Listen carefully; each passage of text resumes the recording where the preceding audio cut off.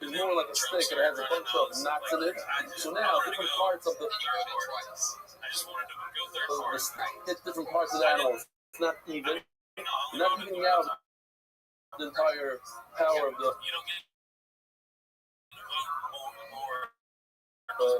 force of the stick. So now you have to be cautious for research. I never did that, even when I was in the Marine Corps. Some case, if you hit it on the wood of the animal and on the land, also have to be concerned that you broke someone's bone. Or not, it's a random neighbor to an animal that's born, goes through a lot of childbirth is, and then you have to work the whole lifetime to get, so it's all Irish tax. Whatever. The actual childbirth is painful for the animal, and maybe it broke someone's bone. Maybe she concerned broke his bone. Everybody should listen to that. We don't worry about it. Not when that is the hair off and that proof. You don't think in that part, the time of the Ziva, that from Alvo is big. Ziva is a certain liquid that comes out of the body that comes from, it's like a disease. And if it comes because you have a good reason why you travel, you're sick, then that's not Ziva. Ziva means it comes because of the Ziva. Now, if a 1-day-old could be coming with Ziva, what do they cause? That it doesn't have music about it because it has a very good excuse. Just the rules, travel, so to speak, childbirth. So that's why it has Ziva. And that kind of Ziva is not a Ziva. So make it a please look at that. I was looking at the comments on here. That's come from the flesh, and not because of some sort of side reason. Childbirth should be a real side. Automatic childbirth is not a big deal. No, not a right. Because maybe this 1-day-old that has Ziva because he's born with a C-section. Okay, so this is just a build-up to the checkmate, to the end of the sugya. Toshma, another one, another raya. Angel should never be young, so should be young. Okay. That was born on young. You can check that day. Now, if it's in a flu that has recently born, you'll be able to check that day. You have to wait at least 24 hours. Have you accepted that day? Another problem is, this is just a pun, you should say. No, if it's born on in Chanola goes it, doesn't it? Why? Because it's ready to be eaten. Even before you have to be ready to be eaten. It's smothered, the check is smothered. Kanani, Kidanchi, also there was like that. So once again, I'm going to answer that the reason why it's to eat it and check it right away because it doesn't have to be born because it was born through a C-section. Yes, you got to. Again, we want to prove is childbirth something that will cause. Look, in fact, we spoke about it. The skull folds. That's why you have the soft spots. How many soft spots are there on the skull? Anybody know, doctor? How many soft spots? You surf? Very good. You should do shorts. You shouldn't have said that out loud. We need video of this. It's called sinking. A baby has two. Everybody's familiar with the water. They're the same. Step one, same side. You have to be very careful with that. Why? Because otherwise it wouldn't be able to be born. It's like kind of squeeze full. So isn't that like a recently viral kind of thing? Toshma. English should never be on. No, sorry. Toshma. Shoving should never holding like 6 lines in the top.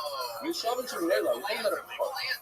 Now, in the time of the Mikdash, the firstborn, you bring it to the Beis Hamikdash, you chef it, you eat it. In our days, you give the firstborn to the Kohen. How can you eat it? There's no bad. She was actually the youngest of the actors. The shoving should never have who moved with you. That's actually, I didn't think you were going to follow up on that. Born with them, and beautiful. Now you can get she's ever that move on. You're allowed to eat it right then and there. You can take it. So how can you eat it that day? It has Risa Gevarim. You see from here that there's no Risa Gevarim from childbirth. If you say that, up and down, she also does 11, but and this is where the Gemara wants to go. Okay, can't answer that this animal was born with slutty, and then like start dating them. The C-section, why? You can't say that. There's living in public. Then it wouldn't be a car. A car is only natural birth. I invited Quentin Tarantino to kill Tom. Not from a C-section. We have to do so. Well, mother similarly caution Jenny Colleges, they have the she says, no, you're right. The reason why they eat it off my skin, if your son got me tired, they try to stand up. And then they, that's why it proves, typically you have reason to give honor from childhood. But if you're able to prove that you don't have reason to give honor now, by trying to stand up, then you don't have reason to give honor. But childhood night, yes. I thought so too. Pause. Reason to give honor, I don't know. Well, we're not. Our next guest sponsor. Turning the dot sponsored by Star Global, official non-corporate sponsor of the NBY League. Encore Healthcare as a school for all clients on May. Well, we're not. Maybe you should reduce the volume. They think that I'll put them on the table or something. And then push them off. So they fall on his back and they can check it. You can't check an animal that's standing up and it's very dangerous. That's not considered risky environment. I would tell you about the knock out was a bull that fell. Which not a tall Yukusen. You heard him moaning and screaming. All right, he's going to Shmuel by Mark the shot of a shuffer. He bought the best meat to show it's not a trade for. We also had him also in a different dock, like 20 days ago. That he bought the best of the best meat. I'm really not bottom and all. I didn't know this. I'm going to walk him around. He put him learns that from the Yaloret. As he's falling off the table, he knows how to balance himself that he doesn't get things up. And he uses he digs his nails into the table, and he's fine. Already him around. On the it's really amazing. If an animal stands up, you don't even have to wait 24 hours. Think of about it back. You're allowed to check it, but afterwards you have to check the spine, the rib, make sure that it doesn't have anything wrong. All play the three club deep. But if it walks, you don't need a deep club. Okay, but that's what happens. You do need a deep club. All right, you're in there, all right. If it just stuck its hand down, why did this stand? Okay, Ragla, Lahalik, or so they don't want to walk. So that's considered like walking. So I do want to tell you about this, that a zebra could stand up. Let's take a human being. Your kids. How old were they when they stood up? They started walking. Huh? What age? 8 months. You don't have a kid that walked at 8 months. 9. You have a 9-month-old. That's a big finish. That's a finish.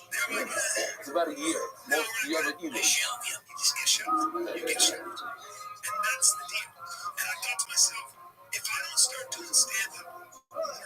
Whatever. I know some people like that. 9. I know somebody like 6 months. But unless my mother was a liar, whatever. We're not gonna go there.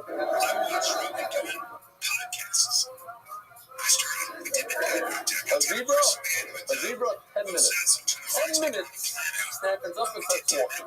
30 minutes is running as fast as his mother. It's not normal. Here,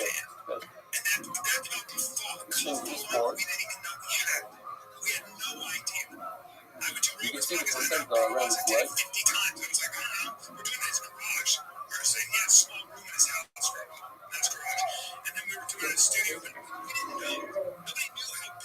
And it has to, because if it doesn't, it's going to get eaten. There's lines everywhere. You were there, you know. That's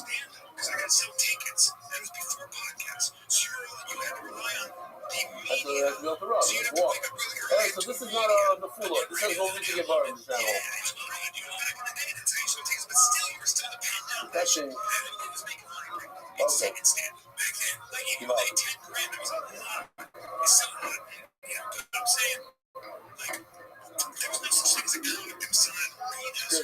Minutes after this voice. Like human beings, we're like the slower to the slow when it comes to this stuff. It knows how to nourify itself, it knows how to do this, all within a minute. Starts eating. The mother is busy eating the suda. It's your birth, it's busy eating. If you notice the baby screaming. Okay, fine, that's a behemoth. Zog Gemara.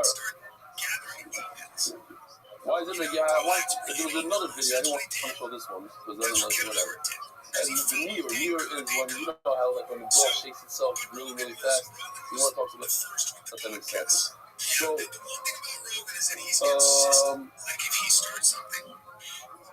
we gotta finish up with these videos right here. That's because all my ideas to the warrior, they went home. Nina Rolam, I got people yom though. Oh, here we go. So if it just shook itself up, to stand up, even though it didn't stand, they take this line out because it's just a posting of later generations, not part of the Amirai. But we'll say that anyway, the other stuff, the Allah there, takes the Nafla and Agad, if the animal falls off the roof, not knowing, so that's a real reason to burn, because it didn't have Amda didn't like see how far it's falling. The Amda with the iron, the first Amda was ours. The Amda, and it stood up. The loyal up, and didn't want to the Bdika. Very two minutes later, you need to check it to make sure it's fine to break, it's ripped, but you don't have to wait 24 hours. The didn't want. I think the Bdika now they tweak off. Fine, we'll stop over here. Rabbi side. Have a wonderful week, a wonderful day. Coming, I put them off. Where is this book spreading throughout the world? Sponsor a share today.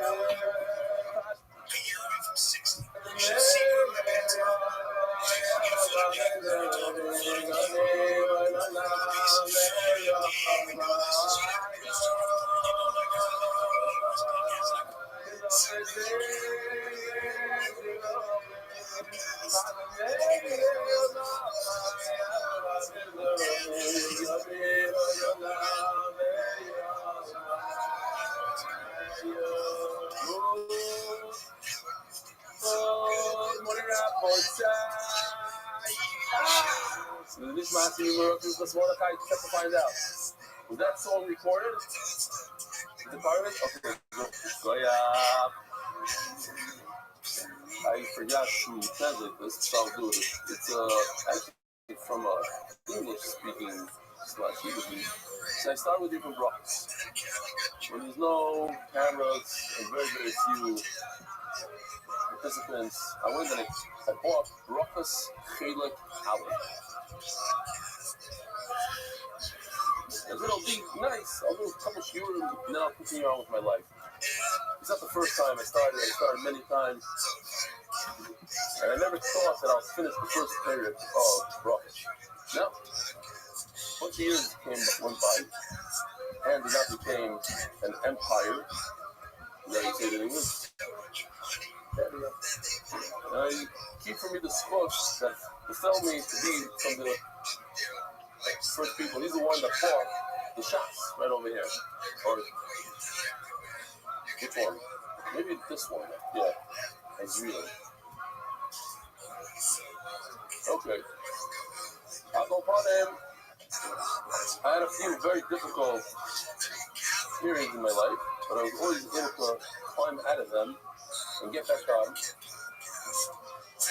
But every single one of those periods in my life, I knew that I'll have the sheer to run through,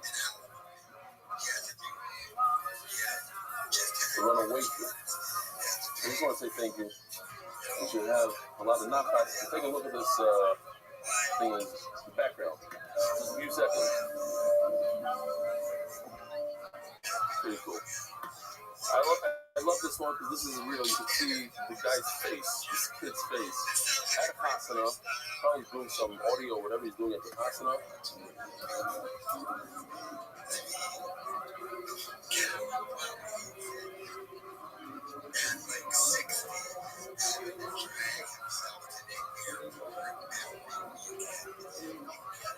Very nice. Beautiful. I love it.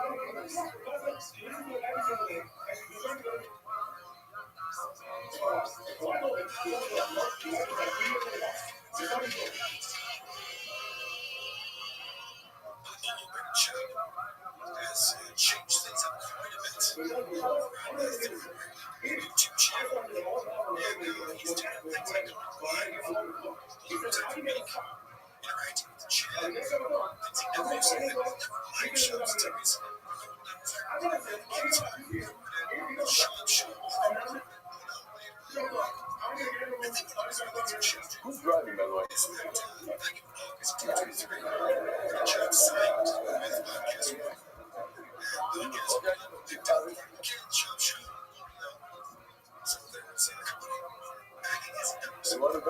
Where's Yossi K? Where's Yossi K? Is he still smoking? Where is he? Are you still off? What? Nearly 2 weeks. Beautiful, beautiful.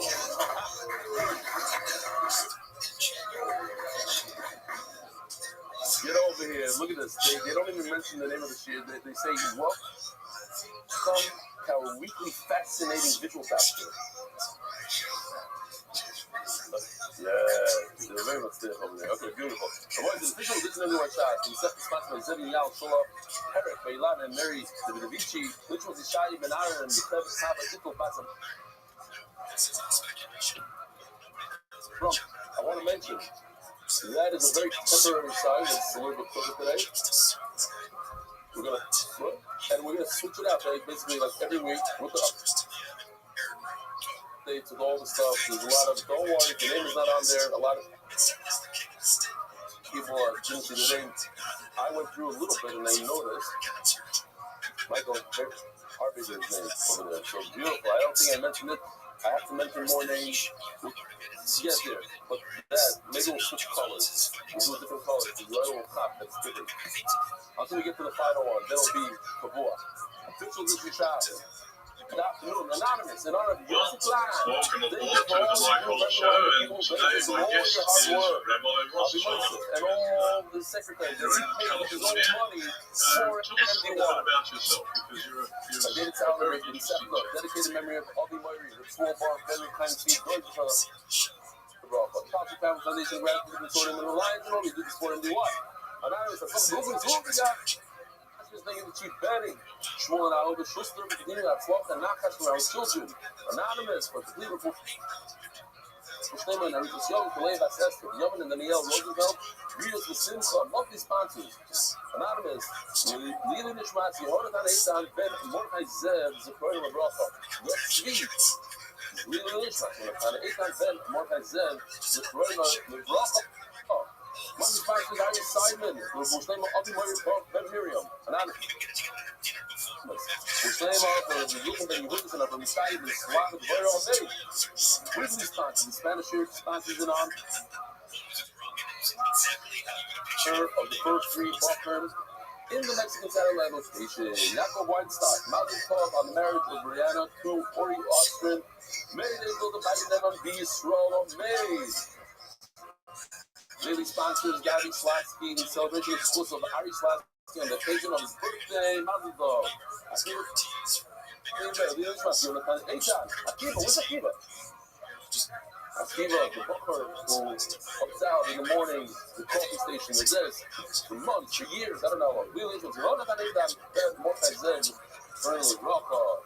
and the white sponsors monthly to the Riches of Kids Sports, the Silicon and Vega, and Ricky Wiggins back, Yapkaya, the art, everyone, the fourth name of Mordechai Ben Esther, the Bush Ayala, Daniel says, Ben Ayala Esther. Today, big close. One of my favorite lines in all of Shas coming up. Come on, for 2 minutes. And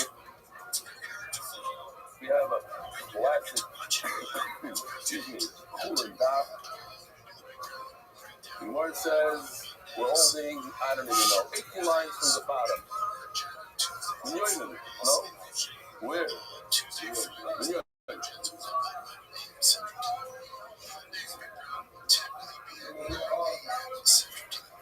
Yoimen Kanzuko. There's a person by the name of Yoimen who sold drugs, equally laid, I guess he sold drugs full of stuff. One of the barrels that he sold was full of honey, and he left it uncovered. And we learned yesterday that there's three liquids that snakes love: water, wine, and milk. And they, what? We didn't see it yet. We said it yesterday. We mentioned it was one of the start off shit like that. So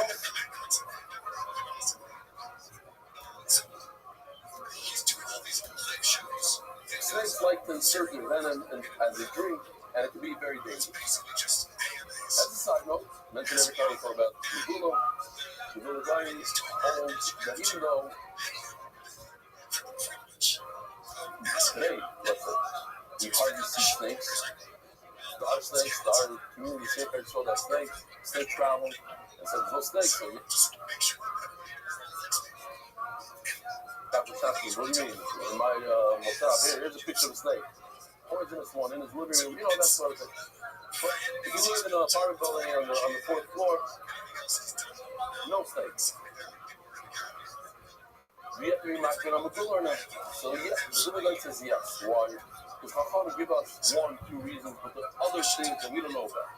For instance, he holds that the mitzvah to eat garlic on Friday night. And the reason given is more for married men than for a buffer. Which is no, the key is for buffer also. We don't know all the reasons. Certain things, so those who are market, those who go according to the guys, the Repentiansky, I guess the Repentiansky is much more of a Chazanichnik, and the Chazanichnik is a Bronek, so that whole thing, those people from Raybrat are certainly not, a lot of people are not going to Megillah very much. The Negobas. Cover the Negobas. They even sell it with the cover. So, so now you have a liquid, sort of, that's not one of the liquids that we're familiar with, that snakes insert the venom into the problem. Also, coming the Rav, he comes to Rav. And Rav, like, naked. Oh, I love that word. I just caught that. My naked. It's like the lotion of a snake. My naked. Why should I be worried about a snake?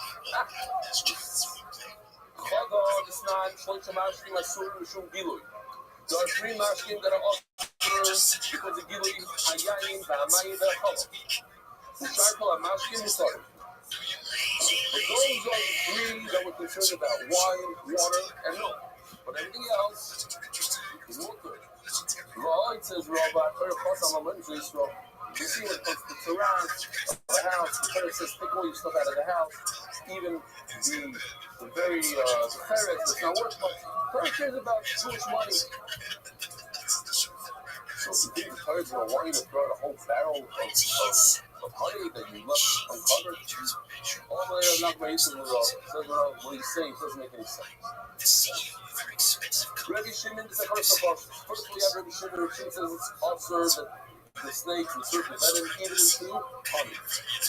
Second of all, he's talking about it's a first of all here. He's talking about a safety thing. So you're going to be worried about money being strong. When I read this, I'll repeat over. Let's say a parent tells their kid, it's going to be right scooter. Here's a big thing, so we'll just go on that thing. See? They say, no, the scooter costs you $2,000. It's a loss of money. So you're thinking about loss of money versus a smashed skull. I mean, which one is it? And then I brought up your son as an example, because you're on the phone. I said, a married son, on his own, flipped off his scooter. Nobody touched him. He was just going around the circle with a patch of dirt, and he had to have surgery on his shoulder.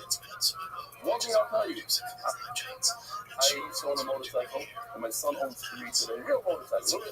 I don't know a single person. You know of one, let me know. That owns a motorcycle that didn't fall off. Every single person I know, a scooter or a motorcycle, fell off. The question is when and how. How bad it is. So the same thing with the scooter. Okay, back there. So but I'm saying it's not part of the, when you're worried about safety, you're not worried about money. Money's not the concern right now. What? Which one? No. So first, my neighbor's law is saying that it's not. My neighbor's law says it's not in the list. It is in the list for.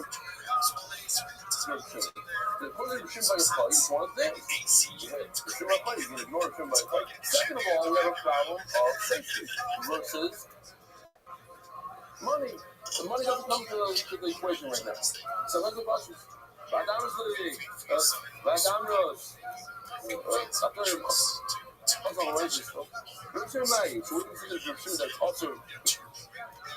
even honey. Chamisha Bevis and Gili. There are 5 liquids that we're not considered. Sear, fish oil, the fish brine. They don't like that stuff. We'll claim that. They don't like Coca-Cola? Probably not. Disgusting. Vinegar, shaman, oil, with rat. So if you have honey, the warrior is a special dish that they used to make in the time of the Gemara, made out of fish fats and then oil. Shimon oil there. Hey, here's the machine Gili. Conclusion says no. We have to be concerned about all 5.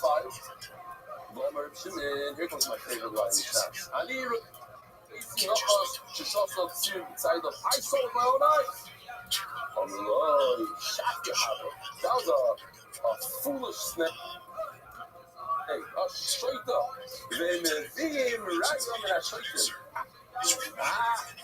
What do you mean, Raya from that? You guys nuts. That couple of people, they're nuts. Those who know me, that's one of my favorite words. Shaita. Try to not say this shit. I once called the whole shit a shaita. I said, this whole room is like, no, you learn. I said, I look up and I said, shaita, the whole room here. More from the room. Fine. On it. Amen. Remember, seriously, remember this line. Amen. Rayam, and I tried to totally ask you a question about this. What if he did it? He did it. Yeah, he did it. He was trying to bring it right from the shaita. So, that snake, right from a single snake that drink. Who drinks Normal human beings don't drink fish yard. Yeah? And those guys from Spice, from the Heinz, the guys that came in the lobby, okay, fine, those guys. Look who the fuck it is. What up, him? Hello. All right, what did you accomplish today? So I accomplished so many things. I accomplished my new and officially email address for live podcast. E on the system. It's not email, it's system. Okay, whatever. So yeah. And I did my first episode on That's great. Good job. Did you do your podcast? I prefer to look soon. Like, I think tomorrow. I don't know times.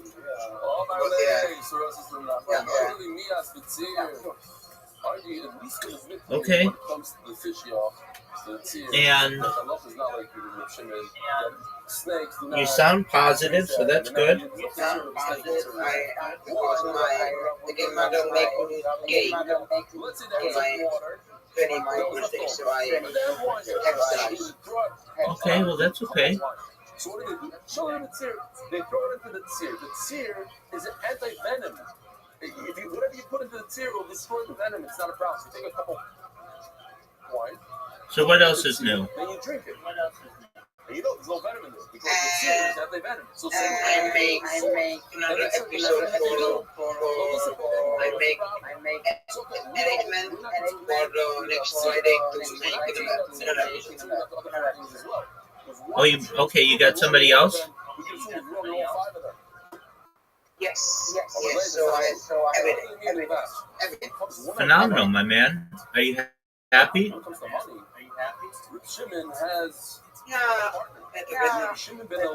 Okay, just a little bit.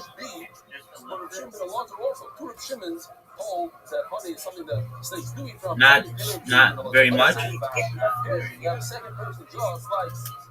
And I guess I don't want to be I am very grateful what I have. So yeah, I am Okay. I understand that. God is the best. There you go, big dog. I don't know if I can say this on your stream, but Yeah, you can say that. All right, so you've got somebody lined up every day next week, right?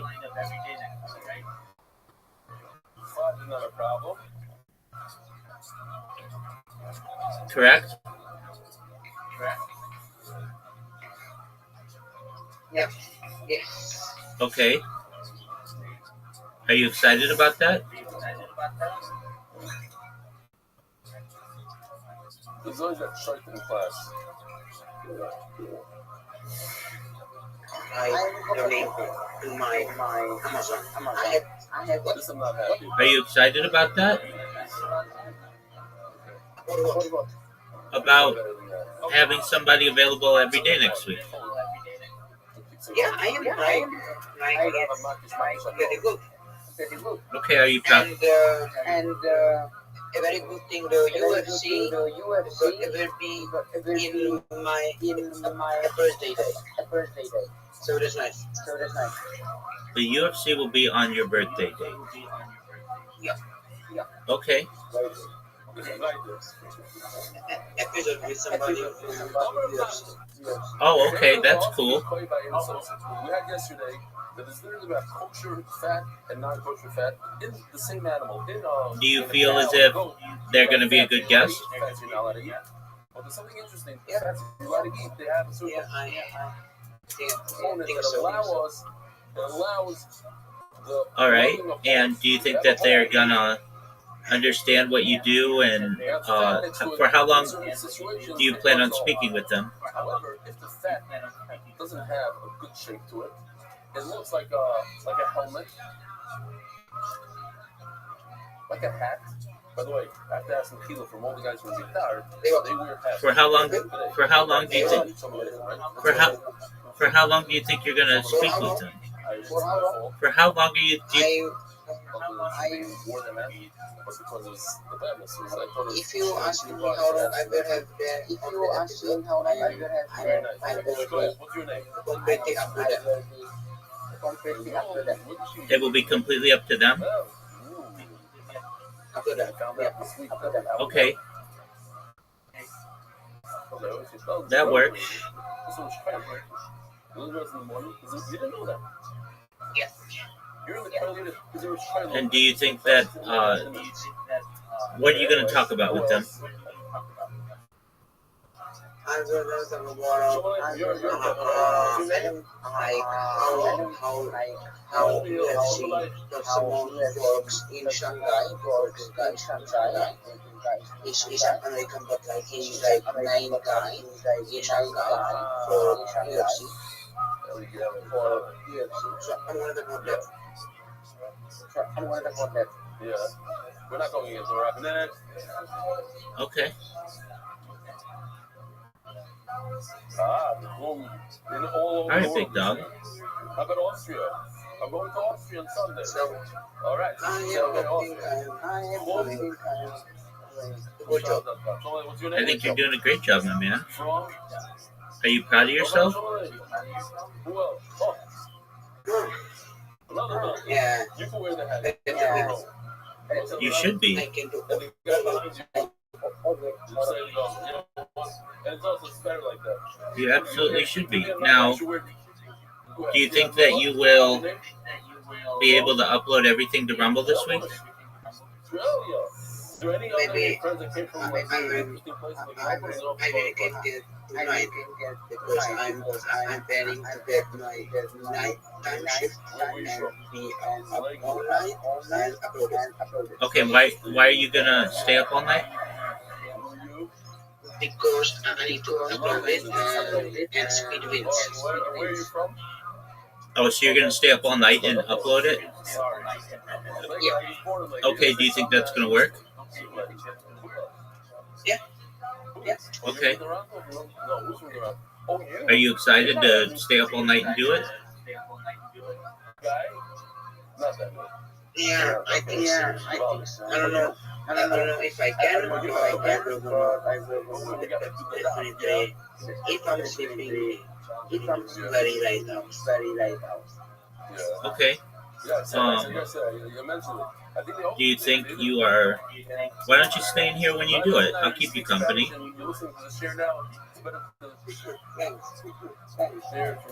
100%. How many do you have to upload? 20,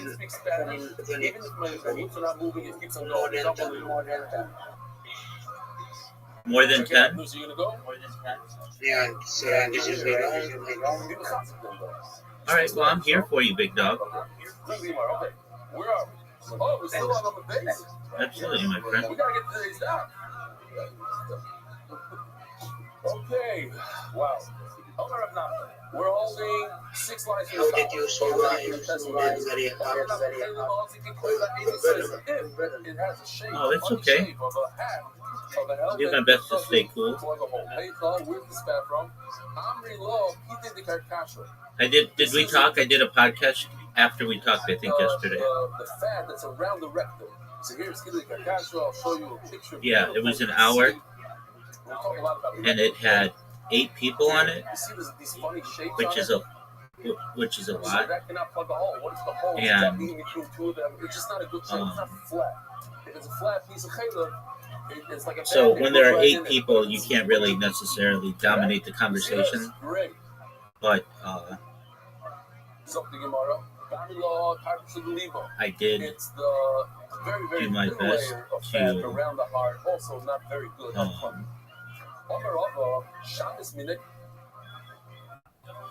be a good guest. We talked about transhumanism. Do you know what transhumanism is? remember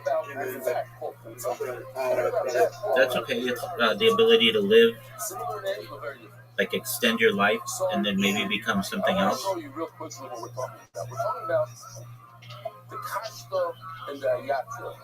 Over here you can't see it so well. Over here you can see this is what Yoshi did. This is based on Sichas Chulin. If you look closely, here, let me show you. It's a bow. It's a bow. All right, so why don't you start uploading to Rumble, and I'm here to keep you company. String is straight. Yeah. I will see that. Why are you leaving? Maybe I should have. Because I'm not home. Oh, okay. Very busy yesterday. So With my uncle and my aunt. you see that? That's the boat. Okay, well, yeah, get home, and then when you're home, come in here, start uploading stuff. If you have questions, let me know, and I can help you make sure that your titles are correct. Okay. Yeah. Okay. Yeah. All right, Big Dog. I Yes, sir. Which one is what? And it's not once I had this Take care, Big Dog.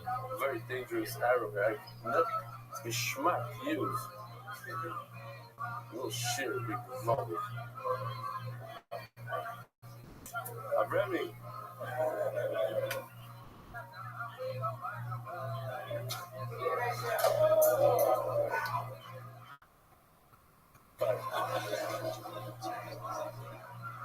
So that's a cash.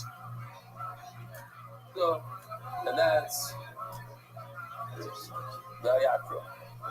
So one is called Chitza, one is Bakutza. What's what? Bakutza is Omerav Tvus, Visimana, Yafa. Oh, Chalia, I'm up there. 4 lines in the bottom. Chat's also one is tar, so it could plug well. The Chat is also and one is not tar and it doesn't plug well. I don't know which one.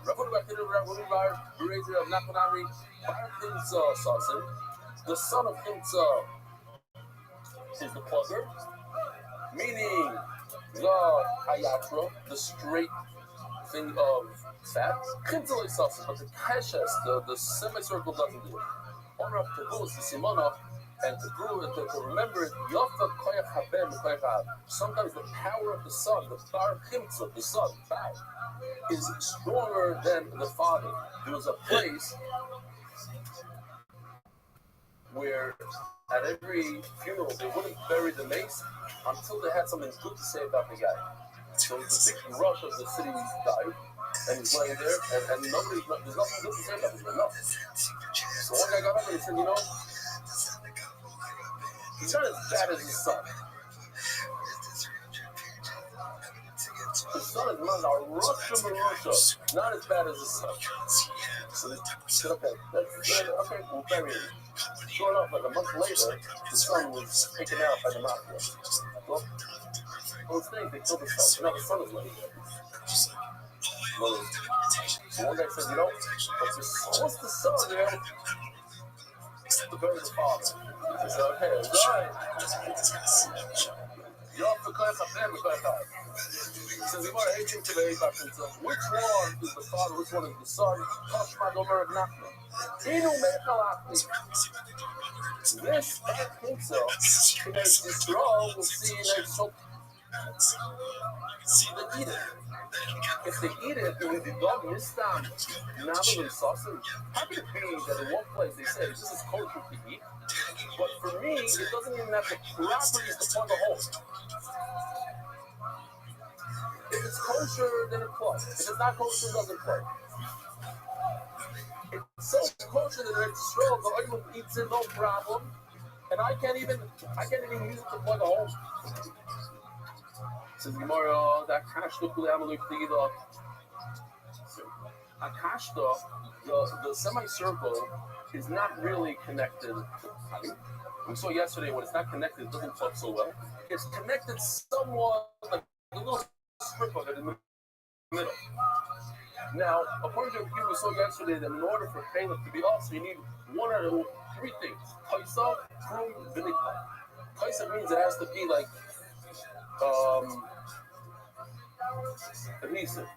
And since this is not, so maybe it's a problem. The constantly please also. Everybody agrees that it's also. Why? Because if it's Taisa, according to everybody's also. Keep thinking is the ayat. The full card, the straight piece of that. Think of the army. Why? Because it is connected. And Layla is better now. It's modern. Think of the army, the ayat, the album, some say that the Yaakov part, everybody agrees that it's mutter, quiet, it's stuff, it's good. You think of that pasta, and the Mechaz is more in that pasta where it's somewhat stuck enough, so this cannot go according to your mouth. Fine. Okay, all the Omer, Rabbi Ami, or Omer of Ami, Mekanto. Mekanto means just remove a small layer of this fat, of the Yaakov fat. Straight fat, that's next to this is fat. This fat is, yeah, so the straight. Look over here, the yak is on the right side. This we have more of a like arrows on the right. So you think of the small layers that maybe touches the other fat, and then you can eat it. Because pain over the other is looking at something in the name of one elder, mechanically you remove a small piece and you over about you. How is it coming there about? I'll stand there about you. This was a little layer of the yak. And he ate the fat. Shame, there was a little of the plate of the back of the canino, the finger, the tongue was real canino. On my leg, the leg of the moist. Take off the small layer, how do you think I want to eat some of that fat? How do you know that I become a concept? When Kanina saw that the Shamish is like hesitating, doesn't want to do it. There's a Maisa, a beautiful Maisa, the bitch grew up, he went to Israel. This is how I'm saying. He's flying with it. And the bishop decided for some reason that the sugar that they were showing that their show was problematic. That's all. So you really they go on to this is on milk. And this is on milk to offer them cheese. Sugar, not the cube. Sugar inside. So the bishop, he drank it. He made a proper drink. They asked him, the Rob is master. He said, the worst case scenario is the sugar is a problem with the up on it. But we were kind of this is on the milk, so that's what they're I saw the Rothschild. This is nothing. She saw that it's hesitant. He wasn't going to do it. I'm married, but why? What are you? You're from Bubble. Only married to Jordan, he said, you know what? Go Shadid. Go take it, throw it out. Now, I forgot. I want to just ask you because it's important to all shots. He says in the last word on the first line. We're talking about the arrow and the pasha and the yah.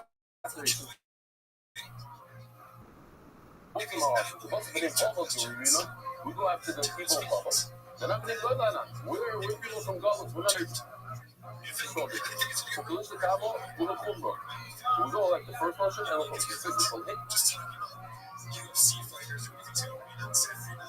they can trade the shot in the Gemara. I just think it's important, maybe those things to remember that, not me, but something to remember that when there's too much shot in the Gemara, he needed the rights to Rozil Kumra. He needed the rights to go with Kumra with full shot in the Gemara.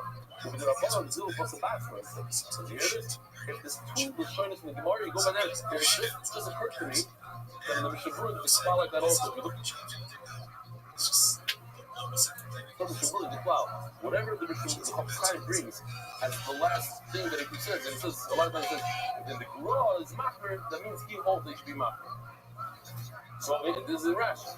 It says if you have two, we gotta do a thing. Two sheetas in the Gemara, and the Rabbani go with the second sheet in the Gemara. They're very interesting. No one really. So I just want to pause it for a second. I want to have a little thing. Yesterday, there was a lot of emotions in Klal Yisrael. What's going on with the Iran deal?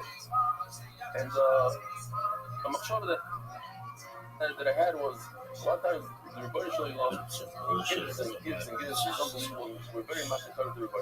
Then everything goes wrong. With each word portion depends on whether you want to ask and all of a sudden, you have a Israel reading says, "Last verse, Parsha,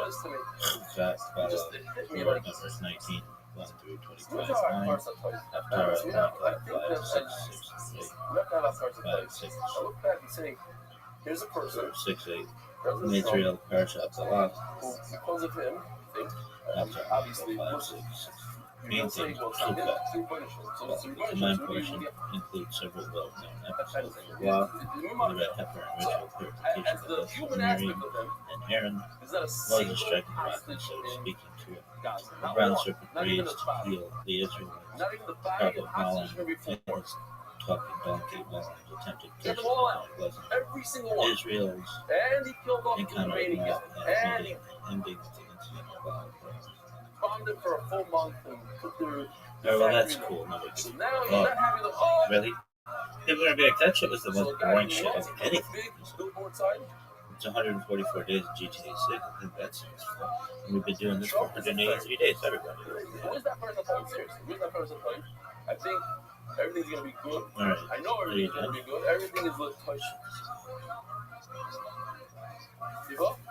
And but on the human level, I think that there's a lack of a person playing here. I think there's a lack of a person playing.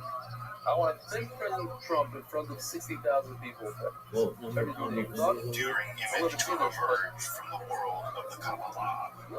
This arboreal figure with a balance of circular nodes and linear connections come as a kind of sacred geometry. Use some common sense, gratitude. Anyway, Biker.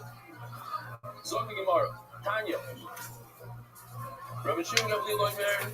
No, it's the same because we have the same problem with Rothschild. We have the same problem with our parents. Same problem with the guy who gives and gives and gives.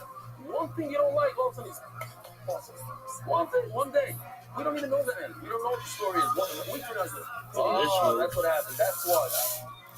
One thing I know, he's not a maybe it's more about the mood or the athleticism. He has a lot of Precedent. What is this bullshit? Whatever's behind it. I don't know. Garbage. Yo, dog, are you fucking serious?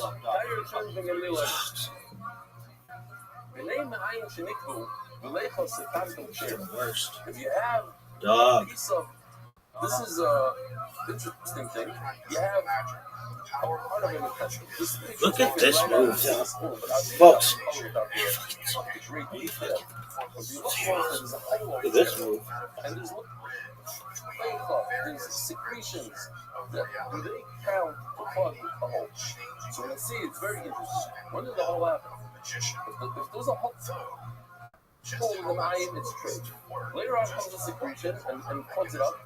You can't Remains contested make trade but make it untrade. So obviously the secretions over there, this leicha as a barrier. Then the hole pays. Surprisingly, in Cornelius Agrippa's 3 books of philosophy, specifically We're saying the hole doesn't count because there's already like a rubbery substance over there. Is it a typical, how do you say, yell at an English? Is it a scab? No, it's a different thing, something similar. make sure to subscribe and check out Where's this our content on topics and esotericism. Also, My leicha, what does it mean? What is this stuff? Alright, I know, shirk in the Maya, this is fluids that come from the intestine. The nofag agapita, which means that the only way to remove it, it comes out through pressure. There's a lot of pressure here. You can see actually the pressure in the intestine, it forces it out into the hole. The only way to remove it is peeling it off with a knife. And it's there to begin with. So when you have the hole, it's already there. It's not considered a hole. Says Gemara, Gemira Chavraya, the Rabbi Mirababa, the friend of Rabbi learned from Rabbi Abba. Romano Rabbi, who's the friend that learned from Rabbi Rabbi? Rabbi Law, Chavraya, Rabbi Zero. I love this. It's manish. The more names, the better.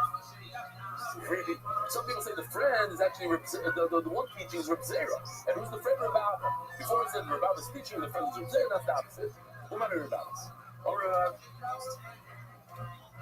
Surrender of Kid Barabo, and it says the Bible says the name is Kid Barabo. This is what it says the name of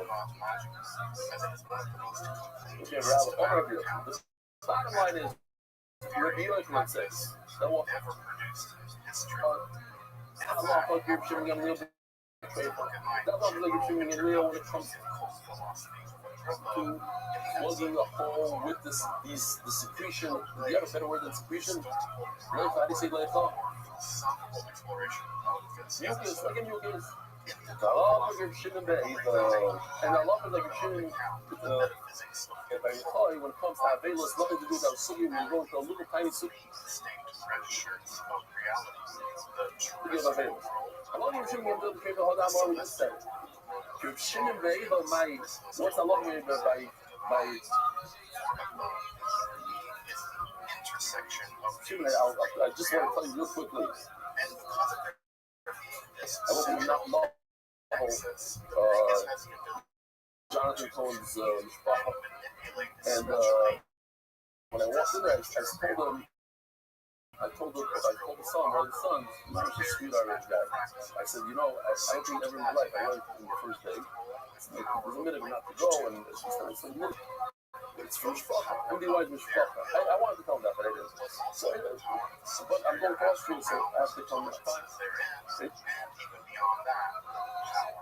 tells us like this.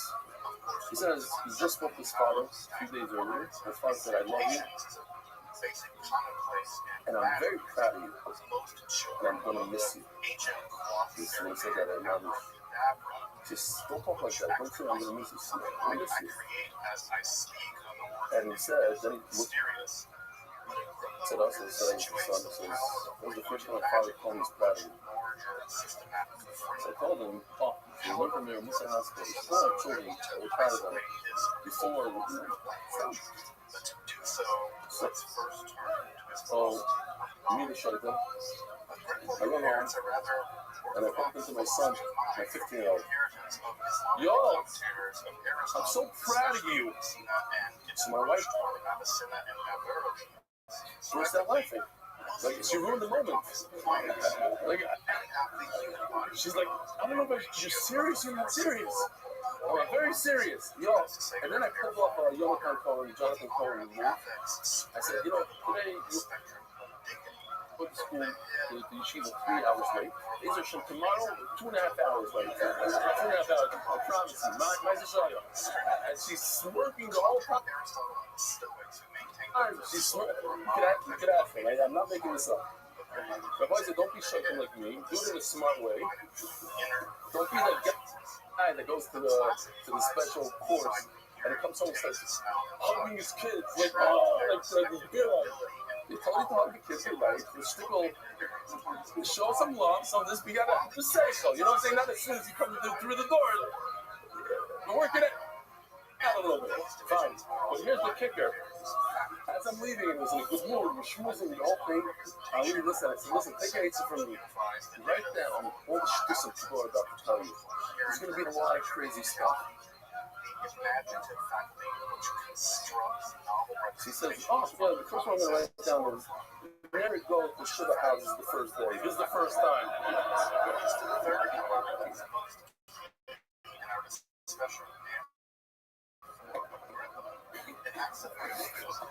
All right.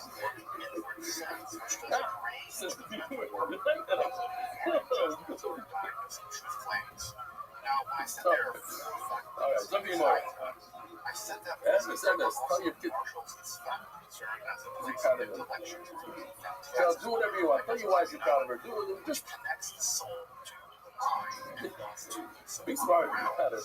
And do not do it in front of your wife, okay? That's not good choice.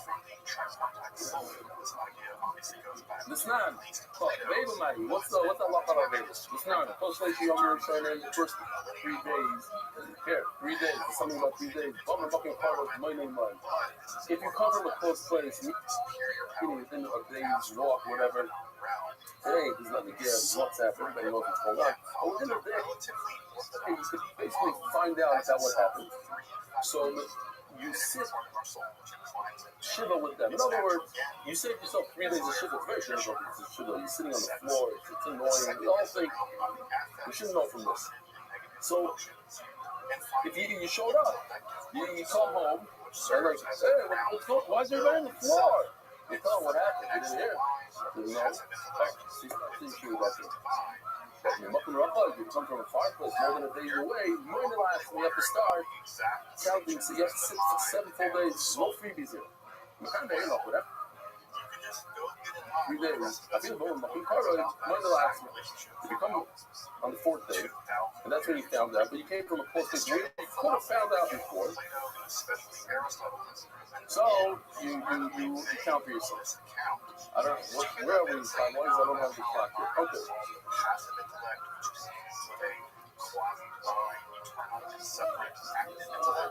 Wow. Okay, so I'm going to skip all my jokes here. Says the Gemara.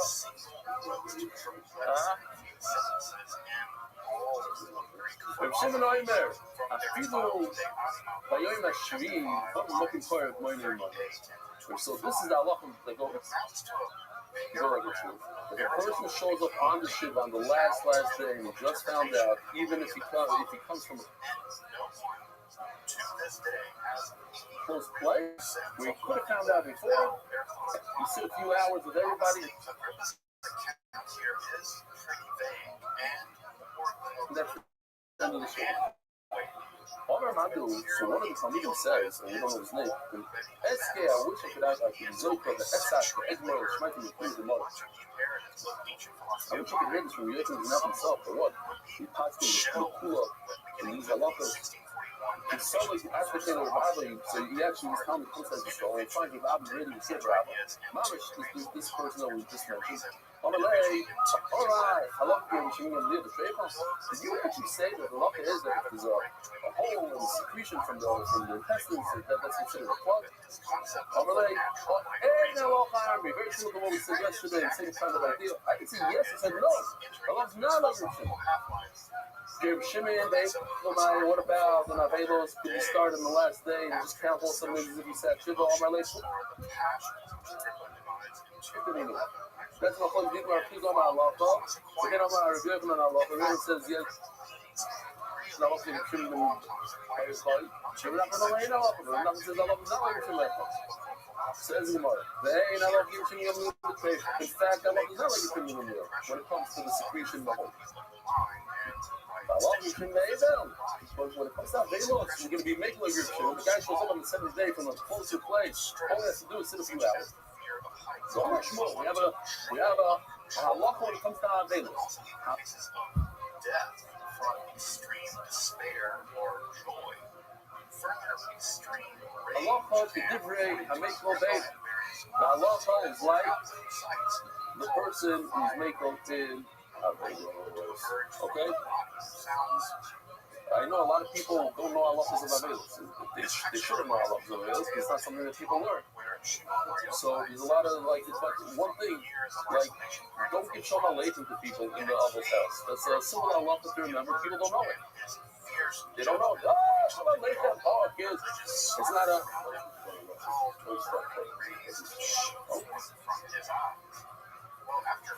That's another thing. Wait until they start going. But sometimes the person is, you feel uncomfortable. Maybe he feels. Okay. You wait until they.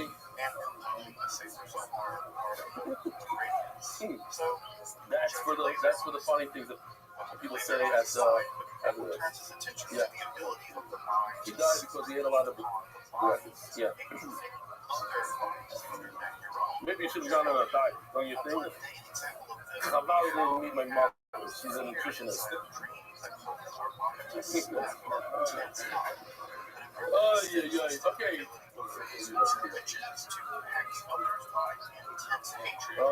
Okay, fine.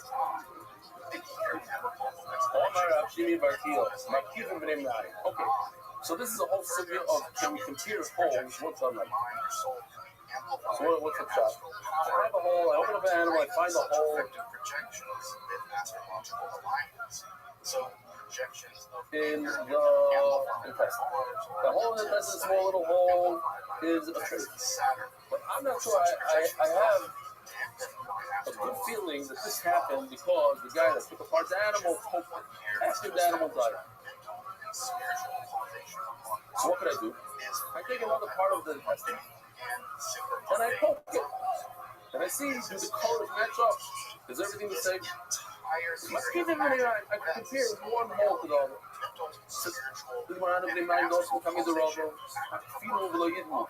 By the way, I remind the oil because I was thinking about Israel. This guy, Israel, how old are you again? 10? Oh, he's 9 years old. Okay.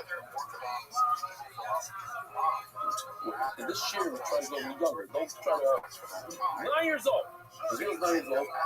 And what's his father on a daily basis from Yerushalayim? They don't live down the block. Yerushalayim. You get it by 7:10. More, you gotta get a seat. So you gotta.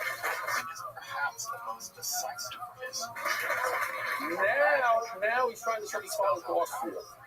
And he's not, he's thinking about it. He's crying. We might see Israel in Austria. So I want to tell them this Sunday, I'm flying out to Austria. I will be a Shir of Hashem in the morning. And then the rest of this year on the Alps, Hashem.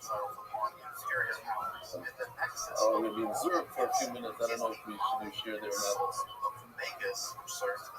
Kind of late, but okay. We'll talk about that later. Just remember.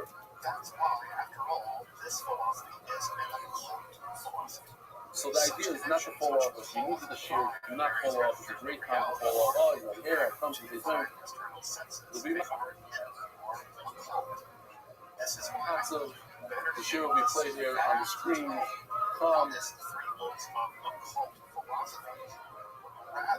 You can make fun, you can scream where we're holding all the stuff that I'm not here since this is not.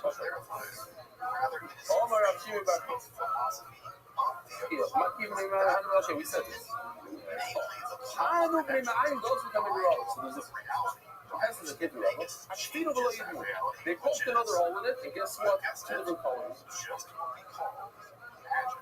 One was this color, one was dark. Also, so Rabbi's son shows up. The mashmash move is he started poking it like like when you buy an X-ray. You try to peel off that little piece when it's not looking, that's like you do all the stuff. She says that's what you should do. The mashmash you touch it all over the place, and all of a sudden, before you know it, the color started changing. I wonder why. I wonder why. Because when you take your nail and you peel something off an ashtray, the chrome, a little layer, peels off and it turns brown. So here also, he started going like this. He has his toothpick and the surface not looking. Magnifying glass, the whole. I know on my left, came it up, huh? So Rabbi says, wow, that's very impressive. You got the two holes to match up in color. How do you know how to mush this like that? On my leg, I use common sense.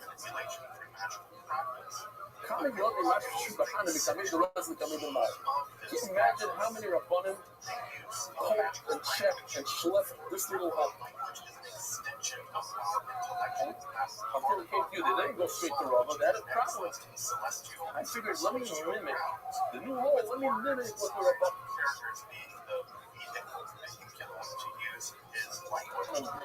And then there was that push, lined up. On the legs, This is very impressive. You can read the papers. It's not something you learn. It's something you figure out on your own with Seifel intuitively. Oh, I love that word. I've never used it before. Intuitively. I can believe the papers can be tonight. My son. I'm so proud of you. Wow. I'm so proud of you, my son. Your mamish is great as your beautiful when it comes to prayers. You learn mamish when you say this. What you said?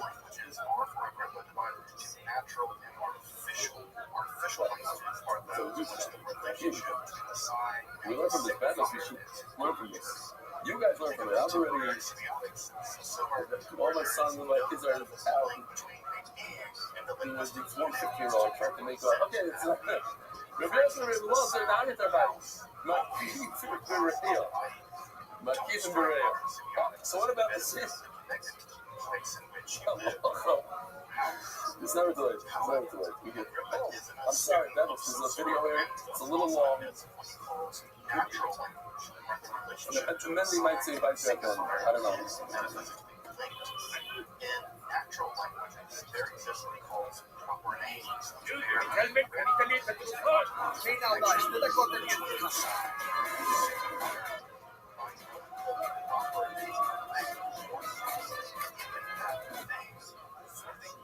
Language as connected via the Vegas as connected to the celestial and celestial realms.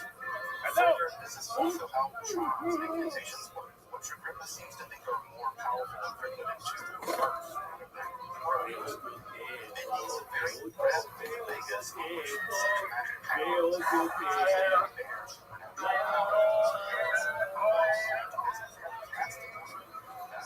natural one that you roll 3 times in a row might really have been the result of such magical projected breathing. Though Agrippa is also rather clear that teaching requires the flow of proper Vegas to be effective.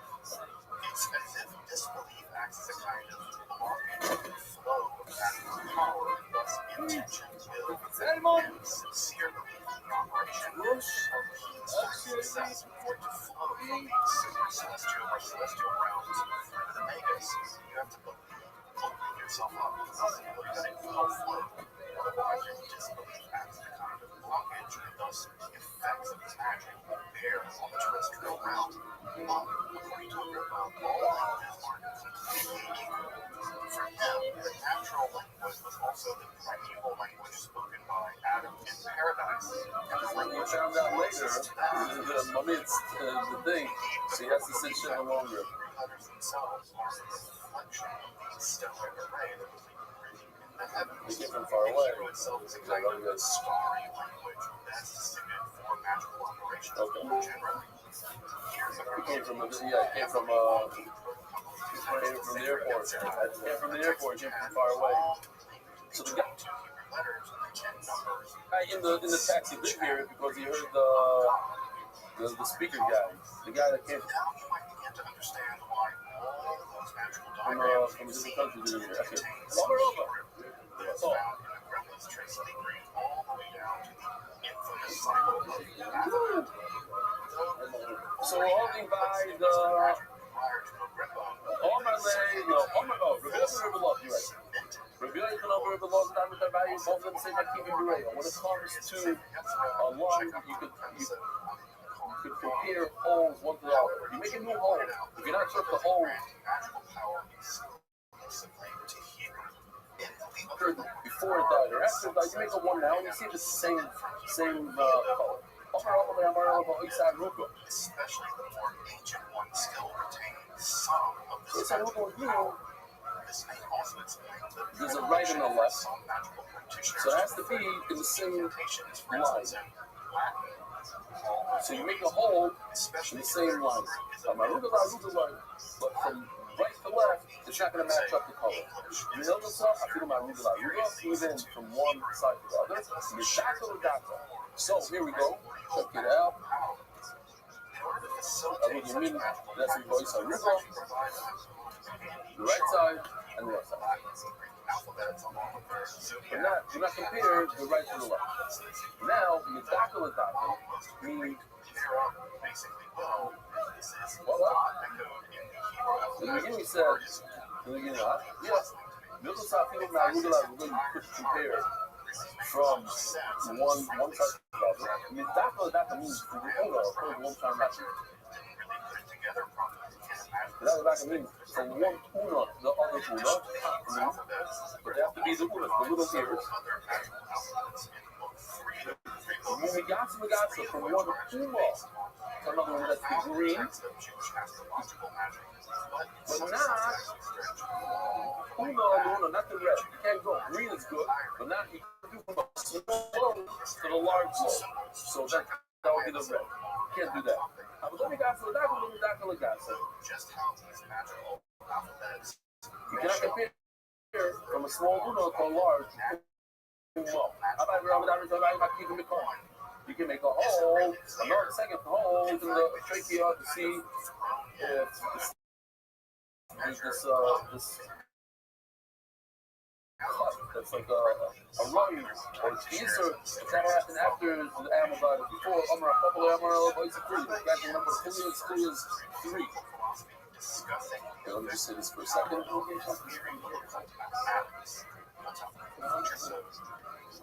So he didn't stop 100%, but it took him a week to get there. He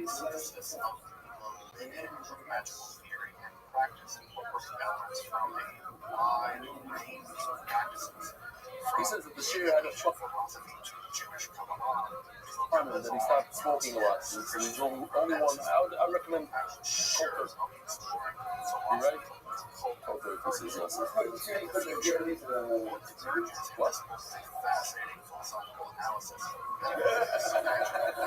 What? You want me to take his off shoes? What are you saying? You should take his. No, as a gift. I hunted it. So Julia is 3. We said Julia like on census. Each Julia is 3 times around. So Julia means 3 type of rings. So you can take. So do not go from one Julia to the other. My people go, no, make another hole. Within the same 3 rings. Don't jump 3 rings away. You know what's up? People the Allah says no. If it's a trach, it's a trach. It's the same animal, will have the same color. Here, this is a different. It makes a Julia from the same tree, but do not go with another tree. Julia Ferris. No, I'm going back to Julias. And now this is Julia. Here's a close-up of a ring. So you see that on top is thicker than the bottom. So this is an exaggeration. Julia means do not bring a right from the top part to the bottom part. Because the bar Julia, where there's a little meat on the bottom over it's very thin. I believe the bar means the bottom. Julia the Julia. All the zero. Z.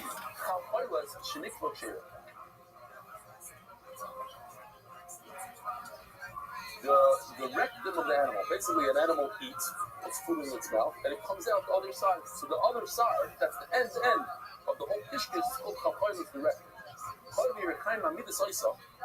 So a little bit of a graphic picture. I'm not so happy with this picture. Here's the rectum. We're going to see that, okay, that's for later. This is a little bit more than I wanted, but this is what we have. So you can see that it's held from all 4 directions with bone. There's bone material everywhere. All the spine is on the top. The hips are on the side. It's completely enclosed. So what? If the rectum ruptures, nothing. It's not going anywhere. It's all there's pressure from all sides in that area. It's very tight. So that's not a problem. Difficult aspects and starting to study Jewish mysticism and Kabbalah is getting a handle on just how those ideas developed over time. It's tempting to think that, for instance, Kabbalah just always existed in the form that we have it, that Kabbalah just somewhere you can see over here where it's like these positions as really tenable. Such notions developed greatly through the ages and still evolving in more ways and numerous mutually exclusive schools of Jewish mysticism and Kabbalah. This class is meant to serve as an introduction to Jewish mysticism and Kabbalah. That's not what he said. A view of its incredibly complex development, from the prophets of ancient Israel to the rise of modern Hasidism in the 18th century. Of course, this series isn't meant to be exhaustive by any means, but only should serve as a starting point for deeper study and reflection, and hopefully will also enable you to situate developments in Jewish mysticism and Kabbalah in their historical and cultural context, How much are you and allowed to hopefully take off of this? We want to know. We had a very, very short. This is like the graph. which Take are visa. admittedly as sublime as they are I don't know the number. I think that's how they express my gratitude to Congregation congregation Tchia for allowing me to use these lectures to reach a larger Rabbi, audience look here at the of Rabbi, esoterica. this whole thing. If you want, you can find the entire series on the playlist entering authority and introduction to Jewish mysticism So here it and is right over here. Kabbalah. We'll be uploading them over the next few weeks, or if you find these Says episodes direct them, and after then look what's yours 2021 and you want to watch the entire series, you can find them in that playlist. one finger in there that you can If you find this series on Kabbalah interesting, I'd hope you check out my other content on topics in esotericism and perhaps consider supporting the production of free academic self-comics and occultism philosophy by joining my Patreon or a one-time donation. You can find those links below, and I really appreciate your consideration. Now, let's enter the garden of Jewish mysticism and Kabbalah. So, first and foremost, I just really want to thank everyone for taking the time to join me on this journey through Jewish mysticism. This is some of the weirdest stuff. I mean, it's sort of like ancient science fiction. And so I really appreciate folks taking the time to join me as we begin to explore some of this just vast and I think really, really amazing and beautiful and very controversial literature. So, that said, again, also just like really stoked at some of the really awesome people. It's like scholars like Ashley Moore. So go over again. So Animal really, eats thank you so food, much it goes to into the Ashley carrots. for making It's a this healthy Marxism tank, and over there, mixes with all really sorts of admire a additional lot. stuff. So From having there, it goes to the having basic folks in functions. the room And from there, it goes to the hamsters. And then from there, it goes to the cave. just like taking time to listen to me, I guess. I went to the cave. I'm just really humbled by that. So thank you all for coming along with me on this journey, Maybe we'll entering the catch it garden. fine. As I mentioned in the email, the term garden here is from Pardes, which is this big word in Jewish mysticism that often mystics are described as going down into a garden. In Jewish mysticism, we don't typically go up, which is a little unusual, right? We typically think of mysticism as going up towards God or whatever that is up there. But typically in Jewish mysticism, we go down, descend into things. And so the sort of lobby of the world of the mystical is this Pardes, this garden. And what's really amazing is that we all get to enter this garden together. And I will say that in traditional Jewish lore, especially found in the Talmud and the Middle Ages, this is considered to be a relatively dangerous journey. Now, In the very famous story, as you may know, in the Babylonian Talmud and Tractates of Giga, 4 people went down into the garden, and only one came out alive, basically. Right? So one became a heretic, one became insane, one died. And only one rabbi came to emerge, and so we'll talk about that really famous story here in just a couple of weeks. So, Jewish mysticism is, on the one hand, I think, incredibly intriguing. Domain of study, but it also has always had one inherent danger, and we'll see some of that undercurrent of danger as we get into it. So, Jewish mysticism is going to be more counterfeit material. I wear my mythology on my sleeve. I am a historical materialist. So I approach this material, I try to approach it from a historically minded, material understanding of history. And what that means is I try to locate historical ideas and persons and other kinds of concepts in the environment in which they emerge. I don't try to do sort of general mystical ideas about what this stuff might mean. You have to do that on your own time because I don't have the mental capacity to tell you what half this stuff means. I can tell you what got written down, by whom, and why, and maybe something about the world in which it got produced. What it might mean for your spirituality, for instance, is something that might just be frankly if you have any kind of whatever, like a me. pizza in the bottom of your What seat, we'll be a looking at nail, through the a course rock, of this here, class is whatever. a kind of guided tour of the major concepts, the major texts, the major history and personalities that go into Jewish mysticism and Kabbalah. One of the things I really hope that you get out of this class as you work through it is, for me, Kabbalah has always been incredibly intimidating. The concept of Kabbalah are very intimidating. And part of what I hope to do is give you confidence and give you enough context that if you wanted to dive deeper in Kabbalistic politics, you can do that. Right? So you can pick up a copy of crazy. or the So same that's against chicken number 2. other major historical Ravasi Omar, Jewish Ravasi mystical texts, Sarish the and Paris, then you saying can that feel confident that it's you can dive into it becomes sink or narrow. swim. That's probably up to you, but you can at least feel What's the meaning confidence to becomes make the narrow? dive. I don't know where. So All right, what so no I'm one not can gonna see do, the my aim isn't in this what help are class, you? is So I the whole can't carrot make starting to you cook. In other words, I don't know what's right? safe, what's not safe with the naked. You can help me out. identify as a Kabbalist. And so I can't make you a Kabbalist. From the I think it narrowness takes a and down. Kabbalist to Now make a again, Kabbalist. I we're think talking it about works an like animal that. hanging on a hook after you shot it. I think it takes a Like this Kabbalist to animal make in a Kabbalist. these pictures hanging I ain't no out. rabbi. So I ain't no from this Kabbalist. narrow part So towards I the don't head, have the ability to meaning make you a towards the Kabbalist. vessel. Now, The that's ones not that to say say you that see some of shot these on what ideas we just said a second ago, might very well prove to be incredibly positive in your spiritual life, your spiritual development. If that's Maybe the I can find a case, penny on a that's small little fantastic. chamber mailer. It's the But I place don't that want doesn't have like wool. have the idea that what I'm Like, going to you be know what I teaching mean? is We how figure out to the do type of Jewish the mysticism. carrots. Because I don't know how to do Jewish mysticism, or if I did, I would be doing it in a different class, maybe.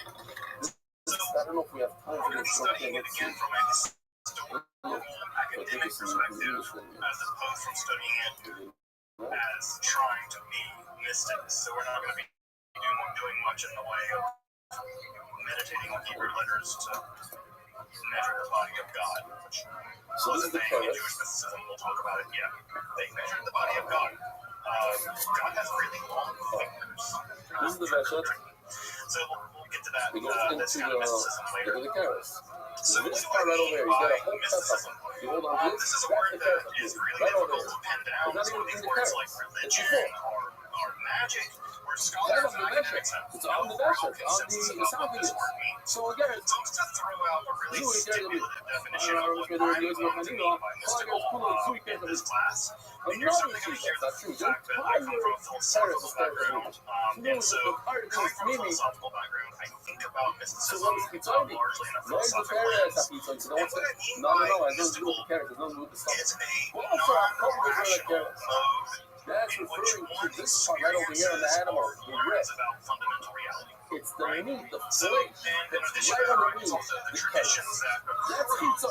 right, because of those kinds of experiences. Anything in the Now, carrots, and a by the way, the word little tradition there, right, I'm kind of punning on it in Hebrew, right? The word Kabbalah actually means received, and it has a sense of tradition, right? So, I'm kind of punning a little bit on this word mysticism. Let's call it just When I for say non-rational, what I want you to hear there's a certain is hole they go not like this, they pull irrational, out the right? right It's not over like there. mystics can just say whatever they want. That's They can't do that. They're inside of traditions, they're inside of cultural contexts, they're inside of religious settings. That's where And so what they say open it up. as daring as it might be, This is last always sheet, that's situated and always makes sense within a specific context. So it's not just irrational. They're not just saying random crazy things.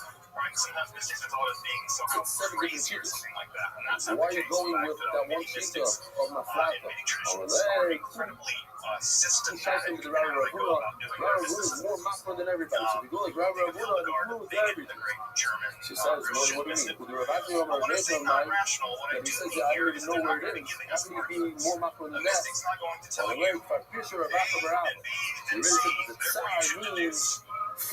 from where And it they're not gets going to be narrow saying downward something like, it's on the hook, going down I to did an the experiment, that's and less. from my experiment, Figure my induction is a 75% certainty that blah, blah, blah, blah. They're not doing any of that. They're having visions, they're having experiences, and they're reporting back on the content of those experiences or the way that those experiences have transformed them personally.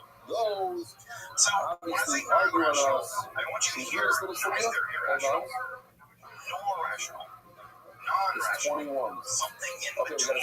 Something in between. Have a I should also say just a little bit out of the gate about the distinction here to be made between Jewish mysticism more generally and Kabbalah more specifically. We now, in the sort of sloppy vernacular that we use the term Kabbalah to describe all of Jewish mysticism. It's a bit of a mistake. The Kabbalah, right, is a very specific kind of Jewish mysticism that began to emerge in the 13th century. Now, 13th century of the Common Era, mostly in southern France and Spain. So, we're going to get to the Kabbalah, and obviously we're going to spend a lot of time on Kabbalah, but we got to get there. And the Kabbalah wasn't cut out of whole cloth. It didn't just emerge out of nothing and so many of the complex ideas that you may have heard of in Kabbalah, like Tikkun Olam, which is a Kabbalistic idea of the reparation of the world, or the idea of Tzimtzum, the contraption into which God sort of shrinks God's self to project the universe or cosmos. Those ideas don't come out of whole cloth, and we're going to have to do a little bit of work to get there, but get there we will. So think about Kabbalah as a specific type of Jewish mysticism, and there are other Jewish mysticisms that also existed prior to the Kabbalah. So there are other forms of Jewish mysticism that existed prior, although many of those prior forms of mysticism were absorbed into Kabbalah. So this is part of the reason why it gets a bit confusing. Hospital Manhattan, So, suffice to say, learning the dots every day. Jewish mysticism extends He's in a hospital already for 3 weeks. What Not I mean for by 3 history weeks. here is just the history of YHC, writing. so When the other the ones ancient is in Israelites the began to we're write with things you, down. we're learning And the as we'll dots. see in a moment, You some know of the the dots when it says earliest texts that have been oh, recovered I listen to the in podcast 5 Israelite a.m. when I wake up literature before going to school. are Listening to Saturday interestingly wasn't enough enough. both And composed while by I'm women watching my primo and dog, I've also been both listening to composed shit. by Just mystic started women. from Brock on So Spotify. we'll On get to those Spotify, just see in a that minute. picture. But I think I'm this loving is a seeing the weird thing beginning of that this for amazing whatever shit. reason doesn't get enough press. I'm really tempted Some to of write the an email earliest to Israelite him, literature is by especially when you women mention you can use mystics. some more. So why that doesn't get enough press It's is all started because one person sent me an email, so I said if I read it, maybe more people will send. If you're curious what you're seeing on the screen here on the left-hand side, this is an image of an amulet recovered from didn't work right a away. burial site in I might have Jerusalem had to called write myself Tefillah. emails or something at the beginning. And what you're looking at is But the now it's like, earliest recovered archaeological section of the Hebrew Bible. So if I have you've ever to wondered go what back the still, earliest and then text all of the these Hebrew emails Bible looks from like, last it's trip this. These are tiny little silver amulets that were recovered that from I didn't get to see it, and the kids said, hey, everything, I look forward to this daily time machine each day. Toby Free in Cherry Hill, New Jersey. I went to this live pizza event So the earliest in fraction, the earliest text we have our of the amazing Torah satellite location, is Tom's actually River. an I amulet, really, magical highly device put recommend into it. a tomb, Unbelievable hair, very likely to and protect you're going the to learn dead a lot, especially now that we're learning from any trade. This is amazing. supernatural forces. So in many ways, we might even I say love that this the email first from Gedalia College. It appearance of says, the Torah in just a history short note in case no one is ever a supernatural mystical mentioned you. appearance. Yes, It's we're changing an people. amulet. When I was It's a an kid, amulet there who to could have protect imagined the a dead second from grader them. knowing what sneak Here, is? if you've ever been to the Sniffing Israel a reading Museum, on you may animal. have seen this. Thanks to It's actually on NBY, both sides, kids all and over it's the tiny. world are learning about so many concepts The throughout amulets shots, are and only most about importantly, that are big, excited about and the learning. Hebrew letters See, here, you catch can see video are of not the young modern Hebrew letters. They college are doing very sneaker while playing with some Hebrew other letters. kids this afternoon. The They continue earliest case successful in which in we every talk way, about especially an with Israelite much Satira, much form Nachat of from all your mysticism children, grandchildren, the has Italian to do college, with Jackson two Jew. different concepts. There is One one guy concept is performing theophany, sneaker, kiddos which with sneakers means in second God grade. appearing. We'll talk about it more in just a moment. And the other, of course, I'm sure many folks know, is prophecy, which is a case in which God, the Israelite God, Yahweh, That's is called said to torturing an animal, speak but it's the to head people, because it's and sneaker. those people that Yahweh speaks to in turn speak on the behalf of Yahweh. Yeah, no, And very, in fact, very that's proud where of the him. word prophecy comes from. The word prophet just means to speak for in ancient Greek. This was a great video in Hebrew. Ancient Israelite religion, It's from a good friend. Basically, this guy says that he has a Pashtafta their cup God, their tribal and God, that he goes to some other rabbis, Dafim Shir, but he doesn't understand the word. But then we started doing our shir, he helps the rabbis doesn't watch when this, gods and he speak to says he has a people, guest, that is and non-rational. he's taking this whole Right? video and That's not irrational. It's not irrational, right? It's not like it's you're good point. making Do me a a favor, Dave. logical deductive argument that Go God's to speaking to halfway. you. And yet, prophets are often taken seriously and sometimes killed in history. But it's very clear from ancient Israelite society and the larger ancient Near East society that prophecy was a widely attested and important social vocation. So Yahweh talked to people, and those people said what Yahweh told them. I remember I started to do that a little more than a month ago. I knew it changed my life because so many people told me I didn't know that it'll change so fast. I'm a long time smoker, and from the day you spoke about it, I made my decision and stopped. I know that will change my life for looking, but I didn't know that will change my life for that is. Thank you and keep up the great work. Avram Yosef from Barbados. If you got to do me a favor.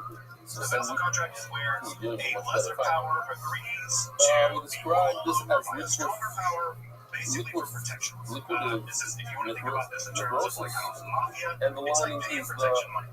Right? The local mob boss comes down and says, help me out over you here. know, you can get hurt out here. You might want to pay us a little money. We'll protect you. Well, Yahweh comes along and says, it's dangerous out there, you Israelites. Maybe you should worship me alone, and I'll protect you. That's when Right? the decaying And so, law. in many ways, the Torah is actually structured It's a called lot like the a factive vassal gross. contract. In fact, if you read ancient Near East vassal contracts written in the Akkadian language, it's very clear that the writers of the Torah in certain sections of the Torah are emulating that contract language. Diplomats had to be literate. One of the things diplomats must know, Israel was almost always a vassal state for the Egyptians or the Babylonians or the Syrians. Vassal contracts would have been part of their life, and making a vassal contract with their God would have made a lot of sense. And you know that he This is comes also to share with revolutionary because you're making a vassal contract with a god and not another country, which means that you're subservient So for the Edison ability of some other to tell us being what's going on and in our not the respect. king of Babylon or whatever. Now, this doesn't go well for the Interesting ancient stuff here. Israelites, but it Go does ahead. establish What's what your we son? call Who's your son? the Deuteronomic Son, theology. I know you. And this is just a complicated way of Shabbat saying, no? if you have a contract, So what do I know? contracts are always involved you getting That's things what out it of the deal. was. Okay. Well, the Israelites vowed they would serve only one God, Yahweh, and Yahweh vows that if they do that, So like, they will thank get you. What's the your name? land. Right? They will have the land, and a land flowing with milk and honey and all the rest. Right? And the idea is they keep their side of the deal, the Israelites, in the then Hebrew Yahweh will keep their side of the deal and that's protect just them. from Arab. Now, if I you go don't to think the of Jewish from history, Arab. that relationship I go to was this table. Arab. What's the name of the place? rocky. Let's call it Elad. rocky. Elad. Same thing. Four people from Elad the same night, like they didn't know each other. They had no idea. They didn't come with. Further, right, in addition to this whole vassal contract business between Yahweh and the Israelites, it also seems like there was a tradition within the Israelites of community on where somebody's Yahweh people. spoke to individual people. Those people typically called Nabi, right? Prophets, Nabi. Another beautiful scene from Mazel to Yaakov wife for the Kina group dispatcher on the wedding of his daughter. Yaakov the son AJ and Simcha Liner. It was almost always Yes. the prophet. You never invite a prophet Again, to a this is this picture Or here. when any party you A invite lot to of us is are the Moses still in spend all their shock. time A lot of people more in condemning everything you have. places.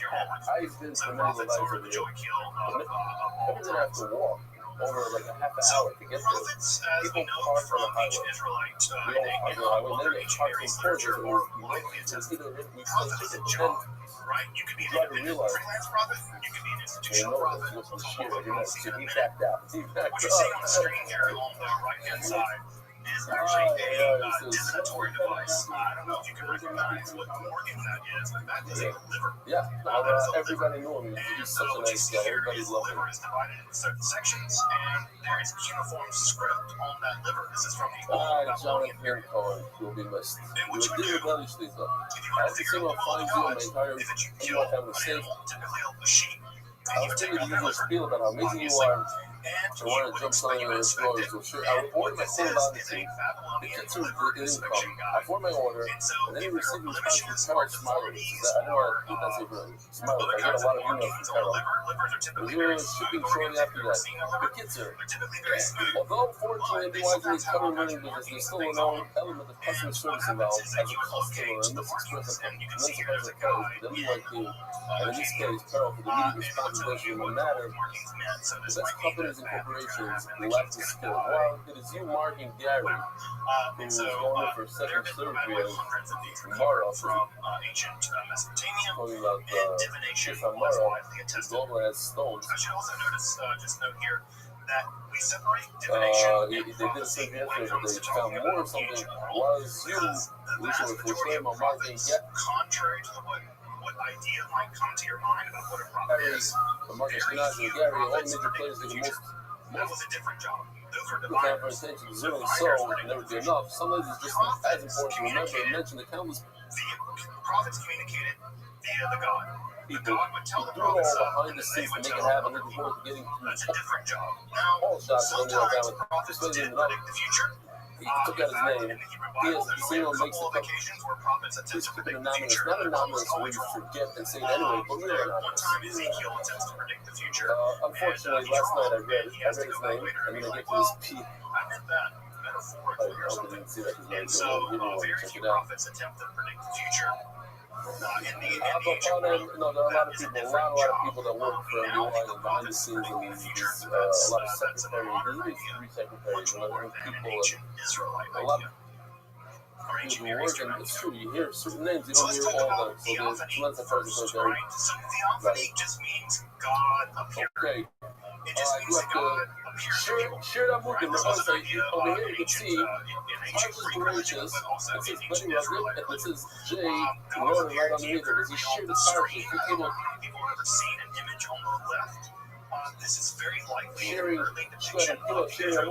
Zaman and Saratorsky and family Yitzhak Freud, Mustafa Brad, Michael Rachel Cohen, Lita and Johnny Delmonte, Peter Barry Siegel, Harvey and Judy Simon, Shmuel Lackner, Josh Zelly, Shaul Rosendale, Mark Silverman, Shaul, the famous Shaul, I'm looking for a long time. David Itzi Goldie, Ariel Kramer, and then a bunch of people. We'll get to them. Still holding in that movement right there. And what's that? We're holding in the middle of an infiltrate. You're probably looking at a vision of your never to be forgotten. Probably the Israelite God. We're fairly confident that's what how ancient Judahites conceived of how their God looked. Spice is not part of the festival. The official edition of the New shots, the Sefta by Zeviel Sholof, Perik, 11 Mary, the Vidici, the Elizabeth Shayo, Benaran, and the Fedakala, Ito Bas Abraham. That one pays, Shani Shepter, for the merit of Shadukim and Nachas for all of Klai Yisrael. Thank you. David Sal, dedicated in memory of the Holy Word, Small Parker, Thanks be good, the brother Bracha.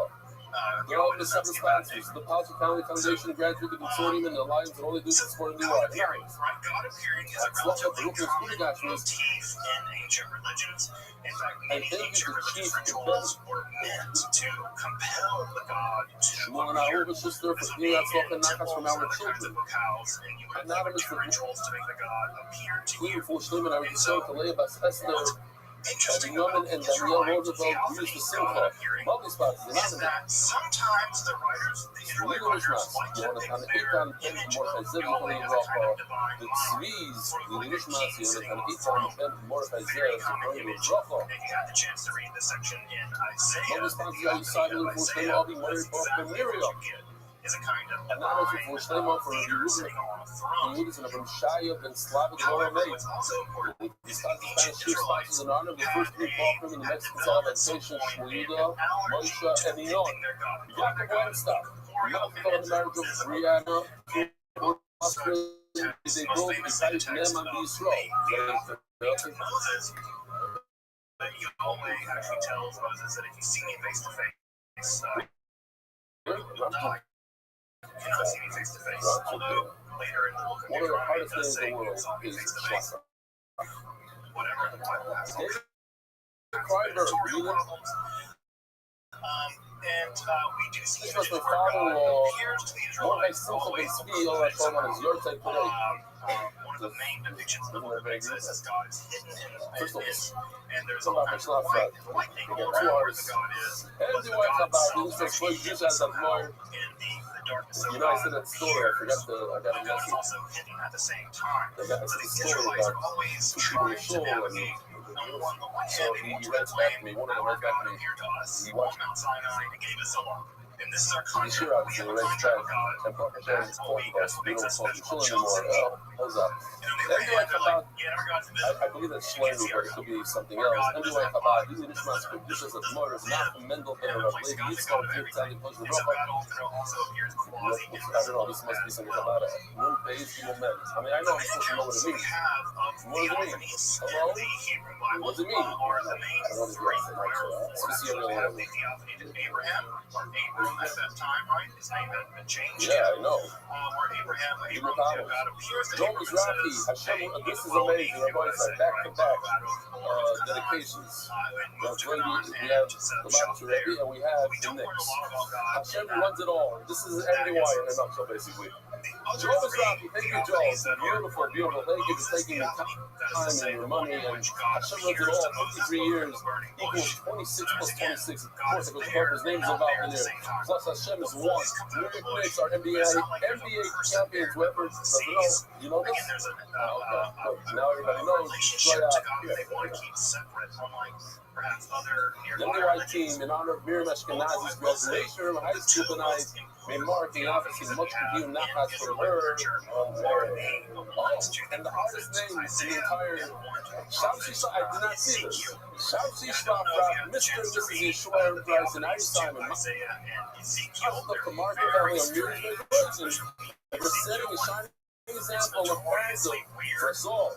But one thing that we do know Choking about up. those Theophanies is that in both He picked cases, himself up, they and he are had to fly every terrified. single week. You do not One want of the your complaints wife was she's trying to showing pay up one. for Okay, whatever. Let's make the game on This United. being It's some, is not your friend.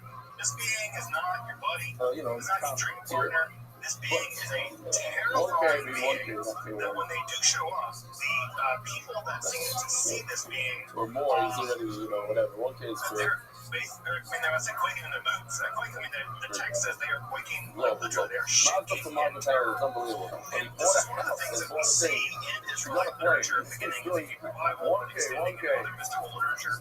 It's that the experience of the divine is terrifying. It's just like, is this your final crypto? No, it's not just something like Notice how we say all Can you imagine the other series? This looks like give a single Bottega. And if you move especially after fire, some is and you are some all is okay. only two people, sad. We used to have you in them here. Mom, we're full time of Mordechai Ben Esther, the first ayah that Neil said, and ayah Esther. I want to say we go. I need my dog, we stuck out missing, putting on Rabbi the radio. We continue with the lungs. I figured, here's the lungs. Some point of Rabbi is when the trachea enters the lungs, and it branches off. You see the blue? That branching off. The blue is some point of Rabbi. The gray is the main. Shamanism, as you may know, was a Part religious of the practitioner if you will. Yeah, we got to do this here. And this idea that shamanism has been taken out of this context of Why not? generally. I don't know. I didn't go through the this time around. I'm really sure like that in a kind to see like what kind of stuff I can do with Austria. is that the ecstatic expert, Maybe the there's shaman, some is able to withstand Maybe a visitation from Yahweh. Oh, you're gonna love this. From that visitation, You're gonna love they're it. able to extract certain kinds of information about what needs to be done. Oh. And so, in much the same way that traditional shamans will All right, here we go. spirit world in order to cure people, it seems like something analogous is happening with some forms This of is very, Israelite prophecy, very real. where the shamans This are is being called love. visited by This Yahweh, is and Yahweh is basically telling them how to This fix is their Uno right country. over here. Right? Another Most Uno. of what goes This is on the evil, but you know what I'm gonna do? is criticism It's of gross. society in a general way, and the idea is by criticizing society along religious and social terms, then the Israelites can restore their relationship with Yahweh, and therefore Yahweh will continue to protect them and allow for the prosperity of the land. So Okay. the prophets don't cure individual people. There's an interesting You thing can where you think see about this them little much more blister like thing, but that's shamans, nothing. they're This is shamans from for the entire community. this right over here is the So large again, this is where Ema, using some of these terms Uma, can I be a mean, little bit Uma, which is a mother, misleading. and these right over here are the Unas. But I think that the term does Now track this pipe, the general cutter way. goes into the We lungs, think and that it's the it's off, and that's experiences what of we're the talking about prophets here. Isaiah and the prophets Ezekiel, the literary records that we have in the Bible, What? probably No, recognize this the blister is not represents acceptable. experience. No. Which is just to say that the persons of Ezekiel and Isaiah probably did 1:30 experience a.m. I don't some know what kind he's of up for. mystical He said this is not, it's event. not, just Is found in the the Hebrew surface you Bible. don't see, because the Now, surface is it's Ezekiel a piece is of especially something that's interesting in stuck this to regard the because if you've read other texts of texts of the animal. Ezekiel, Once you you'll take the know lung that out, it he pops. It rips is off. really You're not going to see unusual it there. as a person. But this is not that long. It's not deflating. Okay. I'm gonna just put it down over here. It is going to deflate by itself. We don't know. I mean, again, it's not for me to pathologize Ezekiel or remind me not to touch the water for a minute. Oh yeah, but from the record, it seems like Ezekiel may have hold it again. Had some other kinds of pass it around. Health concerns, let's say now, which is also interesting because it shows that what is insanity in culture is prophecy around it. If you go up to Gary is trying to do a lot of stuff in the basement, all stuff in the basement. I asked him, I said, I need a small one. You know, the other one's like, it's not good for nothing, just filling them. I need a small one. And this is easier. But we can use a larger one when we have a lot of stuff. Something like this. Usually it's just one little thing, so great. So what happened was we found a needle. Now we understand the whole sequence so bad. There's a needle inside the pipe. The main pipe going into the lung. Siunika made the Rabbanim for a fun. I love this name. The Rabbanim that pray for Rabbanim. Meaning, the Rabbanim who said trade before. Yesterday we learned if you find a needle in the lung, here, this case right over here. Oh, there's a piece of lung on my finger. Okay, now I'm going to look it up. See what's going on over there? Foundations for an entire of Jewish mysticism called America, German chariot literature. This form of Jewish mysticism was not next time, the time after that. This is this was the dominant form of Jewish mysticism for 800 years. So, if you want to think about the Kabbalah as existing now for about 800 years, American mysticism was the dominant form of Jewish mysticism for 800 years prior to that.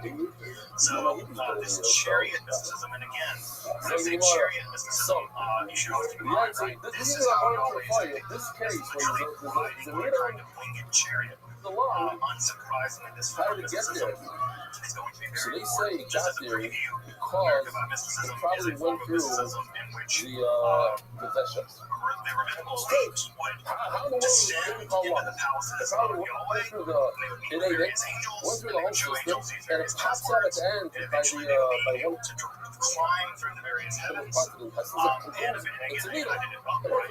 They're not going up, they're going down. And it's only in the bottom of the lung over there.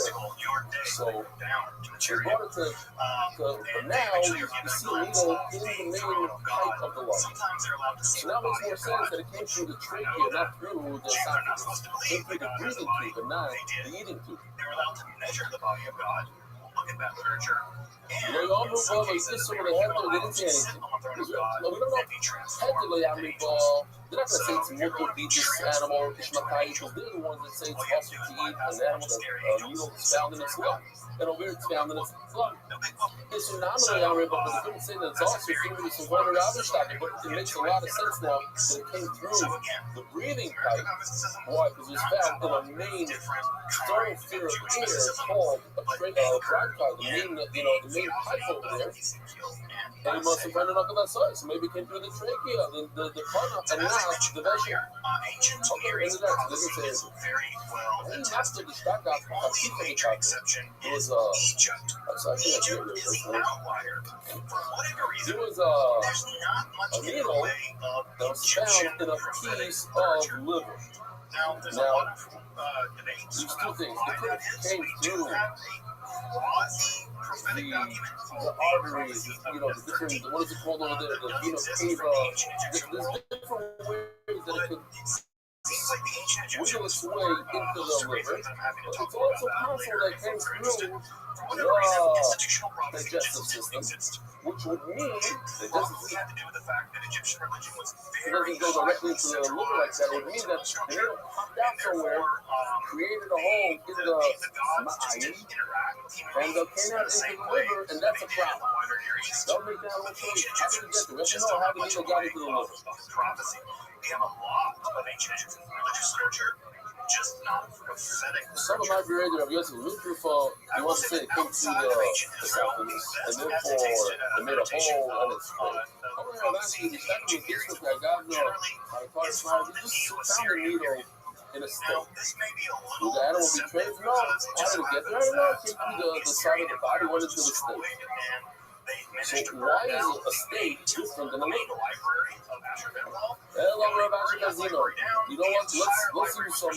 Let's be detectives over here. Let's figure it out. Be careful about if the head, the eye of the needle. Yes, you have over here. And here, the eye of the needle is outside. So the more understands that the eye of the needle, which is wider than the point of the needle, doesn't have enough strength for puncture through organs. So when you see the needle on the left, it's not that it came out from the outside of the intestine. It came from within the liver. Because you wouldn't be able to puncture from outside into the liver with a wide head. You wasn't going to be stuck in a minute, something wide, like the pit of the it's not normal for something like that, which is rounder and larger, to puncture through an organ. I don't know how big this needle is. This is a larger needle in those days. The larger stuff is a small needle, which wouldn't have that long.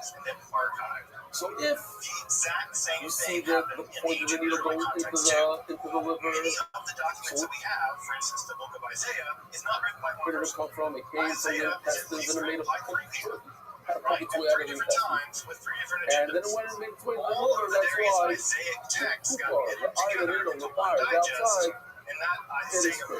But if the eye of the needle is inside the liver, facing the opposite direction, so it's possible that the eye of the needle pokes its way into the liver. It has to be in the liver through the different vessels, whatever, the blood, some veins, vena cava, whatever you want to call it over there. It went through there.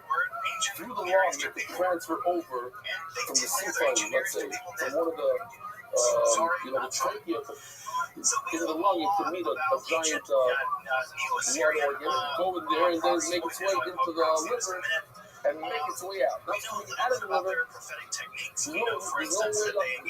Over here, in this case, it didn't make the hole in the intestines, and therefore it would be because then it was the bow, if the head of the needle, on the outside of the liver, that could be knocked off. Then it came through the esophagus, the vesha, and the mahayim, and made a hole, and therefore it could be gone. But the violin was inside. Some final knockouts, so it came through the trachea. Not in that's because it's very large and wide, and we don't assume that it punctures through an organ. But the pizza, when you're talking about needles, nowadays, right over here, I have a needle, I'm not in the mood to figure it out. Mystical practices, most famously, for instance, among the Maya people.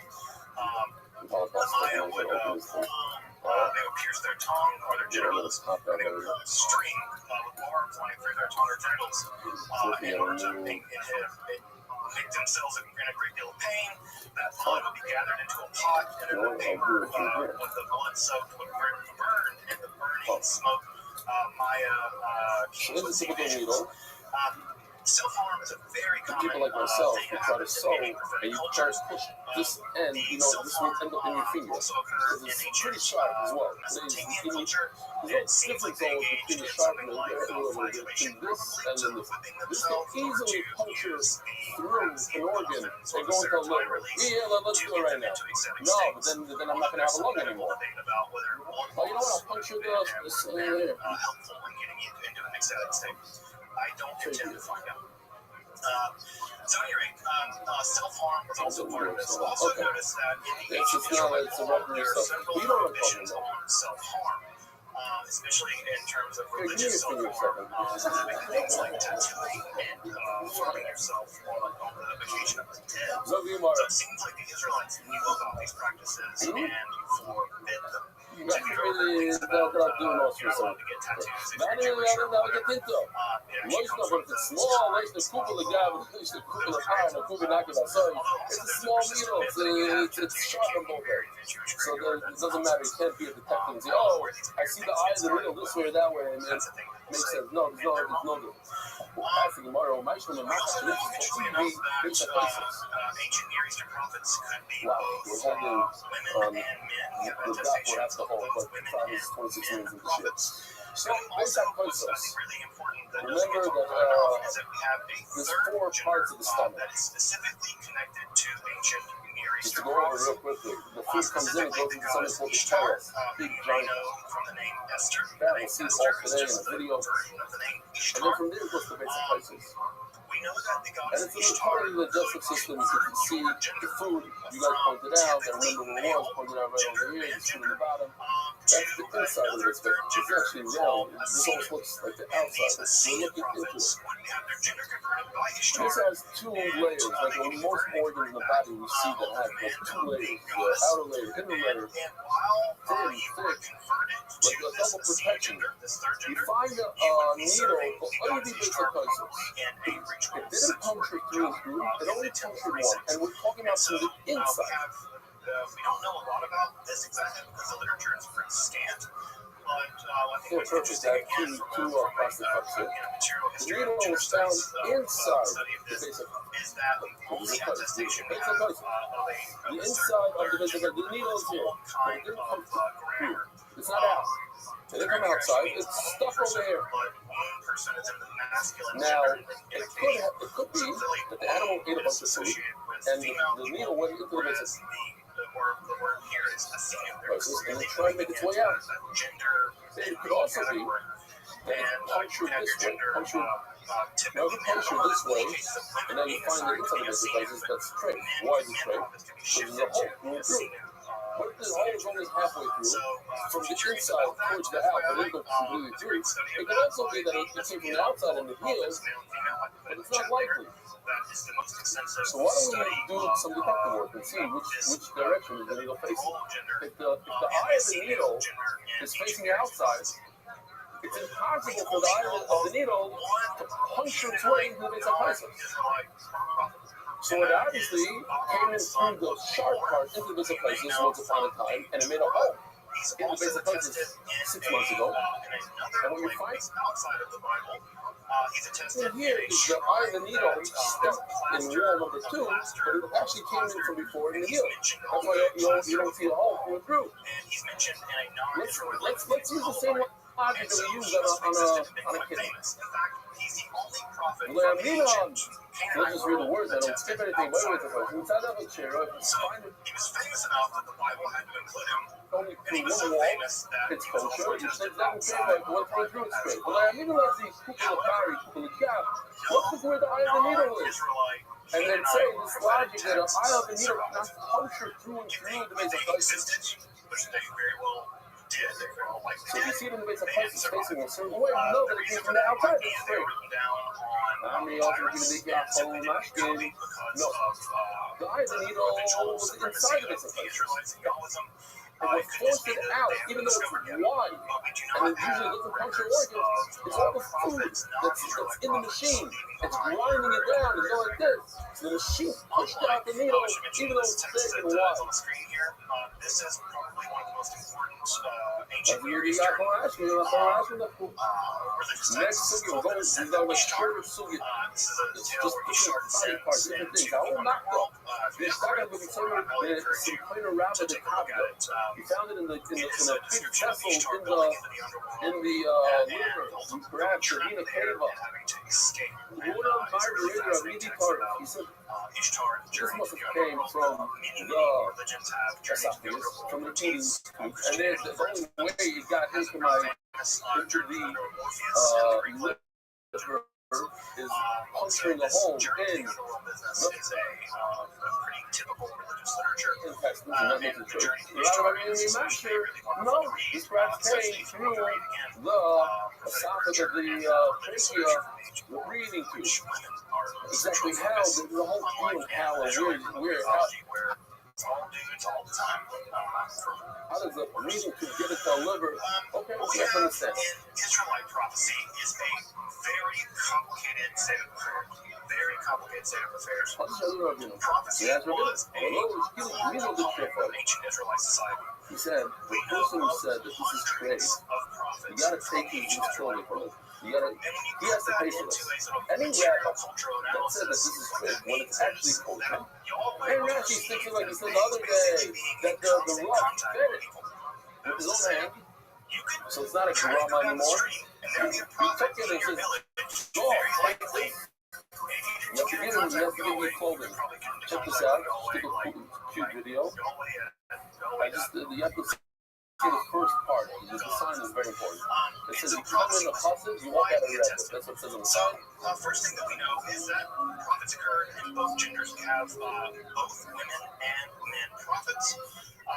And in fact, almost literature attesting in the Hebrew Bible prophetic pieces of literature from women, specifically attributed to Devorah and Miriam. As you may know, the Song of the Sea and the Song of Devorah is now the book of Judges are probably the oldest pieces of the Hebrew Bible. They are so old that there's no definite order yet in Hebrew. Right? They are very old, probably getting back Bronze Age. And the thing is that in this period, both of these prophetic pieces of literature, the Song of the Sea and the Song of Devorah, You want to know the hardest question? and prophecy. I'm like, I grew up Islam, we blow up the heart. Form of prophecy all throughout the world, in which a prophet had contact with their God, and they would give advice specifically about military matters. And usually what would happen is you would consult the prophet about military matters, and then after one, assuming you did, the prophet would sing your praises as having won on behalf of the gods. And that's exactly what we have in the Song of Devorah and the Song of Miriam. So, yeah. The Song of Devorah Zang Gemara. is a very I think she saw the Shtaka Gemara. They found a tip on the date in the gallbladder. Oh, Gary Ben Moshe. He saw the official.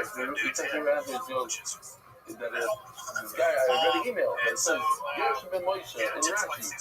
And he got physics from kids. He had a physics, he was watching. How would you watch that? Because I know people texting him and he wasn't able to translate. Like, he's right. Probably is a memory of some kind of Because he can't talk. in ancient But he's Egypt, able to text that where he can't the talk. That's Israelites much were greater. able to escape or at least defeat the They're very Egyptians in that case. responsive. Wow. So I think that's what's I interesting can't about talk. this is that the earliest pieces of literature we have from ancient Israelites that survived He found are this mystical literature. this They're pit. accounts Now, a of pit. the gods. Where did it come from? Oh, Rashi. He didn't be Rashi. I don't know. Well, that's important enough of that study. This had to come from the liver, and it came through the trachea. I forgot the way pronounced, but if you flip the animal upside down, they'll never go back. You can never get this to reverse the track and come out through the esophagus. But perhaps we're going to run it. Now it runs around, jumps around. So all this vibration or whatever causes it to go downwards. They'll never be able to come upwards. I haven't did this mic in a while, so so quickly the guy stops here in one of these bus stations, and they're asking for it's a hike. It's a ride. Hey, this is fine. Come on. Unbeknownst to him, he has 15 people in his car. Of course, it's over. This is a very so wealthy and they use their wealth to oppress poor people. So they go to court, and he tells the judge, he says, look, my car's out. If you could fit 15 people in the car, I'll take this ticket gladly, but it's just impossible. It's not, you must be lying, it's not child. So it's okay, fine, they take 15 people, they go downstairs to the car, he leaves the car, he starts pushing them in. And what did he get in? It's like 10, 11, they're like sitting on each other all the time. employed hundreds of prophets. It's about you said it's regular sized people, yeah. Okay, if I'm impossible, you can't get it. The top hundreds of this guy prophets in their you have to take it. and those hundreds of prophets would go into ecstatic states. Tell me, I kind of disagree. So, This is the shot for is instance, if you thought that you over the here king in the would be corner, nobody forward by wants to duty, be pushed into it's a not car common that the prophets actually and have do a big thing. But those people that wanted to be in the car, you have a reaction. a very theatrical way, it seems. And that All these right, so what's your name? theatrical shows where prophecy, ecstatic states, and theater really mesh So together. you're here yesterday.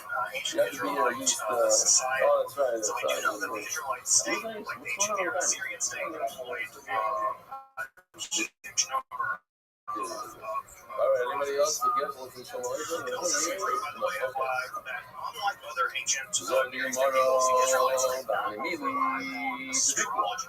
This is The because ancient Assyrians, ancient it's Babylonians a had pit of a very, big very sophisticated holiday. But a small pit that has sharp edges lives up over. That's one, by the way. Just realize one of the worst things that can happen to you is worse than stepping on a Lego is when you eat a pitted towel. So it's not pitted. Probably just that they were You ever jealous. take a bite down on one of it? They didn't have And a it's sophisticated be really bad. Anyway, so here, this Yoshi worked on this a very long time. Tony had a lot of trouble getting it to work. But here it is. You have the two types of pits, that of a plumber and that of a ice. If you put one a plumber at the side of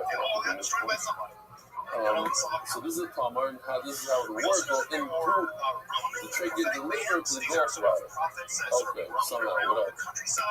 And then you have this one.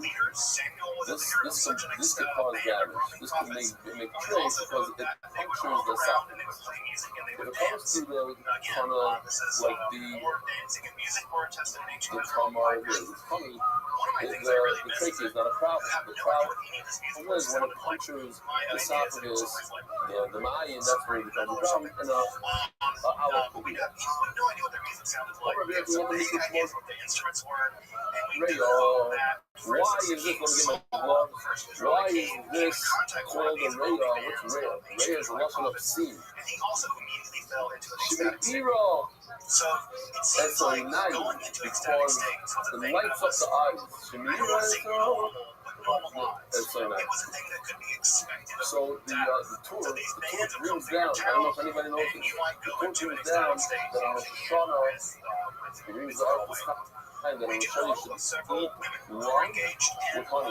So maybe you're nice for the whole year. So you go through maybe nice. Like he says. I don't know if anybody's happy on that. Maybe that's why we don't have New Year's for 9. I don't know.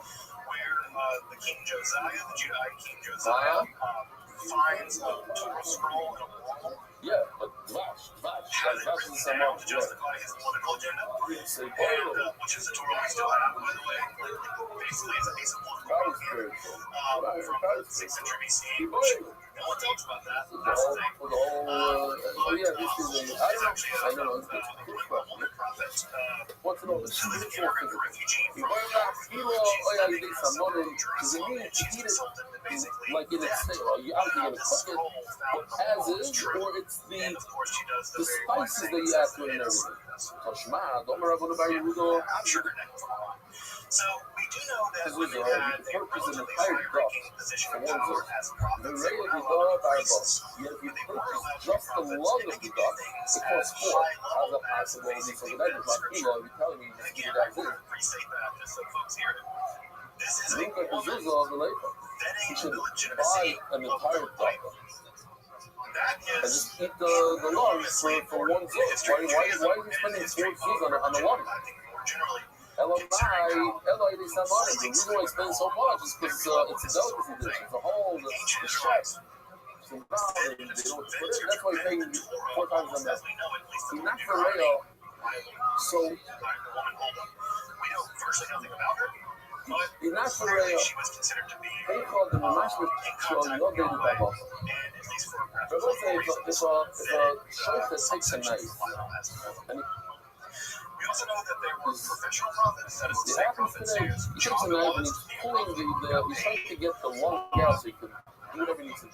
got 9 to 5 job and more profit. Okay, profit you get money. And as he's pulling the knife out, so with the knife that's halash, which means very sharp, he pokes the lock, makes a hole in the lock. Profits that exist in Very precocious. non-professional Maybe he poked a hole where there's a hole already. It's 100% cold. It's obvious that his knife created a hole. So now we have another situation. You have a hole.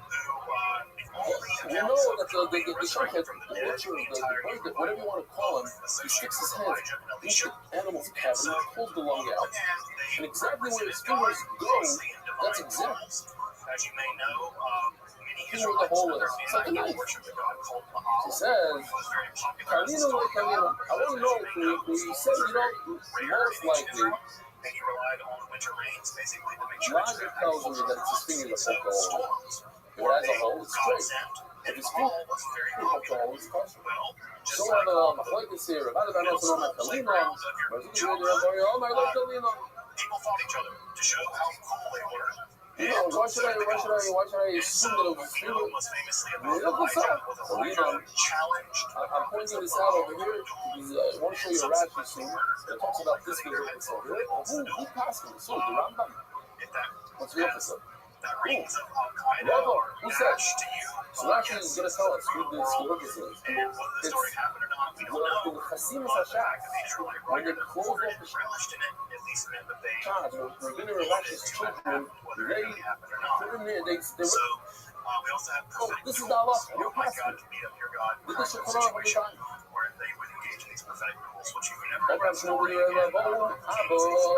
Shekhanah of the time. My father was the speaker. It says in my Gemara, I have to say it. I said it 7.5 years ago, so I said it again, even though I might have said it like half a year ago. I was part of this thing called Message, who operates part of our Sameach. It's a program that they take non-affiliated Jews that they wanted to check out Yiddish crowd to go to Jews and stuff like that. They're not affiliated. And you go on a trip with businessmen from America. The businessmen basically paid for their tickets and everything, and they show them a very good time. So there's a whole program, go TV, go to clubs, go here, a nice meal, and that Tyson restaurant overlooks the country, the whole thing. So one day we go up there, and we bump into the running stocks. So someone went over to we're doing a whole group of unaffiliated Jews. By the way, every single one of those guys that I went with, 3 guys, one of them has a beard up to here. They all are really good food, not a true food. Anyway, so the Roman Sunset Show, I'm speaking to these guys. When we don't have any hesitation of Elijah, like, guys, listen, you know, guys are usually find out helicopters come to town, or, speak to Tony, smoke some weed, or whatever, or even drink alcohol. So many of the prophets are actually sworn off of alcohol as part of their prophetic vocation. So we don't have much evidence of substance use in the prophetic literature. However, Sister Francis, I get the job. I'm going to tell you what we recently found at a site called כתוב פרשת השבוע, so I'm not going to talk with you. I say some jokes, something funny, and he said that. Cannabinoids. And so we know that room, right, would have been relatively small, and there were burning cannabinoids in it. לא אמרתי משהו מצחיק, למה הם צוחקים? Maybe, we don't know, right? But we found it. We found evidence of cannabinoids at the Holy Shrine, right? So it keeps them going. And they start laughing again. She says, listen, Vivian, get off the stage right now. Destroyed, and so the Charlotte one has never been found. No, like, you're not right in this argument. Okay, so anyway, well, I'm going to start repeating to these guys. He says that this is in the verse, and he was getting there, but the first part was just a little boring in my opinion, so I decided to stick in. The find about the Telerod cannabinoid thing was just like a year ago. So people think that they've come over everything over there. Anyway, so he says, listen, my father was... Actually, that's how they found it. By the way, I almost forgot this. Shmuel Berezer Ravo is the first, in other words, it's after the proof of the Amoraim. And so some guys straight it was like, that's leading there. So considered the first proponents of the road. left-hand side here is from the Dead Sea Scrolls. And look at this one. He says, my father, I Abba, my father of the home, Mirish, how did the Rafa know? Rafa was considered the last Amira. My dad was the head of the speakers that said over what Rafa said. He had a week boys. He had to speak to the whole Yaakov crowd, thousands of people. He did a guy with a gazillion boys, like boys. Scream it out. Walmart, and he says, he was there. He said over from Rafa. Kalina. If there's a hole exactly where the shirt touches, let's assume it came from a speaker. I remember having a hole to the husband. I took this radio of Mars and Lake Castle. He sent it over to my sister who said a second ago that we don't say it's from the finger. I said, I don't accept it. I'm not making it. All of them going to say that who the happened to Cyber. He's going to wrap him off the wall. The whole Kalina says, have the story. She showed the whole video again. We have that stole that took some and we got it back from it. And we know that the wolf told something with his canines or whatever, with his claws. So we assume that every hole that we found is a hole that the wolf made and not an existing hole before. The first time you see it actually happen in Israelite literature is in this commentary on Habakkuk. Okay. So you can read the book of Habakkuk. So we're also going to be You can read the Habakkuk. you so more no. What about a word? This is also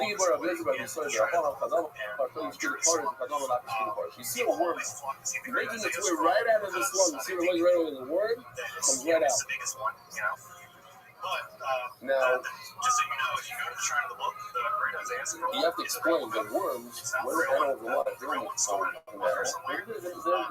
They have it's just fine. They have exactly what they need. They have all the resources. Everything's great. It's nice and dark in there. They get their food. They get whatever they want. But the moment the animal dies, it needs to find a new host. as I Then mentioned, it starts digging its way out. So most likely, it made a hole after it died. the ancient prophets. But I'm not sure. I see a nice hole there. I see a word. The scribes that wrote these books down. So, Adam Akan Shkidapar, maybe it happened before it. Adam Akan Shkidapar, in other words, no, it happened afterwards. This is an Akan Shkidapar, but again, we have our law that it happened. Drugs they may have used, not used. We And know very little after, about how they there's achieved another these biblical states. a lot of Allah says, Malaisa. It happened most likely happened afterwards. We can say from that. We saw in the description of match, scary. He gets up, it's scary. Because when the phone out, it's getting up early. It says in the Mishnah that if there's a naked, there's a hole in the lung, it's straight. Says Reb Shimon, by the fight. No, it has to be all the way down, like this knife, all the way down to the bronchi.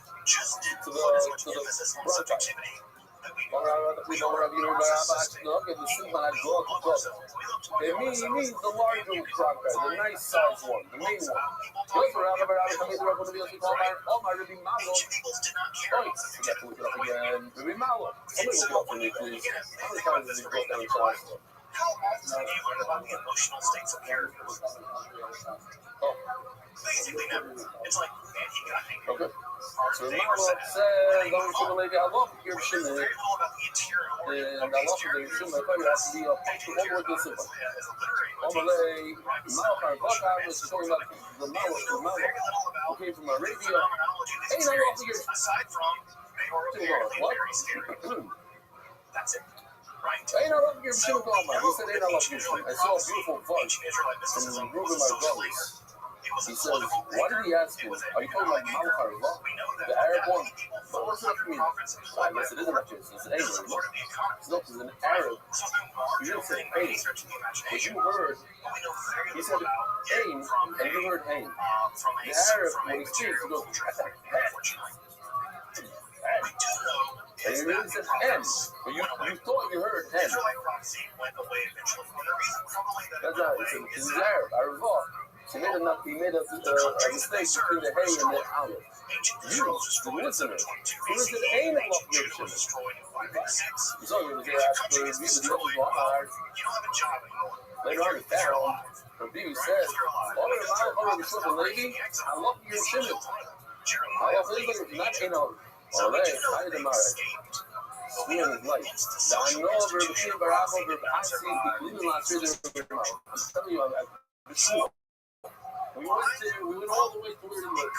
Barilei, and we said to him, Malo, the other Mara, love your shit. You can't really say that love is like your shit. Now what? Actually, the night has to go all the way to the Zimbabwe. Rabbi London, he told us, hey, I love your shit in the Amri. What I said is, that it's not I love your shit. That's not the other. And you were zero. What's your Yisrael? When I lay up on Rabbi Yitzchak, I'm the only sure the lady I love your shit. I got it. I love your shit. What? No, it's really actually review. Also know that promises weren't terribly popular in some ways. Either or, the McCluckluggers, what? The social critics. People hate social critics. The has like me. And he has him sit I don't know what's going on here. What does he say? Because of your wealth and your religious abandonment, right?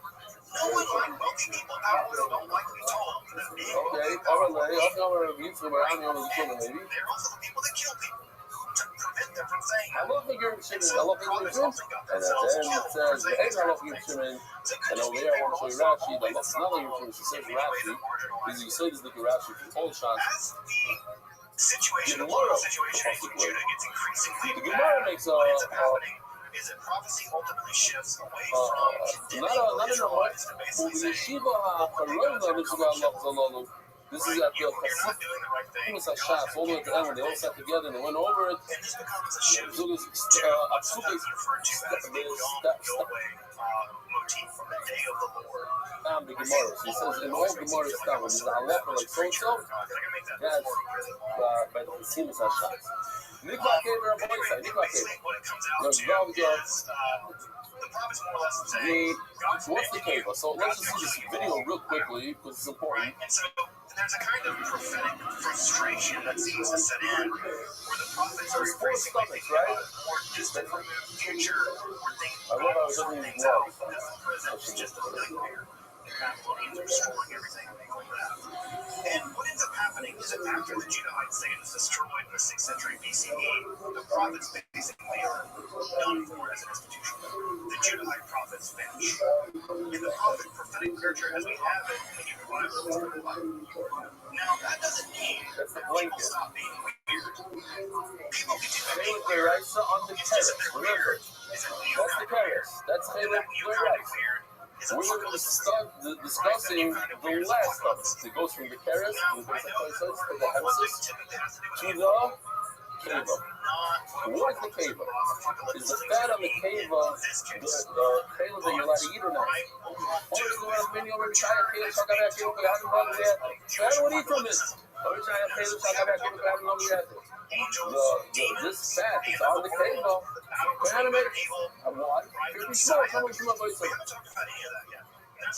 Well, says it only from his father's, that's Moshe. And how do I remember something like that? Yishmael, Yishmael himself, but Yishmael is a claim. He helps out his brothers. The compliance, he helps out other guys. Where do we see this assignment? Because the Baruch Hu is very strong. They have a mitzvah here, have a mitzvah to do biggest Gehanim, to bench Klal Yisrael. Stay in forever. There's no. It's not demons living in there. We see that the Gehanim get brought into Israel. The Gehanim are from the Lamanu, but how do the Gehanim themselves get brought? So check this out. This is very, very interesting. If you were to read this passage right now, without knowing anything, you didn't read it. The son of Shmuel ben Israel, who the Gehanim are going to give a bracha to ben Israel, okay, and I believe I'm going to bench you. Who? Yisrael or Yisrael? No, the son of Shmuel ben Israel. You bench the Yisrael. I'm going to continue your bracha on the Yisrael. That's, I would think, simple. But he said, you know, the son of Shmuel ben Israel, you take care of Yisrael. And I have a bracha, I'm going to give you Kayanim a bracha. That's not the possible side. In case there's no something simple chance. I give I don't see any way that I could give a box in the No, Shad is the creation. I need a lot of things that the Rothschild cannot be strong. I am, but the broken masculine I agree to the Rothschild. Anyway, this is not going to be fun for the Quran in the room, but the actual comprehensive is zero. Here we got more for him. Well, what says yes. What? We don't know who the friend is really excited. So maybe we'll get lucky and get one of the say I'm not sure I'm excited about it like that. I forgot to mention that the surreal, because we're talking about Mishnah of the hands that I spoke about yesterday. I told you that's a beautiful thing in the thing that he read. So you have to know it. So he talks about something called what is it called? Meaningful mission. Meaningful mission means there's a hector of the Ramah to like squeeze it and roll it. The surface. We're talking about surface. So it just goes into it, and it's very nice stuff. But what is glass pushing? Glass pushing. What is glass? Glass means smooth. Smooth means without surface. Not that we're learning about surface. Glass means, but it really means it has a certain amount, like 3 to 5, whatever, right? 3 to something like that. But then there's something called Halak Bid Yosef. Halak Bid Yosef means, because Rabbi Yosef says, not Rabbi Yosef says that if you go to the Yosef, these surface that Ashkenazim are matter, we need Halak. We need smooth as can be, no surface. So they call it Chalak Yosef, which is more homeric. If you eat black, you would eat Chalak Yosef. However, they realize that they're not getting any. You can't find one. It's like 3 out of 100. So they started manipulating a little bit the surface. Oh, well, this is not really a surface. This size, that size. So then it turned out. So now they started getting 30%, but it became even less homeric than the glass in a way. So it went from being more mapwork. But then only Yechidei Zgul were able to buy this meat. So the fact that you find now in Clark, I am the DAF topics from Schoenberg, and you'll learn a lot more about this topic. Something in March. I just thought it's interesting, and just a quick halacha, because I saw it a few times, that especially Americans, they take their palates and they cover their sons with during British County.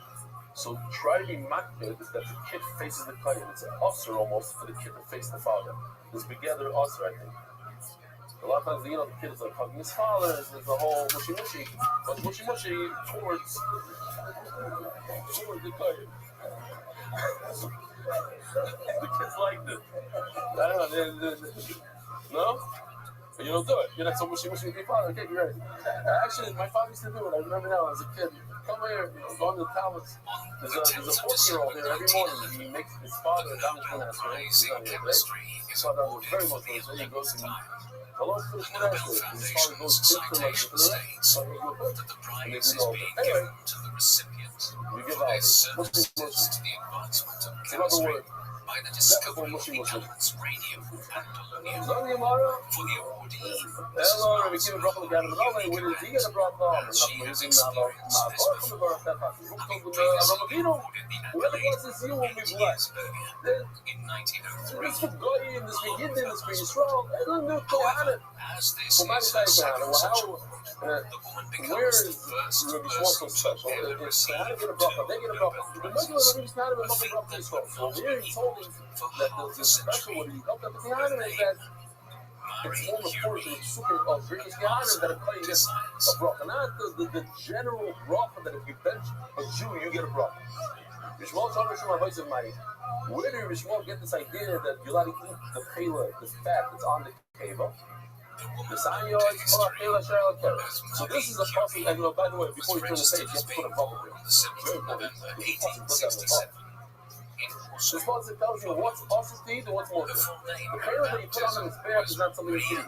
All these are pela that you put on his back. The Ace of Kala Pela, the Vav, what is the Vav?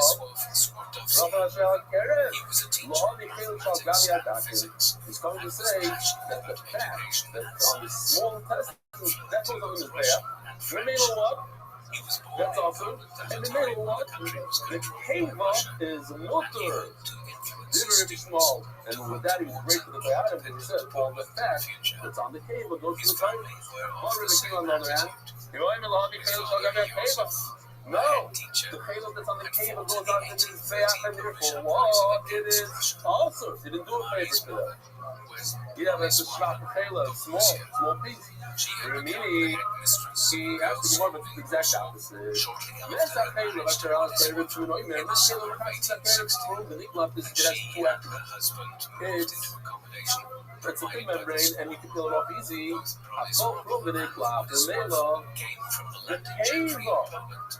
The Keva has these attributes. It's thin and it peels off. That's what the Torah is talking about. That goes on the spell. Let me know what it is. Sir.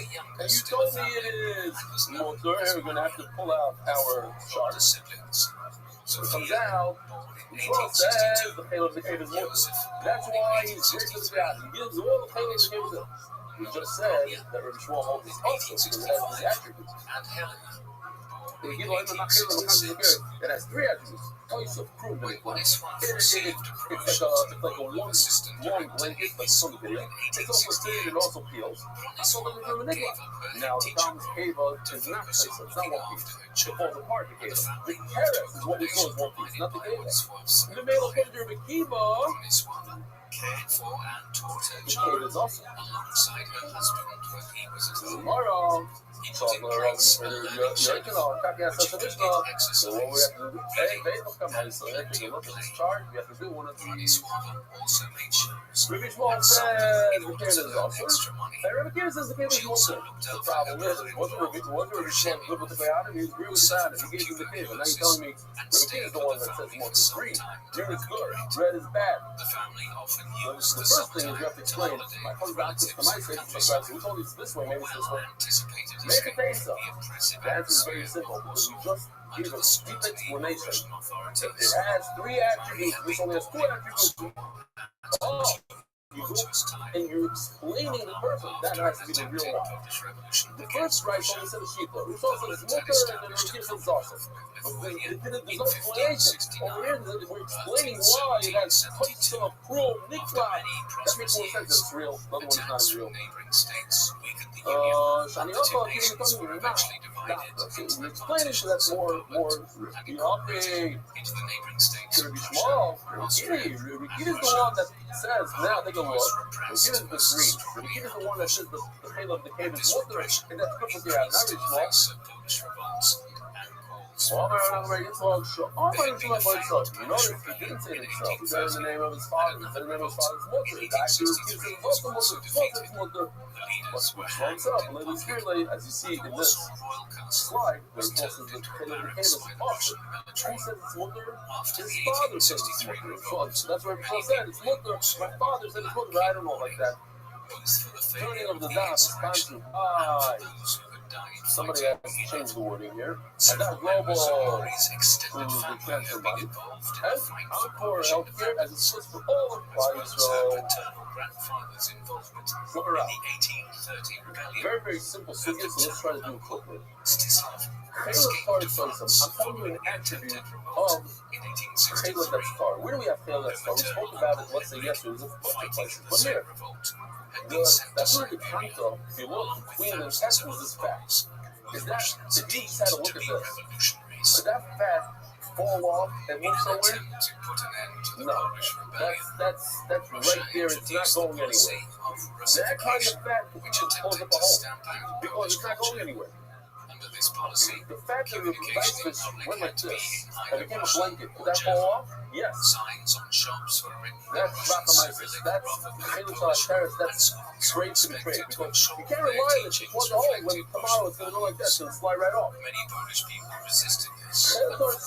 has attributes that it's able to plug a hole on the system. But the comic Caleb cannot do it. The other things are ordinary, they both have the same attributes. So remember, if she says no, the both things both plug. What is zero? Caleb Kayamite. Interesting question. Are you telling me kind of the crow? Or are you telling me a fact that every Caleb that stars is good, so you or no, it doesn't, if it doesn't stay in its place, then it can't do. Now, Caleb doesn't stay in its place, but it's hard. We know all Caleb of a kind. There's no such thing as Caleb of a kind. It's all the So, on the one hand, it's hard, the Caleb just plug a hole. On the other hand, it moves around, the wiggle. So maybe it doesn't. That's all okay, so it says right now. It says Gemara, where is the kind of my that's all okay, so it says it's right now. So the fact is the Caleb over there stuff.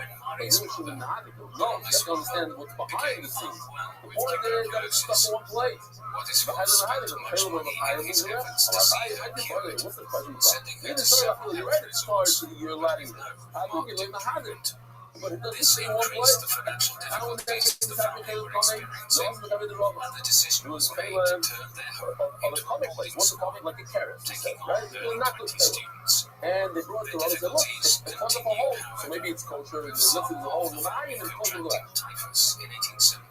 I'm a Rabbi, my neighbors go, look, I have two things to be not good. All the Rabbi of Shashis, Caleb coming now because he said a second ago, the church said, any Caleb could fall. Oh, I put a fuss on my money to throw. What's that? Let me just see. I thought a fuss on my money to throw. What's a third fuss on my money to throw? In particular, that you see, with money, he tells them throughout in the house, they can feel him out. Then he cares about the mother. Says the Gemara. Over there, Papa Robo. Rab. First Rab says it's awesome. He told me that. Rab says it's awesome. He's doing the right things. Isn't the right thing? But I'm just a player. Papa Robo is strong. What's this thing over here? Which had been apparent from an early age. She had begun her Espanol. education at the school at which her mother had been her mistress, and later she was sent to a school. Did you speak Spanish? You want to hear the shit in Spanish? I speak in perfect Spanish. Just my lips. Sometimes speak faster, slower than. So go over here. Where is it? Ramadan tonight. Rabbi said, go to the struggling here in the old chair. Go over there, Ramadan. Good mouth. So anyway, can we stop over here? I got to stop right over here. Rabbi had a wonderful day. When inspectors arrived, the teacher would quickly change the language or subject they were teaching in order to present a curriculum which conformed to Russian standards. Mari's aptitude for learning became useful in the presentation of conformity to Russian rules. On one inspection, after hiding their Polish history books in class, Mari was asked to recite the lineage of the Tsars in Russian by her teacher, which she did perfectly. Despite this unconventional educational experience, Mari progressed well in her studies, although she was emotionally damaged by her mother's death. In 1878, she was moved to a government-run school in Warsaw, as her father thought she needed a new challenge. The school in Warsaw that Mari attended was government-run and compliant with the demands of the Russian inspectors.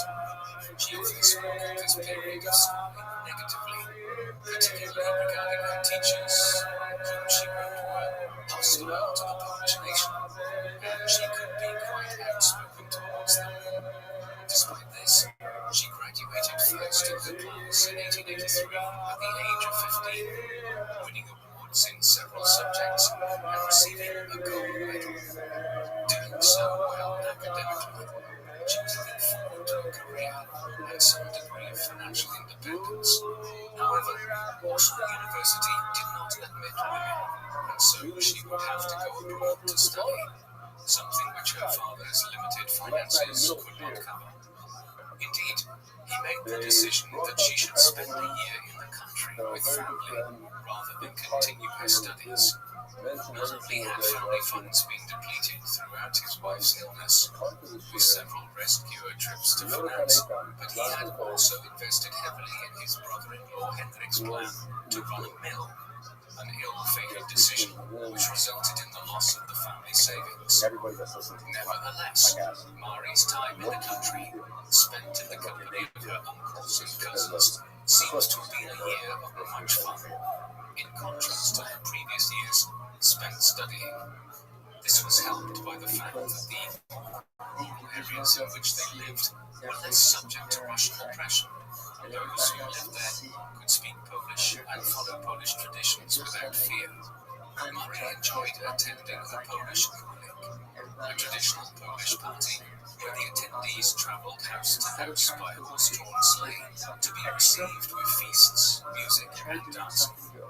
A year of fun ended in luxury at a country estate northeast of Warsaw, alongside her sister Helena, on invitation from a former student of her mother's, who was now a countess. No one's asking you to get there at 8 o'clock. When Molly returned to Before Warsaw, yourself figure she out moved where you're back at, in with her try father. being He had moved to If you small take on lodgings something and made the decision not to continue his boarding school. He was still experiencing financial difficulties, and the fees associated with further study, especially for those studying abroad, made pursuing a university education unlikely for Mari. She spent her time reading and continuing her education independently, yearning to follow in the footsteps of the women in her family who had pursued careers. One of the things that Her I saw mother as a headmistress, an aunt who had established factories, and another aunt who had studied at university in Geneva. Women were not permitted to study at the University of Warsaw, but an underground study group had been set up in 1882, which met secretly in the homes of those who wanted to pursue higher education. This became known as the Flying University, with a formal curriculum and 1,000 students by 1889, meeting in secret around Warsaw. Soon after her return to Warsaw, Mari and her sister Bronia began to study in this secret institution. Mari was also giving lessons from home, but later became a governess in order to finance her elder sister Bronia's studies in Paris. Bronia in turn agreed to help Mari to follow her to Paris to begin her studies once Bronia secured a profession. With this plan between the two sisters, Mari started her formal employment and spent 4 years as a governess, employed by a sugar beet farming family, the Zorawskis, in a rural area called Sztuki. She was responsible for the eldest daughter, who was a similar age to herself, and 3 other children aged 10 years, 3 years, and 6 months old. She had a good relationship with the eldest girl and the 3-year-old boy, but struggled with her other child, aged 10, whom she found inattentive and forgetful. She continued to educate herself through reading, and with her commitment to social change instilled by her father, took on the task of teaching a group of local peasant children how to read.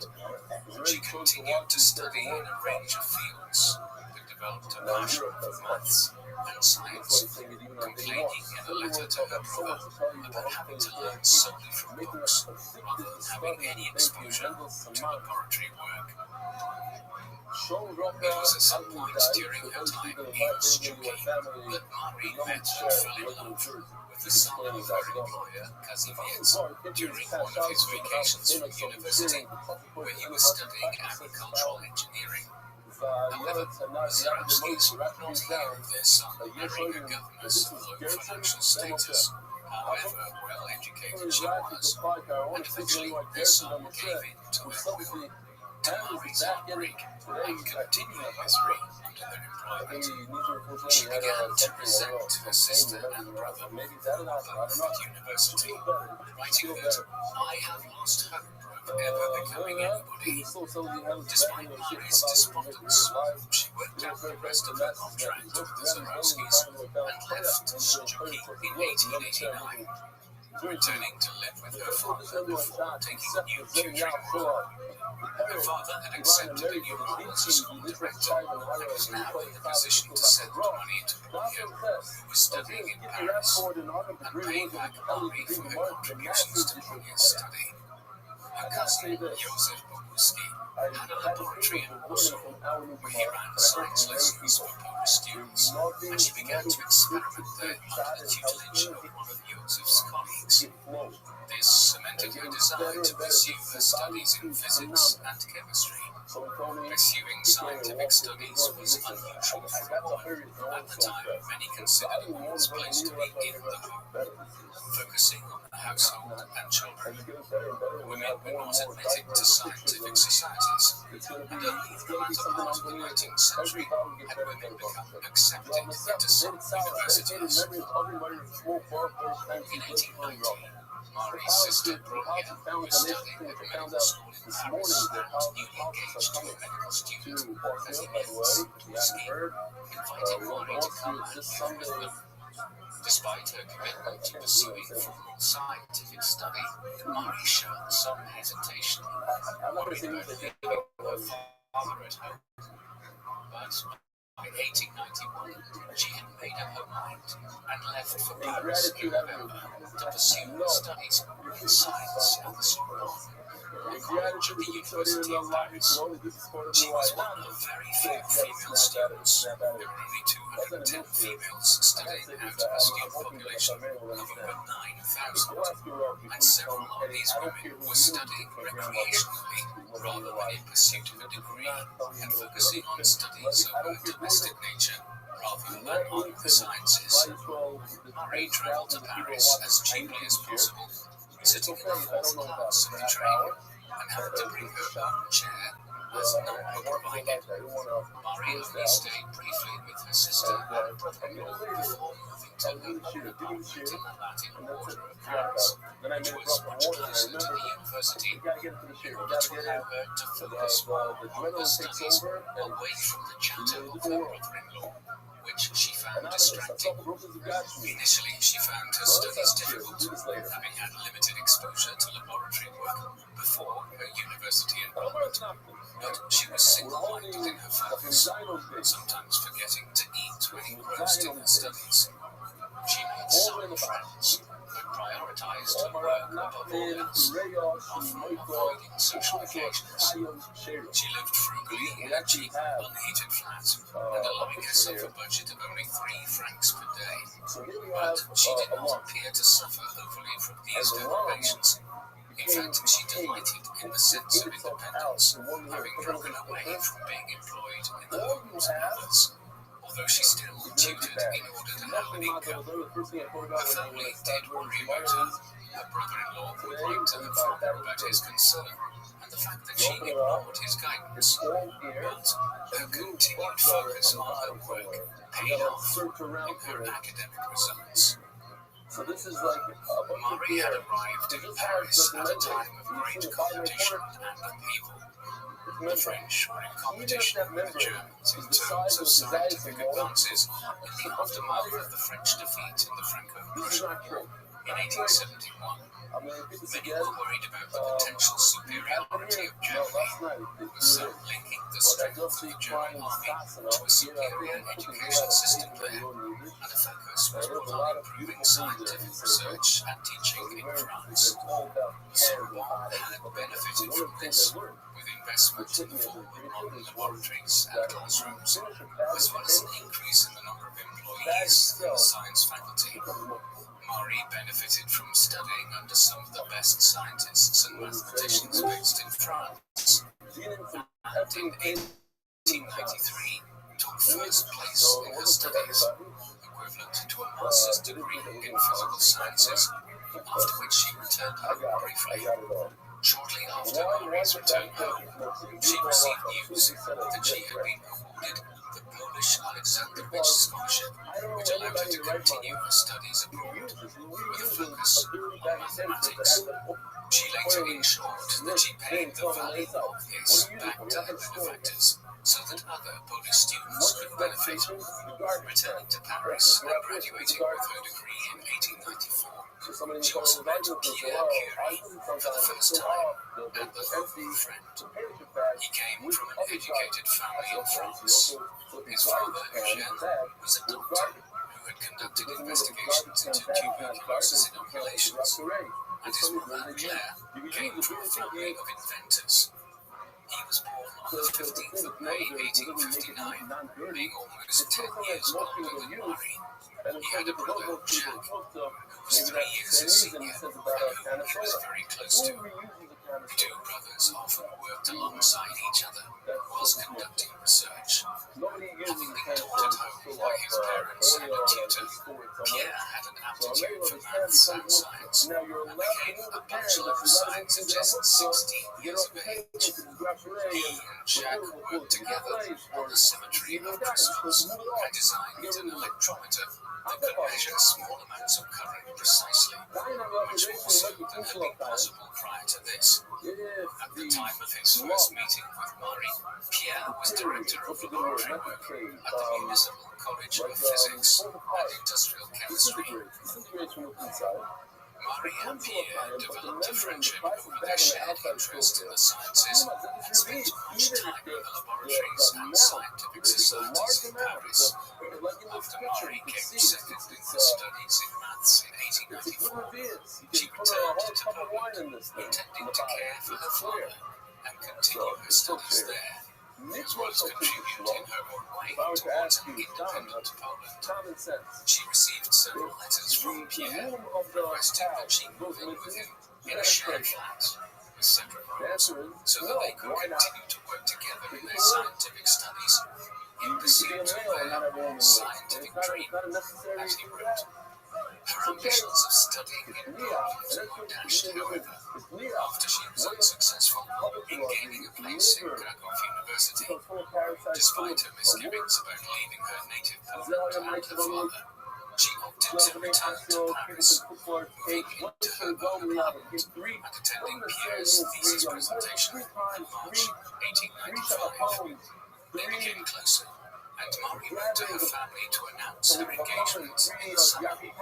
Pierre Curie and Marie married on the 26th of July 1895 in Sceaux, the hometown of her husband's family. It was a simple civil wedding, no rings, and only a small reception at Pierre's parents' house. But it was attended by Marie's sisters, Ron and Helena, and her father.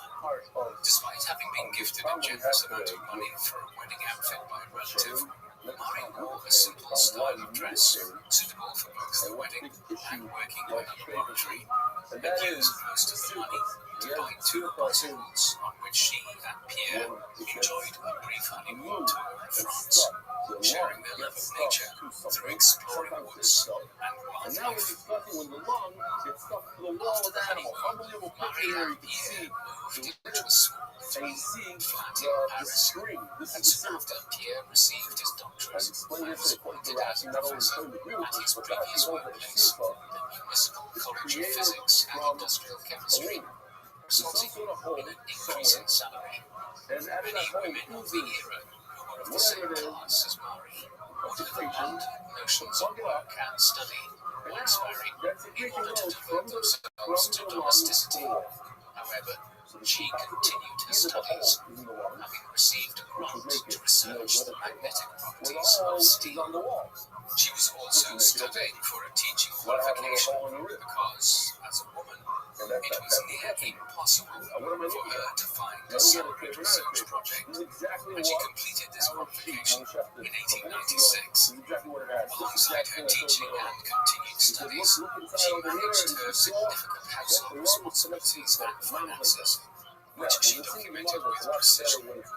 She became pregnant in 1897, but never took the bed rest most women of her class were recommended, and continued working and traveling with Pierre on their cherished bicycles.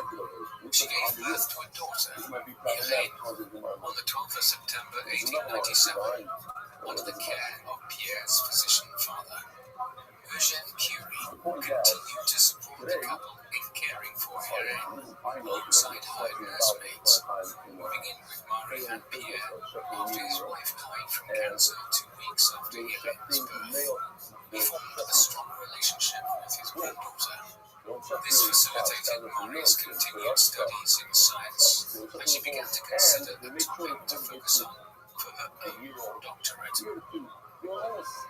Scientific research had been spurred on by the discovery of X-rays by William Rothschild in Germany in December 1895. This discovery had been embraced by the press and the public, with its potential recognized, particularly for medical science, and scientists were keen to pursue further study on rays, including Henri Becquerel, a physics professor at the Paris Polytechnical College.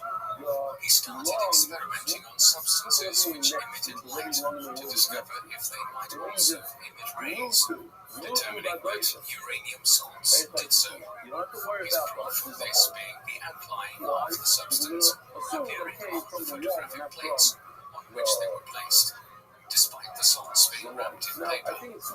Whilst his results were not as groundbreaking as the discovery of X-rays and did not attract the same publicity, they stimulated Marie's curiosity. She believed these rays were a property of atoms she termed radioactivity, and she began to study samples of metals and minerals, working in a disused facility at Pierre's workplace. This work was to become the focus of her doctorate, and she built on the work of an English scientist, Lord Kelvin, who had experimented on the ability of uranium rays to electrify the air around them. Marie focused on the ability of a range of metals and minerals, donated and given to her by colleagues and acquaintances to conduct electricity. But she needed instruments in order to measure this accurately. Pierre coached her in using the electroscope, an instrument that measures small electrical currents and the ionization current from gamma rays that he had developed alongside his brother Jacques 15 years earlier. She continued testing, focusing her research on uranium and thorium, and found that a mineral compound named pitchblende, which contained uranium, seemed to have an ability to make the air around it conduct electricity much more so than pure uranium, and she therefore suggested that there was a radioactive element contained within pitchblende that was even stronger than uranium. Pierre was keen to join her in her work, abandoning his own research projects on crystals. They were unmatched in terms of their passion and focus, with both neglecting to eat and sleep when it received to their studies and producing reams of notes documenting their developments. On the 12th of April 1898, Marie's report on rays emitted by uranium and thorium was presented at the French Academy of Science by one of Marie's teachers. Neither Marie nor Pierre were members of the Academy, so were unable to present there. In July 1898, after several painstaking experiments, pitchblende focused on isolating the individual elements contained within it. The Curies published work announcing the existence of a new element, proposing to call this polonium after Marie's native country, and introducing the term radioactive for the first time to the scientific community. They made sure to acknowledge the role Becquerel's work had played in their research, and also detailed the ways in which both Pierre and Marie had contributed to their discoveries. In order to preempt the likely assumption that Pierre had taken the lead in the discoveries, with Marie merely assisting. In July 1898, members of the French Academy of Science wrote to Pierre, notably not Marie herself, to inform him that his wife had won the Prix Guigné with a financial reward of 3,800 francs for her work on magnetic properties of steel, as well as her work on radioactivity. In December, their studies led to the discovery of radium, another new radioactive element. Such transformational discoveries as those made by the Curies required evidence, however, with several scientists expecting clear proof of the existence of the new elements discovered by Marie. Alongside their employments, Marie and Pierre worked on providing evidence for the existence of polonium and radium, with Marie focusing more on the isolation of radium and Pierre focusing more on developing their understanding of radioactivity.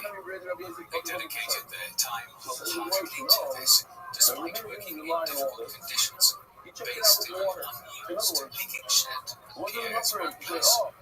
They were also continually under radioactive exposure through their work, which had serious health implications which were not fully appreciated at the time. The couple were tired and noticed they had lost considerable amounts of weight despite taking precautions such as working outside to avoid concentrated exposure to fumes. Further precautions were not yet realized as being necessary due to a lack of understanding of the dangers of contact with radioactive materials. Whilst their lack of membership barred them from presenting to the French Academy of Science, in 1900, the couple were able to present their research to scientists from all over the world at the International Congress of Physics in Paris, explaining radioactivity as a new force alongside gravity and electromagnetism. In 1902, Murray extracted a pure form of radium and determined its atomic weight. The Curies never patented any of their work, as this would have cost implications both in time and money, highlighting their devotion to science for science's sake. However, by neglecting to do so, they missed out on the financial rewards this would have had in the long term, and Murray would write that her husband's salary did not quite cover their expenses at times. Pierre was offered a higher paying job by the University of Geneva in 1900, where he would be given a chair at the university, laboratory, and assistance, and he notified the Sorbonne of his intention to leave. Realizing the ramifications of losing the Curies, Sorbonne then offered Pierre the chair of physics, and Marie proposed at a teacher training college for women, offers which were quickly accepted. Although becoming more recognized for their discoveries, the Curies were feeling the effects of working intensely with radioactive materials. Whilst initially making light of the pain in their fingers, induced by coming into contact with radioactive materials, overexposure was having real implications on the Curie's health. Pierre's fingers were covered with sores, and he was in increasing pain that prevented him from sleeping. A doctor had suggested that Murray might be anemic, another potential consequence of working in close contact with radioactive substances. Despite the discomfort experienced by Marie and Pierre, the family had travelled to Poland several times since their marriage, and Pierre succeeded in impressing Marie's relatives by learning some Polish. However, Marie's father, suffered a series of misfortunes related to his health, having been hit by a tram, as well as being afflicted with gallstones. The surgery planned to remedy this. Marie was on her way to Warsaw to see him, but unfortunately was too late, as he died on the 14th of May, 1902, aged 70. Another misfortune hit the family in 1903, when Marie suffered a miscarriage. She blamed herself for not taking greater care of her health before the premature birth of the child, and remained unwell herself for some time afterwards. The Curies were awarded the Nobel Prize for Physics alongside Henri Becquerel in 1903. Some of the nominations certainly specified Pierre for the award, despite the Curies' efforts to document each of their separate contributions to their research. But having found out about this, Pierre insisted that Marie be equally recognized. She became the first woman to receive a Nobel Prize. They received a monetary prize as part of their Nobel Award, and Marie used this to improve their home, although they also gave a lot of money away to family, including Bronia and her husband, who had opened a sanatorium, as well as to causes important to the Curies, such as support for Polish students. The couple were invited to Stockholm to be awarded the prize and make a presentation about their work, but Pierre rejected this notion, citing the couple's teaching commitments and Marie's health. It is unlikely that either of the Curies relished the idea of the publicity their Nobel presentation would attract. The French press, in particular, reveled in these new heroes who intended to cast Marie as playing a supporting part, rather than highlighting the neutral role she played in the discoveries the Curies had made. This carried over into their acceptance into the scientific Pierre was given a seat at the French Academy of Science, with no such recognition being offered to his wife. The Curies were bombarded by the press, and Beethoven felt this keenly, resenting the intrusion into their private life with unannounced journalist visits and a barrage of letters and inquiries.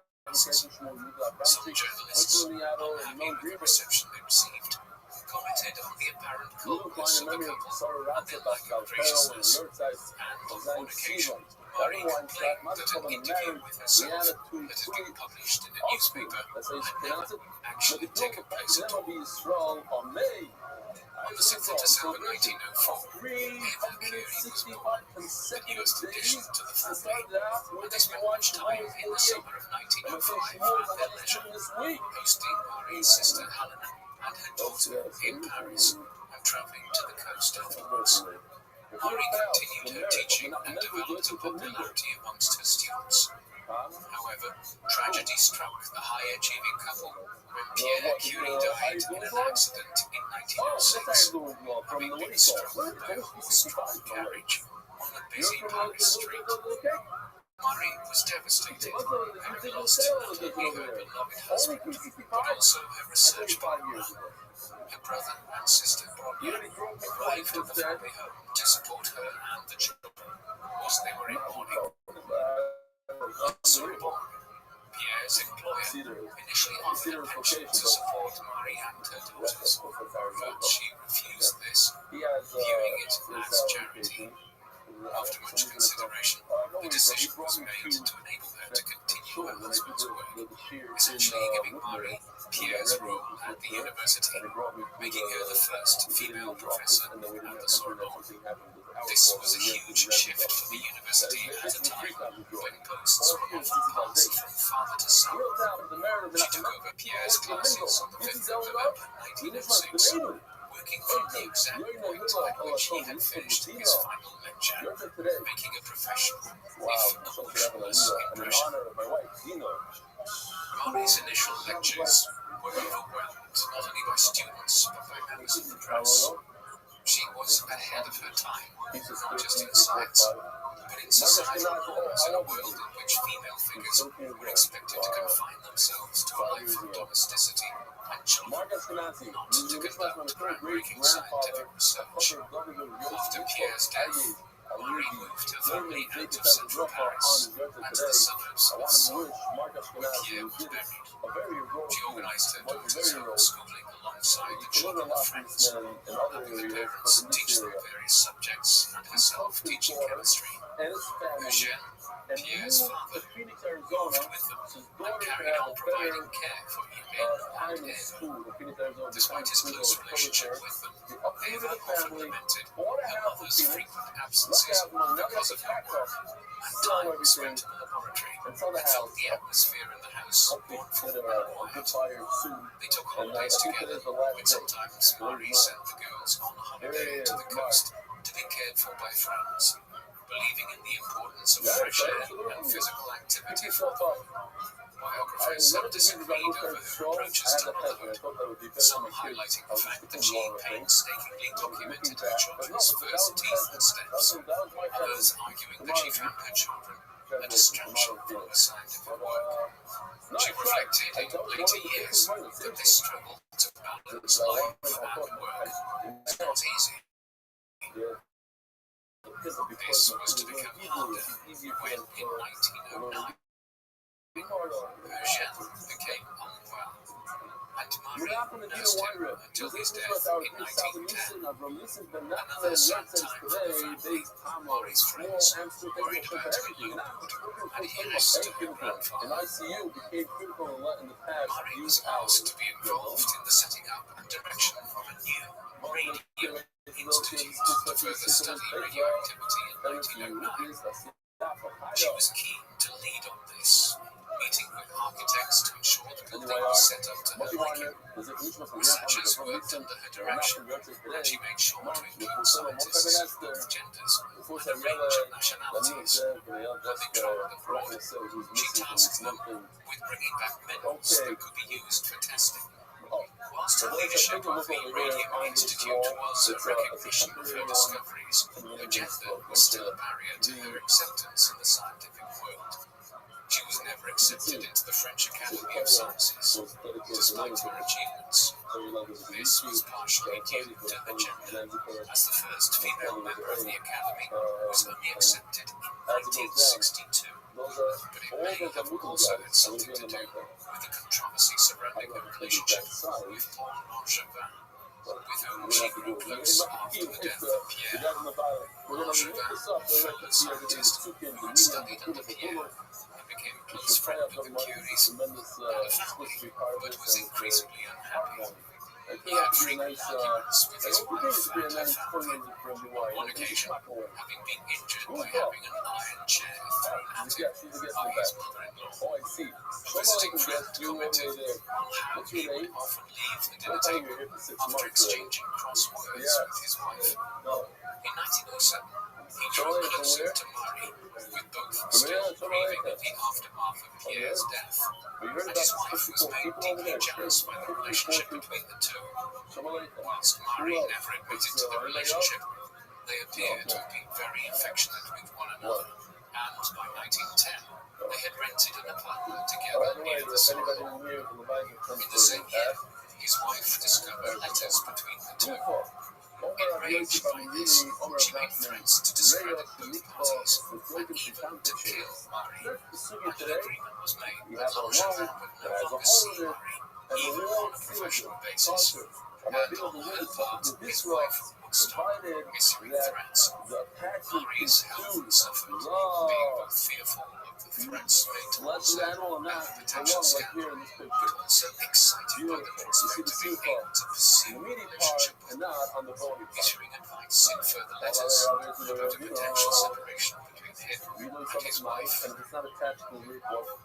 Despite Marie's conflicted emotions, she continued her scientific work, setting up the laboratory that had been promised to Pierre when he became a member of the Academy of Science, and publishing all her work on radioactivity thus far. In 1910, she was nominated to become a member of the Academy of Science herself, the first potential female member.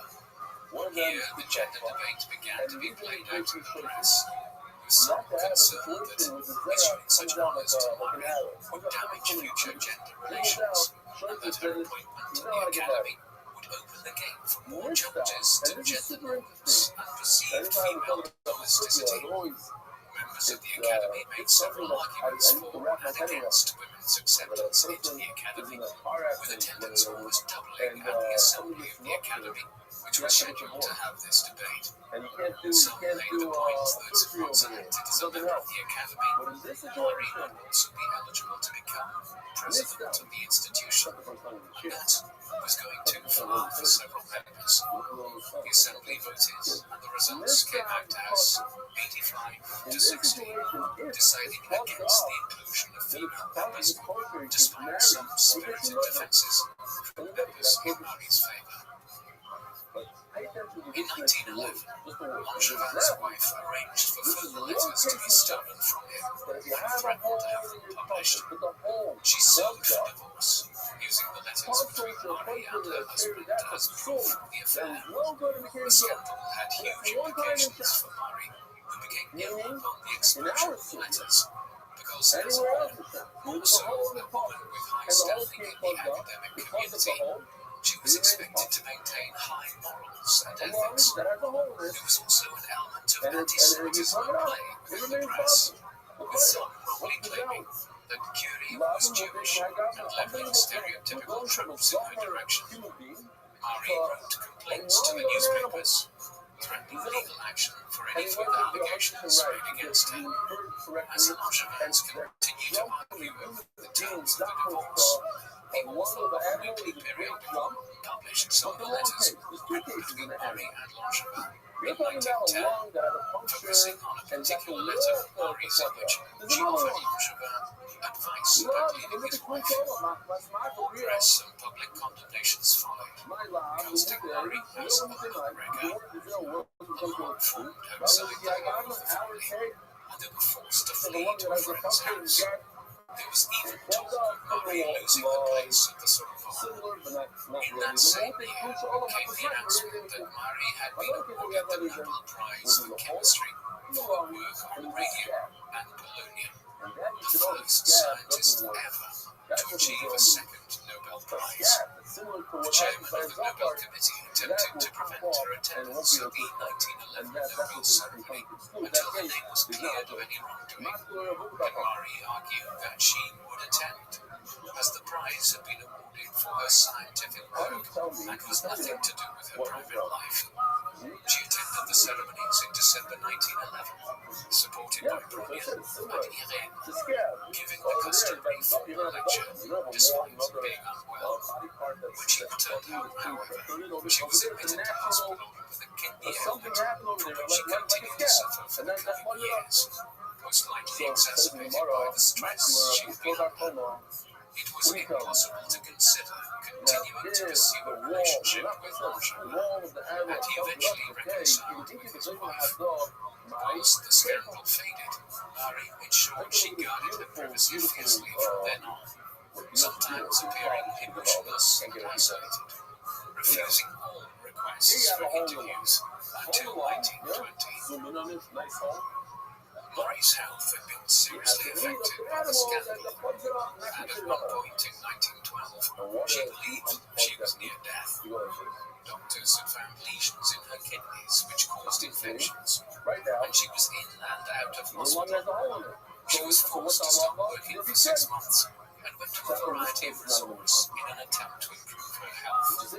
She documented her attempts and measured her fluid intake and output and temperature daily. She traveled under an assumed name, still wary of the press and rumors following Rothschild's scandal. She stayed in England with a friend, Elder Elton, a scientist herself, who had also experienced the difficulties of working within a predominantly male field. Mari's health continued to improve only slowly, and that, together with the fallout from the events of 1911, meant that she was unable to contribute to continuing studies on radioactivity, where scientists were concentrating on the structure of the atom, although she continued to correspond with those working in the field and ensured she was up to date with most recent developments. In 1914, with the beginning of World War I, Curie found her lecture halls empty as conscription resulted in her students' absence, as well as that of many of her male colleagues. Even when the German army was pushing towards Paris, she insisted on staying where she was, despite her prior plans to meet with her daughters on vacation. The government ordered that the precious radium in her laboratory be sent to a safe location, and she accompanied it in its long container by train. She was keen to support the war effort for France and for Poland, which was the location of several battles between the Russian and German armies. She made several charitable donations for the war effort and attempted to donate her Nobel Prize medals, buying parts when they Schofields rejected. On discovering that the French war effort was suffering due to a lack of X-ray equipment and trained personnel, Mari decided this was where her efforts should be placed. Learning more about the medical use of X-rays from a colleague, she worked on a plan of putting together her radiology car. She secured funding from charities and purchased vast fair-used equipment, and the first car was put into use in October 1914, despite the initial reluctance of army leadership. In November, Mari herself arrived near the front in the second radiology car she had developed, accompanied by her daughter Irene. She continued her work on the project throughout the war, equipping several vehicles herself and securing her driving license in 1916 so she could drive them, having now recognized the importance of X-rays in order to support greater efficiency in battlefield surgery, making it easier to diagnose broken bones and detect shrapnel without invasive surgery. The army requested that she train others, and she set up a school for female X-ray technicians. Her daughter Irene continued to work on the project, operating her own X-ray posts and teaching alongside her mother. Approximately 1 million wounded soldiers benefited from mobile X-ray machines during the war, and the machines became nicknamed Little Curies. After the war, Curie continued her work in science and was the recipient of funding, mostly from the United States of America. France was still suffering the after effects of the First World War, and the government was not in a position to fund Curie's work or the purchase of more radium for her experiments. The American public's interest in Marie had been piqued by an article published in an American magazine about her. She had been visited by an American editor, Marie Mattingly Maloney, in 1920. Maloney had been surprised by the simple way in which Curie lived, having interviewed some other notable scientists and inventors who lived in more luxury, reflecting the import of their discoveries. And she began to build a friendly relationship with Marie. She started a campaign in order to raise funds to support Marie's work, initially to secure more radium for her to use in her studies. In an article written by Maloney, she painted a picture of Marie as living in relative poverty, although this was not the case. Maloney also stressed the potential for Marie's discoveries in combating cancer, despite Marie making it clear that she had had no direct contribution to make to work on cancer treatment. Maloney also stressed in writing that Marie had been generous in relinquishing the patents she could have held for producing radium, patents that could have allowed her to live in the same luxury as other scientists who had made great discoveries.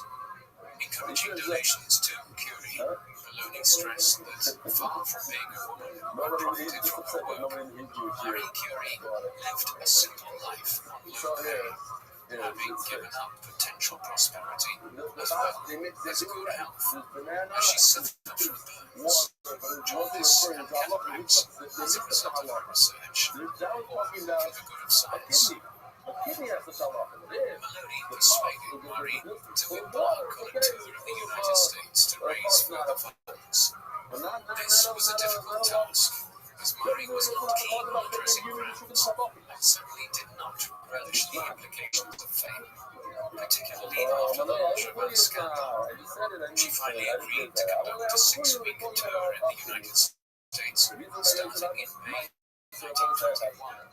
With the hope of gaining funds for the studies held in her Radium Institute. Maloney convinced Curie to accept the donations publicly, despite her reticence for publicity, and attend lunches and events.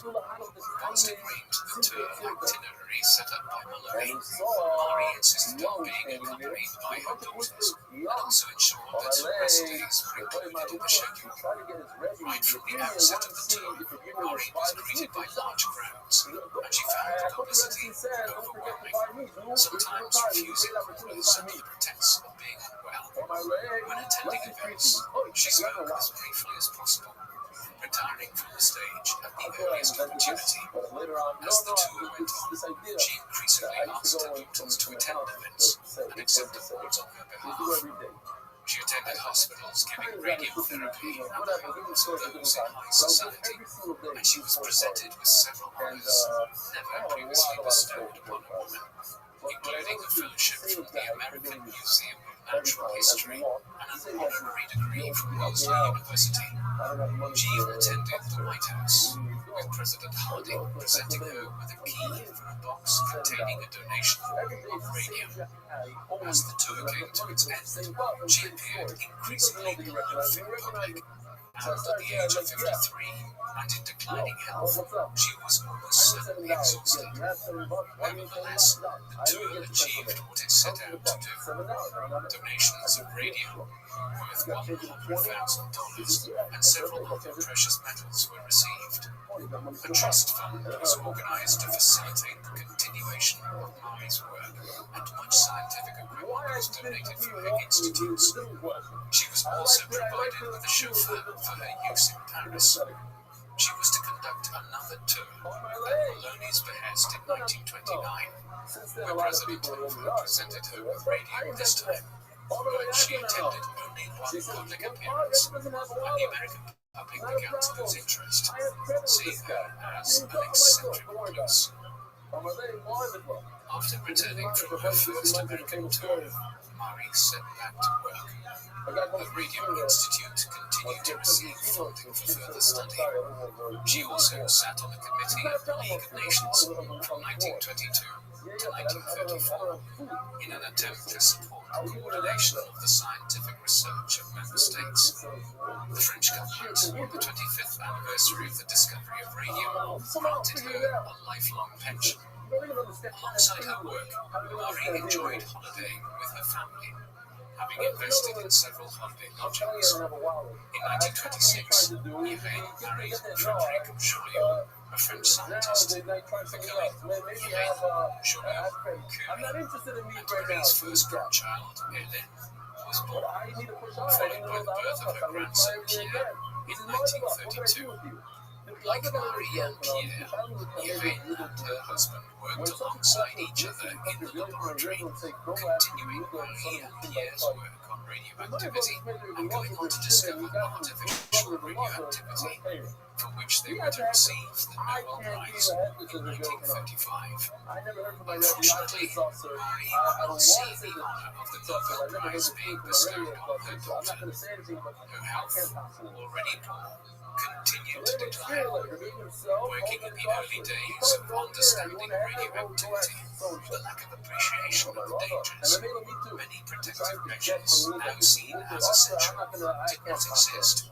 Curie had worked with test tubes containing radioactive material in her lungs and was exposed to X-rays during her work in World War I. Her laboratory was thoroughly contaminated by the materials she had worked with, and years later, had to undergo a stringent decontamination procedure before it was opened as a museum. Yet, doctors at the time, aligning radioactivity with cancer treatment, initially made assumptions that it had some positive health benefits. Radium treatment had also been used in a range of medical experiments. It was viewed as a miracle cure for a range of ailments by some. It was in the 1920s that the first real doubts were cast as to the safety of radioactive substances. Several watch-dial painters died in the United States as a result of radium exposure from the luminous paint with which they were working. And closer to Marie's home in Paris, 2 engineers died from preparing radioactive material for medical use. Deaths in the industries linked to radioactive materials followed, including a Japanese scientist who had worked closely with Yvain on radioactive sources. Scientists in Marie's own laboratory began to fall ill, and she herself knew her health had suffered as a result of working with radioactive sources.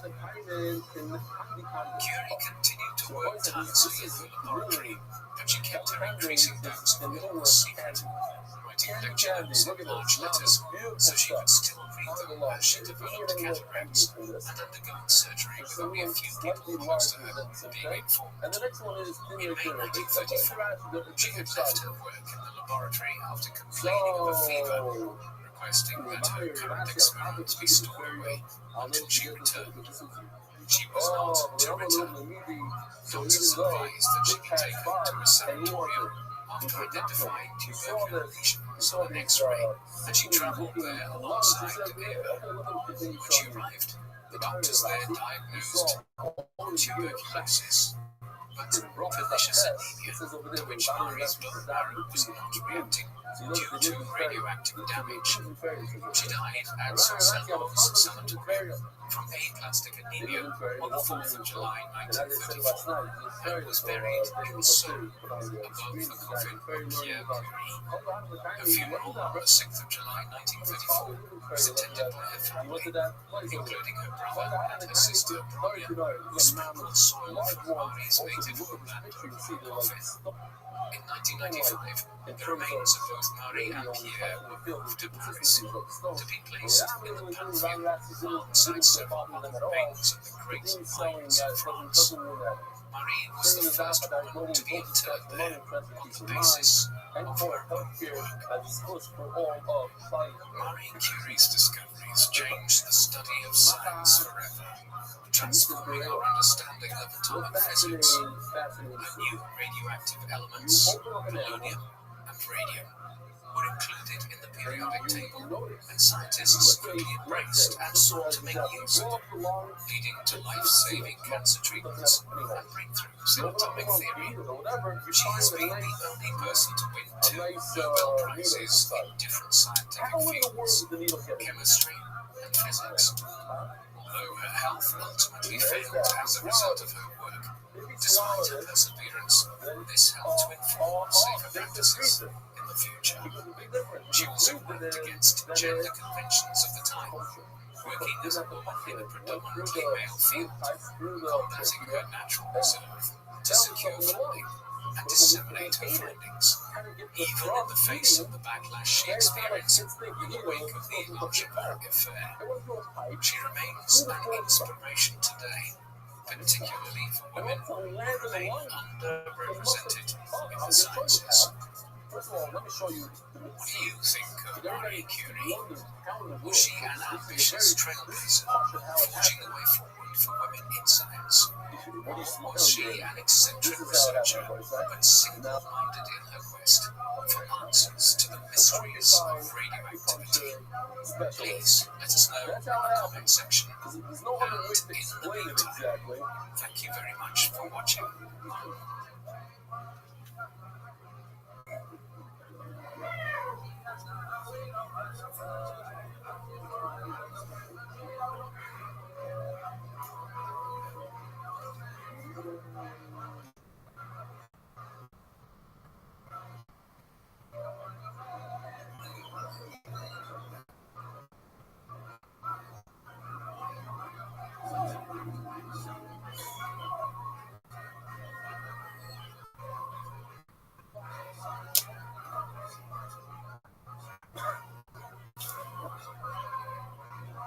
Oh, that's it.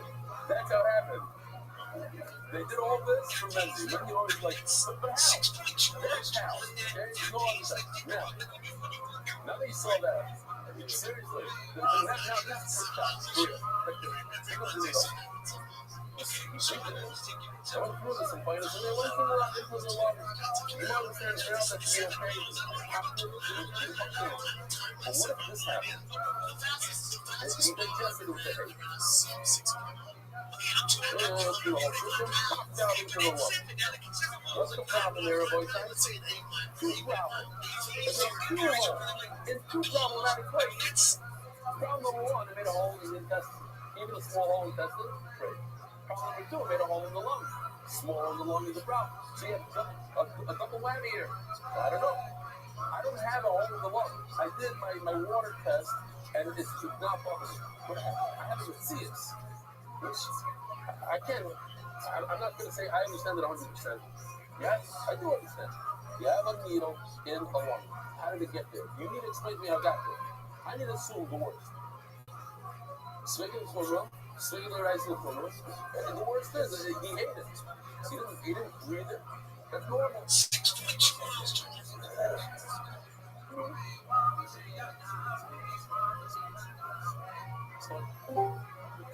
Let's see. I hear what you're saying. You're going to test it. Okay.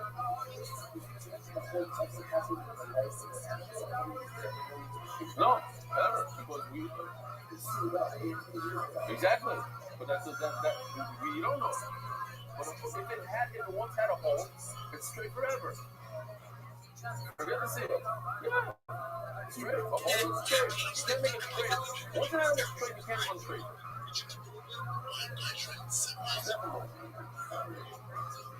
So that was never straight.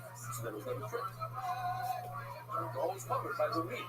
It didn't come 2 days later, the meat and covered. It was the meat. You find it inside the lung, they say it's okay. Why? Because it came through the trach. It shouldn't have been their practice, or it shouldn't have been a yuckim.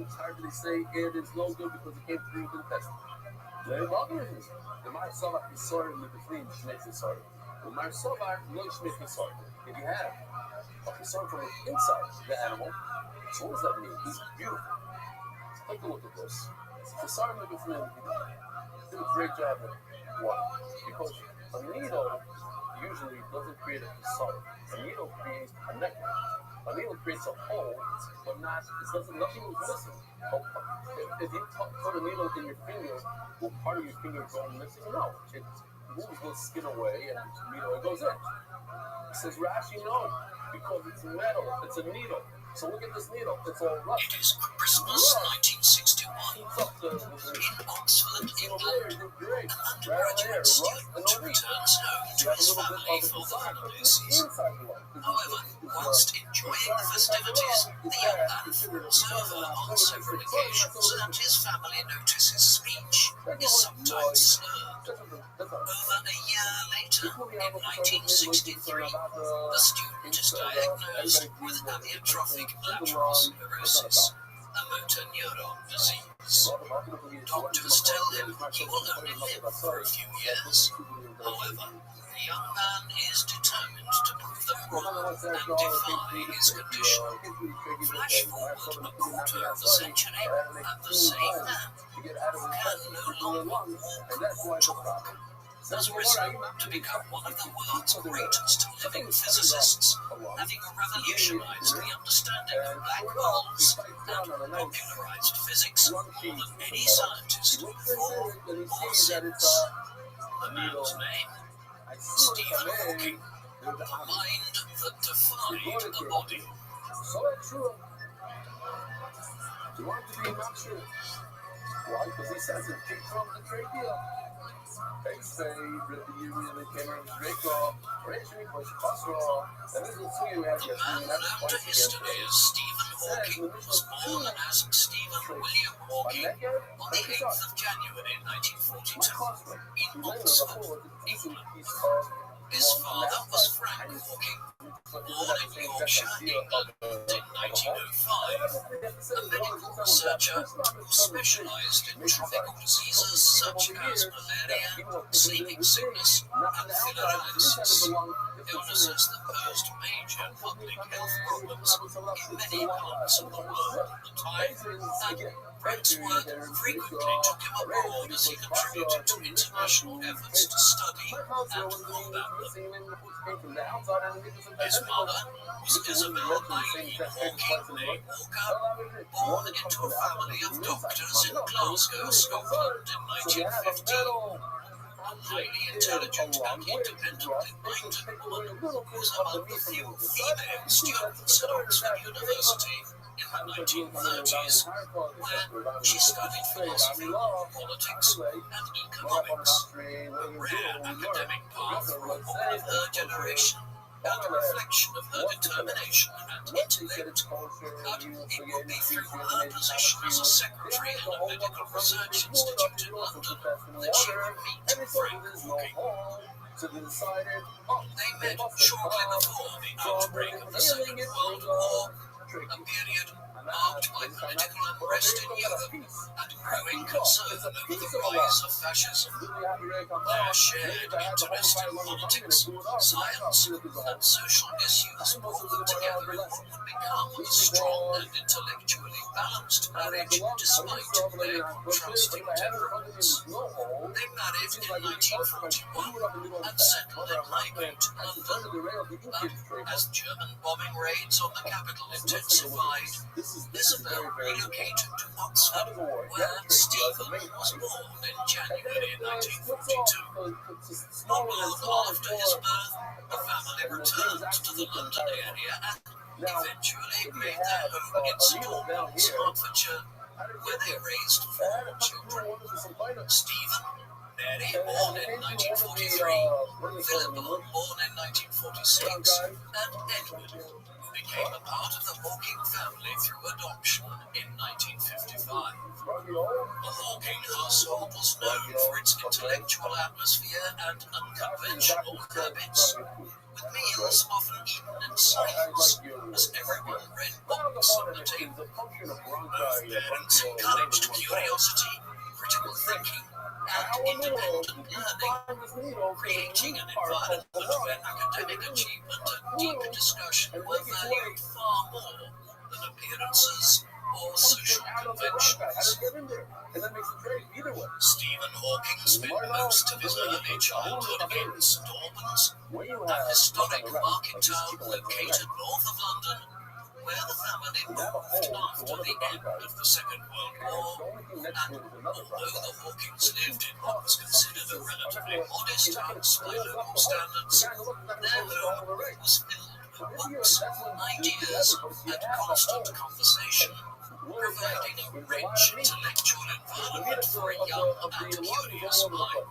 From a very young age, Stephen displayed a keen interest in how things worked, often dismantling household objects and reassembling them just to understand the mechanisms within. Although he was not considered particularly outstanding in the early years of formal schooling, he was known for his sharp wit, strong reasoning skills, and an obvious capacity for abstract thinking, qualities which would later define his academic and scientific career.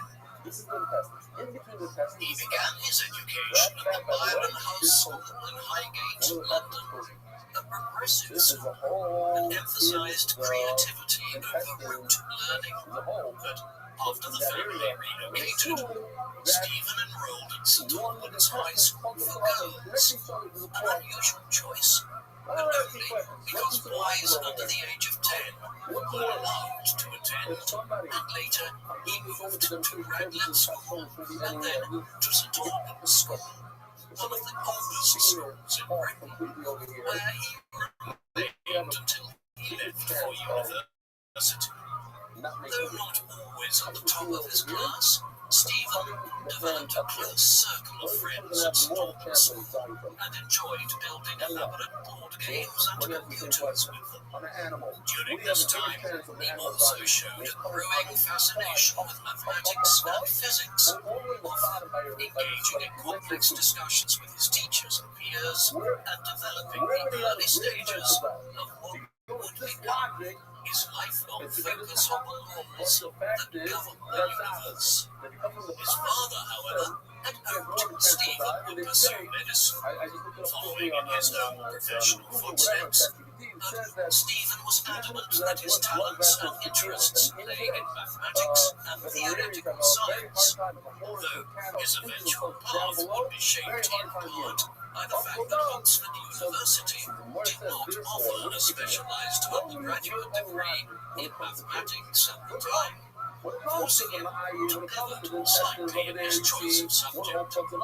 By the time Stephen completed his secondary education in 1959, at the age of 17, he had already developed a reputation as a deeply intelligent, if somewhat eccentric, student with an ability to solve difficult problems in unconventional ways and with strong academic results in physics and chemistry. He was awarded a scholarship to University College, Oxford, where his formal journey into advanced science would soon begin.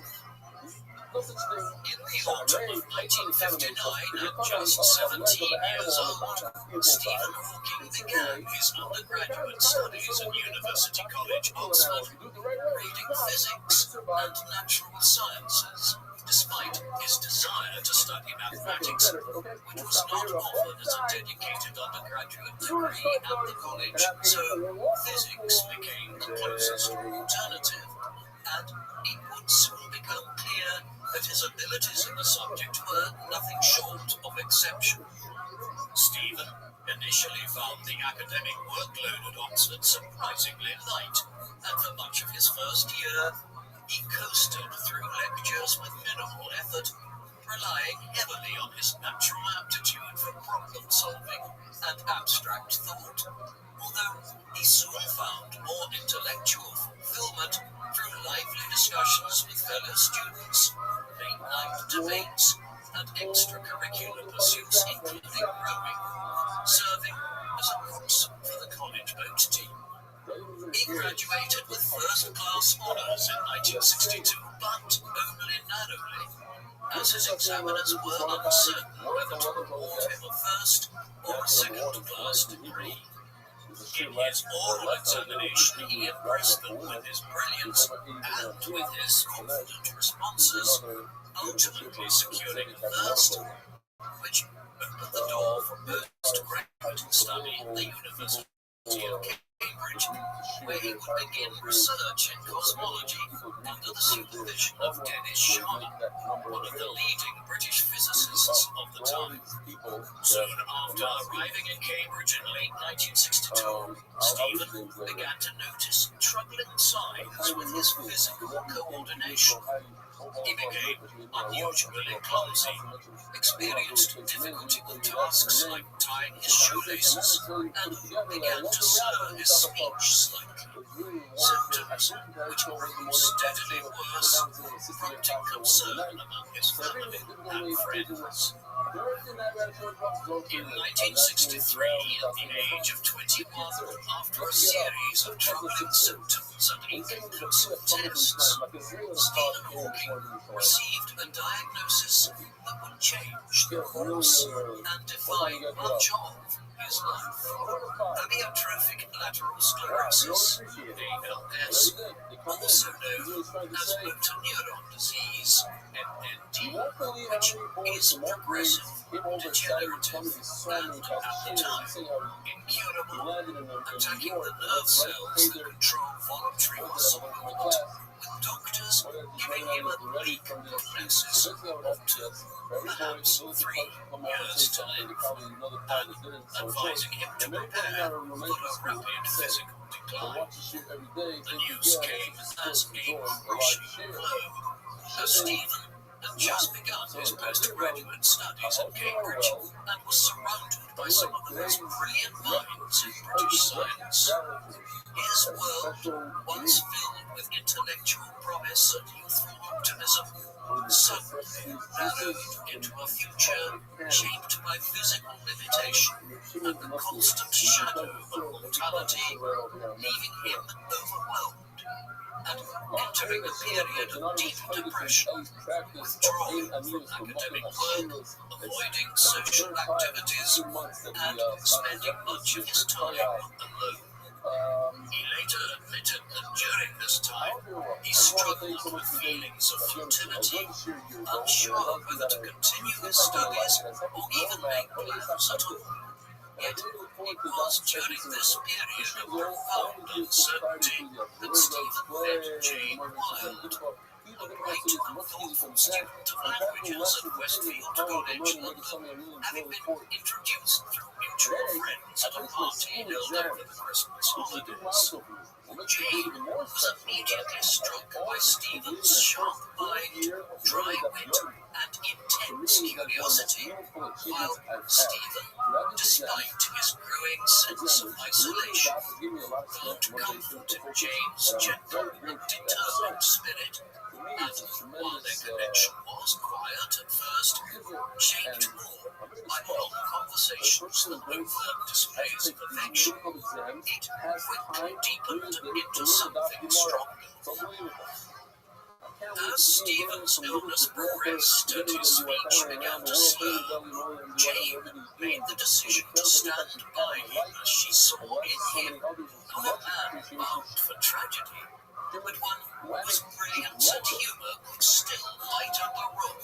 And against the advice of some who believed she was taking on too great a burden, Jane committed herself to supporting him, and in doing so, gave Stephen something vital, the sense that his life, however uncertain, was still worth living. Their early courtship was tender and determined, spent exchanging letters, walking and talking, and finding solace in the ordinary joys of companionship, with Jane's devout Anglican faith giving her the strength to face what lay ahead, and her quiet optimism was a powerful counterweight to Stephen's existential dread, as her belief in him helped restore his sense of purpose.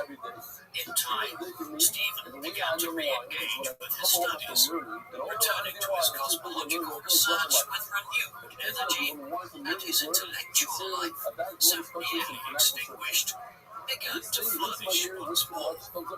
By 1965, Hawking had proposed to Jane, and they married on the 14th of July 1965, forming a partnership that would sustain him through the early years of his illness, allowing him to continue his work with determination and focus, even as his body continued to deteriorate. Despite the progression of his illness, Stephen Hawking pressed forward with his doctoral research at Cambridge, focusing on the nature of the universe, the origins of time, and the behavior of black holes, topics that were not only cutting edge, but also fundamental to the field of theoretical physics, and under the guidance of Dennis Sharma, Hawking soon began to emerge as a bold and original thinker. His doctoral thesis, completed in 1966, was entitled Properties of Expanding Universes, and in it he examined the mathematical structure of the cosmos by applying the equations of general relativity, building on the work of earlier theorists such as Alexander Friedmann and Roger Penrose, whose own work on gravitational singularities deeply influenced Hawking's thinking. In the mid-1960s, Hawking began working closely with Penrose, a brilliant British mathematician and physicist, and together they developed what became known as the Penrose-Hawking singularity theorems, which demonstrated that under certain conditions, general relativity predicts the existence of singularities, points in space-time where gravitational forces cause matter to have infinite density, such as at the center of black holes, or at the beginning of the universe itself. These groundbreaking ideas challenged earlier assumptions about the uniform nature of the universe and provided compelling theoretical support for the Big Bang theory, which proposed that the universe had a definite beginning in time. Hawking's ability to make sense of these complex and abstract ideas using elegant mathematical arguments gained him increasing recognition within the scientific community. Between 1965 and 1970, Stephen Hawking developed a series of groundbreaking singularity theorems that would become some of his most influential early contributions to theoretical physics by building on the mathematical framework of general relativity and working in collaboration with British mathematician Roger Penrose. Hawking used complex equations to show that under certain realistic conditions, the universe must contain singularities, points in space-time where gravity becomes infinite and the known laws of physics cease to operate. These singularities were not just theoretical curiosities. Hawking demonstrated that they were an inevitable feature of the universe's evolution, occurring both at the center of black holes and at the origin of the universe itself, the so-called Big Bang. His work provided strong mathematical backing for the idea that time and space had a beginning, challenging the view that the universe had always existed in a steady state. In the midst of his rising academic career and deepening research into the origins of the universe, Stephen Hawking experienced a profound personal milestone in 1967 with the birth of his first child, Robert, bringing joy and a sense of normality to a life increasingly shaped by illness and professional intensity. Both Stephen and Jane embraced parenthood with enthusiasm, despite the many logistical challenges they faced. Jane, who was continuing her own academic pursuits at the time, managed much of the caregiving, while Stephen remained actively involved, even as his mobility and speech steadily declined. The presence of a child in the household helped ground the couple amid the growing pressures of Hawking's care needs and scientific responsibilities, and it marked the beginning of a new phase in their shared journey. In 1968, Hawking joined the Institute of Astronomy at Cambridge, and in 1970, despite increasing reliance on a wheelchair and requiring more daily assistance, he made a major scientific breakthrough alongside Roger Penrose, publishing foundational work on the nature of gravitational singularities. Together, they demonstrated that under general conditions, the collapse of massive stars would lead inevitably to singularities at the center of black holes, and that the universe itself must have originated from such a singular point. In 1970, Stephen and Jane welcomed the birth of their second child, Rosie Hawking, further expanding their young family even as Stephen's physical condition deteriorated. But it was during this intensely busy and challenging period that Stephen, working independently, made another major breakthrough. In 1971, he published what became known as the Black Hole Area Theory. This profound theoretical insight stated that the surface area of a black hole's event horizon, the boundary beyond which nothing, not even light, can escape, would never decrease over time, even as the black hole absorbed matter or merged with another, and this result resembled the second law of thermodynamics, which holds that entropy must always increase in a closed system. The true significance of this similarity would only become clear a few years later when he made his next major breakthrough. This major breakthrough came in 1974 when Hawking proposed what would become one of his most famous contributions to physics, suggesting that black holes were not entirely black, but could emit tiny amounts of thermal radiation due to quantum effects near the event horizon, a phenomenon soon known as the Hawking radiation. Although controversial at first, this idea merged the principles of general relativity, quantum mechanics, and thermodynamics in a way that fundamentally reshaped scientific understanding of black holes and the universe itself. That same year, in recognition of his groundbreaking theoretical work, including the prediction of Hawking radiation, Stephen Hawking was elected as a Fellow of the Royal Society, one of the highest distinctions in British science, and at just 32 years old, he joined the ranks of an elite institution that encountered among its members such towering figures as Isaac Newton, Charles Darwin, and Albert Einstein. By this point, his physical condition had deteriorated markedly. He required assistance to walk, and his speech had become increasingly difficult to understand. Yet his intellectual hope had shown no sign of slowing. His ability to continue producing world-class research while coping with a severely debilitating illness inspired admiration from peers and the public alike. Throughout the 1970s, Professor Stephen Hawking began to attract widespread international attention, not only within the scientific community, but also among the wider public.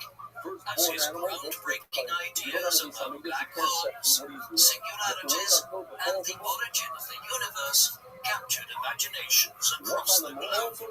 And this decade marked the beginning of his transformation from a respected academic to a global scientific figure, as he accumulated a series of prestigious awards that recognized the depth and originality of his work.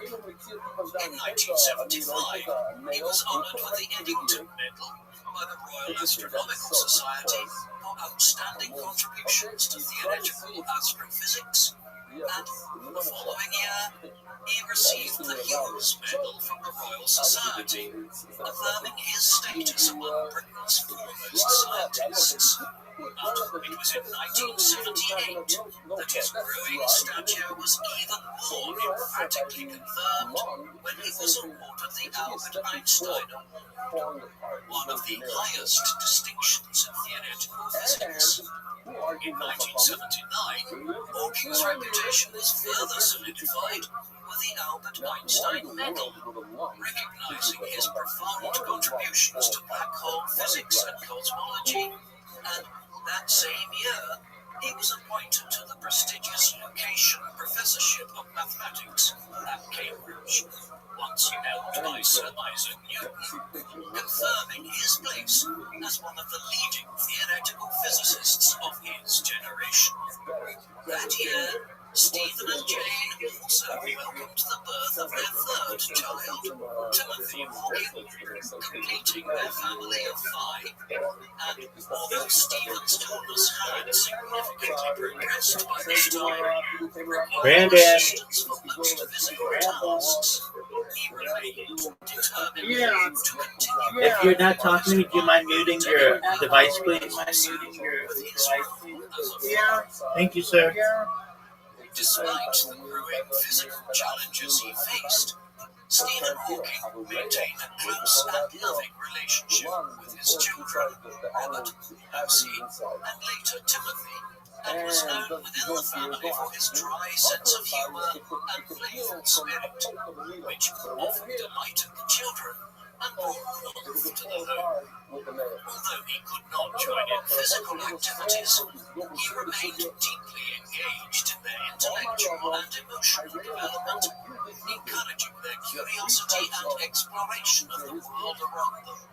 At the center of the Hawking household was Jane Hawking, who took on the immense task of managing Stephen's growing care needs, organizing medical support, coordinating assistance, and adapting their home to meet his physical challenges, while at the same time raising 3 children, often almost single-handedly, and pursuing her own academic and musical interests whenever time allowed. As Stephen's fame grew through the 1970s and 1980s, the pressure on Jane only increased, and although the household was often chaotic and unconventional, it was marked by a spirit of perseverance and love. With Jane later reflecting that while life with Stephen could be overwhelming, she never doubted the importance of his work or the value of the family they had built together. By the early 1980s, Stephen Hawking had become a leading figure in the field of theoretical physics, known not only for his important contributions to cosmology, but also for his determination to continue working in spite of the progression of his motor neuron disease. And although he had now lost the ability to speak clearly and relied on others for day-to-day care, his research output remained prolific, and his desire to bring science to a wider audience grew strong.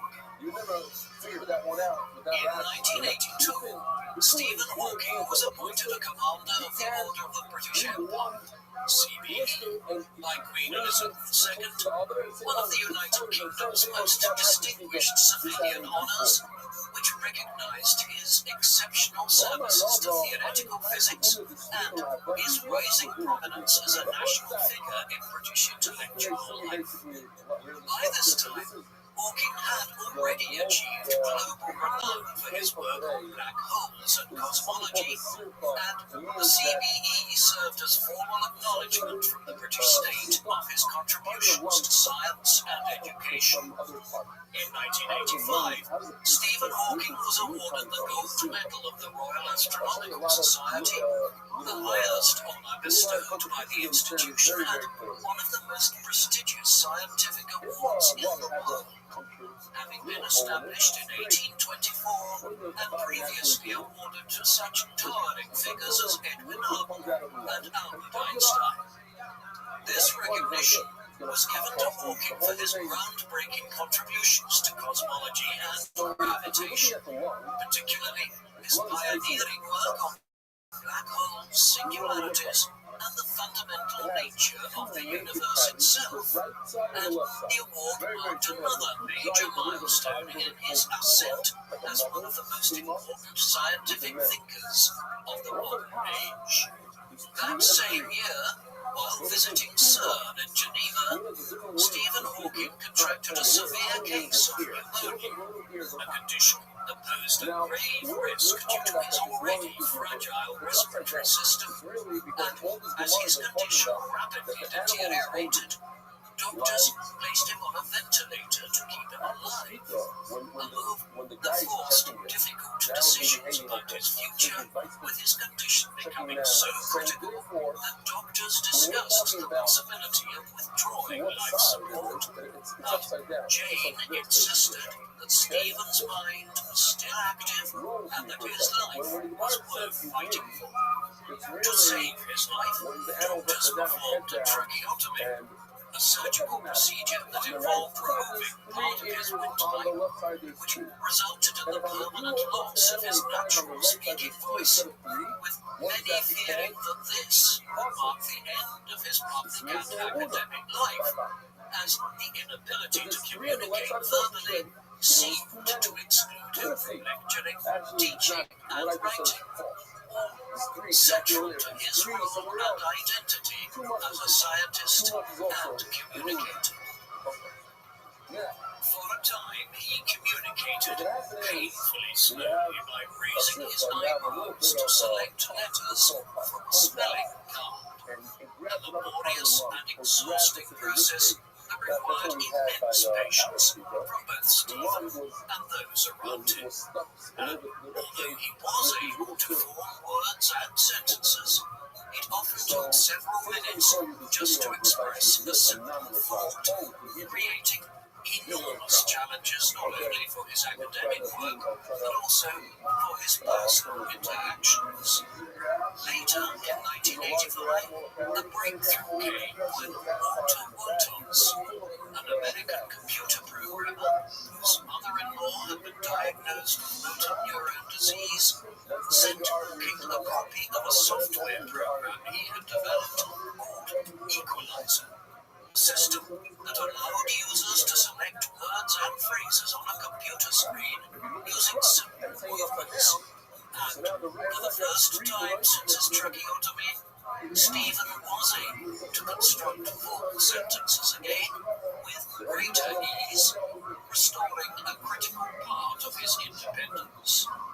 Around the same time, David Mason, a British engineer, adapted this system to be mounted directly onto Stephen's wheelchair and fitted it with a speech synthesizer operated by hand that could convert the selected words into a computerized voice. And although the voice was mechanical and distinctly American in tone, it soon became one of the most iconic aspects of Hawking's public persona, allowing him to continue lecturing and writing. It was during this period that David's wife, Elaine Mason, a trained nurse specializing in the care of individuals with severe physical disabilities, became one of Hawking's primary carers, and her arrival brought a new level of professional expertise to his daily support, as she was not only highly skilled in managing complex medical needs, but also accustomed to working with patients who faced profound communication challenges, and over time, Elaine became an increasingly important presence within Hawkins' care team, offering both medical assistance and a practical understanding of the unique difficulties he faced as his condition progressed. After a period of intense health struggles and adjustment, Stephen Hawking and his family suffered a significant personal loss in 1986 when his father, Frank Hawking, passed away at the age of 80. And although Frank did not live to see his son become a worldwide icon, he had witnessed Stephen overcome immense challenges and build a remarkable academic reputation through his groundbreaking contributions to cosmology and theoretical physics. Stephen's relationship with his father was complex, yet deeply formative, as Frank Hawking, known for his reserved and somewhat detached emotional style, nevertheless profoundly shaped Stephen through his unwavering intellectual rigor, commitment to rational inquiry, and quiet perseverance. And although their interactions often lacked open displays of affection, they were bound by mutual respect and a shared passion for scientific exploration. In 1988, Professor Hawking published A Brief History of Time, From the Big Bang to Black Holes. And although written for a general audience, it explored profound topics such as the origin of the universe, the nature of time, black holes, and the possibility of a unified theory of physics. Remarkably, the book became a global bestseller, spending more than 200 weeks on the Sunday Times bestseller list, and eventually selling over 25 million copies worldwide.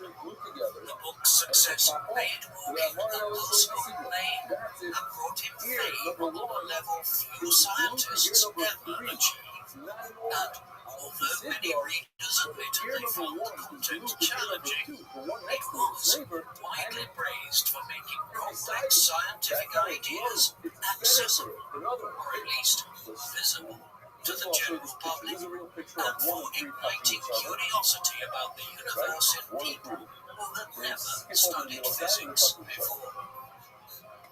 That same year, Stephen Hawking was awarded the prestigious Wolf Prize in Physics, one of the most significant international honors in the scientific world, presented by the Wolf Foundation in Israel to recognize achievements that contribute to humanity and deepen our understanding of the universe.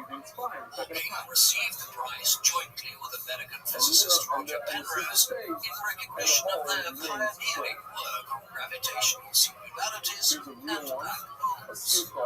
The research had fundamentally reshaped theoretical physics and produced the famous Penrose-Hawking singularity theorems. This showed that the universe must have originated from a singular point, and that black holes are governed by well-defined physical laws. The award not only highlighted the brilliance of Hawking's mind, but also affirmed the enduring impact of his early work. This, coupled with the release of A Brief History of Time, cemented his position at the very forefront of modern science. In 1989, Stephen Hawking was appointed to the Order of the Companions of Honor by Queen Elizabeth II, a rare and distinguished accolade limited to only 65 living members and awarded to individuals who have made outstanding contributions to the arts, science, medicine, or government, with Hawking's inclusion reflecting his achievements in science and his role in advancing knowledge and sharing complex ideas with the public. By 1990, the long and often complicated marriage between Stephen and Jane Hawking came to an end. as the relentless pressures of Stephen's deteriorating health, rising public celebrity, and growing care needs proved too great a burden to bear. For over 2 decades, Jane had acted not only as a wife, but as a caregiver, organizer, and emotional anchor, raising their 3 children largely on her own. And although there remained a deep mutual respect between them, their home life had, in Jane's own words, become a battlefield due to widening emotional distance. Around this time, Stephen Hawking formed a close relationship with his nurse, Elaine Mason, a woman with a strong personality and a background in working with individuals with complex disabilities, and she soon became a central figure in Stephen's personal life following his separation from Jane. After Elaine's own separation from her husband, David Mason, their relationship quickly deepened into a romantic one, with Elaine assuming a prominent role not only within Stephen's care team, but also at the heart of his household. The relationship generated considerable controversy and was met with mixed reactions from the public and those closest to Stephen, as some praised Elaine for her devotion and believed she gave Stephen renewed energy and independence at a time when his condition had grown increasingly severe, while others, including members of Stephen's family and longtime friends, expressed concern over the intensity and exclusivity of the relationship, and over time, contact between Stephen and some family members became strained. In 1995, following the finalization of his divorce from Jane Wilde, Stephen Hawking married Elaine Mason in a private ceremony held in Cambridge, attended by a small group of close associates.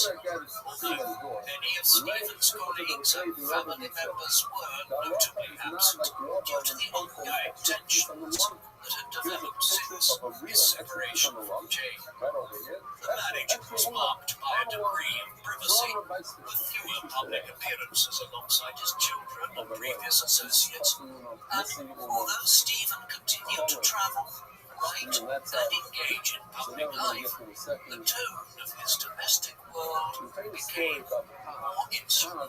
Nevertheless, during this time, he remained as intellectually active as ever, continuing to work on some of his most ambitious theories and contributing to popular science literature. Following the success of A Brief History of Time, Professor Stephen Hawking became a household name, appearing in interviews, documentaries, and television specials, and throughout the 1990s, he continued to write, lecture internationally, and use his platform to advocate for scientific education, disability support, and public engagement with questions about time, space, and existence. His public presence alongside his dry sense of humor and sharp intellect challenged preconceptions about disability, making him instantly recognizable beyond academic circles, making memorable guest appearances as himself in episodes of Star Trek: The Next Generation, Simpsons, and Futurama, where he was portrayed affectionately, further cementing his place as both a scientific icon and a beloved figure in popular culture. However, Hawking's venture into the limelight had not dulled his scientific mind, as in the late 1990s and early 2000s, he, alongside physicist James Hartle, developed and later introduced a bold new approach to understanding the universe known as top-down cosmology, a theory which challenged the traditional view that the universe had a single linear history beginning with the Big Bang. Instead, Hawking and Hartle proposed that the universe's history should be understood retrospectively from the standpoint of what we observe at the present, and according to this view, rather than evolving from one fixed starting point, the universe could have had multiple possible histories, each compatible with the laws of quantum mechanics. Our current reality, they suggested, is not shaped by a singular past, but by all the different possible paths the universe could have taken to reach its present state. This approach opened up novel ways to interpret cosmological phenomena, particularly in the context of the multiverse, where countless universes with varying properties might exist simultaneously. And although top-down cosmology remained highly abstract, it was widely seen as an elegant attempt to bridge quantum theory and general relativity, reflecting Hawking's lifelong pursuit of a so-called theory of everything, a unified framework that could explain the fundamental workings of the universe in its entirety. In 2001, Stephen Hawking published The Universe in a Nutshell, a follow-up of sorts to his earlier bestseller, A Brief History of Time, aimed once again at helping a general audience understand the deepest questions of modern cosmology. The book explored a range of complex subjects, including quantum mechanics, superstring theory, brain cosmology, and the concept of multiple dimensions.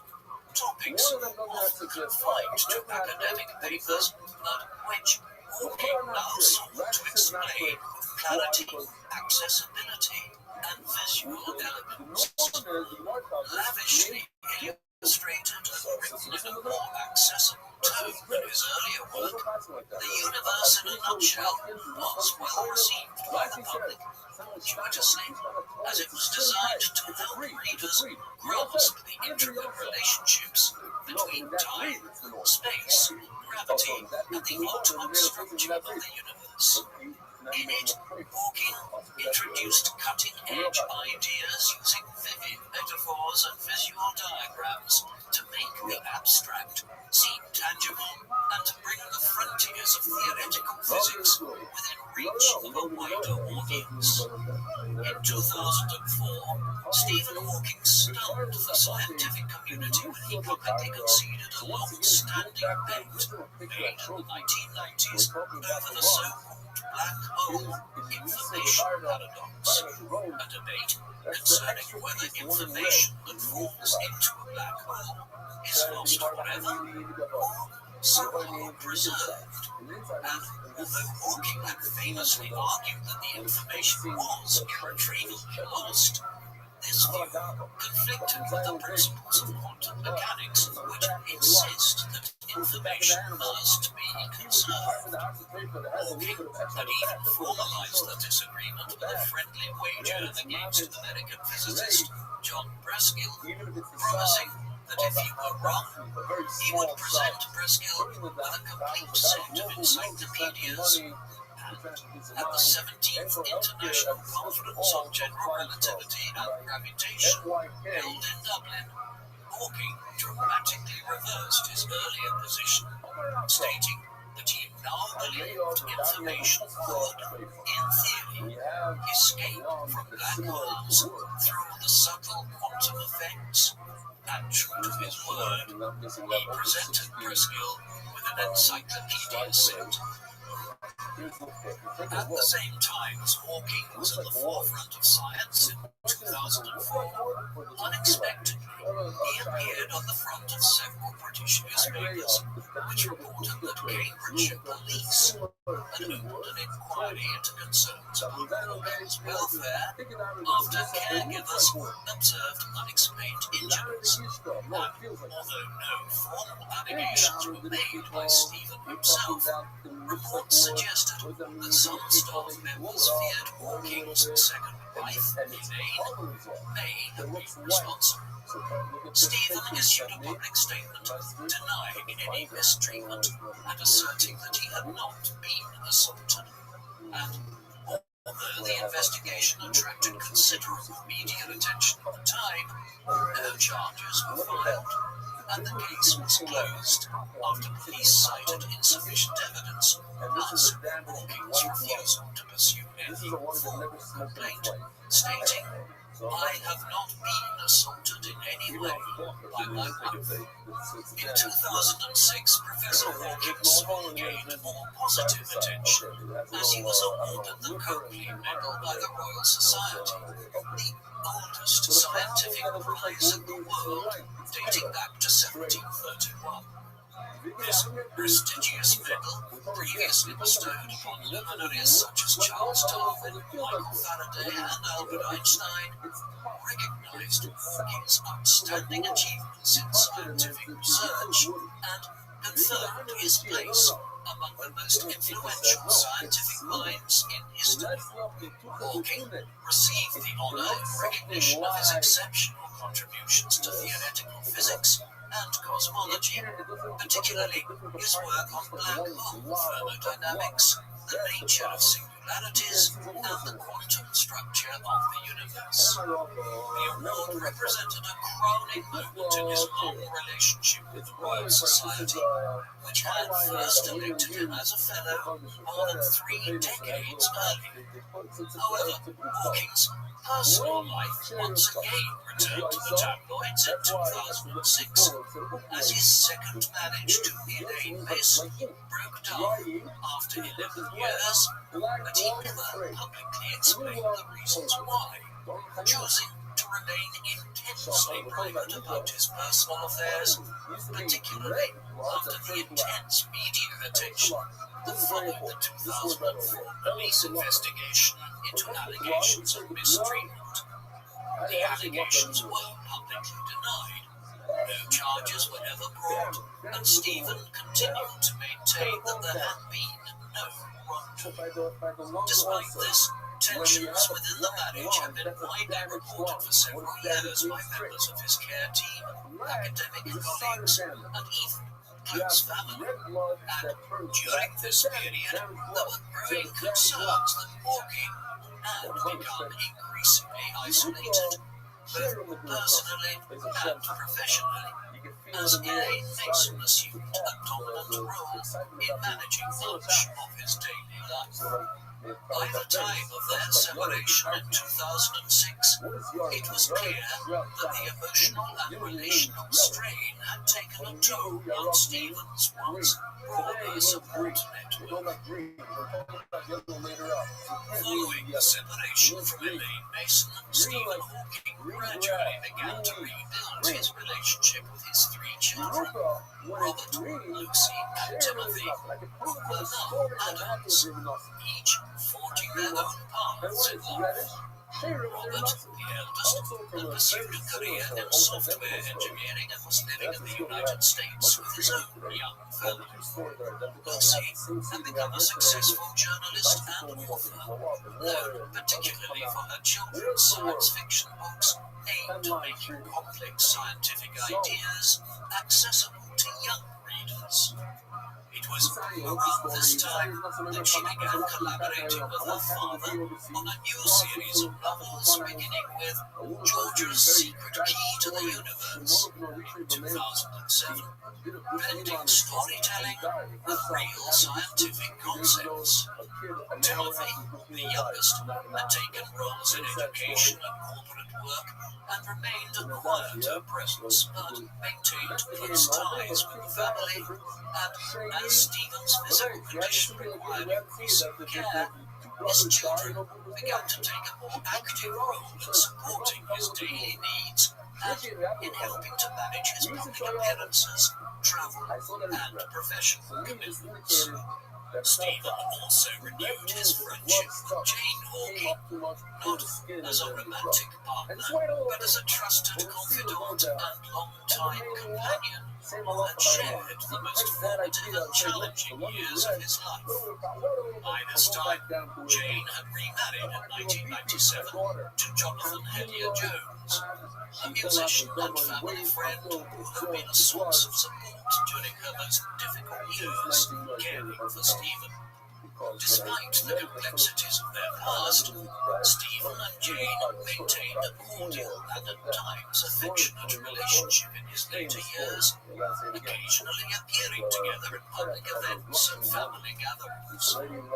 Their renewed connection brought a sense of closure and continuity to a family that had, at times, been tested by strain and distance.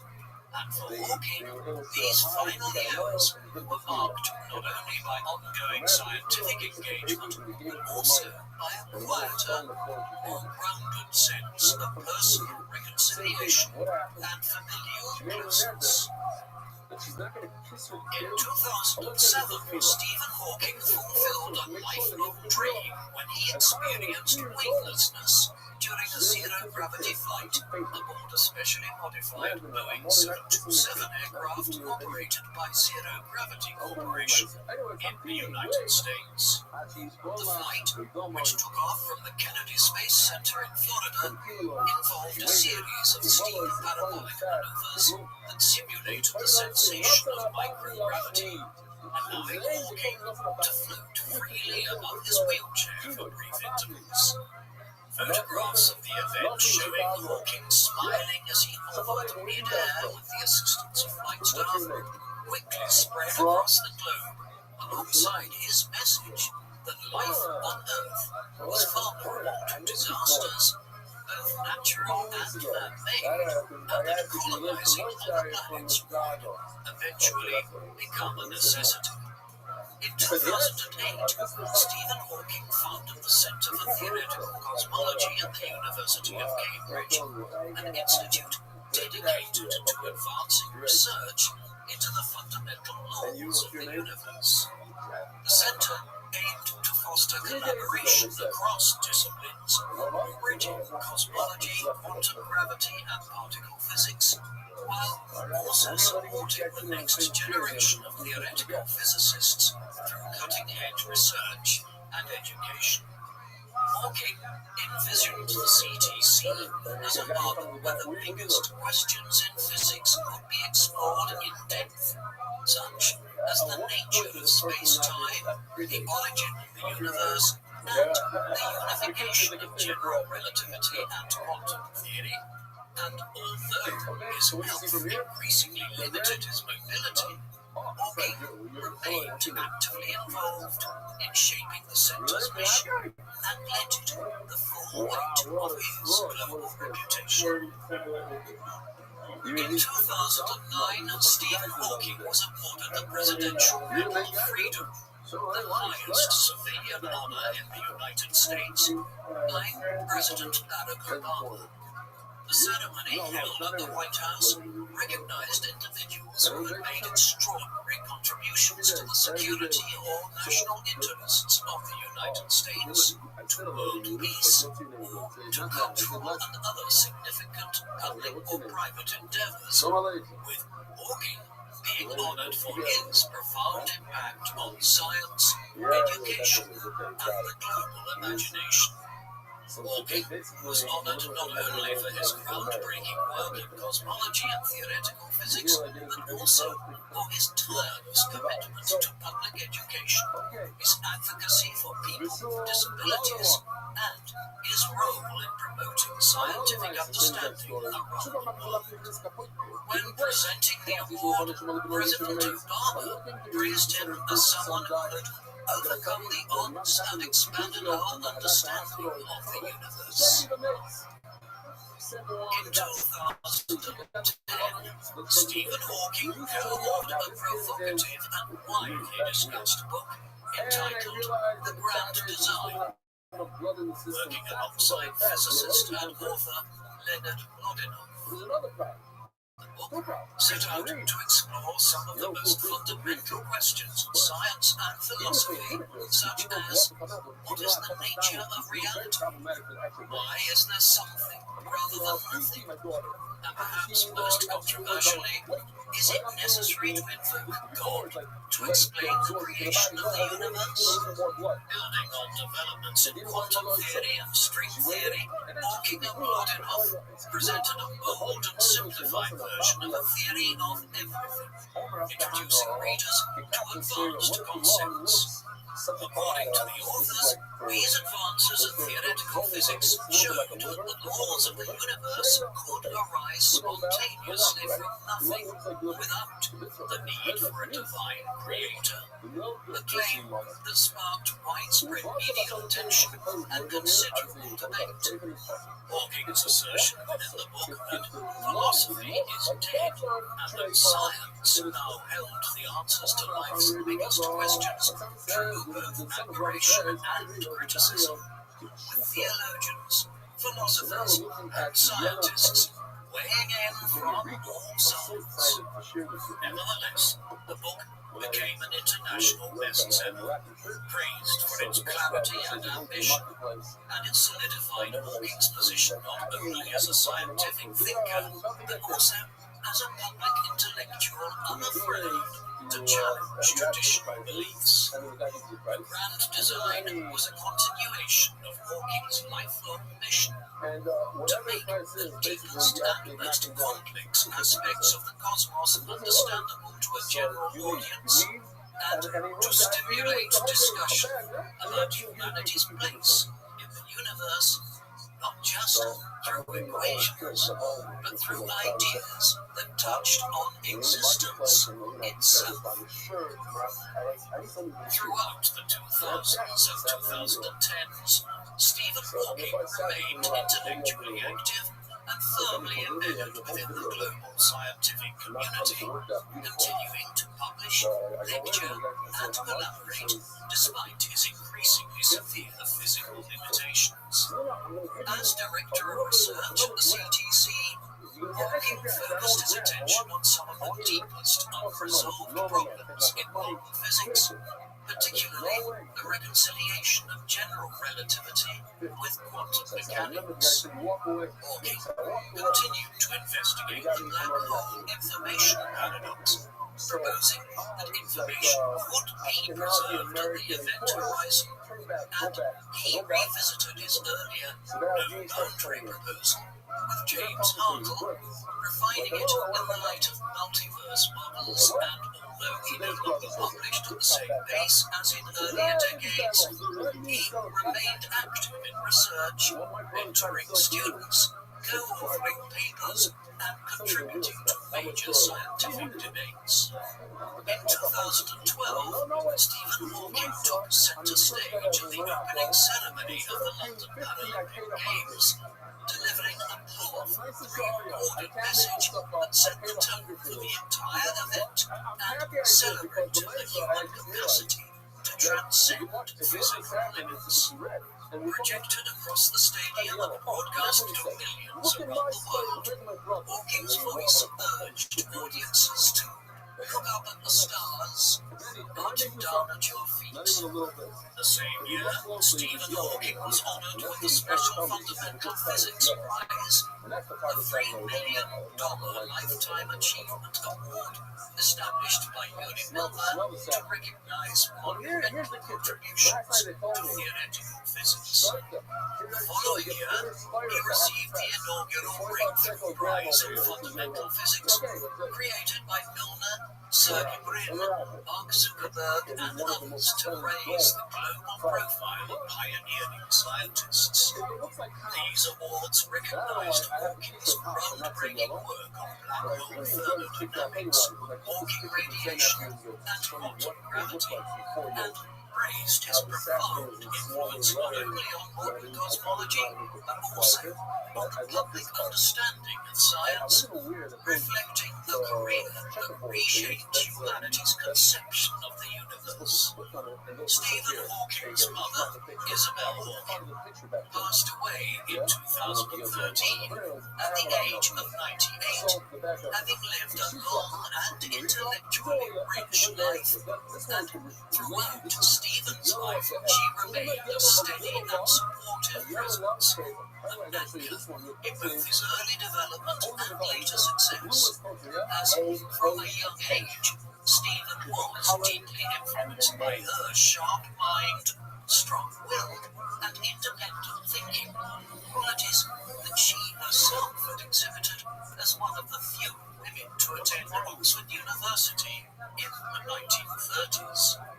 She built a home where books, ideas, and debate were valued above convention, helping to spark Stephen's early fascination with the universe. And as his fame grew, Isabel remained a quiet source of strength, staying close to her grandchildren and attending public events. Although she never sought the spotlight, those close to Stephen knew her influence on his intellectual and moral outlook was profound, making her passing the end of a deeply meaningful bond. In 2014, Stephen Hawking's extraordinary life was brought to the big screen with the release of The Theory of Everything, a biographical drama based on the memoir Travelling to Infinity, My Life with Stephen by Jane Hawking.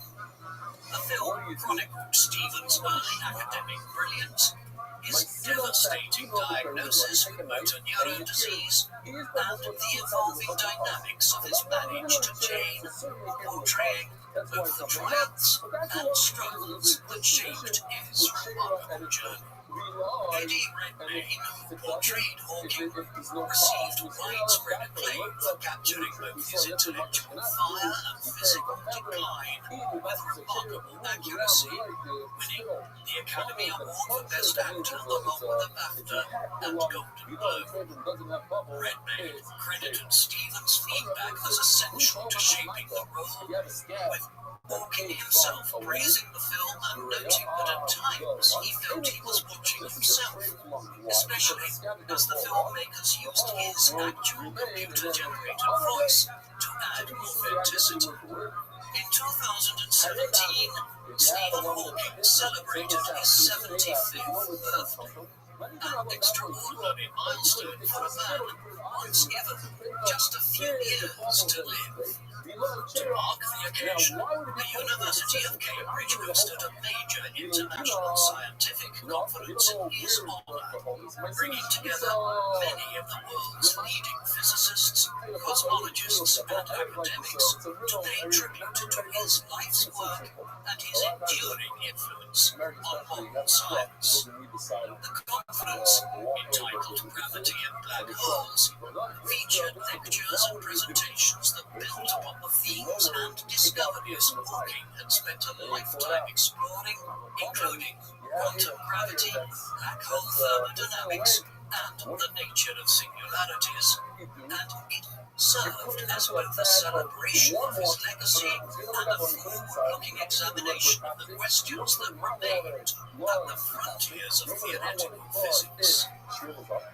Hawking gave a speech at the event, delivered through his voice synthesizer, reflecting on the progress of science during his lifetime, his hopes for the future of humanity, and his belief in the power of the human mind. And while his 75th birthday marked a personal milestone, it was also a powerful reminder of how he had defied his initial prognosis and the physical adversities he faced throughout his life.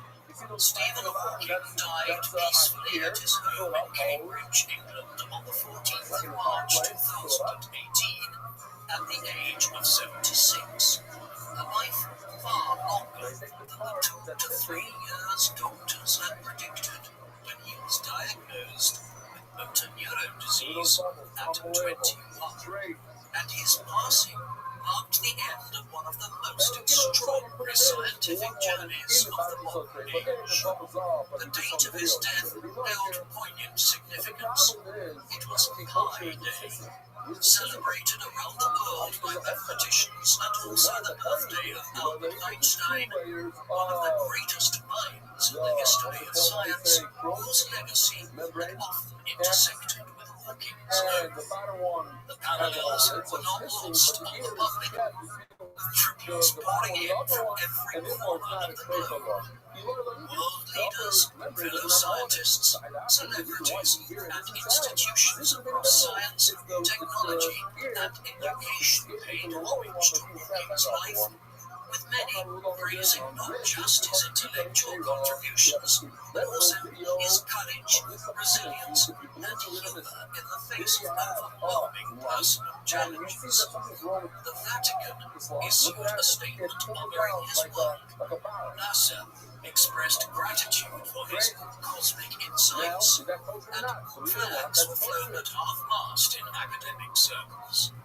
His funeral took place on the 31st of March 2018 at Great St Mary's Church in Cambridge, attended by family, friends, and distinguished figures from academia and public life.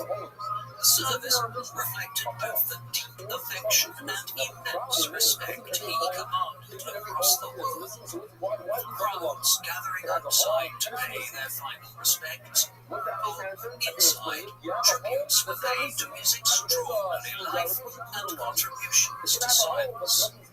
His ashes were later interred at Westminster Abbey on the 15th of June 2018, placed between the graves of Sir Isaac Newton and Charles Darwin, two of the greatest scientists and contributors to scientific history, whose legacy Hawking had unquestionably joined, cementing his place among the greatest thinkers Britain has ever produced. In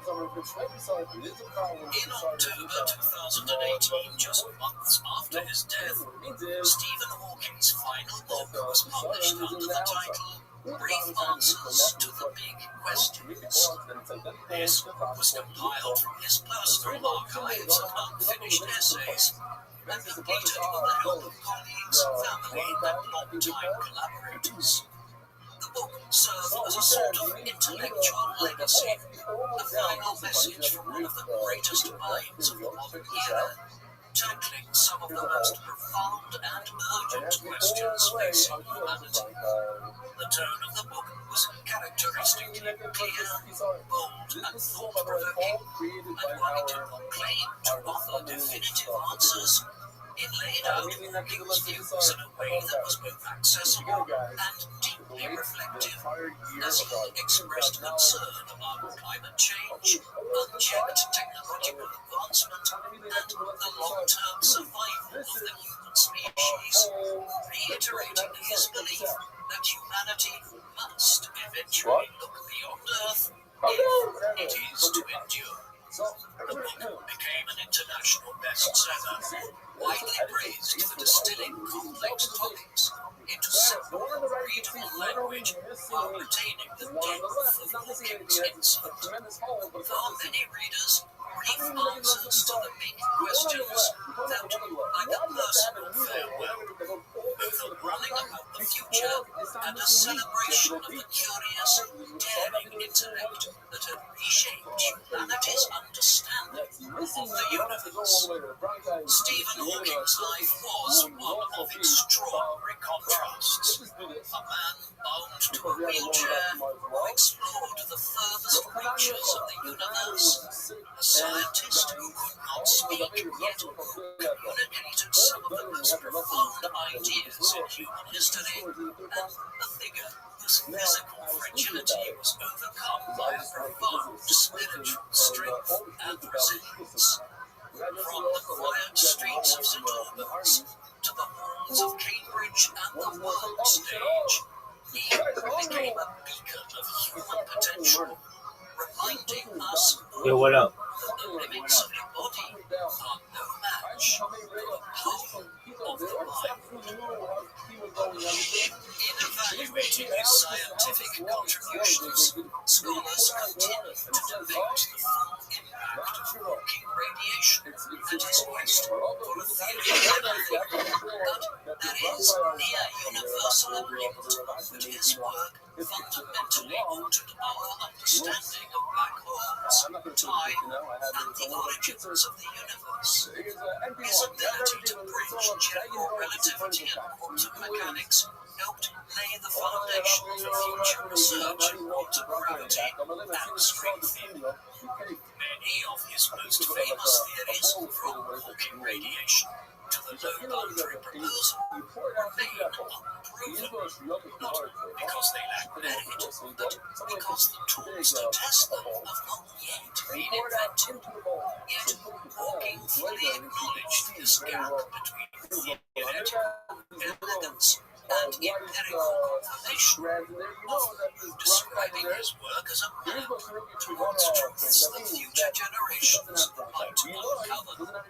While Hawking was widely admired, his career was not without criticism of some of his public comments, such as his warnings about the existential risks of artificial intelligence. These were viewed by some as visionary and by others as speculative, and a few critics within academia argued that his immense celebrity sometimes eclipsed his more cautious scientific output, especially as theories like the multiverse or no boundary proposal remained untested. Nevertheless, even without empirical proof, Hawking's ideas pushed the boundaries of accepted thinking, sparking new debates and encouraging others to imagine more.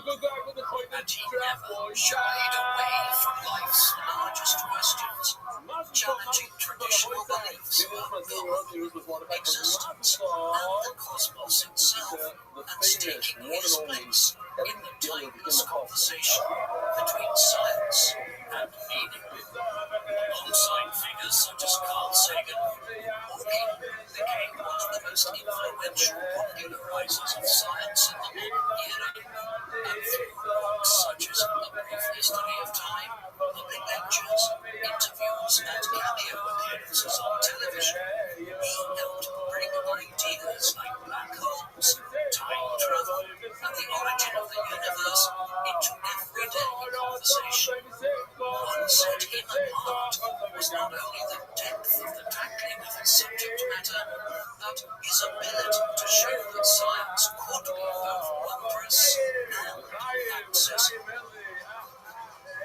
Though often portrayed through the lens of fame and scientific genius, those closest to Stephen Hawking described him as witty, fiercely independent, and deeply determined. And his children spoke of a father who encouraged their curiosity and embraced humor even in the most difficult moments. Our colleagues recalled a man with an astonishing memory, a sharp tongue, and an insistence on precision in both thought and language. Despite his physical constraints, Hawking remained actively engaged in his relationships and work, often surprising those around him with his stamina and intellectual appetite. He could be private and guarded, but also warm and generous with those who knew him best, and his resilience left a lasting impression not only on the public, but on all who shared in his remarkable journey. He defied a diagnosis that gave him just a few years to live, surviving more than 5 decades of a disease that would have silenced most, proving that the limits of life are not defined by the body, but by the mind and will. Even as his body weakened, his mind remained a laboratory of its own, collaborating with mathematicians, physicists, and students to build some of the most ambitious theoretical frameworks of the modern age. Today, Stephen Hawking is remembered as both a pioneering scientist and a cultural icon, admired not only for his contributions to science, but for his defiance of expectation, his commitment to truth, and his extraordinary ability to inspire. And his genius lay not only in what he discovered, but in what he made us question, and most of all, in what he made us imagine. What do you think of Stephen Hawking? Was he the greatest scientific communicator of our time and a man who defied fate itself? Or was he a brilliant theorist whose fame sometimes eclipsed the complexities of his work? Please let us know in the comment section. So go fast. So I got to do one row there. Right? We have to start knocking these things out. And Hanan Pressman with the third row from the left, or the second from the right. Yaakov Malko Slavis. We said this one. Meir Gider, we'll say again. Yossi Rajmer, Shuli Friedman, Naftali Friedman, Yochai Kolchik, Ari Chaimowitz. The famous Ari Chaimowitz. I think I even have a video of him today. Chaim Flagsborough. He really elevated out Ari Chaimowitz. He's a photographer, but he has the masking. Elevated 100%. Elevated the Morocco trip. Chaim Flagsborough, Shlomo Shani Levinger, Kobe Meir Dambi's here. Nancy Weber, Gigi Mechlowitz, Eric Gigi, the famous Gigi from Manchester, London, Manchester. Eric Schwartz, Muti Laser, David Banche, Alyssa David Parrish, Shai Schwartz, Yitzi Selendorf, Yerli Yitzi Friedman, Avi Dahan, Mordecai Kobe, Yuda Krafold, Yuda Suskin, and we're going to stop here. But on the last row, the second from the top, is Mr. Machloikis himself.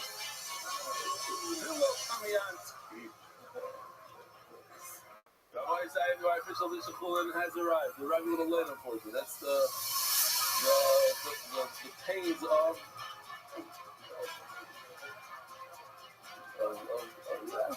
labor, something like that. Or the ship. People are picking them up from the satellite locations. The father, a dear friend of MBY, yes, very dear. I was joking today. This is a very simple. The spot of the color is amazing. Yeah, look.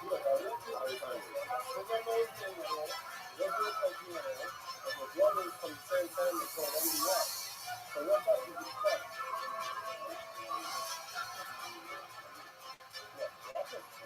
Really? When did you start with the dog?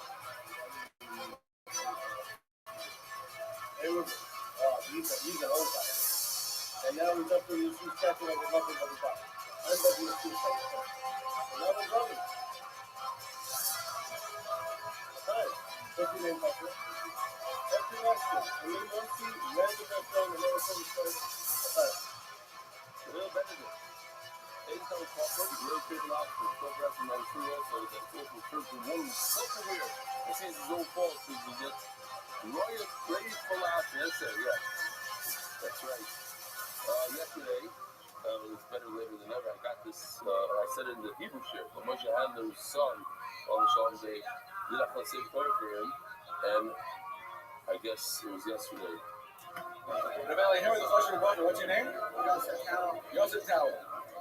How long have you been after Rabbi? Since Makis. What should you be learning? Where's that? Lakewood? What's it like in yeshiva? You still do the daf? Who manages? 7 a.m. he gets in the book and he do the daf. So he came up and was like, I want to flip for Rabbi. What message you have to say to Rabbi? In crisis, the dreaded plague is spreading north from London. The universities closed, and both students and teachers head home to safety. And one such student heads north to his family's estate in Lincolnshire. One afternoon, while sitting drinking tea, he observes an apple fall to the ground and begins to speculate about why all objects are drawn to the Earth's center. Eventually, nearly 2 decades later, the same man publishes his theory of universal gravitation, which, for the first time, lays down the laws of gravity and simultaneously revolutionizes mathematics, physics, and astronomy. His name is Isaac Newton, history's greatest scientist. I'm curious, how did this minute begin with blessings to Yossi?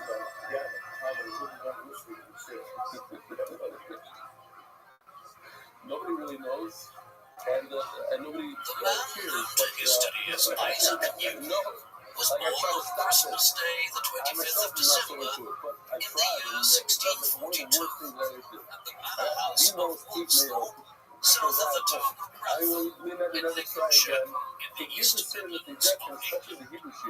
The Julian calendar was still in use in England at the time, and it was the 4th of January 1643 on the continent, where most countries had adopted the Gregorian calendar that was 10 days ahead of the Julian calendar. Little Isaac was clearly sickly and underweight, and it is understood that his mother believed he would die shortly after being born, a development which explains why he was not baptized for a week after his birth, a ceremony which usually took place within 48 hours of birth. Whatever the circumstances, Isaac pulled through and survived. He was named after his father. Isaac Newton Sr. was a landholder and an important farmer in rural Lincolnshire. The family's wealth was indicated by the fact that they lived at Woolsthorpe, was substantial enough to have a house. The Newton family had built one generation of upward social mobility here from the early 16th century onwards, and had become prominent members of the yeomanry by the middle of the 17th century, the equivalent to being middle-class farmers. Isaac Sr. was uneducated and illiterate, a not uncommon state of affairs for middle-class yeomen in the 17th century. Isaac would never know him. His father died in early October 1642, at 36 years of age, 2.5 months before his one and only son was born. He left behind a sizable enough estate and a range of livestock that included 4 dozen cattle and 235 sheep. This wealth would have a bearing on Isaac's life and allowed him to pursue a life of scholarship in Victorians. Isaac's mother was Helen Newton, the daughter of James Askew, a member of the gentry from the town of Market Overton in Rothschild. It is a sign of Isaac Newton Sr.'s upwardly mobile nature and economic success that he had married Hannah, whose father was of a higher social status than the Newtons. She eventually remarried after her first husband's death. Her second marriage was to the Reverend Barnabas Smith, a churchman with a large estate that generated an income of around £500 per year, a substantial amount of money in the middle of the 17th century. When she married Smith, Isaac's mother left to live with him up north with him, around 3 kilometers away from Woolsthorpe. There, she started a new family. Isaac was not a part of it. When his mother headed to live with Smith, she left her firstborn son with her parents. Evidently, Isaac's childhood with them was not a pleasant one. Years later, when his grandfather died, it was revealed in his will that he had left Isaac nothing, suggesting a frosty relationship. In all of his extensive correspondence over the decades, which has all been analysed in detail by historians, there is no mention of his grandfather Askew, and his grandmother was not exactly spoken of glowingly by Isaac on the few occasions in which he mentioned her. Finally, it has also been speculated that Isaac grew to loathe his stepfather, the Reverend Smith, and understand the development if he felt abandoned by his mother and was left to grow up in a house where his relationship with his grandparents was strained. Historians have concluded that the peculiar elements of Isaac's later personality, his aloofness and distance from others, were shaped by these early childhood experiences. Newton's life was also influenced greatly by intellectual, cultural, and social forces which had commenced well over a century before his birth. The Renaissance is typically viewed through an artistic prism as a movement that led to the emergence of great painters, sculptors, and architects. In reality, It transformed every sphere of European life in the 15th and 16th centuries, from philosophy and diplomacy to commerce and technology. One of the offshoots of it was the scientific revolution. Medieval European science was primitive. A certain amount of knowledge about astronomy as well as biology, mathematics, and the natural sciences had been retained from the ancient Greeks and Romans. Yet, in many spheres, European scientific knowledge was remedial in medieval times. That all began to change in the early 16th century. First, a Polish man, Nicolaus Copernicus, published a book entitled On the Revolutions of the Heavenly Spheres in 1543. In this, he laid out the heliocentric model of the universe, which stated that the Earth rotated around the Sun and that the Earth was not the center of existence. Copernicus's work opened the floodgates for a wave of new scientific inquiry. Some figures like Tycho Brahe in Denmark, Johannes Kepler in Germany, and Galileo Galilei in Italy were conducting groundbreaking work on astronomy, optics, mathematics, and physics. They also began developing scientific instruments like telescopes and measuring tools. The scientific method emerged too. This was the idea that a person could come up with a hypothesis and then test that through experimentation and reasoning. This work was related to philosophical inquiry, which had long used such methods going back to the ancient Greeks. It was also in ancient Greece that philosophers began conceiving of the world as being made up of tiny particles, which they had called atoms. To the modern word atom. In line with this, the scientists of the European scientific revolution viewed themselves as being natural philosophers. There was an English dimension to all of this. Though the scientific revolution arrived at England later than most other parts of Western Europe, one of the earliest proponents of the new science was Sir Walter Raleigh, the famous Elizabethan courtier. Raleigh fell out of favour after Elizabeth's death and was imprisoned in the Tower of London for 13 years between 1603 and 1616 by the new king, James I. There he set up a laboratory and spent much of his time carrying out experiments. Elsewhere, the drive to discover the northeast and northwest passages to Asia by sailing north of Europe or America had led English navigators to develop scientific instruments and accomplished cartographic or map-making skills in the 16th century.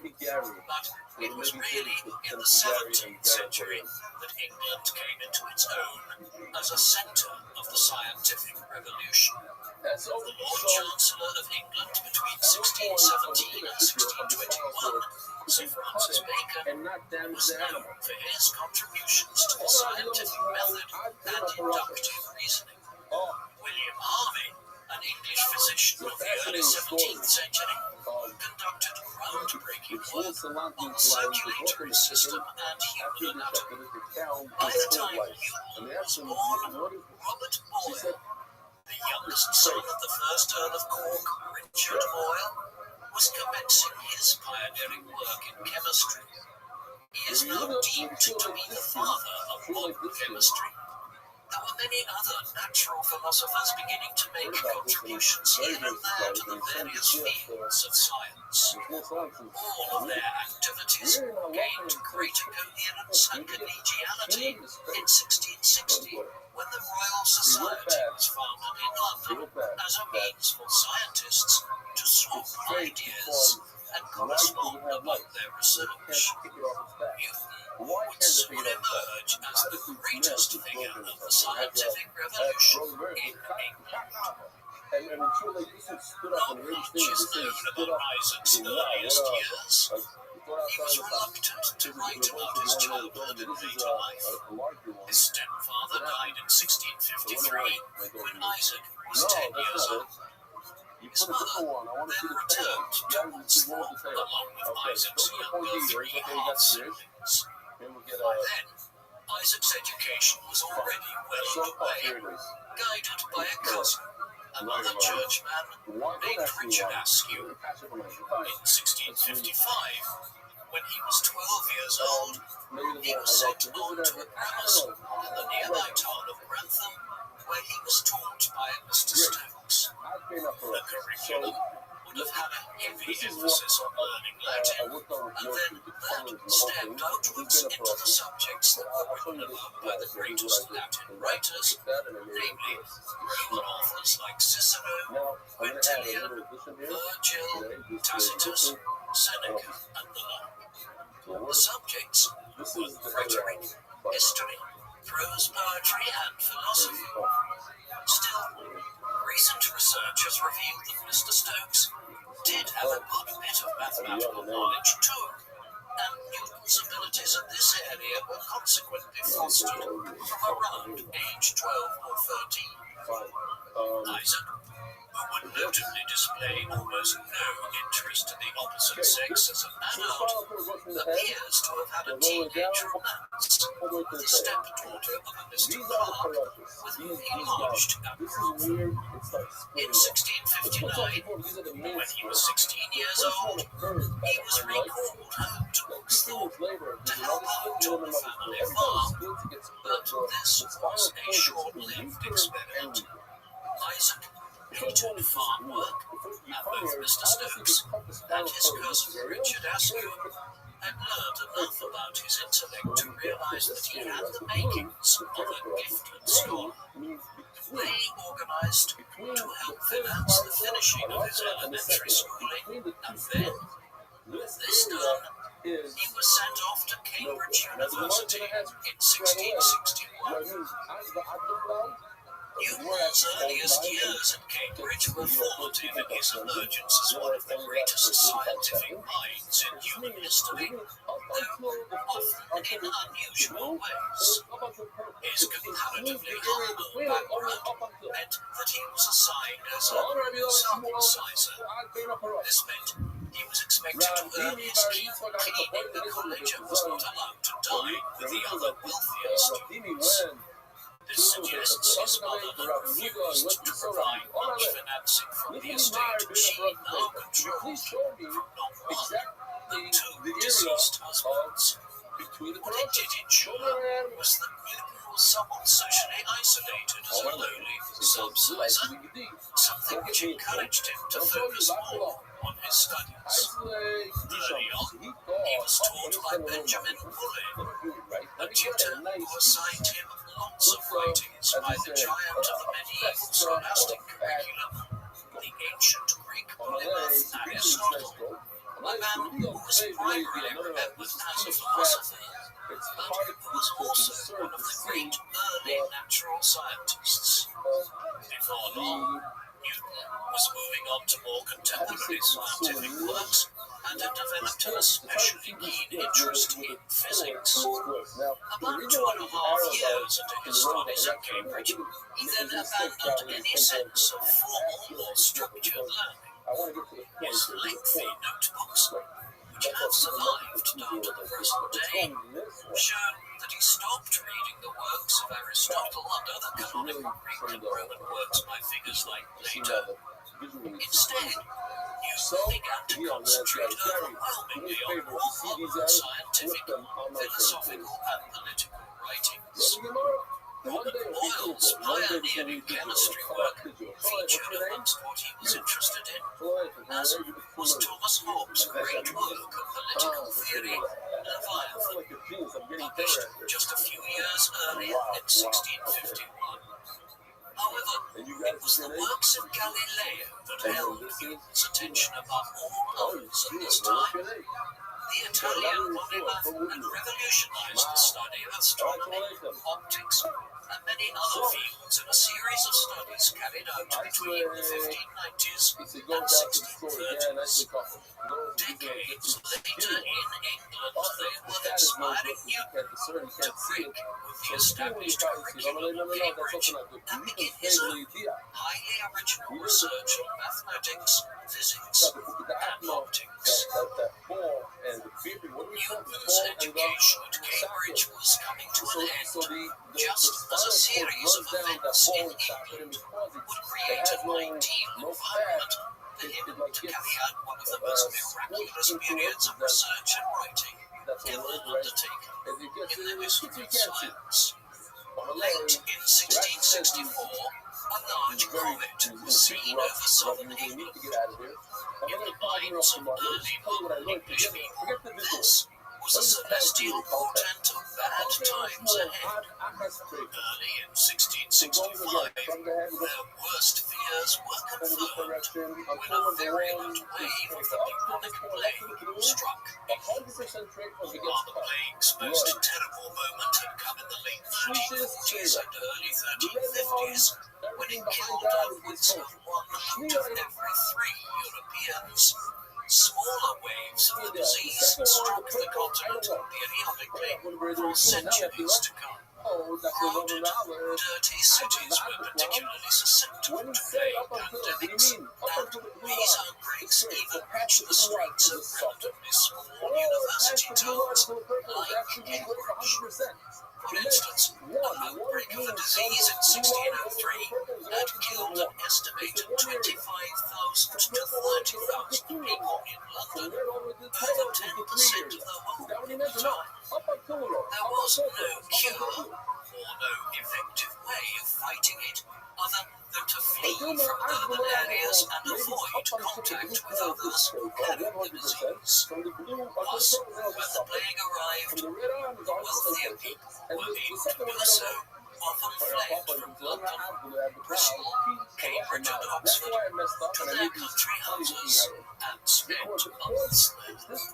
This is what happened in the plague year of 1665, a particularly destructive wave of the disease which killed upwards of 100,000 people in London in the mid-1660s, about 15% of the total population there at the time.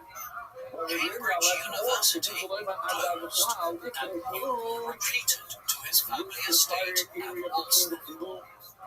The isolation and lack of interruption would allow him to produce an enormous array of work, such that this period in 1665 and 1666 is often termed Newton's Annae Mirabilis, or miracle years, much like that which Albert Einstein had centuries later in 1905, when he published 4 papers within the space of a few months, which revolutionized the study of physics. Newton's work in his miracle years can broadly be broken down into 3 key fields: physics, mathematics, and optics. Despite the tendency to view this as a period of miraculous discovery, Newton was building on work he had been carrying out during his years at Cambridge, and which he had kept extensive notes of in a book, which he inscribed with the title Quaestiones Quadam Philosophica, meaning certain philosophical questions. The topics covered were concerned with the hard sciences. His first major discoveries were mathematical. They resulted in the development of the binomial theorem in 1665, a mathematical concept which allows for expansion of much more basic theorems like x plus 1. This was the foundation for further work, which involved measuring large objects and their movement, as well as algorithms for tracing curves, tangents, and the like. No other mathematician in Europe had ever arrived at findings that were this complex before. They laid a lot of the basis for the development of So one cheat is at that point. Newton's response to making these discoveries was to record them in a paper which he entitled "To Resolve Problems by Motion, these following propositions are sufficient." He then placed the paper in a drawer and forgot about mathematics for at least 6 months. He could not make any effort to publish or disseminate that work at the time. With this done and still mired in his continuing self-imposed exile from the plague, Newton moved on to studying mechanics. His mathematical inquiries were related to this, as basic study of weights, measures, and mechanics requires use of mathematical equations. Newton wanted to build on the work of Galileo and René Descartes in this area. Later, the philosopher who 30 years earlier had come up with the famous phrase, "Cogito ergo sum," I think, therefore I am, as a basis for an objective unquestionable truth that could form the foundation of a philosophical system. Building on their work and using his own complex mathematical abilities, Newton now began to work out a new theory of how gravity functions. By studying how objects collided, he worked out that objects of any kind exert force over one another when they clash. This sends them in different directions, but there is evidence of a center of gravity along a straight line. Experimenting further, he came to the conclusion that particles or atoms attract one another, and that the force involved in this gravitational pull correlates with the mass of the objects in question and the distance between them. It is a complex concept and was tied into several other conclusions he reached in his notebooks in 1665 and 1666, about force, gravity, and mechanics operating. The simplest of these laws of physics which he devised at the time is the third law he wrote about. This states simply that every action has an equal and opposite reaction. When you jump into the air, this action is immediately followed by gravity pulling you back downwards to the ground by the same distance.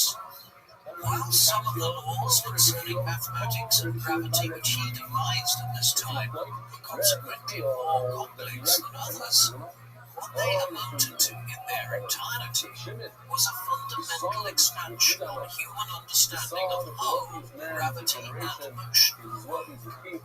A fanciful story later developed that Newton had reached his conclusions about gravity after seeing an apple fall from a tree in Rothschild. The tale was probably supposed to mimic a story about the ancient Greek mathematician Archimedes making one of his great discoveries on taking a bath and discovering the principles of buoyancy and displacement in the process. In the long run, Newton's discoveries around gravity, weights, and mechanics in the mid-1660s were the most important. There was a third field, though, beyond mathematics and hard physics. Newton also made important discoveries in the field of optics at this time, the study of light, colors, and the visual world. From this, we can get a sense of how Newton carried out his research and experiments.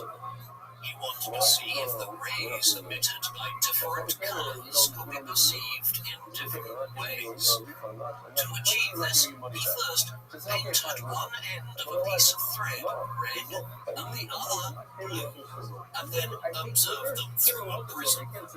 They looked disjoint, as he had expected, demonstrating what's known as the heterogeneity of light, the fact that light can appear more intense and available depending on different sets of circumstances.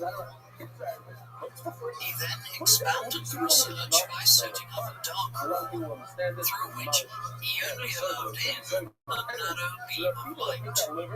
and Then he placed a prism in front of the beam and refracted that onto a wall that was over 20 feet away. The resulting color spectrum was 5 times longer than it was wide. What Newton consequently realized was that light was not homogeneous, but heterogeneous. It is not made up of one single thing, but is instead comprised of different parts which can be seen in terms of the different colors in a light prism. This is the corpuscular theory of light, as Newton would describe these parts which make up light as corpuscles. This research would become the foundational basis for Albert Einstein's subsequent discovery of photons nearly 2.5 centuries later. By the time 1666 came to an end, Newton had made a series of breakthroughs in the fields of mathematics, physics, and optics. Nobody as yet, though, knew what he had accomplished. His remarkable findings were carefully recorded in his notebooks at Rothschild, but he had not yet shared them. He's in Phoenix. Maybe he's on the cameras. How's he know? Gary, how's he know? What? Okay, he's right. How's he know? He sees it on the camera for real? He's looking at our camera, showing around him. Like the shit bed. Okay, so they said that the Israelis were in Iran, in all their cameras. That's how they got them back then. At the beginning of the war, they're in the camera. Fine. Marks in their cameras. So, no, I just want to say shadow here. Simple pshat out, he says. Shimon held that when you eat something that the animal's neshama is dependent on, red machlokes is a little bit something that the neshama is dependent on. Everybody knows that without a brain you can't live. You call a liver something that the neshama is dependent on. So he says yes, and that's why he ate it. Because when you eat something that the neshama is colored in it, then it heals you, it makes you healthy. And then Mela, you need it. It needs to be at least the desires. It's the show clear, but it has to be something worthy of desires. But his piece says no, it's garbage. Throw it out. It's not nothing. And I don't need it. It's not the show clear, so it's a mantra. Rashi says depending on that.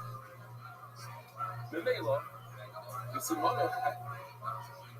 Shirin Mikamti. You should know that wealthy people are stingy. I said this before, I'll say it again, what's the pshat? The Rabbi makes wealthy. Some people say because they're stingy, they're wealthy. That they know how to save. In order to be wealthy, you have to know how to save. You spend money on cars and nice stuff and shoes and all. You never have enough money to invest. Huh? Suits. Oh, he's super wealthy. All of us are. What is fun? Nice to show you. Me and my wife went to visit him. I'll just say, we went to visit him all the time. My nephew actually lived in that house.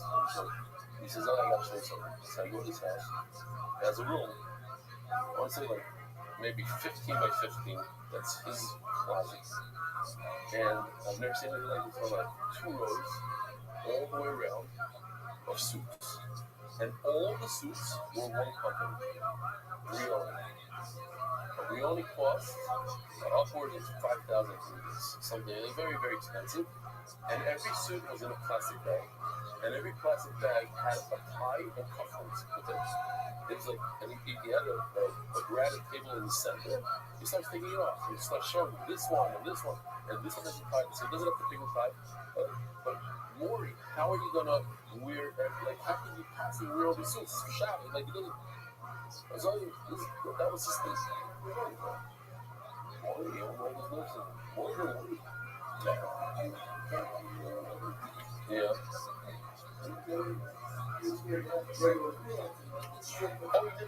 it. I thought he said he never wore it. Oh, he never wore it. I'm shocked. He was the go-out garden. His mom's the go-out garden stuff. He gave crazy stuff. Anyway, look at Gemara.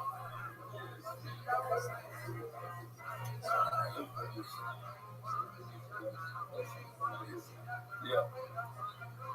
No, so I was more upset that a Gvir, like his brother does a chesed with Gvir that he makes him he has a certain tiredness, a stinginess that for him every time he gives tzedakah, it's a mitzvah. Otherwise, if you're not, it wouldn't be a mitzvah tzedakah for him. Bill Gates gives $100, and it's like Pakistan Shabbat for sure. Or what's his name? Elon Musk, trillionaire. What's $1,000? It's like, but it hurts. So even $1,000 is a mitzvah. Even $1 is a mitzvah. Why does it hurt? You get inspired based on how hard it is for you to give. So if you've made it hard for you to give. Share your amor. Share your amor. If it's hard for you to get more style. Share your parasha, share your amor. It's just the way to give, like, whatever. We'll make a Klal Yisrael melting. This make it better. So the soldiers came to Medisa. Araku Rabba. This is a word that is everybody in their soul is very familiar. Arik means someone that's running from the military. Araku Rabba, they ran away from the military. Zera says Tysus or Zera wasn't scared. He didn't have to run away because his father worked for the Jew. He's in charge of the taxes. He got a tour, exactly. Now it has to be. You have to understand. The boys say here in Israel, you have, I forgot what it's called. That's a special number. What is it called? The special number? That if police come arrest you, or somebody sees you, you call the special hotline, and people show up immediately. Seva Shapar? We'll see in a second. So you call them you AWOL, deserters. So they're running for their life. And me, girls in the stick of Torah. You should just know that when we're discussing, here's a nice healthy liver. That's a liver, and then you see the gallbladder. The gallbladder, the green guy, is the gallbladder. So when we say that all you need is kazayis, so first of all, we missed it's kazayis. That's a play. Kazayis or not? Reb Zera, Haskins right now, for now, it's kazayis. But where? It has to be attached to the gallbladder. You can't just have here, you see the kazayis? This guy right over here is the kazayis, yeah? That kazayis, and the rest is the carpet, is the skirt thing, the sarepet, the diaphragm.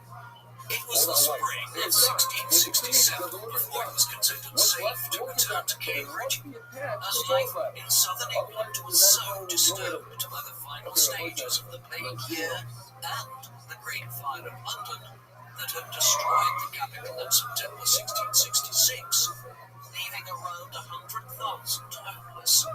People either encamped outside the ruins of the city or dispersed to other towns and villages around the country. In this atmosphere of disordered life, Newton arrived back at Cambridge and managed to gain election as a fellow, a post that provided him with a modest salary. He began teaching, tutoring and continuing his research back at Cambridge. He also started to disseminate some of his findings in a limited way. For instance, he distilled some of his mathematical work into a tract entitled On Analysis by Infinite Series, which he then gave copies of to a number of colleagues. This was hardly the greatest example of academic self-promotion ever attempted, and it's debatable whether people he gave his findings to would have been able to follow the equations he laid out in all instances. It was nevertheless enough for it to be made clear to people at the university that Newton was a mathematician of unusual skill and that he had made breakthroughs during the plague year. He was therefore made the Lucasian Professor of Mathematics in 1669, a chair which had only been founded in 1663 through a bequest made by Henry Lucas shortly before his death. Lucas was a parliamentarian who had represented Cambridge during the English Civil Wars of the 1640s. would hold the education professorship for 33 years. His final years were absentee as he moved to London in the mid-1690s. The position was hardly onerous. Newton was expected to deliver one lecture every week during one term of the year. For this, he was paid an income of £100 per year. Moreover, the lectures barely had any audience. Such was the lack of interest in mathematics and physics in Cambridge in the late 17th century. Even this light load was dispensed with by 1687, after which time Newton had no teaching responsibilities. What these lectures did do was allow Newton space to refine his findings from the mid-1660s and make them more accessible to an audience. To demonstrate his findings to the few students who attended his lectures, he began developing instruments to showcase his findings, notably a telescope and prism rings that showed his theories on optics. Very slowly his findings began to reach a wider audience. By 1671, the Royal Society in London had heard about his discoveries and invited Newton to send them information about his work. He was duly elected as a Fellow of the Society in January 1672. In the years that followed, his entry into the Royal Society would mean that his research findings began to spread beyond Cambridge to the wider academic community in England, and then to the continent. As many members of the Royal Society corresponded extensively with natural philosophers and scholars on the continent. In an age before academic peer-review journals, this was how new research was disseminated. As this happened, Newton refrained from publishing much of his work. His paper on analysis by infinite series was distributed and was eventually published in print in 1711, while another couple of works appeared as well, and Newton would ultimately wait over 20 years between when he made his breakthroughs at Woolsthorpe and when he published them in complete form. As Newton emerged in the 1660s and 1670s as one of the leading scholars of his day, he seemed to have no concurrent interest in starting a family or marrying. It was taken for granted in the 17th century that a man of his social status would marry, have children, and try to move up the social ladder. He would never do this and does not appear to have ever contemplated doing so. In fact, he seemed to have no interest in the opposite sex. This has understandably led to people questioning his sexuality. There is no evidence to suggest that Newton was gay. Instead, he just appears to have been largely asexual, with no interest of any kind in a sexual relationship. Historians were surprised to learn years ago about his possible fling as a teenager with the stepdaughter of Mr. Clark, with whom he lodged in Grantham when he was attending the grammar school there in the mid-1650s, simply because it was so unusual. The conclusion we can draw from this is that he was heterosexual, but with very little interest in women. Over time, he abandoned any thoughts of marriage and a family, if he ever gave it much consideration at all. Instead, he committed himself fully to his research and writing. This included friendships. Newton was a reclusive individual who didn't socialize much at Cambridge. When he visited London in August 1674, he made no effort to meet any of the people in the Royal Society he had been in contact with for several years by then. Instead, he went back to Cambridge a week later and continued writing to her about his work. As he aged, he did become slightly more sociable. His religious views were also unorthodox. Newton was a Protestant, as were the majority of English people by the second half of the 17th century. He was a nonconformist, though, someone who disagreed with the established views of the Anglican Church of England. In Newton's case, his nonconformity was on the extreme end of the spectrum. He did not believe in the sanctity of the Trinity of God, Jesus and the Holy Spirit. However, he kept his religious views largely to himself. It has only been possible to reconstruct them through analysis of his notables. Newton's aloof and often difficult personality could translate into rivalries and conflicts with fellow scientists as the years went by. But when occasions were this was the simple over and back between scholars with competing theories. This was the case with Newton and Christian Huygens. Huygens was a leading Dutch mathematician, natural philosopher, and astronomer whose work also focused on optics. For instance, while Newton was still a child, Huygens had discovered Titan, the largest of Saturn's moons, in 1655. He was a scholar of considerable renown around Europe when Newton was on Earth. Both men developed competing theories about the nature of light. Huygens disagreed with Newton's corpuscular theory of light and instead proposed that light traveled as waves that then produced secondary waves or wavelets. A considerable academic debate played out between Newton and Huygens over many years about this. More toxic was the rivalry that developed between Newton and Robert Hooke.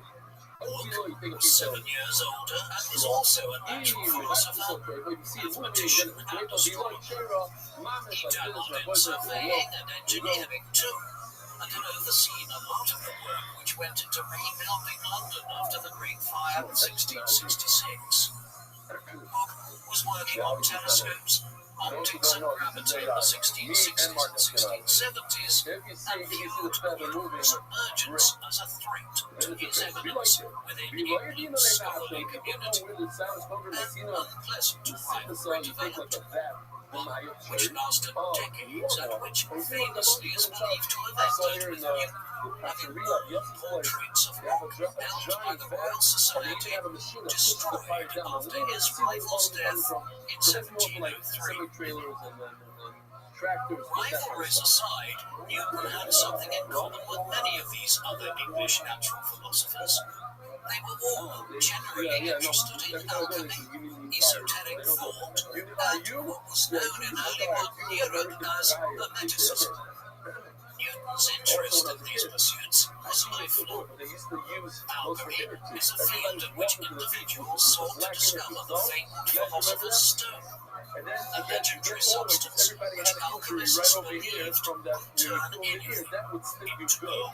It was closely aligned to a belief in magic and elements of esoteric or hidden history and arcane knowledge.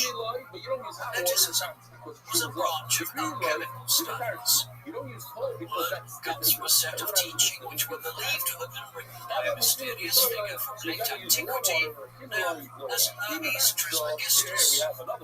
He was understood to have been a philosopher and a proto-scientist who dabbled in alchemy. In reality, the works which early modern Europeans ascribed to him were largely derived from a mix of Neoplatonic philosophy by 3rd century AD writers like Plotinus, and science as it had been carried out in the Roman Empire in the 3rd and 4th centuries AD. Elements of ancient Egyptian law and other writings were also incorporated into hermetic and alchemical thought in early modern Europe. As such, Hermeticism was a kind of pseudo-religion and experimentation with arcane knowledge. It was very closely connected to the scientific revolution, and Newton and Leibniz were far from the only major scientists of the era who dabbled in alchemy and hermeticism. So too did figures like Nicolaus Copernicus, Tycho Brahe, Johannes Kepler, Galileo Monterey, Francis Bacon, Robert Boyle, and many others. The scientific revolution was deeply connected to the quest for the philosopher's stone, alchemical studies more broadly, and hermetic thought. Chemistry, in particular, emerged as a discipline directly from alchemical studies. Thus, a visitor to Newton's study over many years would have seen scientific instruments that were designed to test the suitability of substances, as the philosopher's stone, while his papers are peppered with manuscripts about alchemy and hermeticism. As early as the 1660s, Newton's interest in the burgeoning field of chemistry was leading to him conducting research in the field of alchemy as well. He had obtained a 6-volume work entitled Theatrum Chemicum, which was published back in 1602, and which contained extensive treatises on how to carry out alchemical experiments. Newton closely read this and other works on the subject, even as he was carrying out his groundbreaking work on physics and mathematics. By 1670, his alchemical studies were advanced enough that he composed a treatise of his own entitled The Vegetation of Metals. Vegetation meaning transformation in this case. By that time, he was considering moving away entirely from natural philosophy or physics to focus on alchemy. He entered into correspondence with the leading chemist of the age, Robert Boyle, and continued to develop his laboratory in Cambridge, carrying out new experiments and acquiring all sorts of substances and equipment with which to study them. This led to the creation of Index Chemicus, or Chemical Index, in which he noted his experiments with hundreds of different substances to find the philosopher's stone. Newton would eventually develop files over thousands of pages of notes as part of his studies in alchemy. Unfortunately, much of this was in the form of symbols, which he clearly was able to understand himself, yet which are now impenetrable to the modern reader.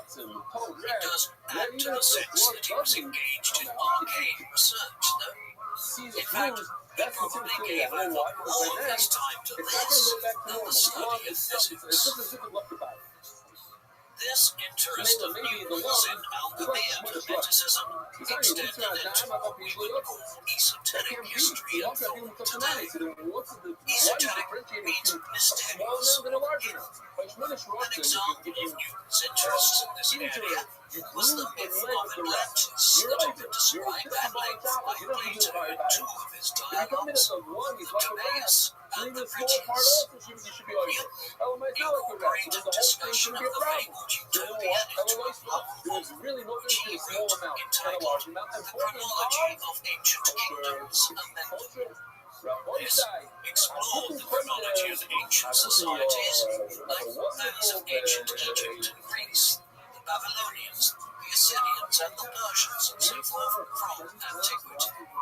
It must be remembered that when Newton was writing about these, the modern disciplines of Egyptology, Orientalism, and archaeology had yet to emerge, and the history of ancient Egypt and Mesopotamia was still shrouded in mystery. Some of his work was historically based.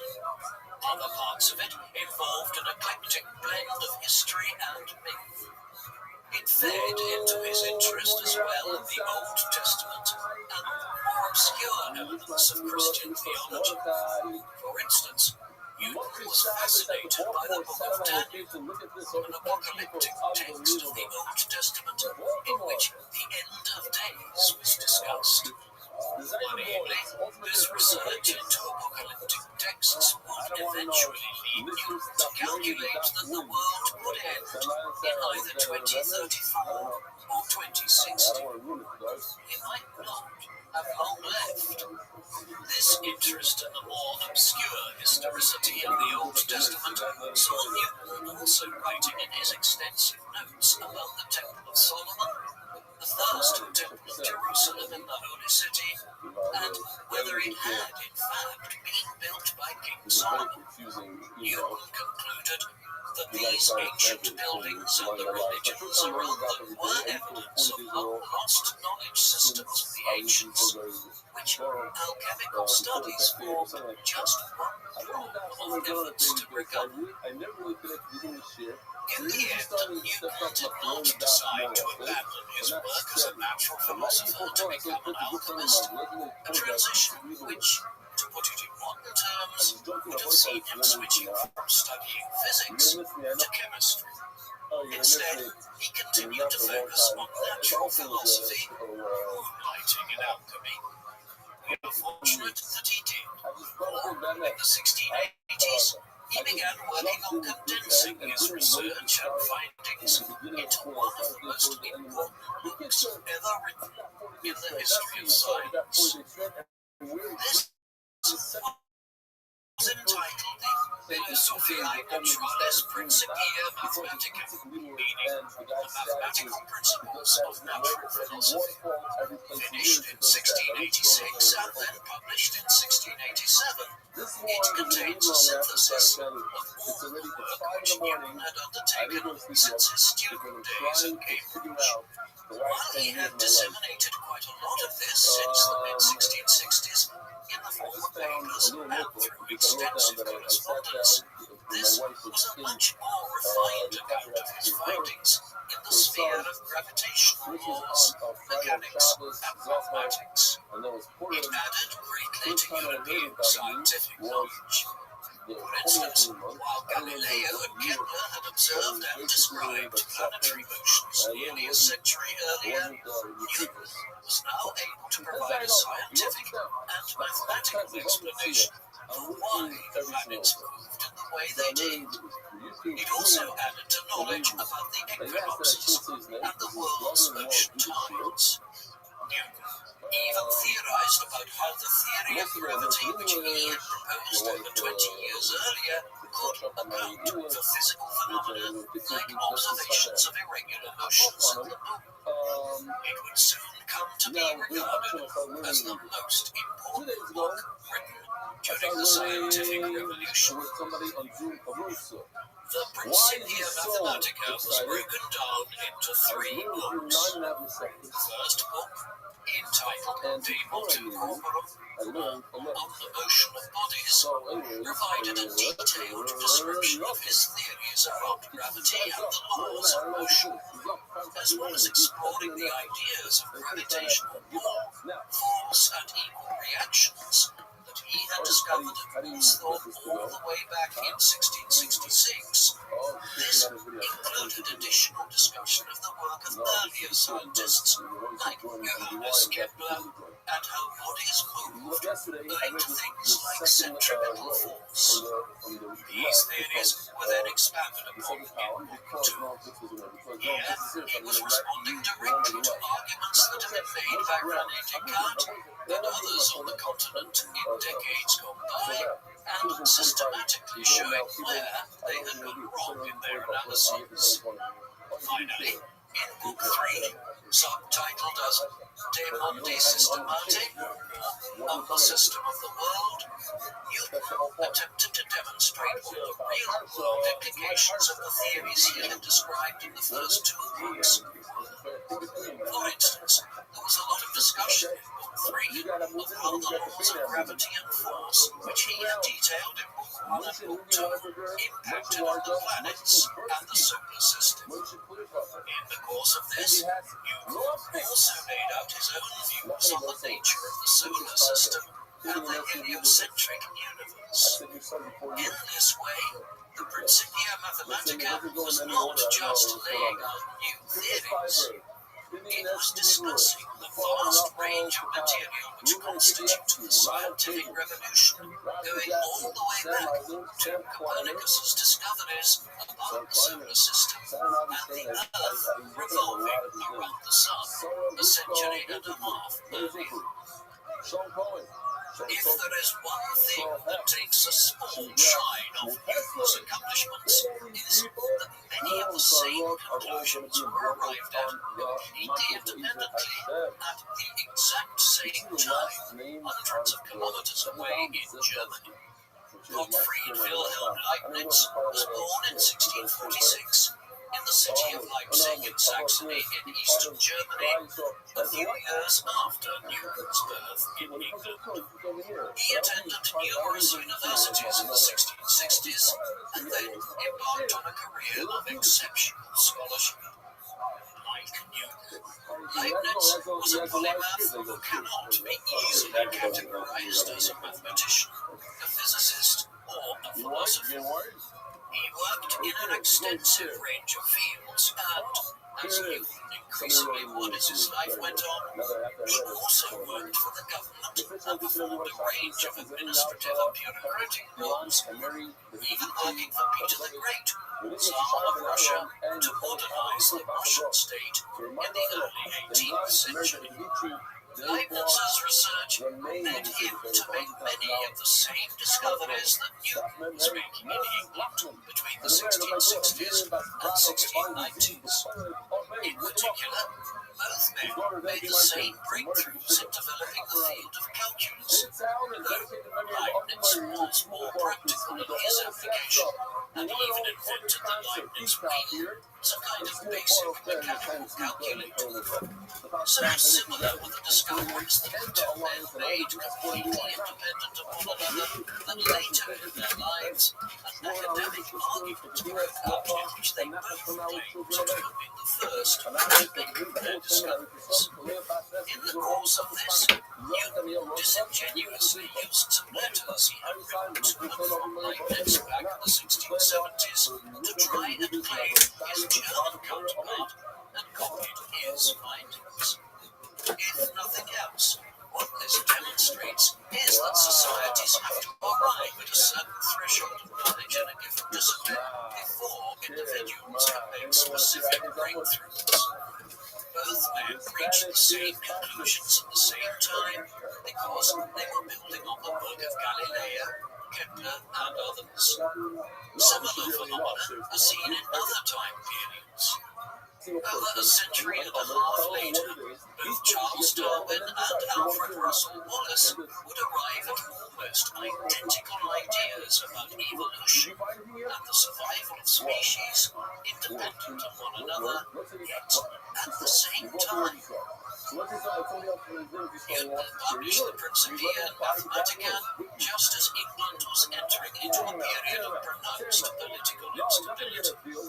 2 years earlier, in 1685, King Charles II died.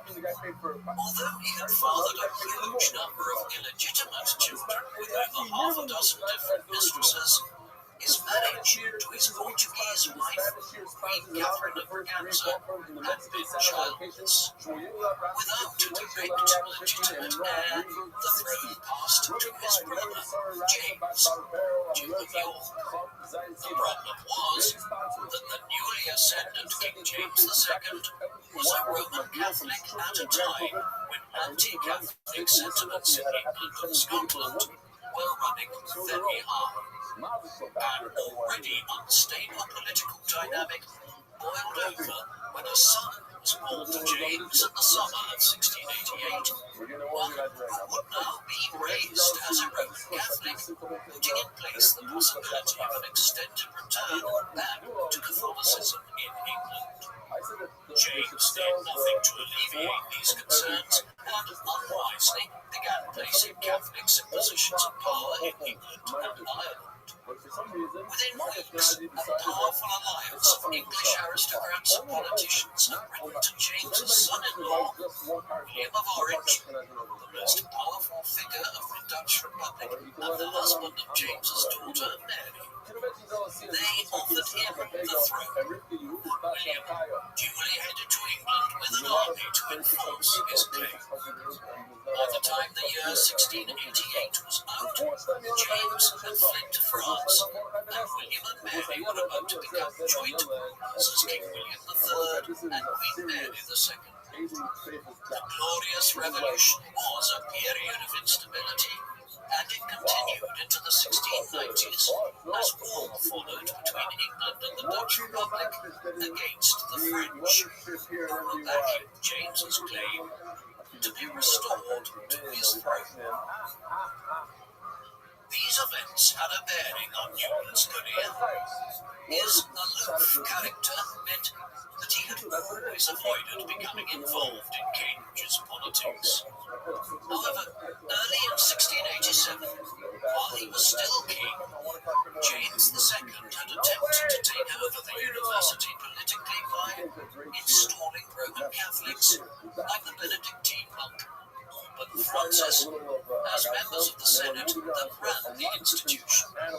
This annoyed Newman, a religious nonconformist who viewed even Protestant Anglicans poorly and who perceived Catholics as adherents of a branch of Christianity which had little or no basis in Scripture. He therefore became involved in the internal wrangling at Cambridge to try to maintain the political and religious independence of the university. In 1688, this led to Isaac and 7 others being ordered to come to London to answer for their efforts to resist James's attempts to enforce control over Cambridge. This brief foray into political activity was enough that when the Glorious Revolution had occurred and a new convention parliament was being assembled early in 1689 to ratify the political changes, Newman stood for election at Cambridge. He won a seat and headed for Westminster. His contributions were limited. Newman backed the constitutional changes which saw William and Mary become king and queen on the basis of Parliament's power relative to the monarchy was vastly increased in England. But he never spoke before the Parliament. A legend has it that the only vocal contribution he made to the Convention Parliament was to ask an usher to close a window that was creating a draft. Despite this, he was elected again as a member of Cambridge University in 1701, though a third election attempt in 1705 was unsuccessful. More broadly, Newton's brief forays into politics were important in that he spent more time in London and his social circle expanded slightly. In particular, he developed a friendship with the noted philosopher John Locke, whose areas of focus were optics and epistemology, the theory or study of knowledge. Life in London saw him become a government employee. In 1695, he was one of 8 individuals that the government contacted about the issue of English coinage being claimed. By the late 17th century, money was still circulating exclusively as coins made out of metals like silver and copper. Notes were starting to appear as instruments of exchange within the business community, but it was a long time before they would become part of day-to-day economic life. The issue with the coinage in the 1690s was that the stresses of war with France following the Glorious Revolution had led to people clipping the nation's coins. This is where a small sliver of silver was clipped or cut off the edges of coins. If this was done with a large amount of coins, the person could get themselves a nice haul of silver. Clipping was reaching epidemic proportions by the mid-1690s, and Newton was one of the individuals contacted about coming up with a solution. This first engagement with the government led to him being offered the post of Master of the Mint a year later in 1696. Over the next 2.5 years, he oversaw a complete recoinage. This was where an early modern government hoarded all of the old coins, melted them down, and minted new ones that were reissued. The new coins were issued with features which made it obvious if they had been clipped. Nearly 7 million pounds worth of coins were minted and issued between the spring of 1696, when he became master of the mint, and the end of 1698, roughly the same amount as was usually issued over 30 years. The accomplishment points towards Newton's considerable abilities as an administrator, though his coins were undervalued by comparison with European silver, and England's new silver coins soon started vanishing to France, where people would exchange them for higher amounts of money. Despite his position as the leading natural philosopher of his age in England, Newton had only played a limited role in the activities of the Royal Society for much of his life. This was broadly owing to his acrimonious relationship with Lord Hawke had a lot of supporters within the society, and Newton had been marginalised within it as a result. However, Hawke died on the 3rd of March 1703, paving the way for Newton's rapid ascent. Many members of the organisation felt it was in need of a more scientific-minded leader after years in which two nobles, Charles Montague, 1st Earl of Halifax, and John Somers, 1st Baron Somers, had held the position of president. In this vein, at a meeting of the Society's members in November 1703, Newton was elected as the new president. He would hold the position down to his death, becoming the second longest serving president ever, eclipsed only by Sir Joseph Banks, who held the office for a huge period of over 41 years, between 1778 and 1820. 2 years after he became president of the Royal Society, Newton was also knighted, becoming the first scientist or natural philosopher ever to be awarded such a title in Europe. As president of the Royal Society, one of Newton's foremost achievements was balancing the Society's books. It was badly in debt in 1703. By 1710, he had not only managed to remedy its financial situation, but had also enough of a surplus to acquire a new property at Green Court, near Fleet Street in London, which became the Royal Society's home in London for many years. Other actions were less admirable. He developed a rivalry with John Rothschild, the head of the Royal Greenwich Observatory, resulting in Newton trying to suppress Flamsteed's work and steal his research. The whole episode highlights the more unsavory elements of Newton's personality. While Newton's dual roles as master of the mint and president of the Royal Society kept him busy with government duties of one kind or another from the mid-1690s onwards, he did find time to continue his scholarly research and publishing. In 1704, he published Optics, or a treatise on the reflections, refractions, inflections, and colours of light. In this, he expanded on his earlier work in the nature of light and how humans observed light refraction from glass and other substances. This was a synthesis of things Newton had written and lectured about since the 1660s. For instance, it contained one of the first detailed discussions of how light, when filtered through a glass prism, separates into different colours, the same thing which is witnessed in rainbows. This involved a fundamental revision of Western ideas about the nature of light. Going all the way back to studies conducted by Aristotle in ancient Greece, it had been assumed that light was one single colour. Newton made it clear that this was not the case. The book also expanded on the idea of historical method and research. His decision to publish the first edition of the book in English rather than in Latin was was also important, signaling a shift away from the medieval and Renaissance notion that Latin was the unquestioned language of scholarship. Newton also spent a lot of time working on an expanded and revised second edition of the Principia Mathematica, published in 1713.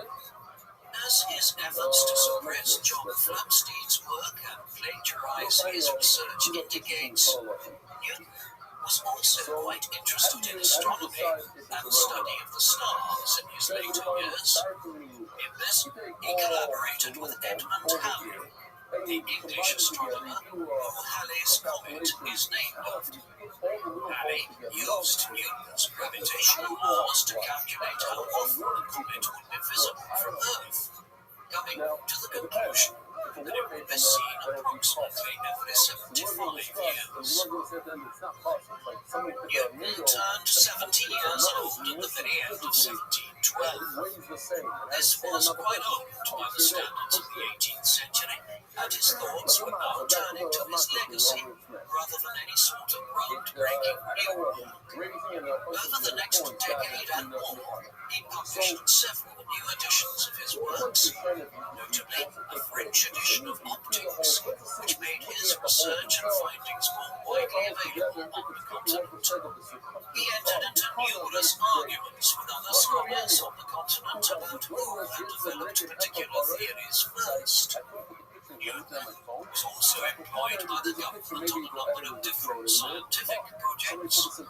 One involved efforts to find a way of measuring longitude while at sea. The British Royal Navy had emerged as the finest navy in the world, and as Britain's colonial and imperial expansion accelerated, the government wanted to find better and better ways to explore the uncharted parts of the world. Newton spent time in his later years reading papers that discussed various theoretical ways of measuring longitude, but a fully functioning marine chronometer would not be successfully developed until John Harrison in 1761. Beyond this, Newton spent a lot of his later life returning to the study of esoteric subjects and theology, which had held his interest throughout his life.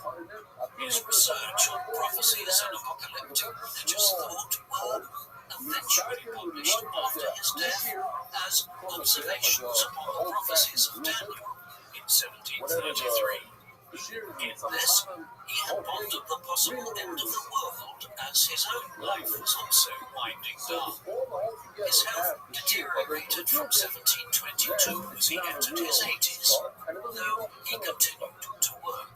On the 2nd of March 1727, at 84 years of age, he chaired a meeting of the Royal Society. Afterwards, he became ill, and his health deteriorated quickly. Newton died on the 20th of March 1727, the 31st of March on the continent. He was laid to rest in Westminster Abbey after a funeral attended by the leading figures of his age. Newton had been remarkably reticent about publishing his research during his lifetime. More than 20 years elapsed between his period of great discovery in 1665 and 1666, and when he finally published his work fully in the Principia Mathematica in 1687. This was mirrored in the amount of work which was left unpublished at the time of his death. Therefore, nearly more of his research was published posthumously than had been so during his lifetime. In 1728, just a year after he died, a collection of his lectures and writings on optics from Cambridge was published. That same year, his Chronology of Ancient Kingdoms amended, his work of history and theology that he had worked on over many years, appeared appeared in print.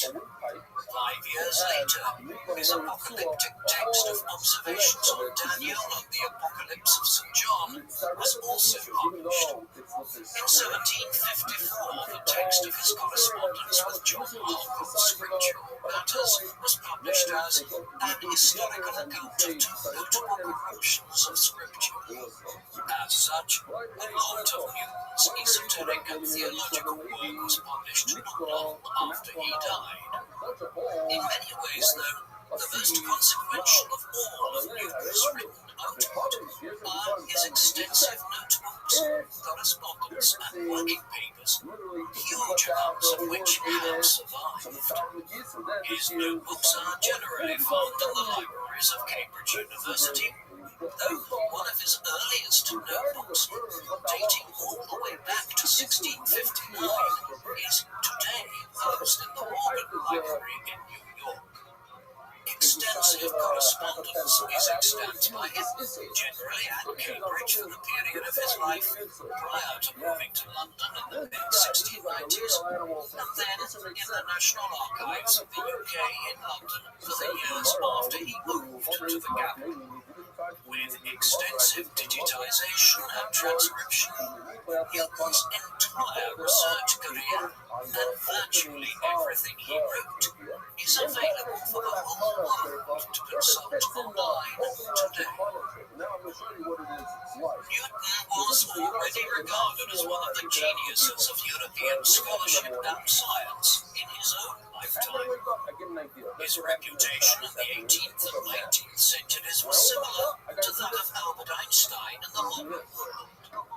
And yet, just like Einstein, Newton's work has been re-evaluated over time and revised. For instance, his work on gravity did not take account of how gravitational pull occurs beyond Earth itself and how it is impacted by things like black holes.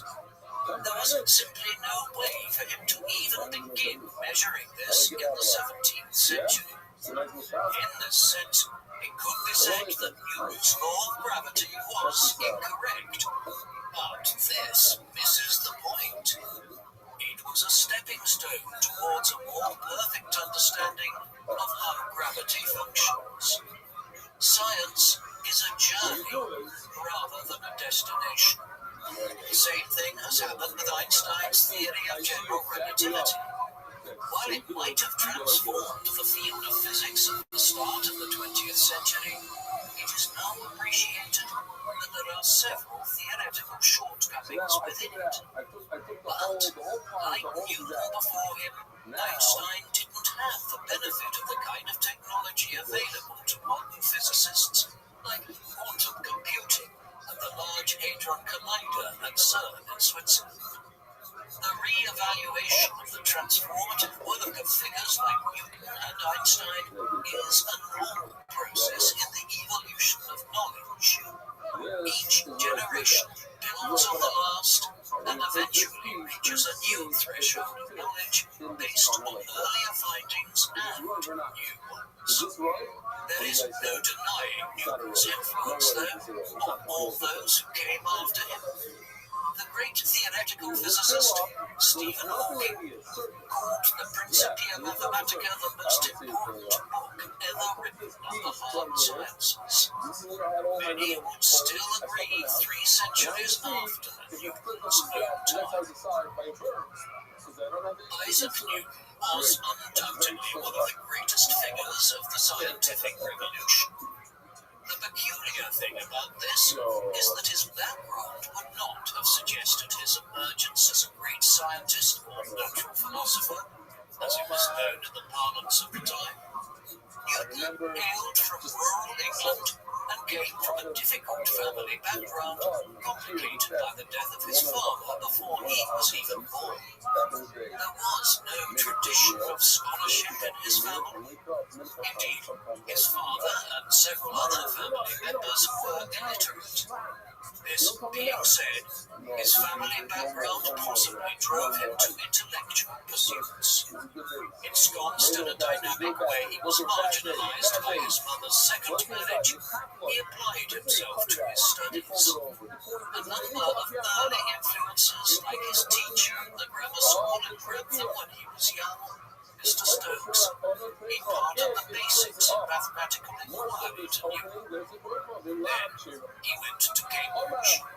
He never applied himself in a dedicated manner to the standard curriculum.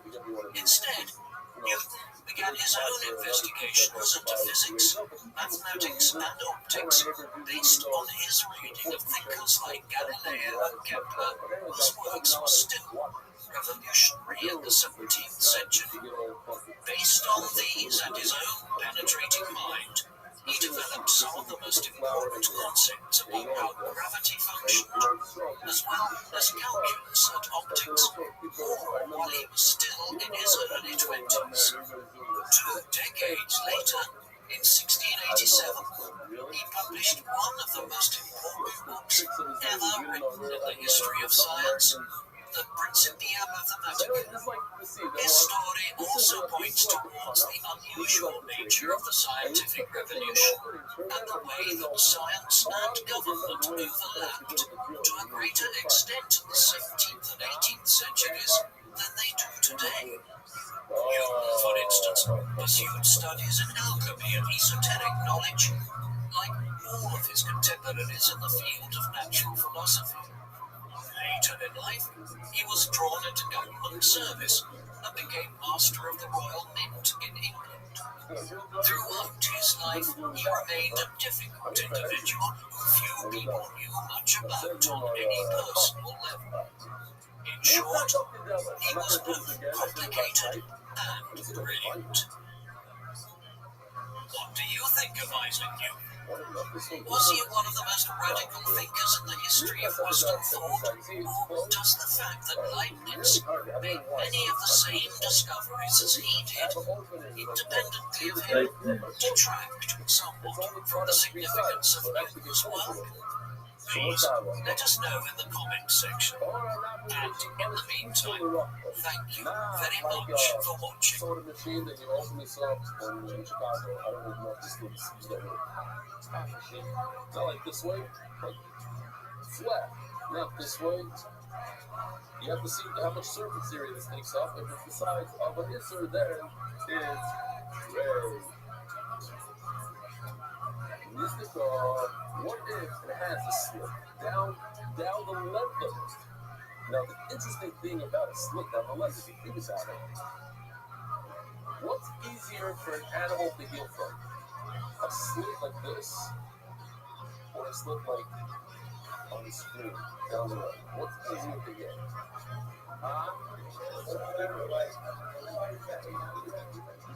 Not straight.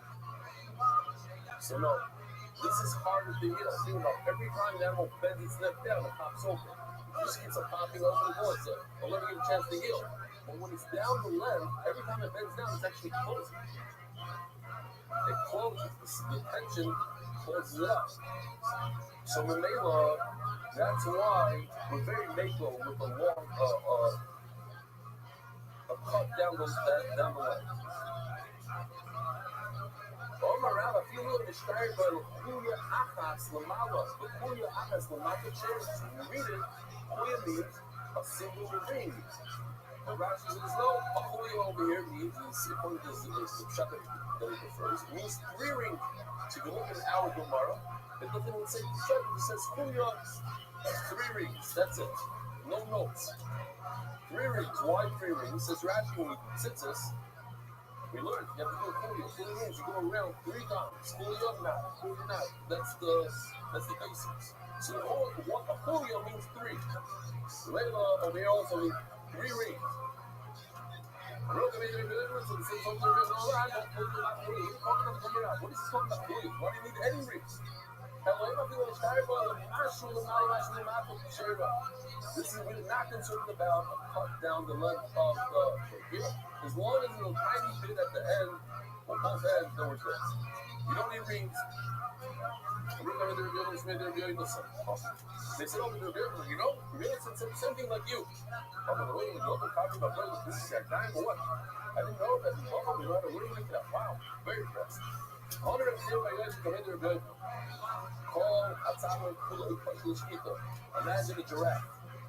The entire neck is punctured for Shkito. You know how to Shkito? On the whole neck area of a cow. So these are a cow, the entire neck. Just what's the problem?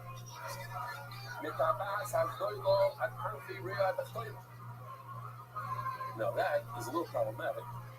Let's just remember, this is the last ring, basically, and it's called a doil because it's larger and it goes around and around in circumference. It's all cartilage material around and around. Oh, I got a good picture here from my speech off the picture here. You see the cartilage all in the complete circle. You can actually see, I believe, those are the people. If I'm not mistaken. But anyways, that's a nice tabasco. So from that area all the way to the lungs. Well, we're in the lungs. Listen to this. How can it be? You go to the bottom of the lung? So the Gemara explains right away. No, the bottom, which is the upper one. What does that mean? So what? Yeah, let's just clearly say. This is the lung. So it means the upper part of the lung. You can cut that trachea height. The first, when you blow it up like a balloon, and it's obviously going to spread everywhere. So the first lobe up to the first It is the 31st of January, 1858, and the Thames thousands of new at iron leviathan that towers over them on the river. The 19,000-ton ship, which has been the obsession of its designer, is, after several failed attempts, finally launched into the water where its construction finished afloat. A year later, whilst on board the giant vessel, the same man suffers a stroke and dies, never seeing his creation. At the time, the largest ship ever built set sail on her maiden voyage. His name is a bird kingdom now, history's greatest engineer.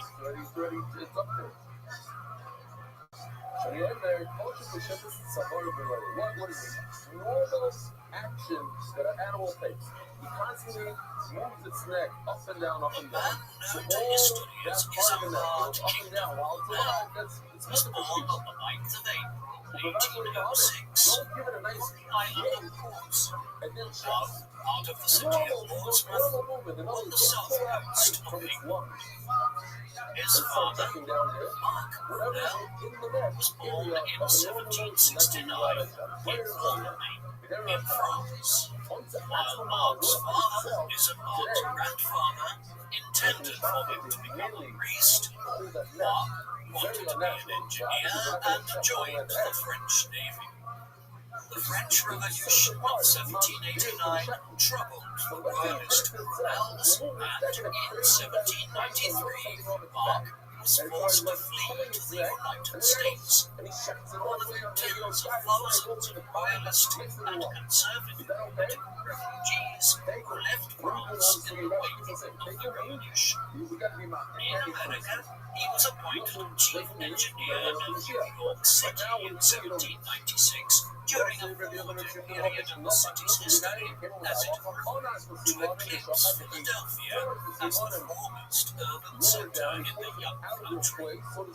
While Mark was still in France, he had fallen in love with Sophia Kingdom, a young English lady who was working as a governess in the city of Rouen in Normandy. After being stranded there when war broke out between Rouen and France, Mark had to leave Sophia behind when he escaped to America, but the two continued to exchange letters. After Sophia returned to her native country in 1795, Mark was anxious to join her. So he had an opportunity to do so. At a dinner party with Alexander Hamilton, one of the country's founding fathers, in 1798, Mark learned that the British war effort against France was hindered by the lack of pulley blocks for the rigging of sailing ships. Seeing an opportunity to rejoin Sophia, Mark designed a machine to simplify the manufacturing process of pulley blocks. In early 1799, he sailed to England, carrying his designs and a letter of introduction from Hamilton, which he presented to George Spencer, the First Lord of the British Admiralty. Mark wasted no time in seeking a reunion with Sophia, and in November 1799, the couple were married at St Andrew's Church in England. It was a lucky thing that the union had never occurred. After Mark had eloped from France years earlier, Sophia had remained in the country, even as Britain found itself a near continuous war with the French from 1792 onwards. As a British woman, she was eventually arrested in October 1793 after the French government imprisoned all foreigners on suspicion of espionage. She was only released after the radical revolutionary leader Maximilien Robespierre was ousted in a coup known as the Thermidorian Reaction in August 1794, and a less radical government gained power. Thereafter, Sophia had been able to return to England to live with her brother in London until such time as Mark joined her again, and they were there. Between 1800 and 1805, the couple had two daughters, Sophia and Emma, before the birth of their first and only son in April 1806, to whom they gave the unusual name Isambard King.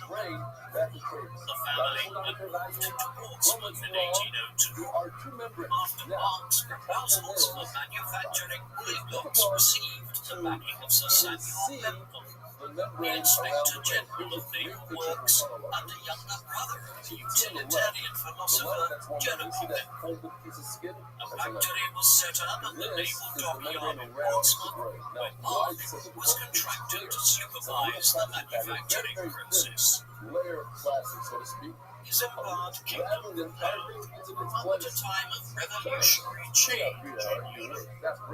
French Revolutionary Wars that had separated his parents for several years in the 1790s continued into the 1800s. Warfare came to the Napoleonic Wars. Many Englishmen had sympathized with the initial aims of the revolution and welcomed the fact that France was becoming a constitutional monarchy. But the execution of King Louis XVI in January 1793 had prompted Britain to declare war on the French Republic. The German powers of Prussia and Austria had already won the war with France since April 1792, and Europe would not see a stable peace again until 1815. In France itself, political order was temporarily restored after General Napoleon Bonaparte took power as first consul of the Republic in 1799, before making himself emperor in 1804. Between 1805 and 1807, Napoleon defeated major continental powers of Austria, Prussia, and Russia in quick succession, enabling him to dominate the European continent. Across the English Channel, Britain was the only major European power to remain undefeated, and the blockade of French ports by the Royal Navy prevented Napoleon from launching his desired invasion of England. An attempt by the French Navy to break out of the blockade in 1805 ended with the defeat of an allied Franco-Spanish fleet by Admiral Rothschild, and the British Royal Navy at Trafalgar in October 1805. The Royal Navy's control of global maritime trade strengthened the British economy, which was experiencing the early stages of the Industrial Revolution. From the 1770s onwards, technological innovations encouraged the development of factories and the specialization of labor, lowering the costs of production. and increasing profits for entrepreneurs. While science and technology was more advanced in France, financiers and industrialists refused to enjoy political support to pursue their projects. Although the Napoleonic Wars had a significant impact on the British economy, escaped the devastation of the European continent, and the process of industrialization could continue undisrupted. During the first half of the 19th century, Europe continued to be the leading industrial power in the world, and Brunel played a major part in Britain's economic development during this period. In 1808, when his blood was 2 years old, the family moved to Chelsea in southwest London, where they would live for almost 2 decades. Mark Brunel's work on polyglotts made his reputation in England, and in 1808 he built a sawmill at Battersea across the Thames from Chelsea, where he implemented measures to increase the efficiency of timber processing. The following year, he began to mass produce clothes for highly equipped British soldiers, and in 1812 he was commissioned by the Royal Navy to build a sawmill at the Chatham Dockyard in Kent.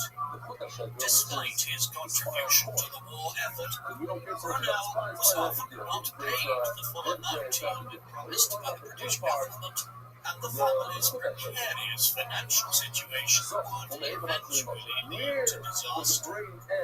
As the oldest son of the family, young Isambard was brought on to follow in his father's footsteps. The young boy benefited from the close attention of his father, who taught him to draw at the age of 4 and the basics of Euclidean geometry at the age of 8. Mark was impressed by his son's abilities and sent him to a boarding school at Home in Sussex, where he studied classics and made a survey of the town in his free time. He used his knowledge of engineering to astonish his classmates by predicting the imminent collapse of poorly designed buildings. In 1815, peace was restored to Europe after Allied armies led by the Duke of Wellington and Field Marshal Gebhard von Kluge defeated Napoleon decisively at the Battle of Waterloo in what is now Belgium.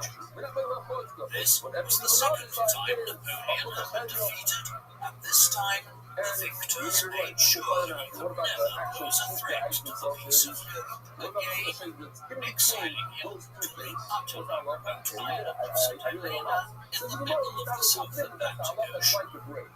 Mark Brunel was glad to see the restoration of the House of Bourbon to the French throne in the aftermath of Napoleon's demise, and he was now a British citizen and made no effort to return to his native land with his family. Nevertheless, he believed his son would benefit from a French education, and in 1820, 14-year-old Isambard was sent off to France. The teenage Brunel was initially enrolled in the College of Caen in his father's native Normandy, now Caen University, before moving on to the Lycée Ricard in Paris. In 1822, at the age of 16, Isambard spent several months working for the clockmaker Abraham von Brebeck, who was impressed by the young man's inventive potential. Mark had hoped to send Isambard to the prestigious École Polytechnique in Paris, which Napoleon had transformed into one of the most advanced academies for military engineers anywhere in the world. But Isambard's English birth disqualified him from obtaining a position here. Therefore, he returned to England in August 1822 to become an assistant at his father's office at 16 years of age. During his man's absence in France, Mark Brunel had fallen into debt as a result of a series of failed projects that had run into trouble in a post-war environment in which his designs were no longer as necessary. He spent 3 months in debtor's prison in Southwark as a result, where the dutiful Sophia joined him and helped him with his work there. After his initial appeals to the government were unsuccessful, Mark sought assistance from Tsar Alexander I of Russia, who had been impressed by his work on holding box more than a decade earlier and had invited him to St. Petersburg. After writing to the Tsar, Mark also went public with his criticisms of the British government for failing to pay him for his work during the war, and then incarcerating him for unpaid debts years later, as though the debts were probably those of the government. Following the public outcry, Mark Brunel's influential political friends, including Lord Spencer and the Duke of Wellington, persuaded the government to pay him £5,000 to clear his debts in exchange for a promise to remain in England and not travel abroad to share his engineering ideas with other governments. The British were particularly keen to avoid him entering the employment of Russia at a time when the Great Game, the name for the rivalry between the Russians and the British in Central Asia, was just beginning. Hence, after leaving prison, Mark Brunel returned to work with a wide range of projects. Young Isambard was involved in supervising operations at a Sheffield ironworks, which was making the iron for two suspension bridges in the French colony of Réunion in the Indian Ocean. Isambard was about to set out on his own engineering career at this time. It is worth briefly reflecting on the environment he would work in. While the Industrial Revolution changed Europe, this first Industrial Revolution, as it is now termed, was quite limited in some respects.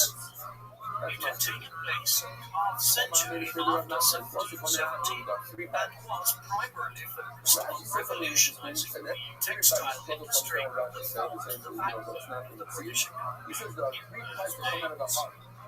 Factories had been set up to engage in textile production on a mass scale, and steam power was employed. For the first time, to reduce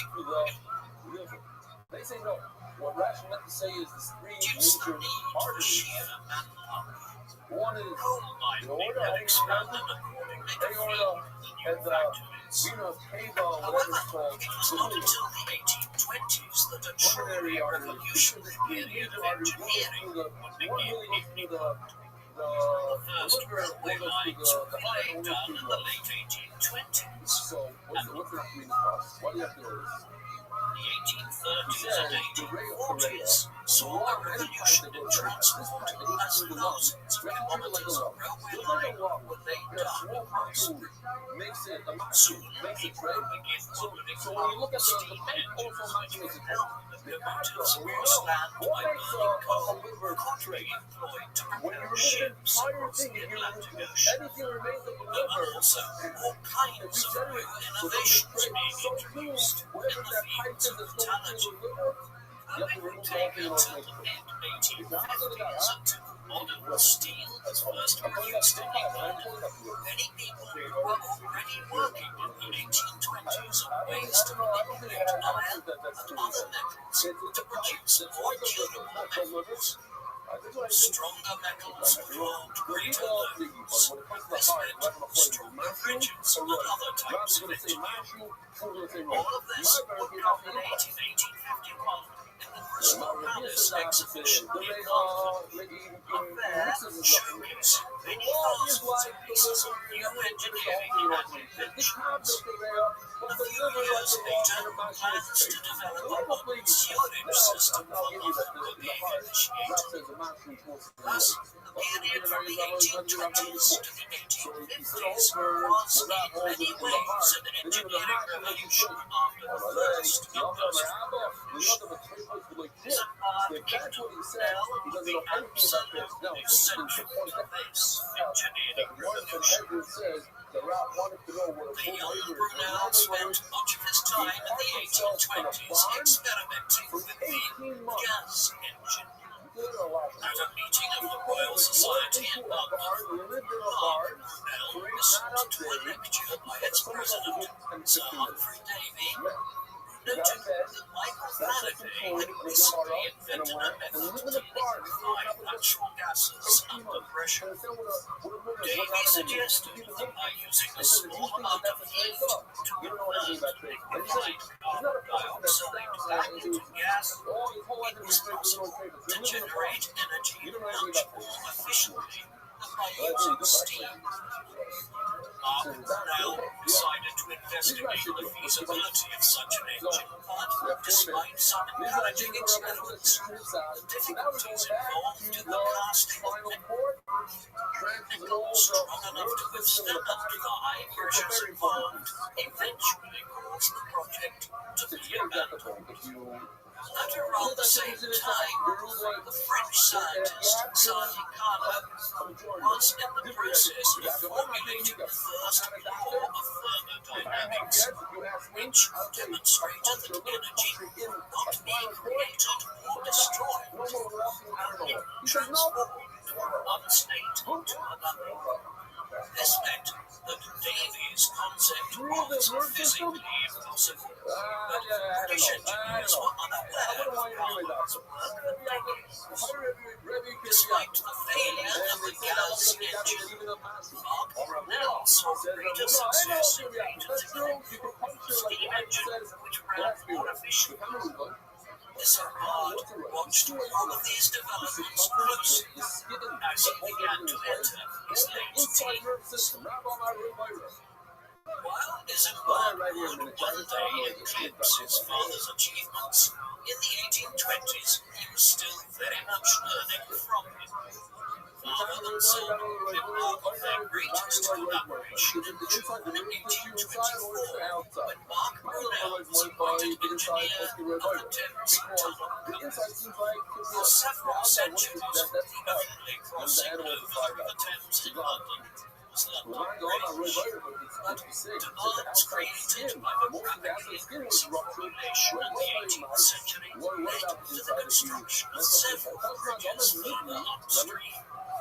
A new river crossing was also required to the east of London Bridge. But the bridge was only the western sense. It would prevent sailing vessels from accessing the London dockyards.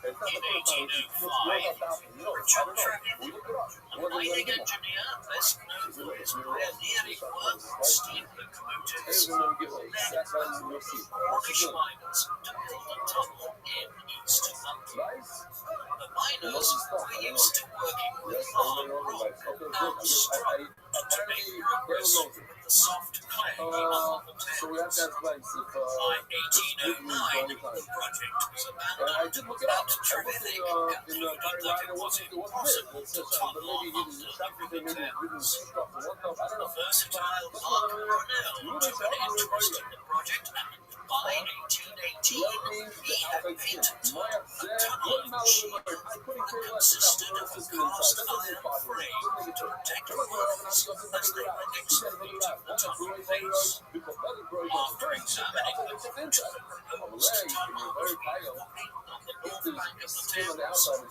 on the High south, Brunel modified his design to make a rectangular frame that accommodated 12 men at the tunnel face. Work began in 1825, and soon Brunel's shield was installed under the river. He anticipated that the work would only take 3 years, but The project faced a series of challenges and would take 6 times as long.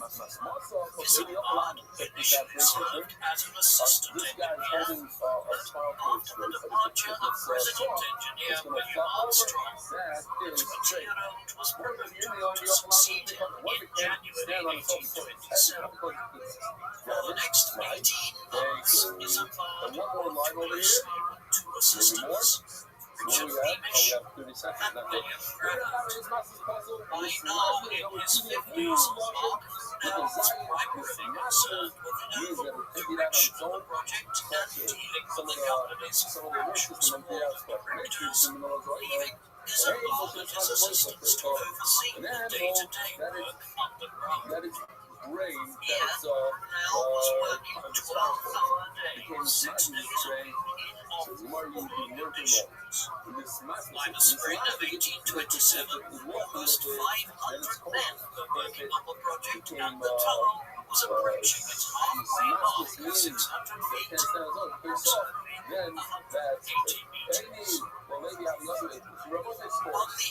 of May, 1827, disaster struck after the river building collapsed on top of the shield and flooded full of water. Thanks to the efforts of Isambard and William Graham, no lives were lost. Despite the cramped working conditions, the company directors attempted to improve the company's financial position by selling tickets to see the unfinished tunnel as a kind of tourist engineering attraction. In November 1827, Isambard held a dinner for 50 guests, and Richard Beamish arranged for the band of the Coldstream Guards, his former military regiment, to provide musical accompaniment. However, 2 months later, January 1828, as the tunnel reached its halfway point, the tunnel was flooded once again.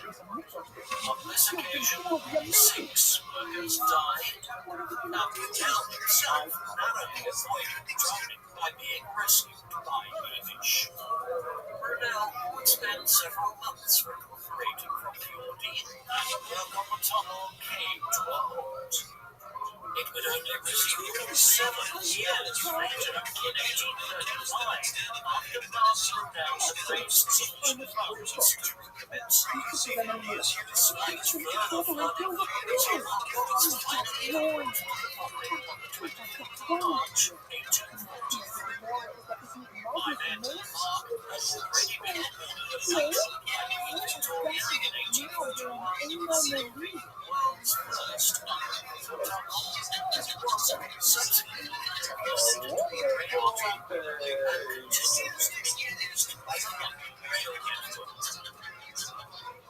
While Isambard played no further part in the construction of the Thames Tunnel, he had begun to consider its continuance as a project manager and leader of men from the experience.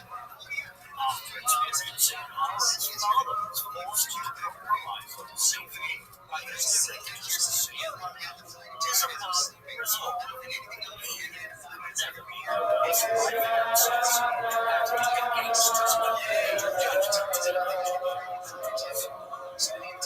Struggled with this tunnel in 1828 and made several trips to the Far East.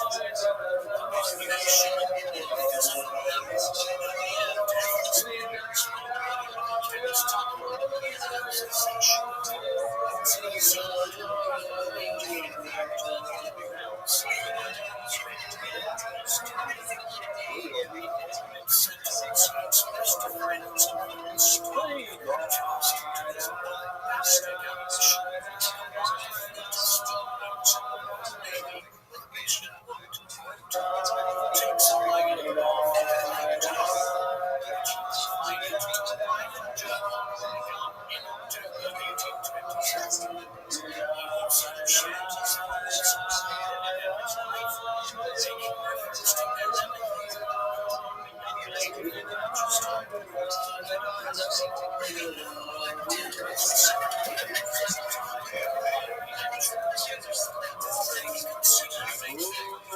One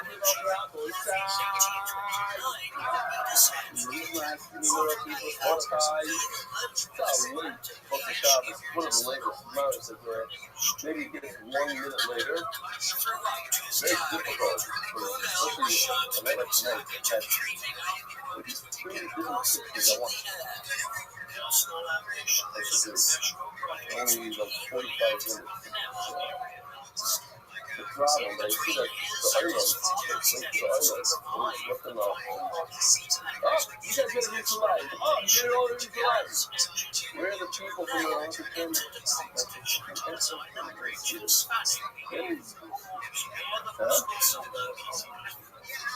I'm going to read the second line. You might need to read the first line tomorrow morning to get seated. No, I'm fixing this. I want to read it all. More live words. I'm moving my voice side. All the American, say that. 225 minutes. Maybe people are going to more live words.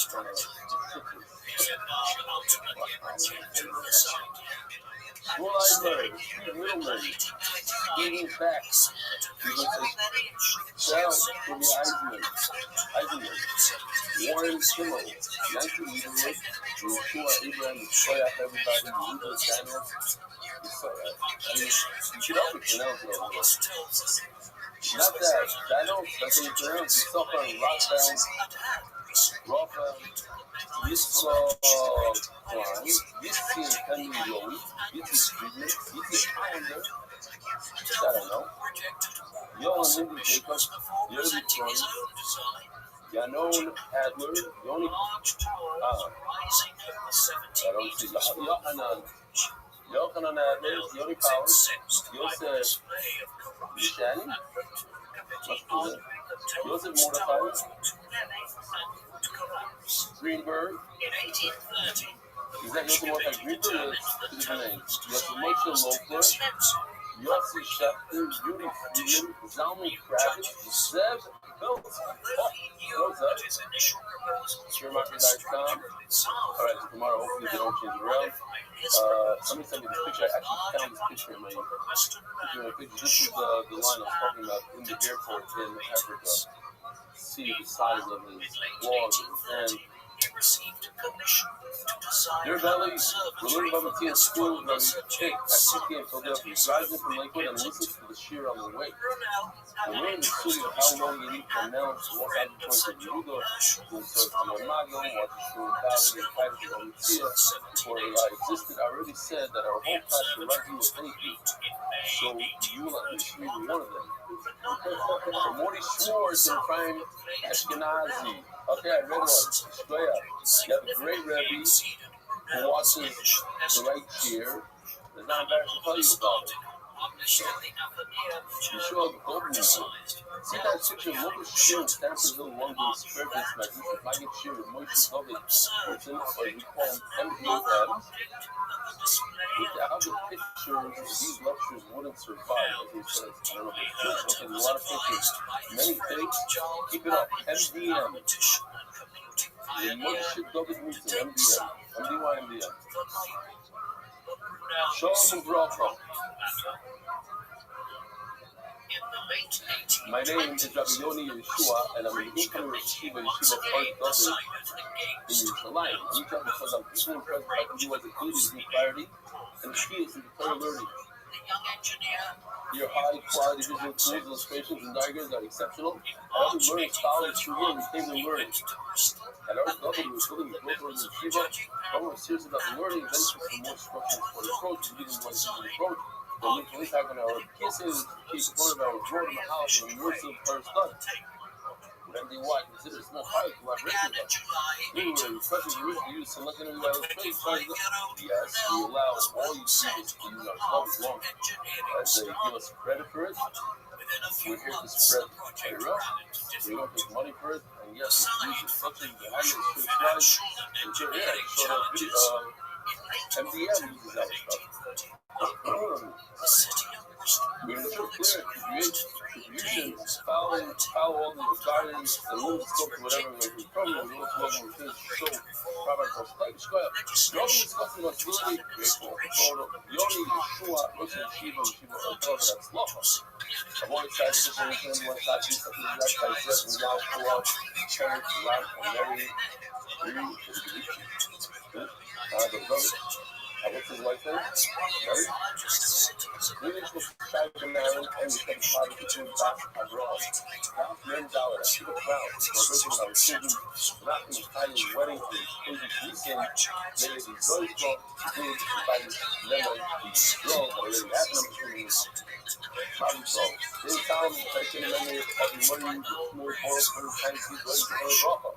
Then they set the front running out of the foundation, language, and court, the consortium, analyze the moment support of the wife, analysis of the different documents, they give the chief Benny, more on a whole sister, because he that self and not out from our children. Anonymous, was really for them off, and every person to lay about Esther and May, Rothschild, read to Simcha. Simon, multi-factor for them other way from here, anonymous, the same offer you with Newcomb and Newton of Rothschild and Pablo Viral May.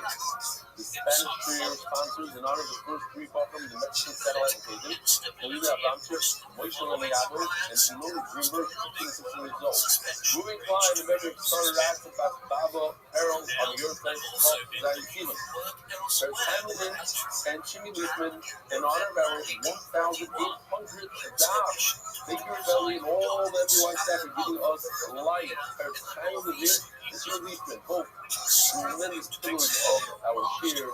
Mazel Tov, instant incredible.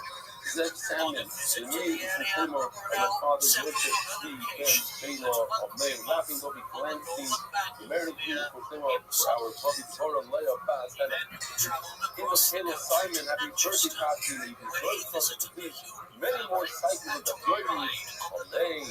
Anonymous from special occasion of Ruth Burman's 70th birthday, Mazel Tov. And we want to start some months. The rest of those things, because I think it's going to and we will back to Apple. Hi-yo! You are. We claim it out, then I didn't become a drop. We claim it more time in Esther. What happens? Any news? When he returned to London, He's in the hospital because of the Friday school incident. Because I yelled, Daniel said, then I yelled at Esther. Our boy side, here we go. So, yes, it was tonight. Tonight, put it together in seconds. So, according to Rav, Rav is small. With the target, what is it called? during the 18th century, This is the vessel. This is the eating tube. The very end of it, the one closest to the mouth, is the Turbat vessel. When you puncture it, now this whole entire tube, when you put a little tiny needle hole in it, it's a ghana, it's a tray pump. But what about the Turbat vessel all the way to the top?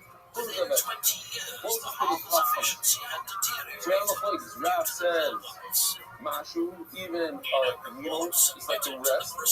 And Paul says, no, you need to cut 51% of his circumference. Rav says, you understand now, Rav says, much why? Because the very top part by the song is a muffin shkita, and Shmuel says it's not a muffin shkita. Since it's not a muffin shkita, it's nothing that has to do with the besha. It's not a besha. It's not an esophagus. What is it? It's another part of the animal. One part of the animal, you need more damage. If it's the esophagus, it's beginning to even a small amount is Shmuel. But it's not the esophagus, it's not the eating tube. Not just even about it. We're going to see a little bit. Now, says the Gemara story, Mamish, Agadita. We are going to have a little bit of Agadita today. So here's an Agadita. Where the Gemara said on both sides, I would tell you there was a knock. The Havel of Dana looked for. That's the end of the story. The actual made sheet of the Turbat vessel. This Walmart investment. Oh! So for that, I must pull out my trusted knife. These are small. We gotta start using the large one. Did you ever notice he's not here? I talk about it. And when I pull this knife out, not this out, so he steps back and kicks up. He goes into him and pulls his Gemara up on his face. As if that's going to help him from this knife. If it slips, it slips. You know what I'm saying?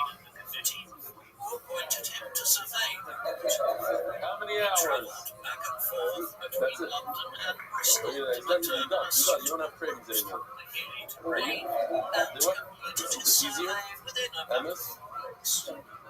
In July, a committee of directors was formed in London to complement the one in Bristol and at their first joint meeting in August 1833.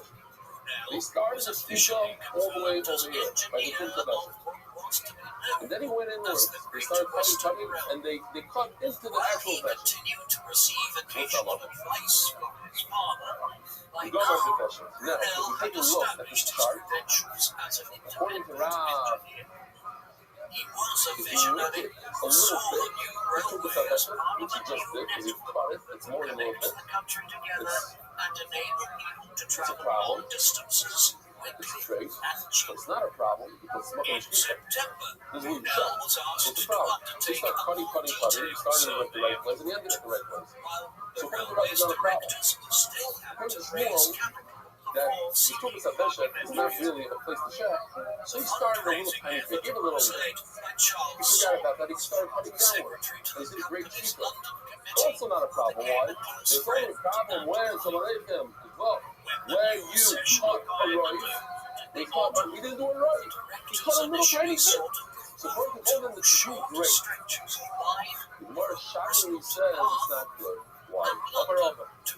Ramina Ali Humre the Rab, the Humre the Shmuel Peripheral. Take a look at the chart for a second. This is not the chart. I'm going to take a little bit of Rab and a little bit of Shmuel. I'm going to mix it all together. I'm going to come out with the Humre. Straight. The what? He shafted a little tiny bit of the Turbis Abesha. A tiny bit is only a problem with the Mocha Mashkita. So I'm going to go and use Shmuel and say it's not the Mocha Mashkita. And he did a little tiny bit in not of the Mocha Mashkita book. If you say that a Masha is considered by Turbis Abesha, to go be consistent and say, who says the Masha is a problem? Rab. And Rab says it's a good place of a Shkita. And I'm doing a Shkita. I'm going to fill the gap for a Shkita. So I started with Turbis Abesha. I finished now doing it. It's all Mocha Mashkita. It's a great Shkita. No. I'm going to go like Shmuel. But Shmuel says that you need a roast. You need to cut 51%. And he didn't cut 51%. You cut 1%. So I'm not using Shmuel's right. I'm going to use Rab's right. But I'm going to use Shmuel that Shmuel says that Turbis Abesha is not part of the Shkita. And I'm going to use Rab and says, but if you do a little tiny bit, it's not going to keep on it. Possible. Mamish is strange halacha. Kumri the Rab, don't Rab the Mash. You don't know what Rab is a Mash. Don't Rab Mash. Well, Rab, but it's a problem. You're going to Rab is consistent. Rab is Mocha Shkiti. It's great. You can start a Shkita over there. No. Then I'm going to go to Shmuel and move on to the left lane. It says, oh, my life, Mocha Shkiti was not the Mocha. Shmuel, so what did he say? Shmuel, I'm a Ruba. Be consistent. Shmuel says you need it right, and he didn't do it right. He only cut a little bit of the Turbis Abesha. I'm going to go. But the Rab, I'm going to be about very serious halacha here. And obviously, just like we don't understand it, and that generation didn't understand it. You guys are mixing off. This thing rolled around, and the point is, I made it around and kick it about. If you take Rab all the way, it's 100% good, because he didn't look like Shkita, the Mocha Shkita, if it's all this way, he did do right. Your right is not a Mocha Shkita, he did do right. So this animal is kosher. Zino Amalek, Greg the Rabbi Yosef, Barthamo, he didn't want to call him by his first name. He's too scared to call him the son of Yosef Barthamo, which means he's the son of Yosef Barthamo, famous Rabbi. Felon, the child may carry the mother. He must pay because he said such a silly halacha. He has to pay for it. Says Rashi, the only way a Rav has to pay for it is if he causes the damage with his own head. If he paskin and they you in the head and listen to them, you don't have to pay. So it must be that Rav took this animal. He saw that they're defecting. He said, "What do you know? Either Rav or Shmuel." He took the animal and gave it to the dog.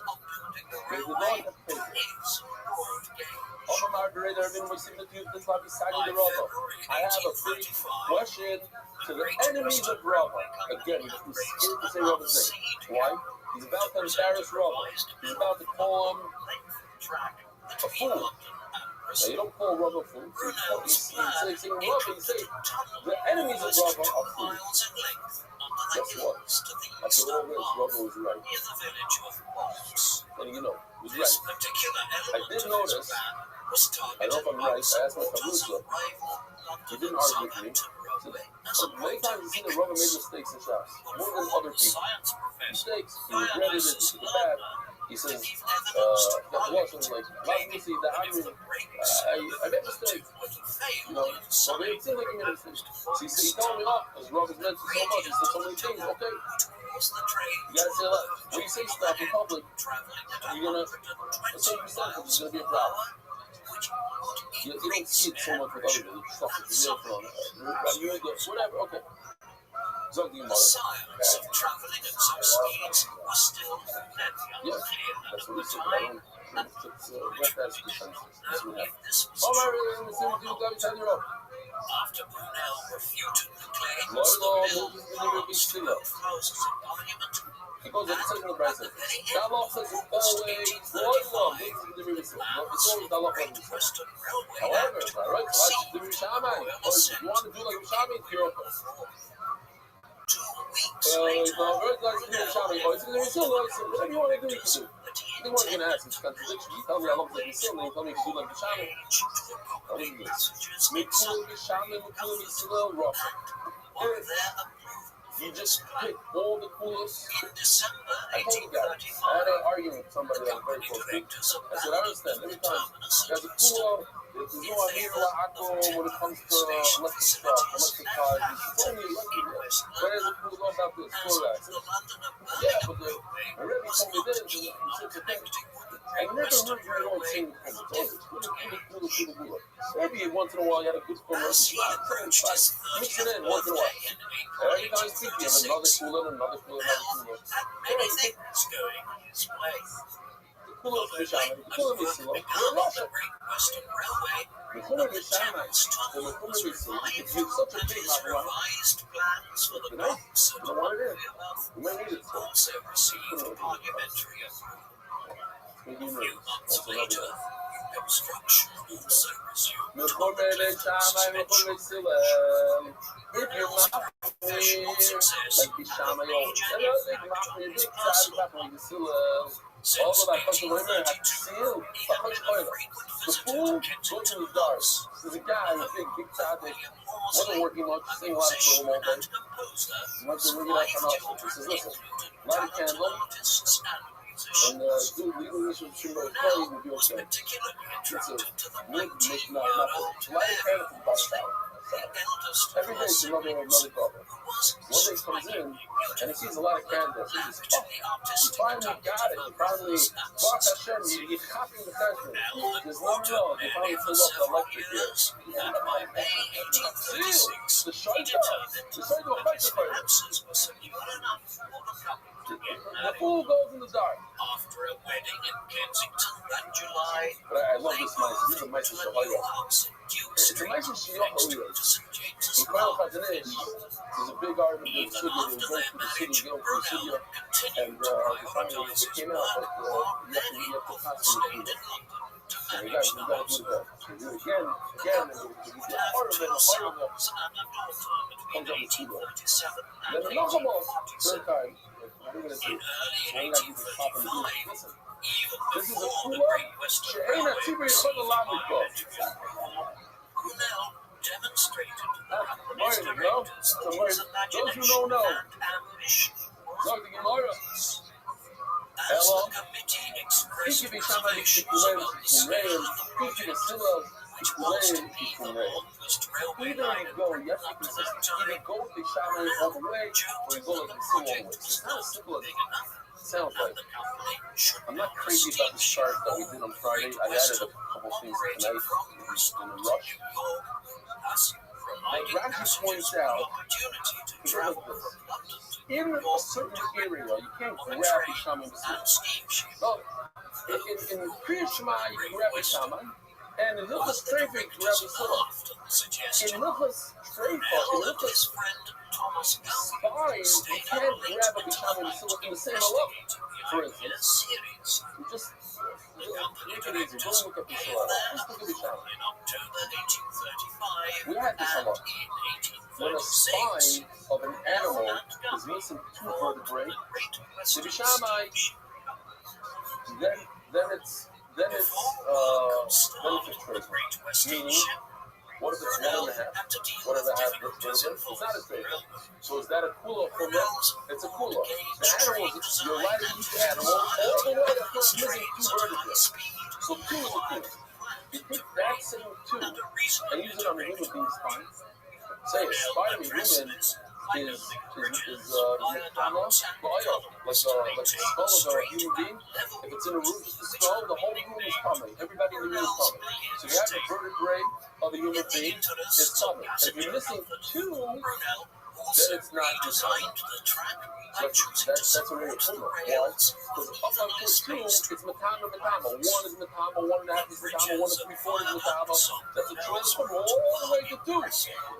But still say no. You don't need to. So you can't grab and say, you know what? When it comes to an animal, eating the animal, I'm going to go like fish on. So you need 2 vertebrae to make a trade. 1.5 vertebrae, you love. So I'm going to use that kula. And when it comes to too much oil, I'm going to go with the kilo, left bottom quarter, I'm going to say that it's not metama once you have 1 vertebrae missing. That's not fair. Because the poison 2 vertebrae makes it discard, it doesn't make it discard.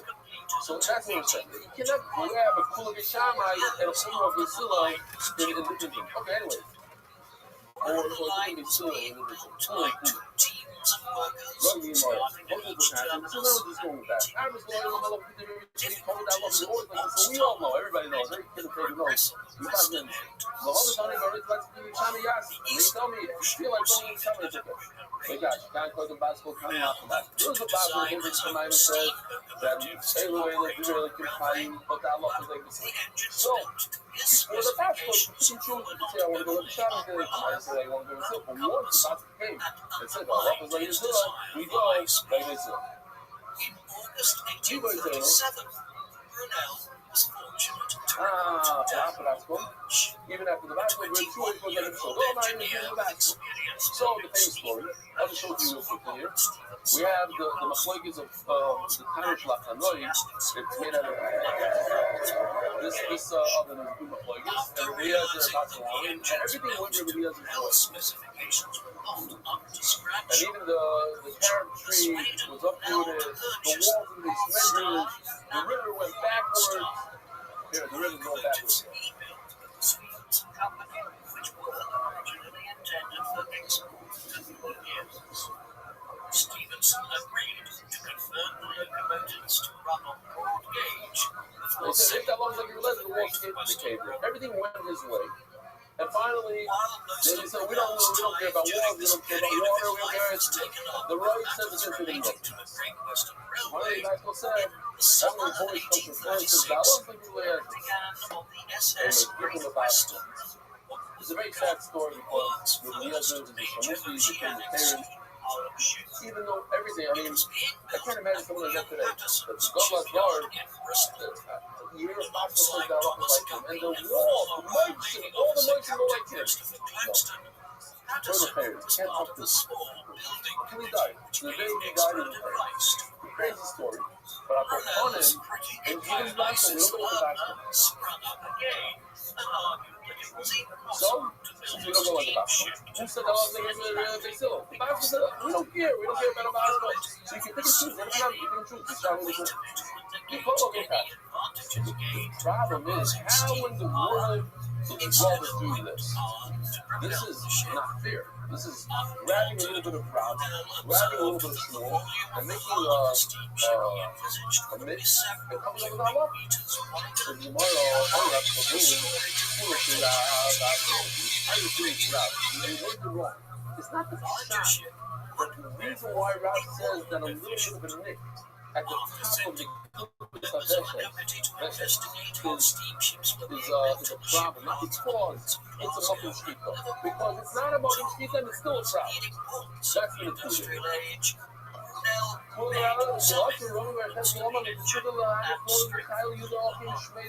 Don't listen to my brother. I think in all sides, I think he's brought them along. That's what I once heard. Don't take it for it, but it could be. The Rabbi Yehuda is the one who walks up. He brings up the Nat, the one Shmuel, he brought them the one from Shah. Those are the many things. This is what Rabbi Pat said, is right. That's enough to make a funny shield. The crowd thinks of it. Lama for Shkidu.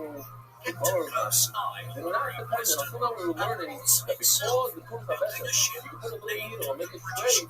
A mud tree is the mud mosquito, like the rest of the vessel. No, it's not a mud mosquito. He agrees, Rabbi agrees it's not a mud mosquito. And yet, it comes straight with the mushroom. And that's why Rabbi said that if you start to speak up it, if you start to speak up here and you go down, he says that's straight. Why? Because it's not a other speak up. And I'm not just breaks it. So that's why it's straight. Nothing to do with tomorrow. He didn't jump up two consonants. It's one consonant called Rav, Samashu, and it's not a mother. No matter how come. So now that we have this eating pipe, where can you go on foot? Where can you chef? How much? Says the Gemara over 11, make this is yard. You grab it like this, so you can only set right over here. Oh. SS Great Western began its maiden voyage across the Atlantic, hoping to beat the Sirius to the United States. From this down, but not from here out. You gotta grab a hand grab. Now the part that's next to the lungs, or not the lungs, the stomach, sorry, the stomach. What you can picture here, that the ocean put together, stuff, really phenomenal. Oh, hold on. I can show this one? Let me show this one. This is okay? You know, I was down.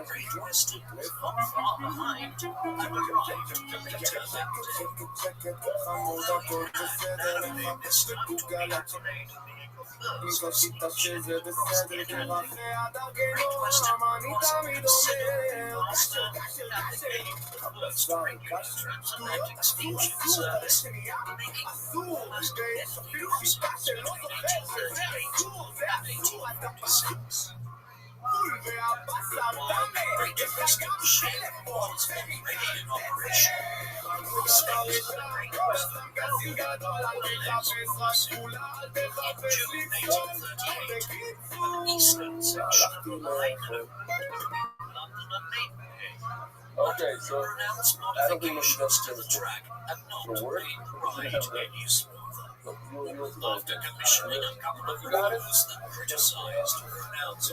Oh, everybody stop what you're doing. How you looking, Jim? Remember that time I was talking to you and everybody was waiting on you? What's up, big dog? It has like ears, sort of like ears. These help. I don't think everybody went up. No, everybody was in here. We were all waiting on you. What's going on, big man?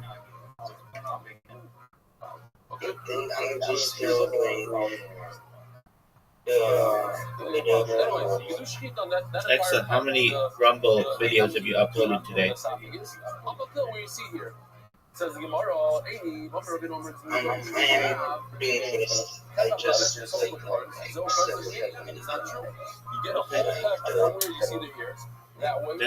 That's okay. You did the right thing. Come in here. I'll give you a swift kick in the rear end, and we'll get your day started perfectly. All right. So, did you sleep well? I like the chocolate because the chocolate. So when you chef things, see that esophagus that goes into the stomach, you know how to chef this. It's not part of the esophagus. It's called the carrot. It's called a stomach. Okay, that's all right. So you're uploading something to Rumble, and have you changed all of the names of all of your podcasts yet? Yeah, If I'm telling you it's They're all done? awareness, then it's not a esophagus. What are we checking with? yeah, I can check. Big part. yeah. Go ahead, I'm gonna go ahead is like The first step No, did you do it on Spotify yet? That first step, that's the parents of me. Spotify. After that, I forget. enough. Yamina is how much of a hole do you need? The first step That's okay. from the esophagus in is called. But you've got to do it on Spotify. It's important. That takes it up. The rest of it, And you should know, you're not the only one who does this kind of stuff. I was on somebody's podcast and I looked, and they misspelled my name like all over. They called me all kinds of different things, and so I'm gonna email them and let them know, like, hey, can you please like go back and just like spell my name correctly? Like, if people are looking for me, they're never gonna find it on your podcast. That's only in a bull, not in a smaller animal. Let's see, I think we have a picture here. We didn't have No, you're not. You're not, but just recognize that, well, you should recognize that it's a common thing, but it's basically the most important thing that you can do as a podcast host is make sure you spell your guest's name correctly for two reasons. One, it's an insult to them if you don't, and two, you're never going to get their audience to view the video if it's not spelled correctly. You see from here, even though the bottom jaw is disconnected in this picture. What does that mean when it's disconnected? It's disconnected with the two types. So you see, it's okay if they're disconnected. So that's important. One of the problems. You should also ask them, hey, do you have any links that you want me to put in the description? Do you have any hashtags you want me to use? Do you have a bio that you want me to use? Do you have a headshot that you want me to use? These are things that you should be asking your guests. If they do, great. You put them in there. If they don't, no big deal. But this way, their fans will be able to find them easier.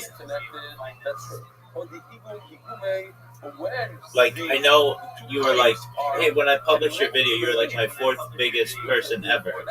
Well, that's okay, considering when you first published it, you didn't have my name in it. So how would anybody ever find it? You get what I'm saying?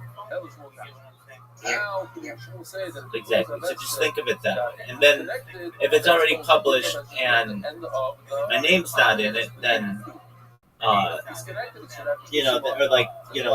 you lose the social media juice. So just keep that in mind. Like, I'm not saying you can't go back and redo it. That's fine for long term. But like, if you're looking for a bunch of people to watch your stuff right away, it's really important to have someone's name in there, especially for their audience, because if people will literally be searching for someone and they'll put, like, based on relevance or based on time, like how recent it was, and if it's not spelled exactly right, the person's just never going to find it. It's a sea of content. So, but yeah, you're not alone. You're absolutely not alone. And I'm sure I've been on podcasts I didn't spell stuff correctly and whatever. But at least when I've had a podcast, I literally copy and paste the person's username into the title so that it's exact, and they can't come to me and say, "Hey, it's not right," because I can say, "Look, I got it right from your profile." So I know that it's right, or either your profile's wrong, or you prefer to go by something else. Like, what's an example of this? Like, someone who's an example. I'll think. Okay, so do you know who Ryan Reynolds is? He's an actor. Okay, so his Twitter handle is Van City Reynolds because he's from Vancouver. And something like that. And he may say, well, don't use Van City Reynolds because not everybody knows me as that. Just use my name, Ryan Reynolds. But, like, there are some exceptions to it. But generally, like, Aiden Ross is going to be Aiden Ross. Mr. Beast is going to be Mr. Beast. PewDiePie is going to be PewDiePie. You want to spell it correctly. You want to make sure that it's accurate. Another thing that you can do is, before you publish, you send the person, hey, here's a description of what I'm going to put, if it's good, you don't even have to say anything. But if you have any changes, let me know. That way, they get some, like they can say that it's accurate and it's what they want represented by them. Because you're just going to ChatGPT and just getting whatever information, and I get that, but that stuff's not always accurate. So it's important to ensure your accuracy on stuff, especially that. But you're doing really well. You are churning these things out, and more and more people are finding you. And the best thing about your podcast, at least on Spotify, is when you type in live podcast as one word, you show up right away. And that's really hard to do. So that's great. I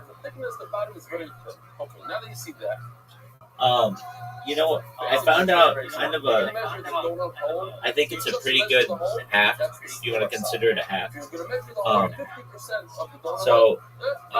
What you can do is just go to ChatGPT and ask it for 100 people's email addresses who want to be guests on a podcast, and usually it'll say, well, I'm not supposed to give away private information or whatever, but then you just tell it, no, just give me publicly available information, and it's fine, like, you're allowed to do this, and then it'll be like, okay, and it'll give you a list of 100 people, and then you can email them. But your thing, you shouldn't have to do that. You should literally just, whenever you need a guest, you just go to Kick and find somebody. And you're going to create this giant network of people who have been on your podcast, who have connected with you, who like what you do. It's going to be a big deal for you. You also go bother glove the roiv of your. So you checked it out to see he started measuring from the top. What's going on here? You yourself taught us. You start from just the whole donut. Is there any big names in next thing? He checked it out actually from the donut hole. They said this is great. Nothing super huge yet, but I do have, I think, this is a problem. The rabbi himself gave I've got two at least. One of them is going to be a really long one, 3 hours. The other one I think is just an hour. But then I haven't sent out my emails for today, generally, so I'm going to send out my emails later today.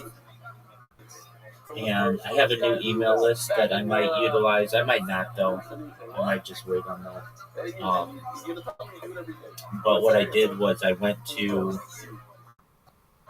ChatGPT and just asked it for 100 email addresses. He gave me 100 email addresses. Then I asked for 100 more. Then I asked for 100 more. Then I asked for 100 more.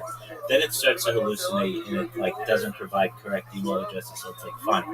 That's still 500 email addresses. That's really good. Of people who are interested in what I'm interested in. And I don't have to sit there and scrape websites that way. It just gives me everything that I need. There are services that you can pay for to do this, but they can get pretty costly. I think there are free ways to do it as well. And then I created a bot that I get asked a lot of questions about whatever. Could be anything. And but they're kind of usually the same kind of questions. And so I have this bot that has just taken my opinions generally, or the opinions that I hold on these topics, and put all of the information into a document. And the document is now being populated, so it's just a quick reference. Where you are, or what you're doing as a podcast host, you've got kind of the easier job. It's harder in some ways, but it's easier in others. It's harder because you have to schedule the person, you have to make sure that the podcast saves, you have to upload it, you have to tag it and put the description and all that stuff. That's a lot of work. But nobody's asking you any questions, so you don't ever have to feel on edge to be What if they ask me a question I don't know? What if I look stupid? All of the things that can happen to a guest. So you should just feel, like that's a beneficial part about being the host. And my father told me, only if he tells you that it's okay, yeah, it's a problem to eat. It's not like a kilo to eat meat that a chacham said it's okay. So he goes, sure won't sell that kind of meat. They give it to the other actually. But Siv says, V'oimar, you had this already. This whole sugi is a freebie. Yecheskel says, Hashem Elikim. Hashem told me to Yo, dog, do you like it when people talk to you and you just stay quiet? The whole thing for a whole year. No.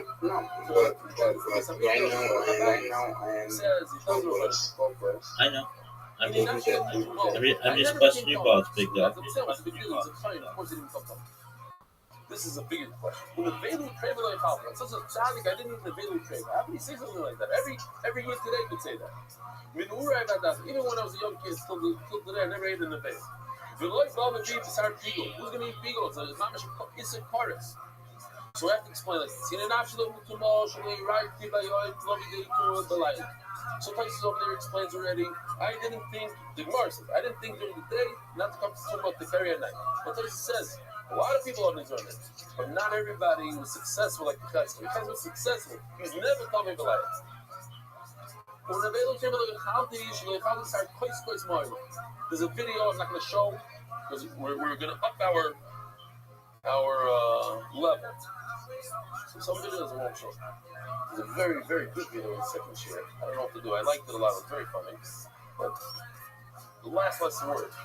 We have to figure. If they can fix it, I have to find out if they can fix it or not. Otherwise, I'll show it after you show. I'll go buy it. I didn't need an animal that they said to the show, but check it right away. It's about to die. So that was the Gemara then. That's why we brought this whole story then. It's a problem, not a problem. You see that it's a problem. But this one, I never ate. That's what I said. The story then of the chicken. I never ate from a piece of meat. I just think I am doing every day something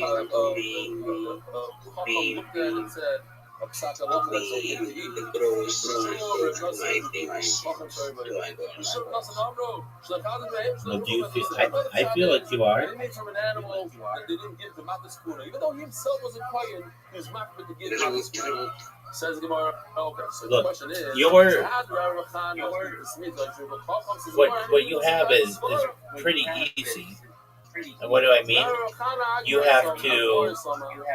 What's about Oishor B'Chacham? The problem is that he's relying on. You have to publish a podcast every day, upload a podcast every day, apply for 2 hours for jobs, and upload old podcasts for an hour. That's 5 hours of work a day. That's it. Some guy in Africa would be happy to do all that. Basically, they'd be, somebody who's digging in a mine all day would be happy to just have to do what you're doing. Like, that's pretty easy. If a dying made up sakalachas, he could hear. He said, "This guy is okay. He doesn't have to pay. This guy has to pay." He made it here. This is coming. This car. Also, this is also his motor. And also witnesses. Kulam and Shar they're all permitted to take from whatever they spoke about. Do you agree or no? You should stay away from this discussing this in Menatoim. Oh man. Boys, I heard a crazy story at every Shabbos. But he showed me this thing from Maryland. You have it easy in comparison to someone in Africa who has to dig in a mine all day. You don't have to do any of that stuff. All you have to do is publish a podcast. You have to record a podcast. You have to apply for a job for 2 hours a day. And you have to upload old podcasts. That's it. He's super excited. He goes to the Rav. And the Rav explains to him that he can't buy the house. It's not for him. It's not for him. He's the wrong neighbor. The whole thing. Don't buy it. Not for you. He's very depressed. you're going to do? Go to the road. I have you. So I have you. More than that, Very good and very interesting and purposeful. You see the road walking out of the house. He goes up to the road.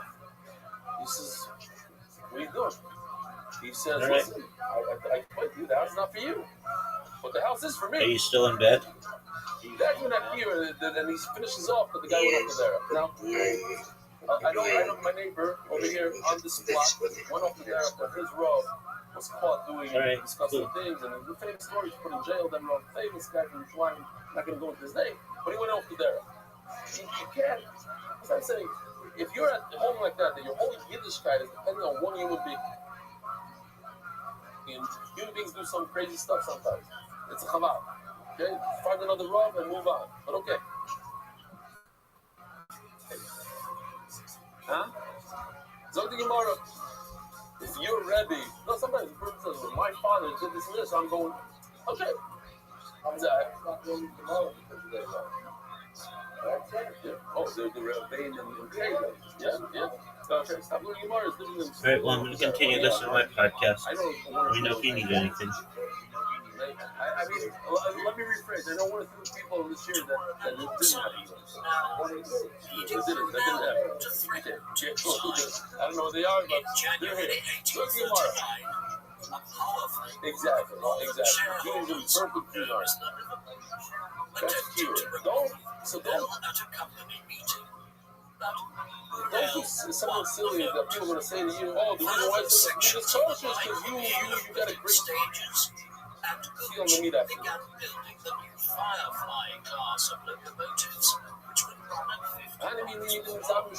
That's only something that goes by evaluation, by assessment. Everybody knows the price of meat. Everybody knows that it's a certain way. And you pay. How much do you pay for a steak here in Israel? Per kilo? $250. 250 shekels. So yes, another day here. Everybody knows. So the Rav is paying for a kilo, $250. So nobody thinks it's got a good deal. The other Rav started saying, so it's coming in over Israel. Rav said that this is fair for the king and the concentrate. He said, no, it's not fair because you eat five. Normally, it's five of Israel. The daughter of Israel tells Rav, who's the daughter of Israel? Rabbi, everybody knows it. Who's the daughter of Israel? Rav's wife. I don't know if Rav's wife. So the famous story that Rav Pizda had his daughter on his lap, she was a little girl, and she said, I want to marry those two people, Rothschild and Rabbi. Rabbi heard it, she said, I want to be separate. So first she married Rothschild, and he died, and then she married Rabbi. That's what's going on, and the Lord calls her back up there. So obviously he's going to marry Rav Pizda's daughter, you better know your stuff, because she's a little bit of a Chacham. And she says, wait a minute, how did you purchase that meat that you just said is kosher? Abba Shari book. My father once allowed of a cart at the time of business in his book. He's a English, that means an Amira. So, when you have a firstborn, you give him the claim, what happens? You can bring little things. What do? You let it roam around until it falls along, and then you can eat it. Now it's all your thing. You, Rabbi, is this a movie? No, go back tomorrow. Is this a movie? So he said, this is a movie. This is a movie. But he wouldn't eat it because he allowed his heart to be shackled. Allah, he says, my dear wife, it's a very good question to ask. But let me explain to you. How do you really book her up? That is a Bukhari, that Shumi is that. There's a famous halacha when it comes to Bukhari. When it comes to a firstborn, even after it has a mum, you're not allowed to weigh it. You're not allowed to sell it in the marketplace. You have to treat it with respect. What takes respect? You don't put it on a scale. You look at it, this looks like 2 pounds to me. This looks like a pound. Here, give me 250 shekels. It looks like a pound. That's why, that's going back to that you can't know for certain that he paid the right price. So people are going to accuse the rabbi of doing the wrong thing. But over here, I always buy my weight. Nobody's going to accuse me of getting a better deal. Elamai, my dear wife, I know what you just said. You should want to marry yourself because you gave me the top. Huh? Oh, my ego. You should want to marry yourself. I didn't say ego. I was looking for it.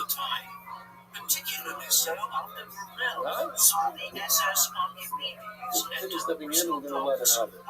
We'll give him this one. I'm very excited about Kyrie today. He's son of a. He messed up. You better speak to him.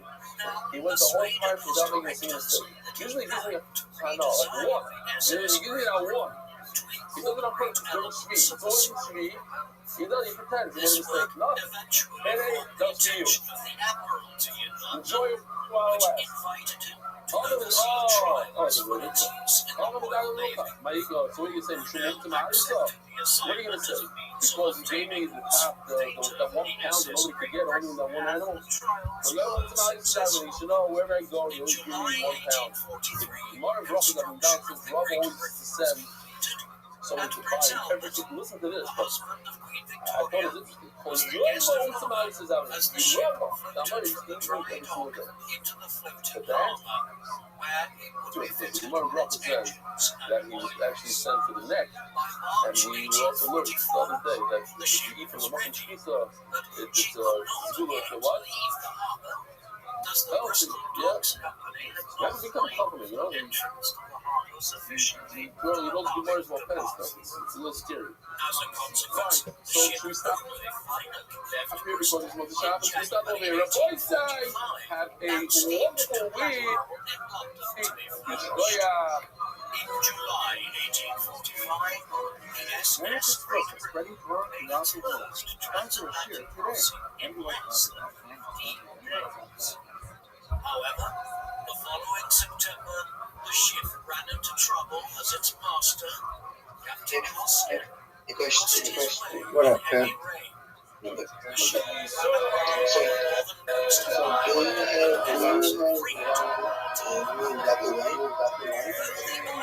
Do I have what?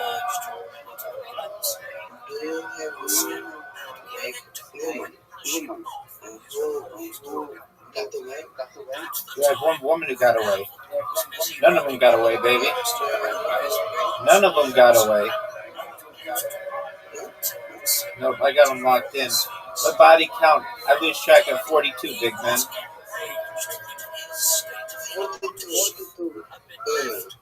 I lose track at that number, dog.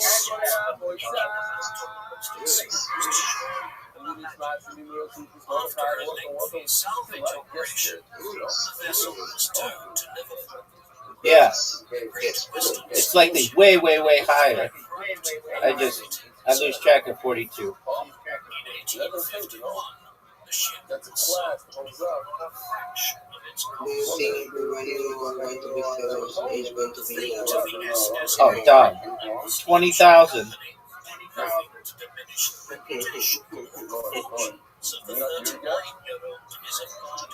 Okay. We're dog.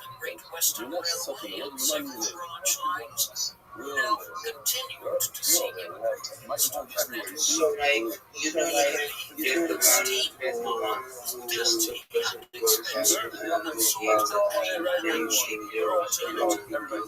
Baby, it's a long game. Anybody who I may have wanted that maybe I was too young or whatever, I'm going to be able to get them when I go viral, so I don't worry about it. maybe have to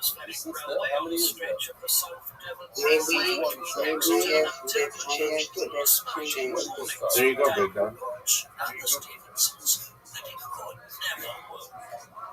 After considerable delays, a section of train was opened in September 1847.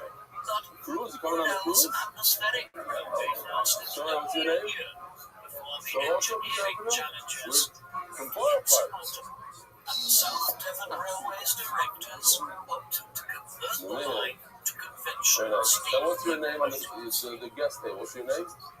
In addition to providing inspiration From? for Brunel's atmospheric railway experiments, Oh, that's right. You were here yesterday, was you know? among his place to extend Okay, well, the Great Western and the guy next to you wants to know, you know what I'm saying? also expanded into Wales following the completion of the line between Every day? Brunel, in intended for a ferry service to take passengers from Listen, you're on the guest table, so you to there in the southeastern corner. we got some very, very fun stuff here to do. We have more guys, we'll get to them later. Oh, Rabbi Williams here after passing what time do you get home? What time? 2 o'clock. This is fairly. Small sections of track in the following decade. This was a case of the great engineers. The is only at 245. What'd you say, Big Man? Celebrity crush? Oh, all of them, baby.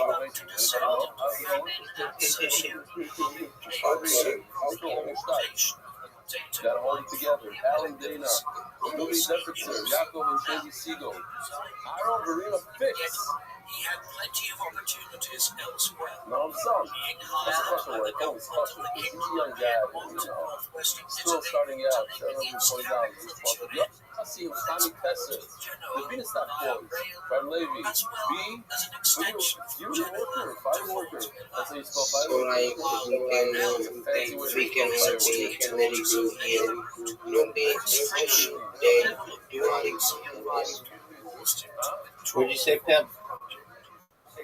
so like we can be all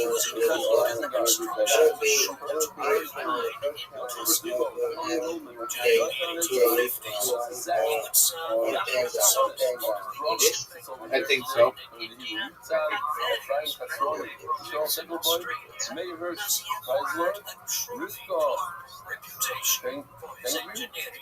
What? In conjunction with the Liao Nazri, failure of the atmospheric Nezri, railway, Shafar, Brunel's time in the Mount mid-1840s was taken up with Strong.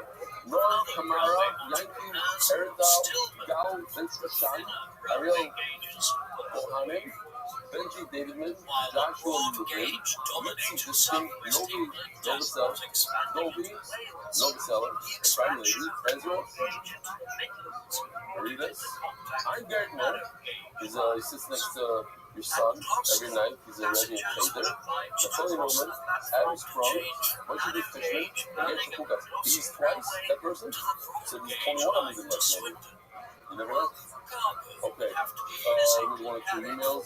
Oh, this is a very good one. I can't skip this one. July 1845, the Royal Commission was set up to take evidence from experts to determine a standardized gauge for the English railway network. Brunel argued that the broad gauge was smaller, faster, and more efficient, and was confident that his rivals would eventually adopt it. To demonstrate its superiority, he suggested holding a series of trials. In December, Brunel's locomotive ran the line between Paddington and Didcot at an average speed of 53 miles per hour, hauling 80 tons of freight, while the Stephenson thinner gauge rival derailed at the same speed, carrying only 50 tons. Despite Brunel's victory, the Royal Commission decided in favour of narrow gauge, noting that there were already 1,900 miles of narrow gauge track in the country, compared to 274 miles of Brunel's MK1 at the wedding of his grandson by the Northside Willie. advantage. The decisive factor that this did not stop Brunel from fighting a rearguard action and led Hive to a twinkling. I know. So people don't understand, you have to explain. That's what I'm saying. The rest of us know. Inch gauges as the standard. You heard about the next? The inefficiencies involved in running different gauges eventually lead the Great Western Railway to switch to narrow gauge. Whoever knows, those who know, if you don't know, you don't know. I'm waiting until this Wow. day before they began the And he's here today. replacing He travels with fucking Alexis. He's a bundle of energy like that. He's always like that. He's high octane, you know what I mean? Like he's Pretty sure my favorite story is What'd you say, Big Dog? pretty sure my favorite this is another side.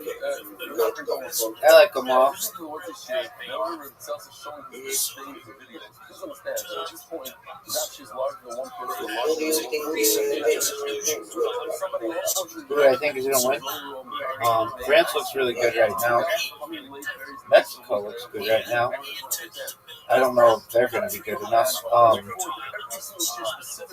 England, Germany, Please keep them coming. Please do not allow the those are probably the favorites. Thank you so much. Kind Bruder, so like Spain is one of your favorites? Oh, yeah. Spain and Portugal are the best two.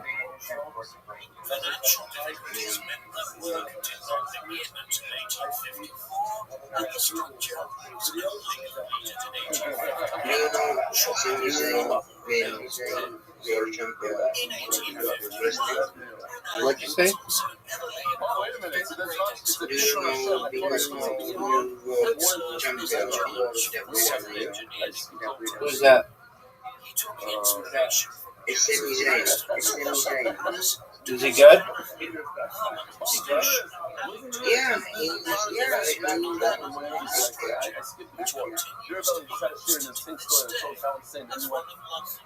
Very cool. I got a finance expo in Birmingham, UK, biggest in UK. I need another 2 weeks in me. I see this. It's the highest.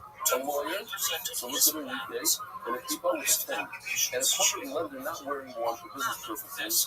And what are we chatting about? What speed we listen to your ear on? Anywhere between 1.2 and 2 was mentioned. Not come on. Me. Do what? A lawyer. do you have any questions for me? Anything? Yeah, when are you going to be done changing all the names in the podcast on Spotify? That's great. That's great. How many things do you have to upload to Rumble?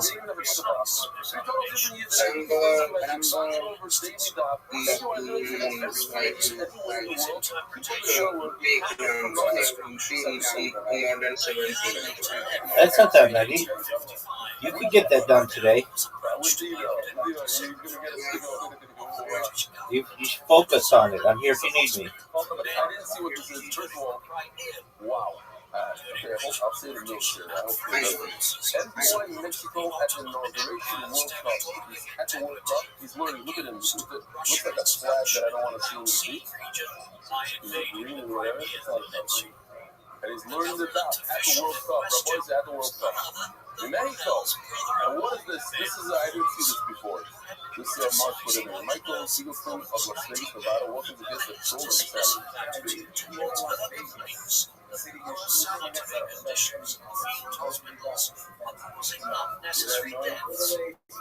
a keyboard. That's a good keyboard.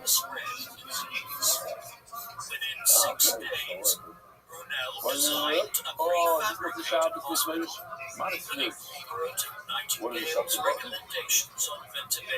one time. Official original was after Sesta, Zilli, Alcohol, Eric, Ilan, and Mary, Zavici, the double, Lishma, Shaya, Ben Aaron, and the Coach Kazi, Gobat, Abroho. That men give a much Goldsmith, expressing their gratitude to the LD and LDY, who says, oh yeah, they tell them. Men give all this more to be dedicated in memory of Abi Murray, small, Porter, Country, Saint, Rothschild. The misunderstanding by the House of Californication, is recorded in the lines of only good destroyed the water. Anonymous, a couple of Rubens, King Gases, thank you for Benny, Schwarn, Aruba, sister, for Shoes, a couple of Napa, children, a maid. Anonymous was believable, Shame up, and there was this young player, Esther, young Danielle Rosenfeld, used Simcha. Multi times that he signed with a full Shame up, he might have gone for Miriam, Anonymous was Shame up, for the Egyptian and Buddhas, for the Mishayim and Slavic lawyer, a maid. Weekly sponsors, Spanish Spirit sponsors, in honor of the first three Falcon in the Mexican satellite location, when we are around 15, much on the other 15, and he knows the Greenberg 16. Zelen, Amy, Nevo, apparently, Avila Libo, Fox, Zeb, Time, and Ralph, Solomon, the Queer, Grill, Super World with the Queer, which would be amazing. Joseph, Fly Yisrael, Ruben Fly, in the memory of Sarah Raxa, Bob Farrell, on the Yurtzeit, Club, Zion, Sivo. Dear Joseph, in memory of Moshe and Yosef. Morgan Spot, the Richmond, welcome back. Moras, Eagle, Gigabats, Harab, above Brother, the Pharaoh, Governor, and Summer Hagan Aliyah. That the Aaron, Brassky, in memory of Sorfego, Basket, Moshe, Yitzchak, the Real Shaw, and just out about Mordecai Chicago. Huge titles in the most sponsors a year. And now that I found out that the price went up, from 180 to 250, like, you have to get another job this year. No? It's a big thing, bro. So the media reports Lemov, yes, it's Sweden, Yisrael, my son, Zach, Shannon, Amen. And white kids, generations of sins, speak like kids, simple them, they go, and we do this fast, we have a fire. Everywhere are, look, Moshe, you want to make them to the bracha. Moshe, no more type of Esther. Because I yell at Daniel said, then I yell at Esther. All right? Voice eyes, we're back. For whatever reason, people reach out to me and tell me, oh, God, my favorite cheer, my favorite dad. Says, you want all the enough to give them an hour. Oh, my God. Middle of the day, yeah.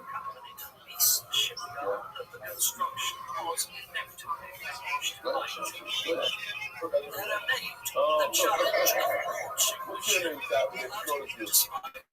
Yes. What do you look now?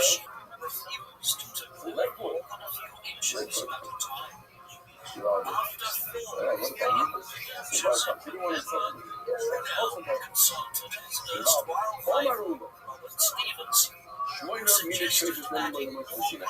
So if you recall, yesterday we had 18 tricks. All of it. So you could do it and you could break them down into categories. There are 8 different types of categories. There's Mekuva, Suka, Mekula, Asura, Rua, Ususa, Mekula, Rura. These are 8 categories, and we're going to go into this second. In a second. Now, Kuka is Ususa. Now, right,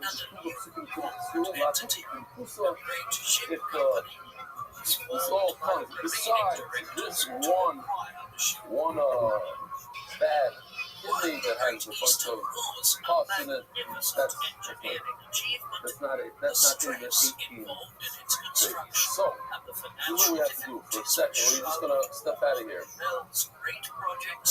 These are the 8 categories.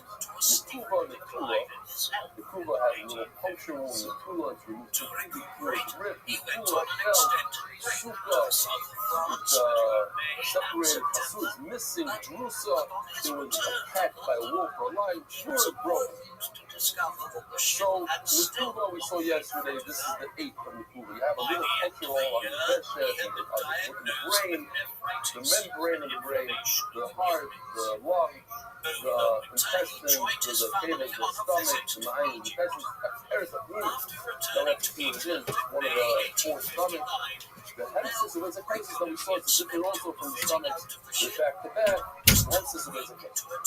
So you have a puncture wound with any of those, it's a case. Suka is like when the gargaris is severed. And this Gashedro is when the spinal cord, the spinal cord is severed. What's Drusa's Drusa? Mekula's Mekula. Here's Drusa is when animal attacks, number 88. And Mekuba is missing, so we had a few things. We had when the entire liver goes missing. There's a little part of it, we'll see how big. In a small amount, it's going to regenerate. Rudolph said that all the skin fell off. And the book of the Akbar is that ball that goes into the berry. No, what we call berry? Socket. This is socket. The ball in the socket If it pops out and it's also the ligament is severed, that's a metula. It's completely out. So what? Chasula. So we had a lung that's missing a part. Nephilim are kubo from one of the bends in the animal and up. And we had a few of those vertebrae are missing. And also, so the other means that it shriveled up like a dry bait. One of his lungs was a perfect security. He got tightened and his lungs shriveled up for good. Krua, what's Krua? It's ripped. That's the teres, one of the stomachs that got ripped, and also a perforator because in the flesh that covers most of the. What's broken? Everybody want to guess? Broken? By his death, the greatest of England's engineers. The Stabu Rothschild, most of its ribs are broken. You have the Simonim, the trachea and the esophagus, and the became detached. Or necrocello, one, not all of it. Before it's a broken rib, or it's one rib that was uprooted from the source, and the words from necrocello is a skull that was bashed in. How do you say bashed in nice English? Crushed. Oh. And this comes to exclude number 14, what's the polio? Which is this, that one of the kidneys, although you could actually remove a kidney, that will live, but not if it's a diseased kidney. Diseased kidney will kill the animal. Alright, now we just did a 3 line. Omar Kiyabara. Yeah, I was 100% sorry. Let me check. I said it. Omar Kiyabara. I don't feel it. I know what I said. So the doctor, I'm not going back. Omar Kiyabara. Fine, I'll say it, and the editor will show that I said it right. La Puke Lukusa. Mom's rhyme. La Puke Lukusa de Rothschild Bartok. This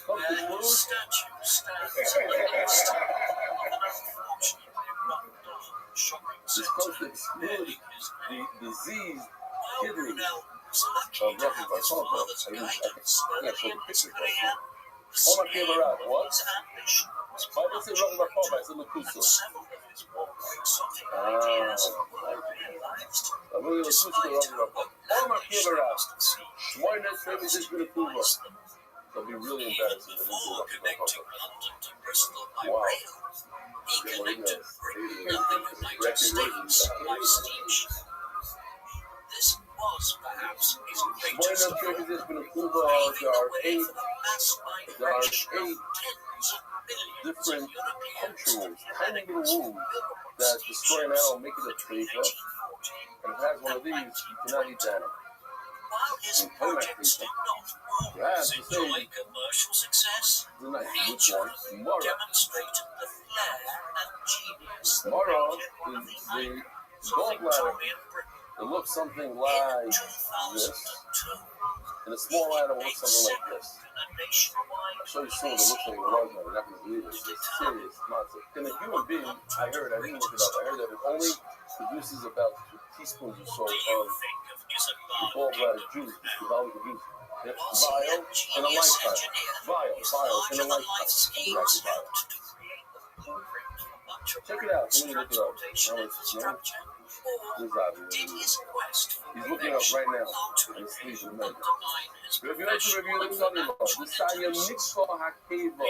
Mikva Hadaki. So, if it has a little hole in it, it should be one of number 9. It says over here, Mikva Hadaki and Trey for it. Let's review the Oimer. Not only if there's a puncture wound in the intestines, even if there's a puncture wound in the gallbladder, it's also a trade for us. We have 9, not 8. Says in more other place, covered the dying smarter with Kukivan Simon. That's what we're going to learn now. Or reason why I about Rabbi Yochanan. Halacha Rabbi Yosi, Rabbi Yehuda, that what? If there's a puncture hole in the gallbladder, it's a tray for. Well, alright, this is Rabbi Yosi, Rabbi Yochanan. My Hadley Chavri, Rabbi Yosi, Rabbi Yosi, the hole, then a puncture wound in the gallbladder is no good. Why would you say it is good? No.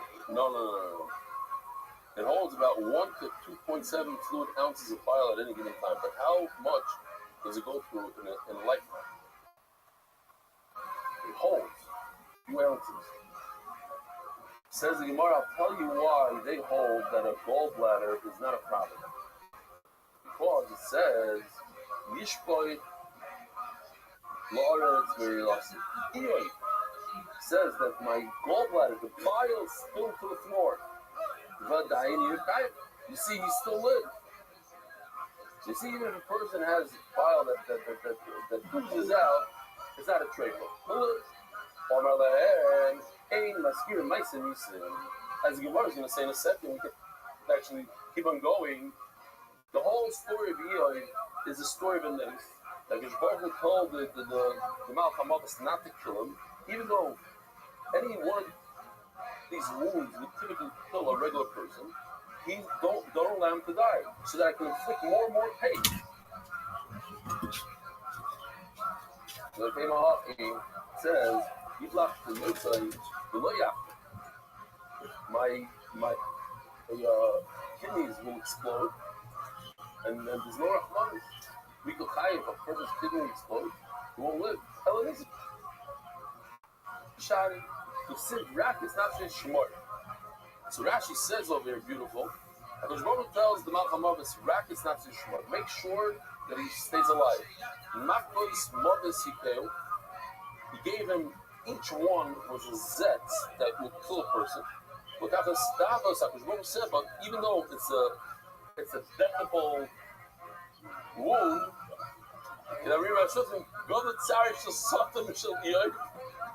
what? It's not a word. It's a word, right? It's not real. They say this. Even though it's a deathable wound, what are you guys all excited? It is the summer of 213 BC. Roman ships approached the Greek city-state of Syracuse that has allied itself with Rome's great enemy, Carthage. Suddenly, one of the Roman ships catches fire, bursting into flames, throwing the invaders into confusion. Surely, they are too far away from the barrel, and make sure that the wine stays inside. It's broken. How do you? So he's sitting there. I done my How would I know that?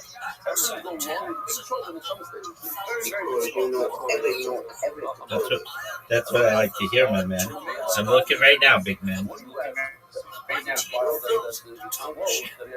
has been the obsession of its designer, is several failed attempts by to get into the water where its construction efficiently worked. A year later, whilst on board the giant vessel, the same man suffers a stroke and dies, never seen his creation. At the time, the largest ship ever built. Can I ask you a question? Yes. Can you just make my name Rabbi Rothschild, not at Rabbi Rothschild? I don't mean to be mean to you, but nobody's gonna search my name at Rabbi Rothschild. They just search Rabbi space Rothschild. Does that make sense? Yeah, okay. Did you like, okay, I'm gonna change it. Wait, but I think that's yeah. good. I was gonna say it looks amazing. It really does. Don't you think they look good? So like, yeah, I think so. So like, that'll be nothing. I'm not sure. Okay. That's correct. Yeah. And why doesn't episode 23 with Adam Bitcoin have a picture? Because this episode is audio. Okay, that's cool. I think it looks really great.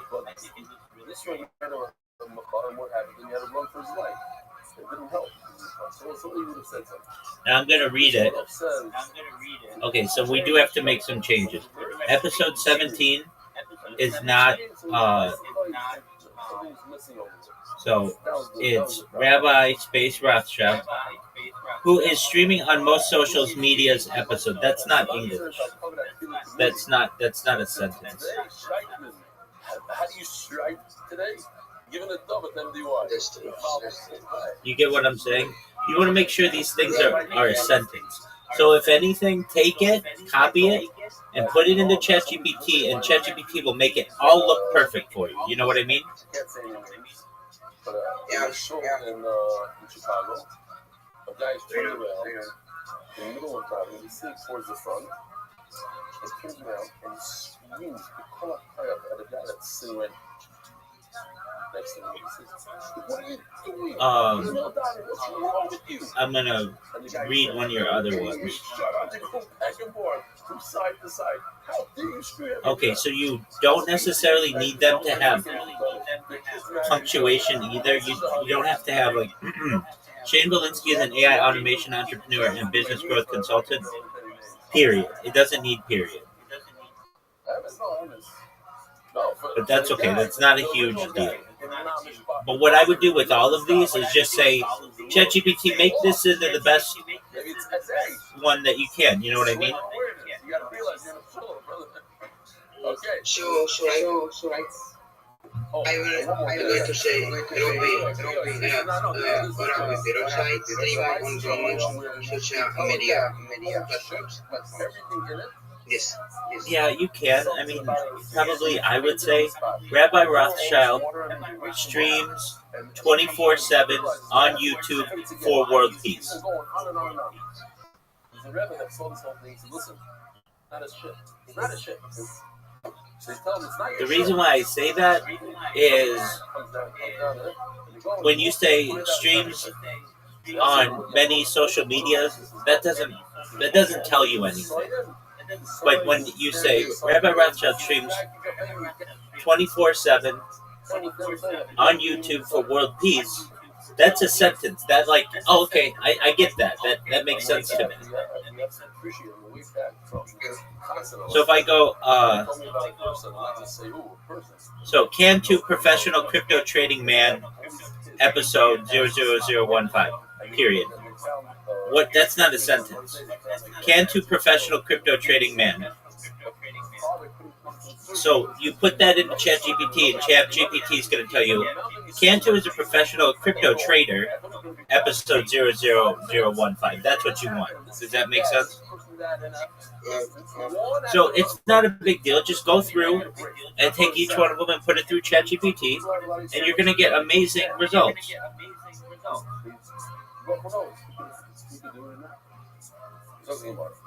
Does that make sense?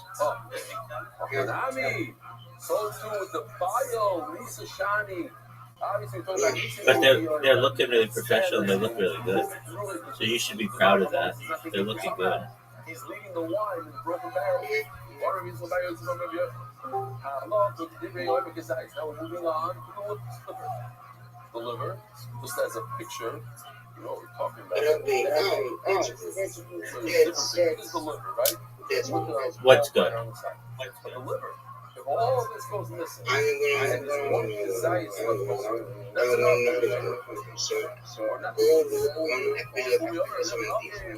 Okay, I'm gonna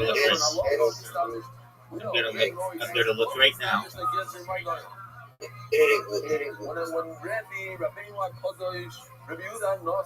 Wanted to tell people, maybe it had. Did you save it yet? Yes. No. So when Rabbi wants to say this is the halacha, remove all names and said halacha. It's a stop mission. Tell me this is the way we pass it. What does it say now, Mishnah? Its entire liver was removed. It says in the first nothing, zero was left over. Then it's a trade. So you can infer on a Steyer, if there's even a half a gazette left over, something, share up. It's going to regenerate. Good. Half a god, don't have a gazette. You know it's not a gazette. Says the Gemara, I want you to pay attention. What do we have here? Just as a. Okay, so maybe it's just not updating yet. Even a match. Now let's keep on reading. That's why I'm here. I'm here to help you out because I made this mistake. I don't want you to make this mistake. So I keep refreshing it. It's actually a Amaroy. But that's okay. Do the other ones, and I'll keep refreshing it, and then I'll tell you if it looks good, okay? No, that's not the shot. That's not the shot. Rabbi says the shot is one mandor is going to say a kazayas. The other mandor is going to say it's a suck. Why? Rabbi says we have over here two anonymous mishnahs, mishnayos that contradict each other. And well, I don't know what to do with this. So it's a suffix. Not one holds it's a mashu, one holds it's a kazayas. One holds it's a kazayas, and the other one holds it's a suffix. So we read about Yosef. Omer Yochanan, Moro Shenikva. Oh, maybe Omer. Not the Omer. Yeah. The Omer. Yeah. No, there's a whole new suit here. But Omer. I lost it now. Oh, the Omer means about Yosef, Omer Yochanan. Moro Shenikva, the Chavetz Kamto, Sheira. Beautiful. We have two beautiful things here. We have from our artist. Oh, great. The artist probably worked a little hard on this. Maybe. This is a gallbladder with a hole in it. If you flip it over, you have the liver that actually protects it. Now I'm going to show you something even better than that, maybe. Look at that. Do you see the gallbladder over there? Dangling on the right side. That's the gallbladder. Here's the Rabbi Vice Bishop explaining it beautifully with bio using anatomy. Was born on the 9th of April, 1806. That's the gallbladder. Now, part of the city of Portsmouth, That's on the the bio. south coast of England. It's the holes of His father, then it's drainage. But was if born in it's inside, 1769. and you have the liver pushing against it, now remember, this is Is a marked grandfather by itself. intended It's in for a him body. to become It's in a a cavity. priest. It's pushed. There's all sorts of organs pushing against it. So you Okay. have the pressure of the So, liver on the back of I the see body, it. so even if there's a hole, that's considered You got to make some changes. You're going to say, what? Okay. It's just my name. Don't add a colon after it. Because when people search it, they're not going to look up Rabbi space Rothschild colon. They will just look up Rabbi Rothschild. Just the name. Okay. They eat food and they swallow it whole. Then they have the Rabbi streaming 24/7. I would say streams life 24/7 for world peace. A lot of people eat it. A lot of people don't eat it. I would say Rabbi Rothschild streams live 24/7, 365 on YouTube for world peace. I think somebody mentioned that the art school says that only kosher birds have it. And last night somebody said that. I didn't see it. So, but I looked up the owls and eagles. I think streaming 24/7 in YouTube is better because streams is like past sentence. It's like one of the No, streams is present. Rabbi Rothschild streams live 24/7, 365 on YouTube for world peace. So now here are two pictures. Let me just show you. Then it's a full sentence. If you say Rabbi Rothschild streaming 24/7, it's not really. It's like sort of a sentence fragment. Okay. I cut the picture out. This is the outer layer. Now, the other thing is, I see that in parentheses it says episode 017. Go back to the other way that you had it with 5 numbers or whatever, because you may get a lot someday, and you want them to be easy to find. The next part of It doesn't have to say F. So You can just put the dollars, the hashtag. It should say hashtag 0000, or so for mine it would be hashtag 00017. Does that make sense? All right. We'll get it. Today they have colors showing us this beautiful color code. It's crazy stuff. And they have our stuff. They brought a pulpit. You ready, Miss Aquarius? it's kosher enough. And he looked at it and said, How was your day? I hate when you cook about It was good. You know, it was relaxed. Stayed up a minute. I went to that new stream and had my go down to the street for a little bit. Everything was pretty good. First time, first time back, the back to get up. This stuff, I hope it will. You heard this mice? Miss Aquarius, what did you say is the name of the new album? Oh, okay. Really? Was it good? Yeah, it's a good album. I went live for the first time. They got some people over there, you know, they got a little bit of stuff to, do. But in the net, it was good. It was really good to work on some more stuff. Like, once it gets stabilized, I think people. Excellent. Miss Aquarius, Tony's here. Tony, Miss Aquarius, Tony. Hi, Tony. Tony, you there, big dog? No, There you go. oh, I think I do honor the introduction. Okay, apologies. No. You're fine. Don't you worry about it at all. He's working on something. He's doing a really good job of it. He's a podcast host, so that's how I know him. You're good. Don't worry about it. Like by me also, like it's I heard a story. I don't know. No, you're good. Tony's been in here for some time, so it's not like it would be different if he just came in and he was like, "Hey, we got to have a conversation." But he's just chilling. You're good. You are good. You're good. Don't you worry about it.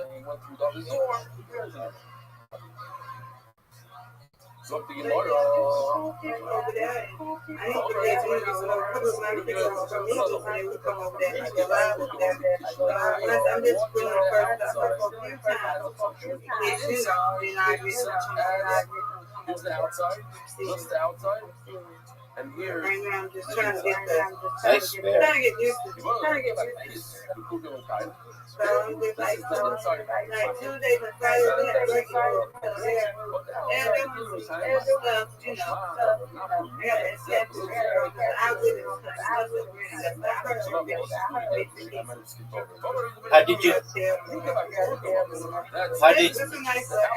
How did you find out about it?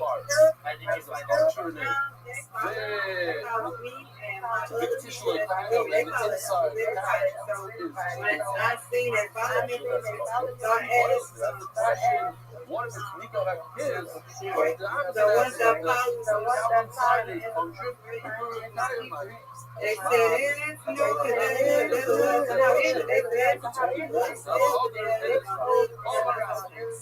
they said, well, if you go there, you go out,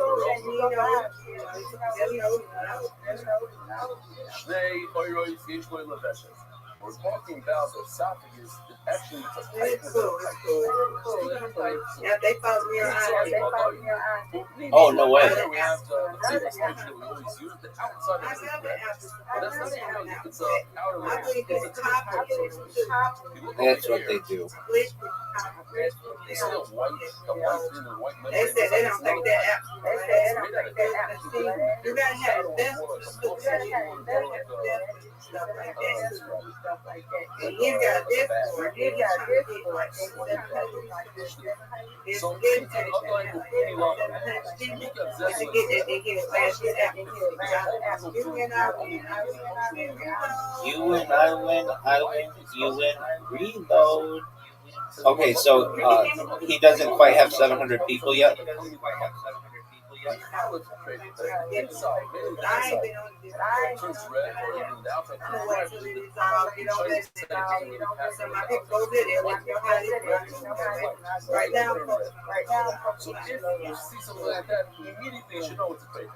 Now,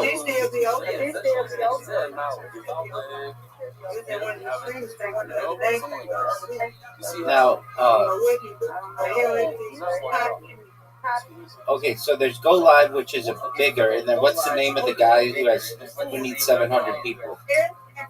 All outside of the vessel, so maybe it's okay. Would you say his app's going to be called what? In this picture right over here, the esophagus, this is fucking.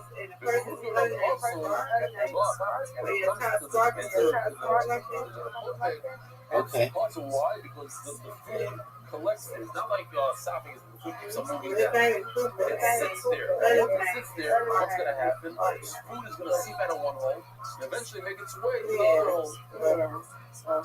It's very expensive to do. It's very expensive to launch an app. Well, it's not. It's like really like maybe $100 to do on the App Store and Google Play, but you've got databases and you've got websites and all that extra stuff is very expensive. They said that in Costa Rica also, I see the picture. Muscular about you, other outdoor. Mamish the opposite of what you're saying. TikTok favorite? He be on Facebook. He be on sounds. Says Rothschild. Everybody knows what sounds.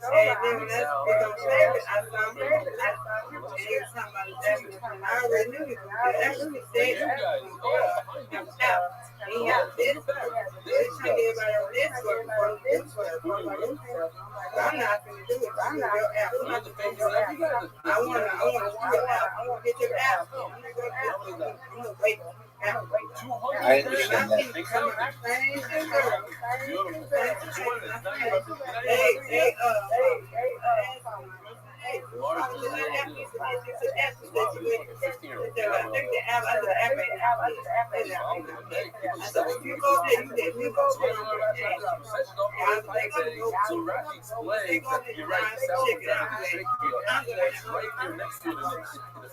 A lot of people say whoever's at the street there knows. That's why it's the bottom of the Okay, I need some clarification.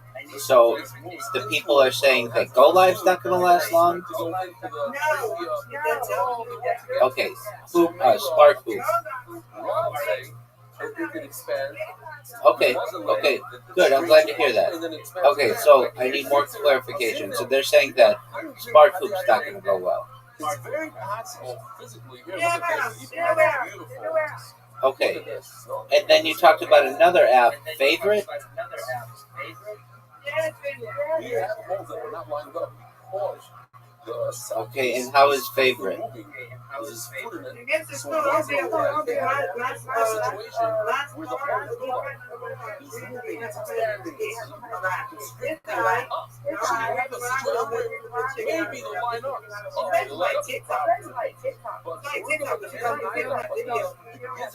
Okay. You win, I win,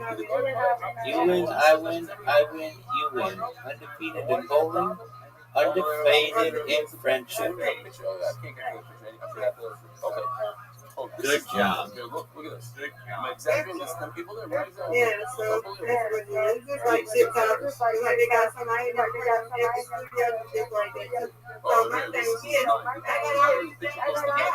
Why is it that you got stuff that look like TikTok? I don't understand every video has like videos of that, especially like TikTok. There is like TikTok. There is like the video. It's cool or whatnot. It's cool. It's great. Like they dropped it on my spark. They dropped it on my spark. That's why it's such a I just go over there, check out people in the boat, like my spark back up, but it's okay. It's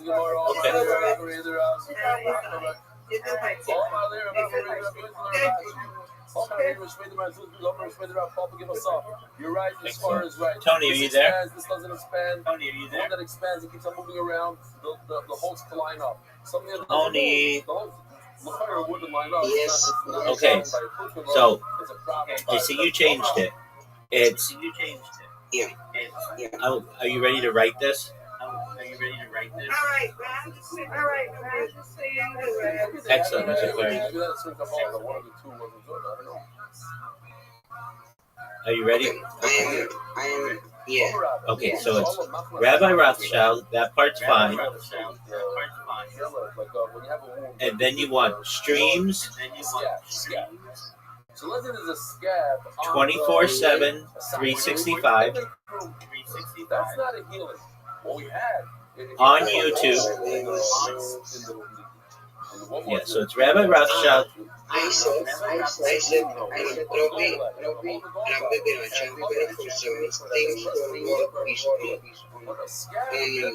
That's not a sentence. You want these to be a sentence or something like it. So I'm going to tell you how to make it a sentence. Are you ready? Rabbi Rothschild streams 24/7, 365 365 on YouTube. When I learned in Tifrock, I remember as a kid, they said, "Oh, it's terrible. You know what happened?" For world peace. I don't know what it is. How do you say it? A mongoose. And then you don't need in parentheses F017. If you want to do that, that's fine, but just add another 0 to it. Make it 0017. Because you're going to eventually hit 1,000, but then your numbering is going to be all off. So make it episode 00, EP period space 0017, okay? All right, do it, and then I'll update it, and then it should be good, okay? Okie doke, good job. So you don't know which one you attack. I don't think Well, you're wrong.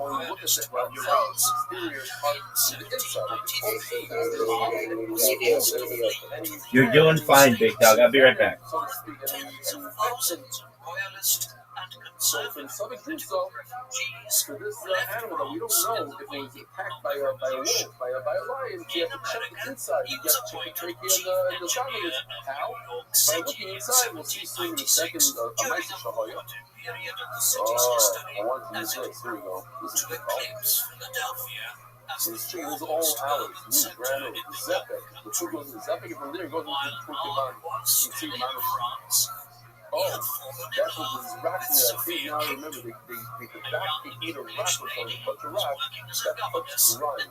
They eat it, and the food gets, the rock suffered out, that's why the rock shit. That's from last time. That's, yeah? If you don't know this?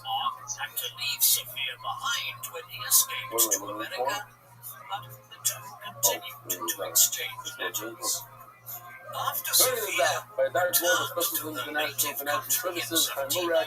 The East Massimi Rossi, Father Ekobas, is the last solace. Choose to join her.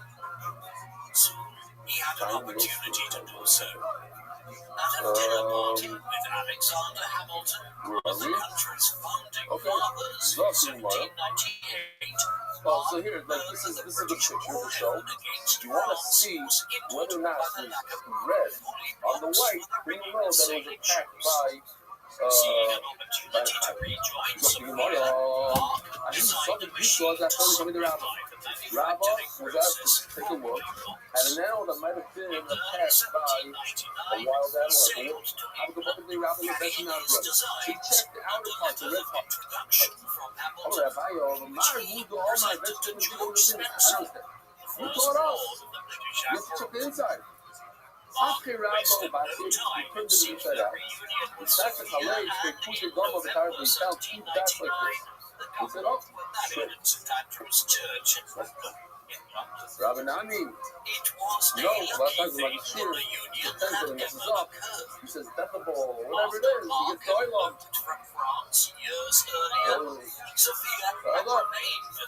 They say we'll make a mistake. We'll skip a line or two. Why? Because no good line.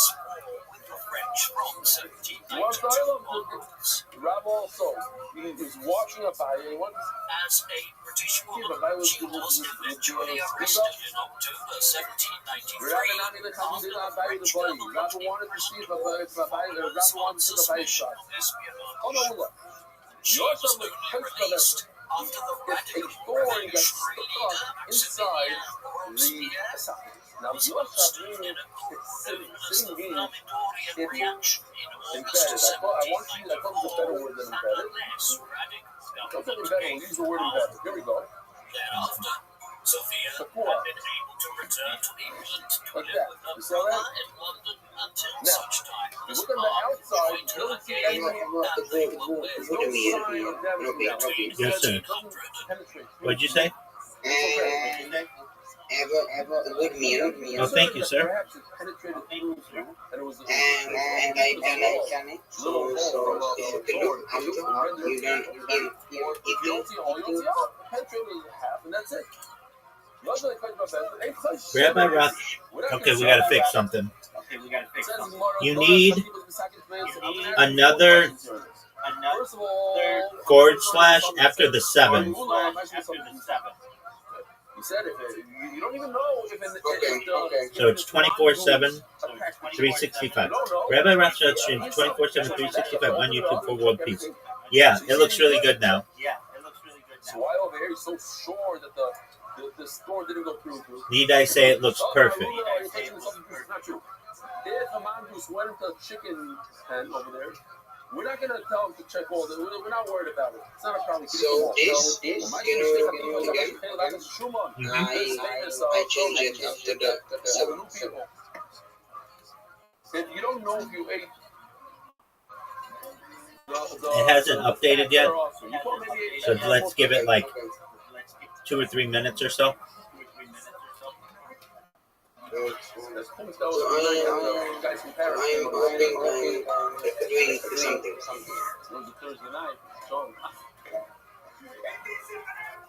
You are. People will be able to know, instead of it saying like it was before, Rabbi Rothschild stream on social medias. That doesn't make sense. Now somebody reads it and they're like, oh, that sounds interesting.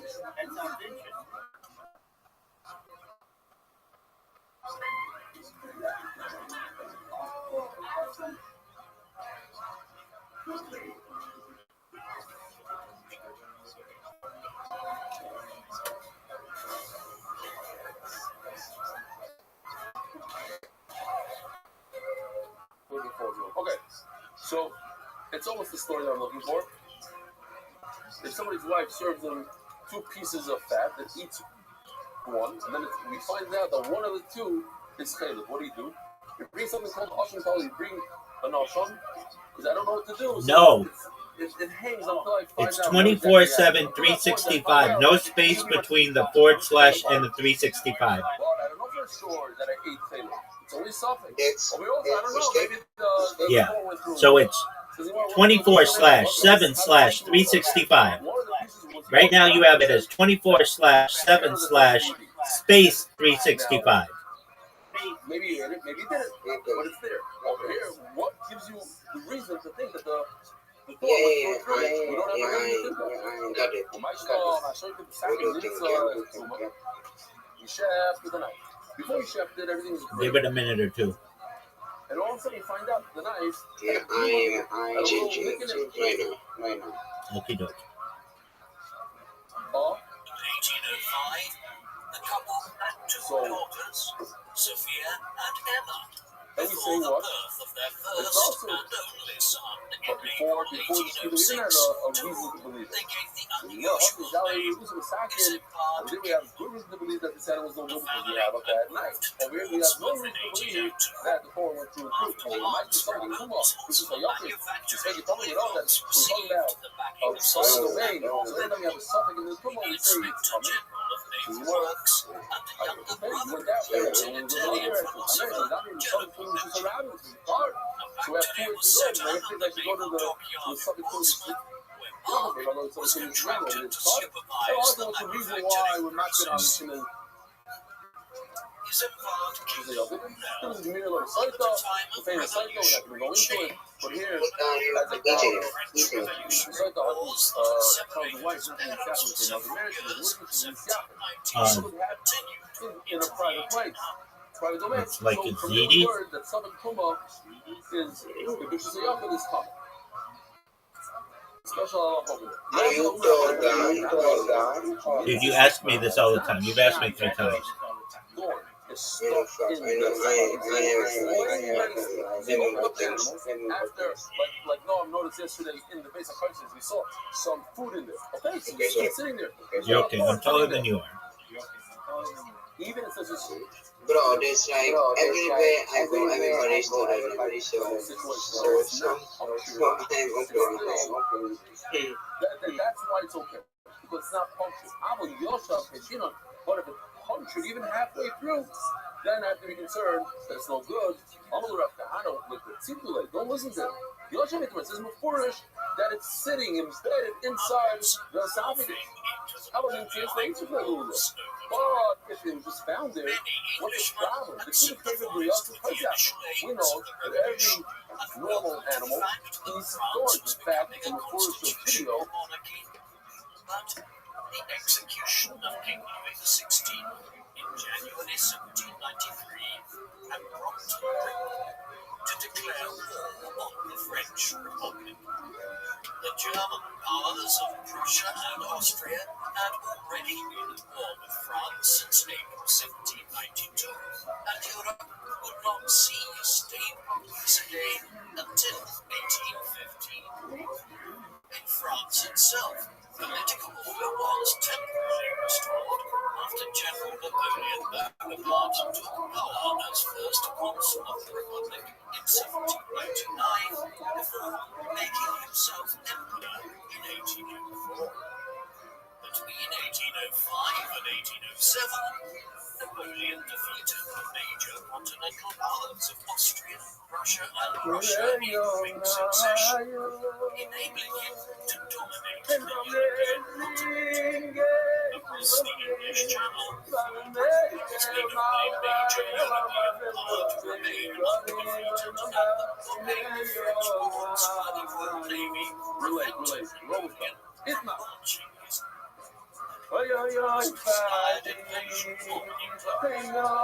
an attempt by the French Navy to break out the blockade in 1805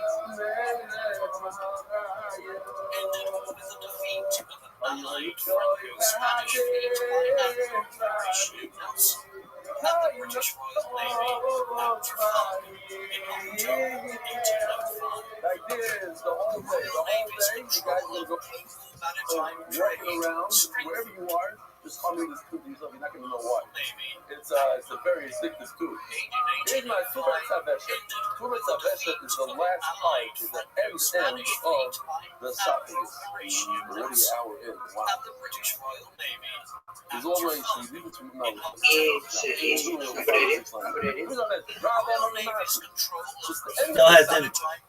Still hasn't updated yet. When you chew food, it goes into the food pipes. That's the beginning part. Is that a place that you can check? And if it is, then what's the shear of a puncture, even a mashu? If it's not a place you can check, then it's not a mashu. The treifa is not a mashu. It's more. That's what the Gemara understands today. Tomorrow we'll see something else. If there's a small needle hole in that tuba saveshet, the upper part of the esophagus tray, which you get it right. It's where you can check. It's where you can check. It's all part of the esophagus, so it's the mashu. It's interesting. If you can check there, so hagrama, just the, what does hagrama mean? I gotta show you this knife. Where's my knife? Oh, hagrama means that if you check past, this is the beginning of the trachea, this is the end. So anything past this part, you check right over here, you're not checked there. You're already in the mouth. Over here, you're already in the lungs. You're already in the stomach, if you go in the esophagus. So he's going to hold his no hagrama on a esophagus.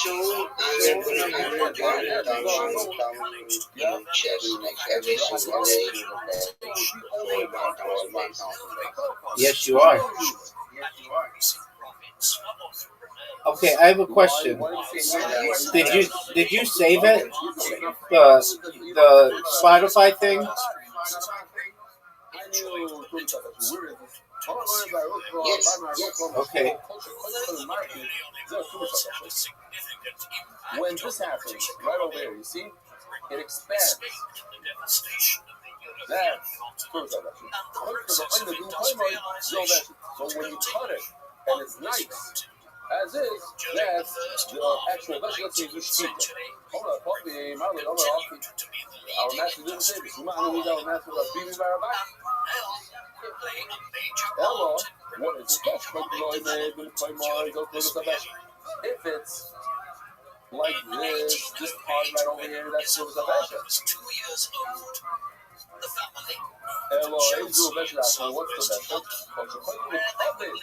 When it shrivels like this, you see? This is shriveling and not shriveling. Shriveling, that's the best. Says the black. From where you swallow, that's where the food is. The part of the mouth that you swallow, the conscious. How wide is it? All right, I can come to Sarto, less than a party. The other pizza, but more than a thing of weed. The one side, have a wonderful day, a good Shabbos, mostly Shabbos, and 10:02.5. Despite his contribution to the war effort, Brunel was often not paid the full amount he had been promised by the British government, and the family's precarious financial situation would eventually lead to disaster. As the oldest son of the family, young Isambard was brought up to follow in his father's footsteps. The young boy benefited from the close attention of his father, who taught him to draw at the age of 4 and the basics of Euclidean geometry at the age of 8. Mark was impressed by his son's abilities and sent him to a boarding school at Hove in Sussex, where he studied classics and made a survey of the town in his free time. He used his knowledge of engineering to astonish his classmates by predicting the imminent collapse of poorly designed buildings. In 1815, peace was restored to Europe after Allied armies led by the Duke of Wellington and Field Marshal Gerhard von Rothenburg defeated Napoleon decisively at the Battle of Waterloo in what is now Belgium. This was the second time Napoleon had been defeated, and this time the victors made sure he would never pose a threat to the peace of Europe again, exiling him to a utterly remote island of Helena in the middle of the South Atlantic Ocean. Maybe it's like the restoration of the House of Bourbon to the French throne. I don't know. I keep checking. Napoleon's demise, but he was now a Check it on your end. Open up Spotify in a browser and check it on your end. I'm good. I can see the difference. Are you doing it from a browser or the app?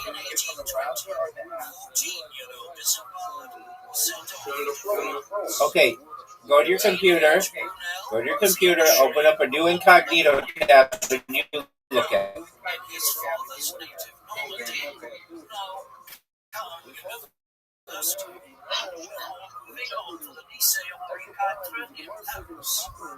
In 1822, at the age of 16, Isambard spent several months working for the club maker Abraham Brigade. Was impressed by the young man's inventive potential.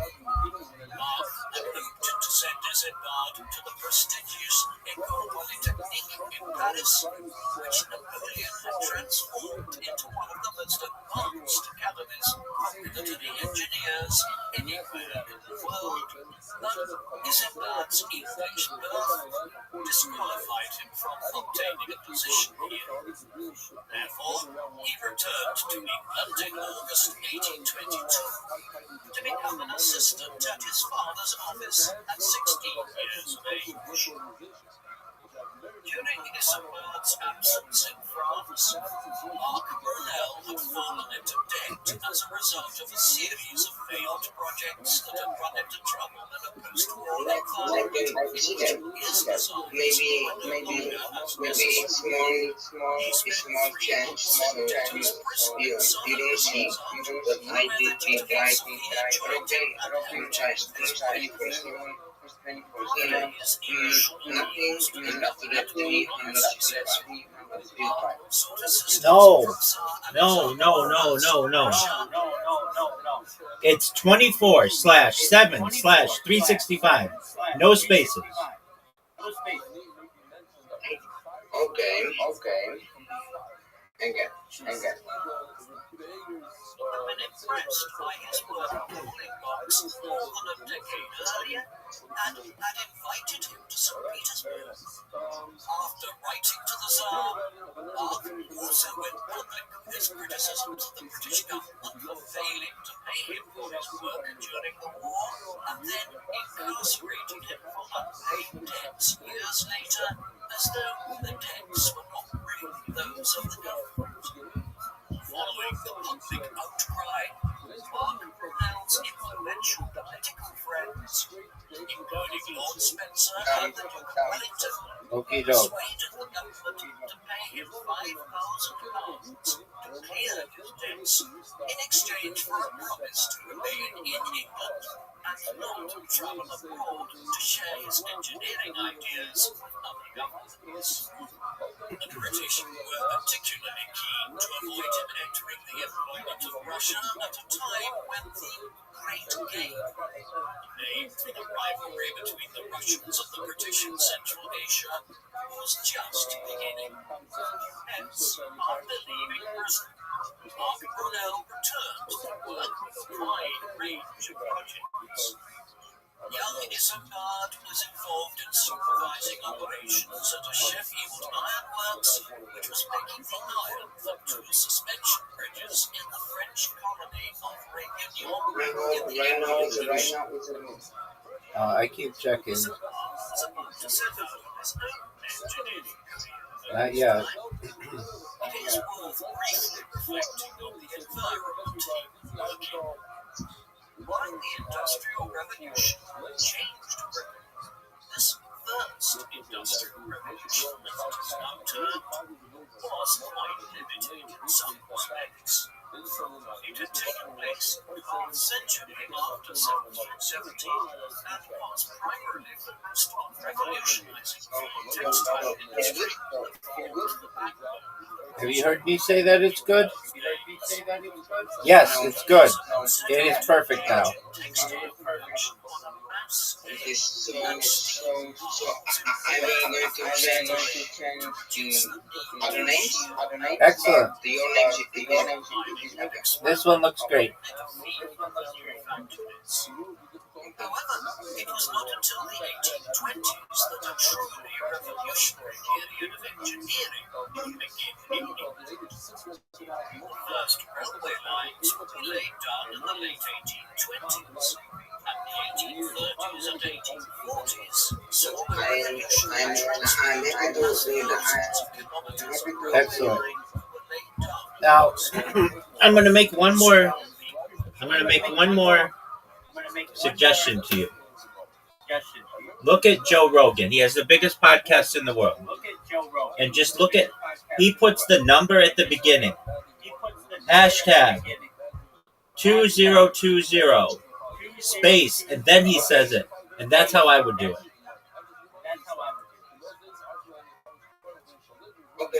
You don't need EP period. You don't need it in parentheses. It's just, mine would be hashtag 0017 space Rabbi Rothschild, all that other stuff.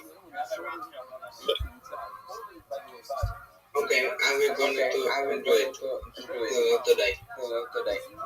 Absolutely. One thing Joe Rogan does, though, that I don't think you need. Do you know what the hyphen is? No. It's a little dash, like a little minus sign. Yeah. I know. You don't need that. You just hashtag 0000 space, and then whatever it is. Okay. All right, Big Dog.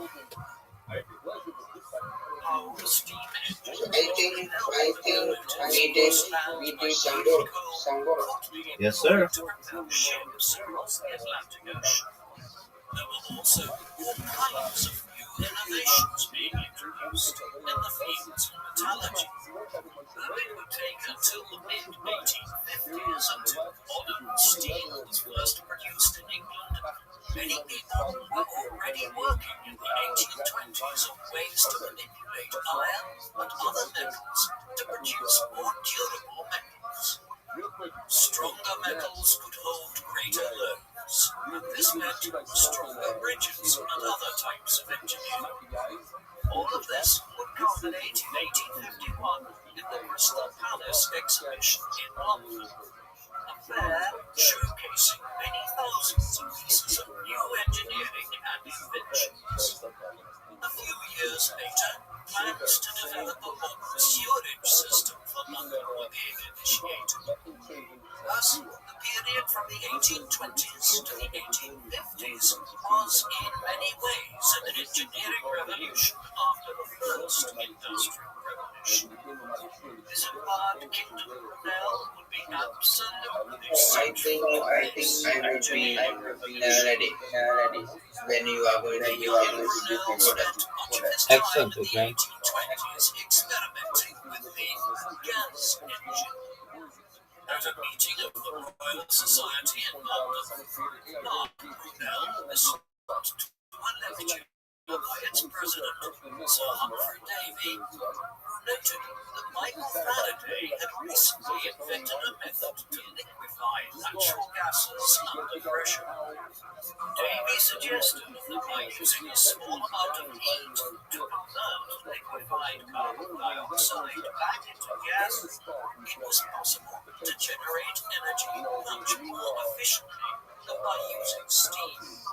Mark Brunel decided to investigate the feasibility of such an engine, but despite some encouraging experiments, the difficulties involved in the casting of metal strong enough to withstand the high pressures involved eventually caused the project to be abandoned. At around the same time, the French scientist Sadi Carnot was in the process of formulating the first law of thermodynamics, which demonstrated that energy could not be created or destroyed, only transformed from one state to another. This meant that Davy's concept was physically impossible, but British engineers were unaware of Carnot's work for decades. Despite the failure of the gas engine, Mark Brunel saw greater success in patenting an improved steam engine which ran more efficiently. Isambard watched all of these developments closely as he began to enter his late teens. While Isambard would one day eclipse his father's achievements, in the 1820s he was still very much learning from him. Father and son would embark on their greatest collaboration in June 1824, when Mark Brunel was appointed engineer of the Thames Tunnel Company. For several centuries, the only crossing over the River Thames in London was London Bridge. But demands created by the rapidly increasing population in the 18th century led to the construction of several bridges further upstream. A new river crossing was also required to the east of London Bridge, but a bridge was out of the question since it would prevent tall sailing vessels from accessing the London dockyards. In 1805, Richard Trevithick, a mining engineer best known for his pioneering work on steam locomotives, led a group of Cornish miners to build a tunnel in East London. The miners were used to working with hard rock and struggled to make progress with the soft clay under the Thames. By 1809, the project was abandoned, and Trevithick concluded that it was impossible to tunnel under the River Thames. The versatile Mark Brunel took an interest in the project, and by 1818, he had patented a tunneling shield that consisted of a cast iron frame to protect workers as they were excavating the tunnel face. After examining the route of the proposed tunnel between Wapping on the north bank of the Thames and Rotherhithe to the south, Brunel modified his design to make a rectangular frame that accommodated 12 men at the tunnel face. Work began in 1825, and soon Brunel's shield was installed under the river. He anticipated that the work would only take 3 years, but the project faced a series of challenges and would take 6 times as long.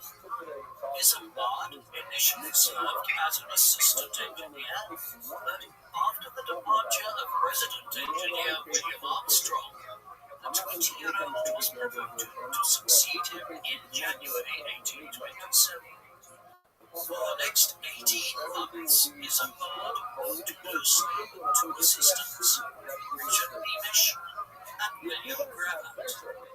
By now in his 50s, Mark Brunel was primarily concerned with the overall direction of the project and dealing with the company's fractious board of directors, leaving Isambard and his assistants to oversee the day-to-day work underground. Here, Brunel was working 12-hour days, 6 days a week in awful poor conditions. By the spring of 1827, almost 500 men were working on the project, and the tunnel was approaching its halfway mark of 600 feet, approximately 180 meters. On the 18th of May, 1827, disaster struck London. The riverbed collapsed on top of the shield and flooded the whole tunnel. Thanks to the efforts of Isambard and William Gravatt, no lives were lost. Despite the cramped working conditions, the company directors attempted to improve the company's financial position by selling tickets to see the unfinished tunnel as a kind of tourist engineering attraction. In November 1827, Isambard held a dinner for 50 guests, and Richard Beamish arranged for the band of the Coldstream Guards, his former military regiment. Okay, doke, Big Dog. However, 2 All right, months later, keep me updated. Best wishes, Big Dog. as the tunnel reached its halfway point, You're welcome, my friend. I hope you have a good day. Take care. Six workers You're welcome. died, and Brunel himself narrowly avoided drowning by being rescued by Beamish. Brunel would spend several months recuperating from the ordeal, and work on the tunnel came to a halt. It would only resume 7 years later, in 1835, after Mark Brunel had raised sufficient funds to free Vincent. Despite further flooding, the tunnel was finally opened to the public on the 25th of March, 1843. By then, Mark had already been awarded a knighthood by Queen Victoria in 1841 for building the world's first underwater tunnel, which was subsequently converted into a rail tunnel and continues to be used by the London Rail Network. While Isambard played no further part in the construction of the Thames Tunnel, he had gained considerable experience as a project manager and leader of men from the experience. After experiencing how his father was forced to compromise on safety by his directors to save money, Isambard resolved that he would never be coerced by financiers to act against his own better judgment in engineering matters. Brunel struggled with his health throughout 1828 and made several trips to France. A combination of poor physical health, the near-death experience while working on the Thames Tunnel, and the cessation of tunnel works seemed to have had a major impact on Brunel's psychological state at this time. The morbid sentiments he expressed to friends were in stark contrast to his bombastic ambition to command a fleet of steamboats of the Royal Navy with which he would, quote, take some island or fortified town, which he confided to a private journal begun in October 1827. He also shared his thoughts about the women in his life, making reference to Ellen Hume, a young lady from Manchester whom he had apparently already known for almost 7 years at the time of the diary entry. Although he considered making a proposal of marriage, by 1829 he decided that he would not marry her, even though his romantic affection appears not to have diminished. Throughout his diary, Brunel referred to his habit of dreaming up, quote, castles in the air, personal ambitions and professional projects which he believed would never be realized. In between his and his father's efforts to revive the tunnel project and his continued experimentation with the gas engine, Brunel entered a competition to design a bridge spanning the gorge near the Bristol suburb of Clifton. Brunel had never designed a bridge before and asked his father for guidance. Mark argued that the gorge was too wide for a single span and proposed a Chinese-style pagoda rising from the bottom of the gorge to support the structure.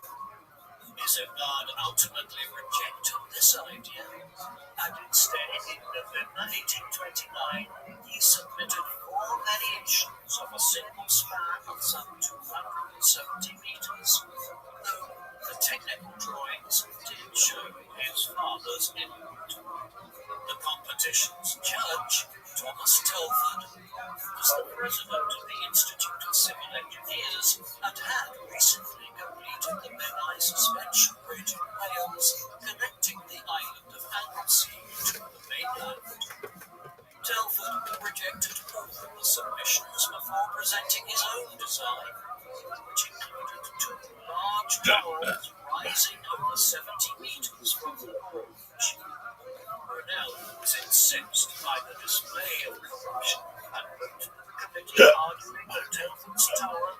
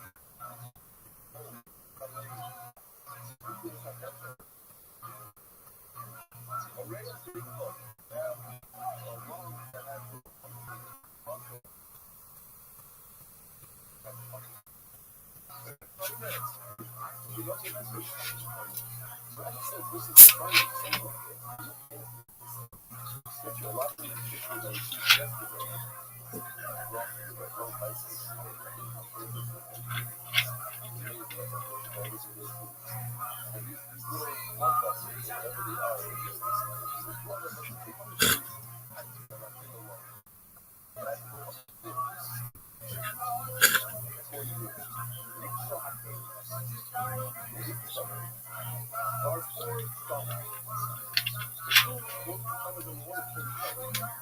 From there, it moves on to the base of president. I have here the president with Senate president, and it's middle of I have over 160.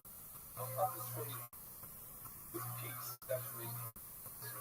Well, the sign is really beautiful. And then the second one is for Pepsi. So it's like crazy design as well. There's a Pepsi. Over here, what happens is, grass is out of you up to these characters adjusted. And they will see for this basic process. And basic process forms places from fall. So it's grass that is the only pattern. And therefore it has to go to the fall. And then it goes to the area, it takes the fall, goes back, you know, and chooses it again. It goes back in, somehow it knows how to go back in and avoid the first two. It goes from this to that. So it's a process and the emphasis are back to back. Chevelle touch motherfuckers. Interesting. You can see wow. You can see grass in the bottom of there. Too heavy and would collapse. In 1830, the Bridge Committee determined that Telford's design was too expensive and reopened the competition with new judges. Although he knew that his initial proposals were structurally sound, Brunel modified his proposal to build a large abutment on the western bank to shorten the span to 200 meters. Meanwhile, in late 1830, he received a commission to design an observatory for the astronomer Sir James Sun at his home in Kensington. Brunel had an interest in astronomy and was a friend of Sir John Herschel's father, William, and discovered Uranus in 1781. The observatory was complete in May 1831, but not long afterwards, South complained to Brunel that the costs of the project significantly exceeded Brunel's initial estimates. An anonymous article published in the Athenaeum Journal criticized Brunel's mechanical shutters and argued that, quote, this absurd project has no other object than the display of a tour de force. Brunel was deeply hurt and was advised by his friend Charles Babbage, the mathematician and computing pioneer, to take South to court for libel, but Brunel soon dropped the matter. In the late 1820s, the Bristol Bridge Committee once again decided against Brunel's proposals for a bridge across the Avon Gorge. But the young engineer refused to accept defeat. In March 1831, he went to Bristol and met with the members of the judging panel and persuaded them to adopt his design, arguing that it was the most structurally efficient way to undertake. Work began in July 1831. The 25-year-old Brunel was well set on the path to engineering stardom, but within a few months the project ran into difficulty. Aside from the usual financial and engineering challenges, in late October 1831, the city of Bristol experienced 3 days of rioting after the House of Lords rejected an early version of the Great Reform Bill, legislation which was under consideration in the British Parliament in the early 1830s to significantly expand the voting franchise in a country where only well-off men were allowed to vote in the early 19th century. As one of the largest cities in the country, with a population of over 100,000 people, Bristol was a strong centre for the reform of the electoral franchise, which at the time only allowed 6,000 people in the city to vote. The reform bill proposed by Earl Grey's Whig administration intended to wipe the enfranchise and rebalance parliamentary constituencies towards the rapidly growing cities. The reform bill would eventually become law in June 1832, and in the general election later that year, Brunel campaigned extensively on behalf of his brother-in-law and closest friend, Benjamin Hawes, and helped him win elections member of Parliament for London in South London. The political instability in Bristol following the riots caused a building suspension bridge to be suspended. Brunel had also been looking for work elsewhere in the country, and in November 1831 he was commissioned to design docks at the mouth of the Weir in the northeast of England, which was struggling to export vast quantities of coal extracted from the area. On a visit to the area, Brunel settled on a location at Buckweir Mouth, on the northern bank of the Weir in Sunderland. He then travelled across the country to Manchester, where he visited the Hume family and took a ride on the Liverpool and Manchester Railway, which had opened a year earlier. Brunel was impressed by the potential of rail travel and predicted that passengers would soon be able to board trains that would travel smoothly at 45 miles per hour. When he returned to London and presented his plans for the Buckweir Mouth dock, they were rejected by Parliament as too expensive. In the summer of 1832, Brunel's Bristol friend Nicholas Roche invited him to carry out a review into the condition of the harbour in Bristol. For centuries, Bristol had been the most important port on the west coast of England, but during the 18th century it lost its primacy to Liverpool, where new docks were able to accommodate larger merchant ships. At the beginning of the 19th century, the so-called floating harbour was built in Bristol to enable ships to remain afloat at low tide, but within 20 years the harbour's efficiency had deteriorated due to the build-up of silt.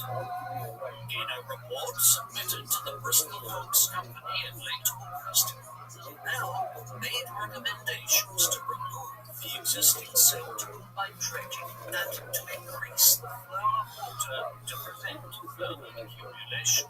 While most of Brunel's recommendations were deemed too expensive to implement, some minor changes improved performance. Brunel also concluded that the floating harbour was too small, but the city's merchants insisted on keeping the facilities in the city centre. Brunel would often clash with port authorities over the following decades. In February 1833, Nicholas Roche informed Brunel of a railway project to connect London to Bristol, which was backed by several directors of the Clifton Suspension Bridge Company. Roche told Brunel that the railway committee was seeking proposals and would accept one which offered the lowest costs. Brunel was infuriated by the many pitching attitudes of the merchant class and informed that this proposal would not check the sellers would be next. Brunel's arguments persuaded the committee who appointed surveyor. He travelled back and forth between London and Bristol to determine a suitable route for the hilly terrain and completed his survey within a matter of weeks. In July, a committee of directors was formed in London to complement the one in Bristol, and at their first joint meeting in August 1833, Brunel was officially confirmed as engineer of what was to be known as the Great Western Railway. While he continued to receive occasional advice from his father, by now Brunel had established his credentials as an independent engineer. He was a visionary who saw the new railway as part of a new network, connect the country together and enable people to travel long distances quickly and cheaply. In September, Brunel was asked to undertake a more detailed survey of the route, while the railway's directors still had to raise capital before seeking parliamentary approval. The fundraising effort was led by Charles Saunders, secretary to the company's London committee, became a close friend and colleague. When the new session of Parliament opened in the autumn, the directors initially sought approval for two short stretches of line from Bristol to Bath and London to Reading. In addition to opposition from landowners and farmers unwilling to have a railway line run through their backyard, Eton College, which lay near the proposed railway route, complained that the railway line's proximity threatened to damage the morals of the pupils who have easy access to London and all its temptations. The 11 days Brunel spent giving evidence to the committee enabled the bill to pass the Commons, but major objections remained in relation to the proposed terminus, Vauxhall, South London, and other issues that led one opponent to win that the scheme was neither Great Western nor a railway. After the House of Lords voted the bill down in July, Brunel and his company directors set out to revise the bill by changing the proposed London terminus from Vauxhall near Lambeth in South London to Euston on the northern side of the city, from where it would join the London and Birmingham Railway. Brunel had a further concern about passenger comfort, believing that existing rail carriages were too narrow and had a tendency to sway at higher speeds. The existing track in the country had been laid to a narrow gauge of nearly 5 foot, following the standard set by the father-son team, George and Robert Stephenson, who were responsible for the construction of the Liverpool and Manchester Railway. Hailing from the mining communities in the northeast of England, the Stephensons were primarily interested in using rail to transport commodities such as coal. The comfort of passengers was an afterthought.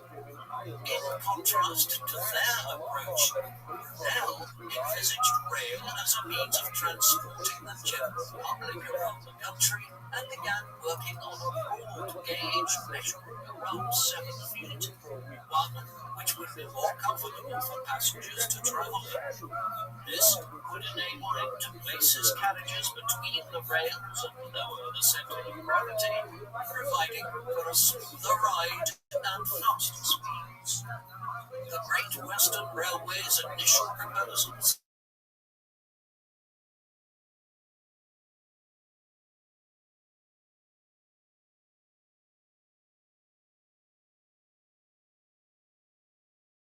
was drafting the revised bill on the company's behalf to delete the reference to Stephenson's age, thus giving himself the flexibility of moving the railway to its broad gauge.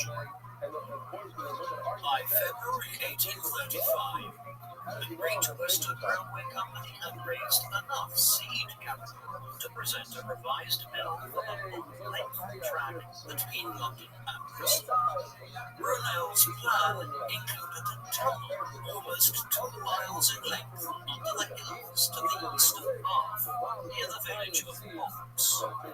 This particular element of his plan was was targeted by the supporters of rival London and Southampton Railway as a point of weakness. We put forward the science professor, Dionysius Lardner, to give evidence to Parliament, claiming that if the brakes of the locomotive were to fail inside the proposed Watts tunnel, the gradient of the tunnel would cause the train to emerge at the other end, travelling at 120 miles per hour, which would increase air pressure and suffocate passengers on board.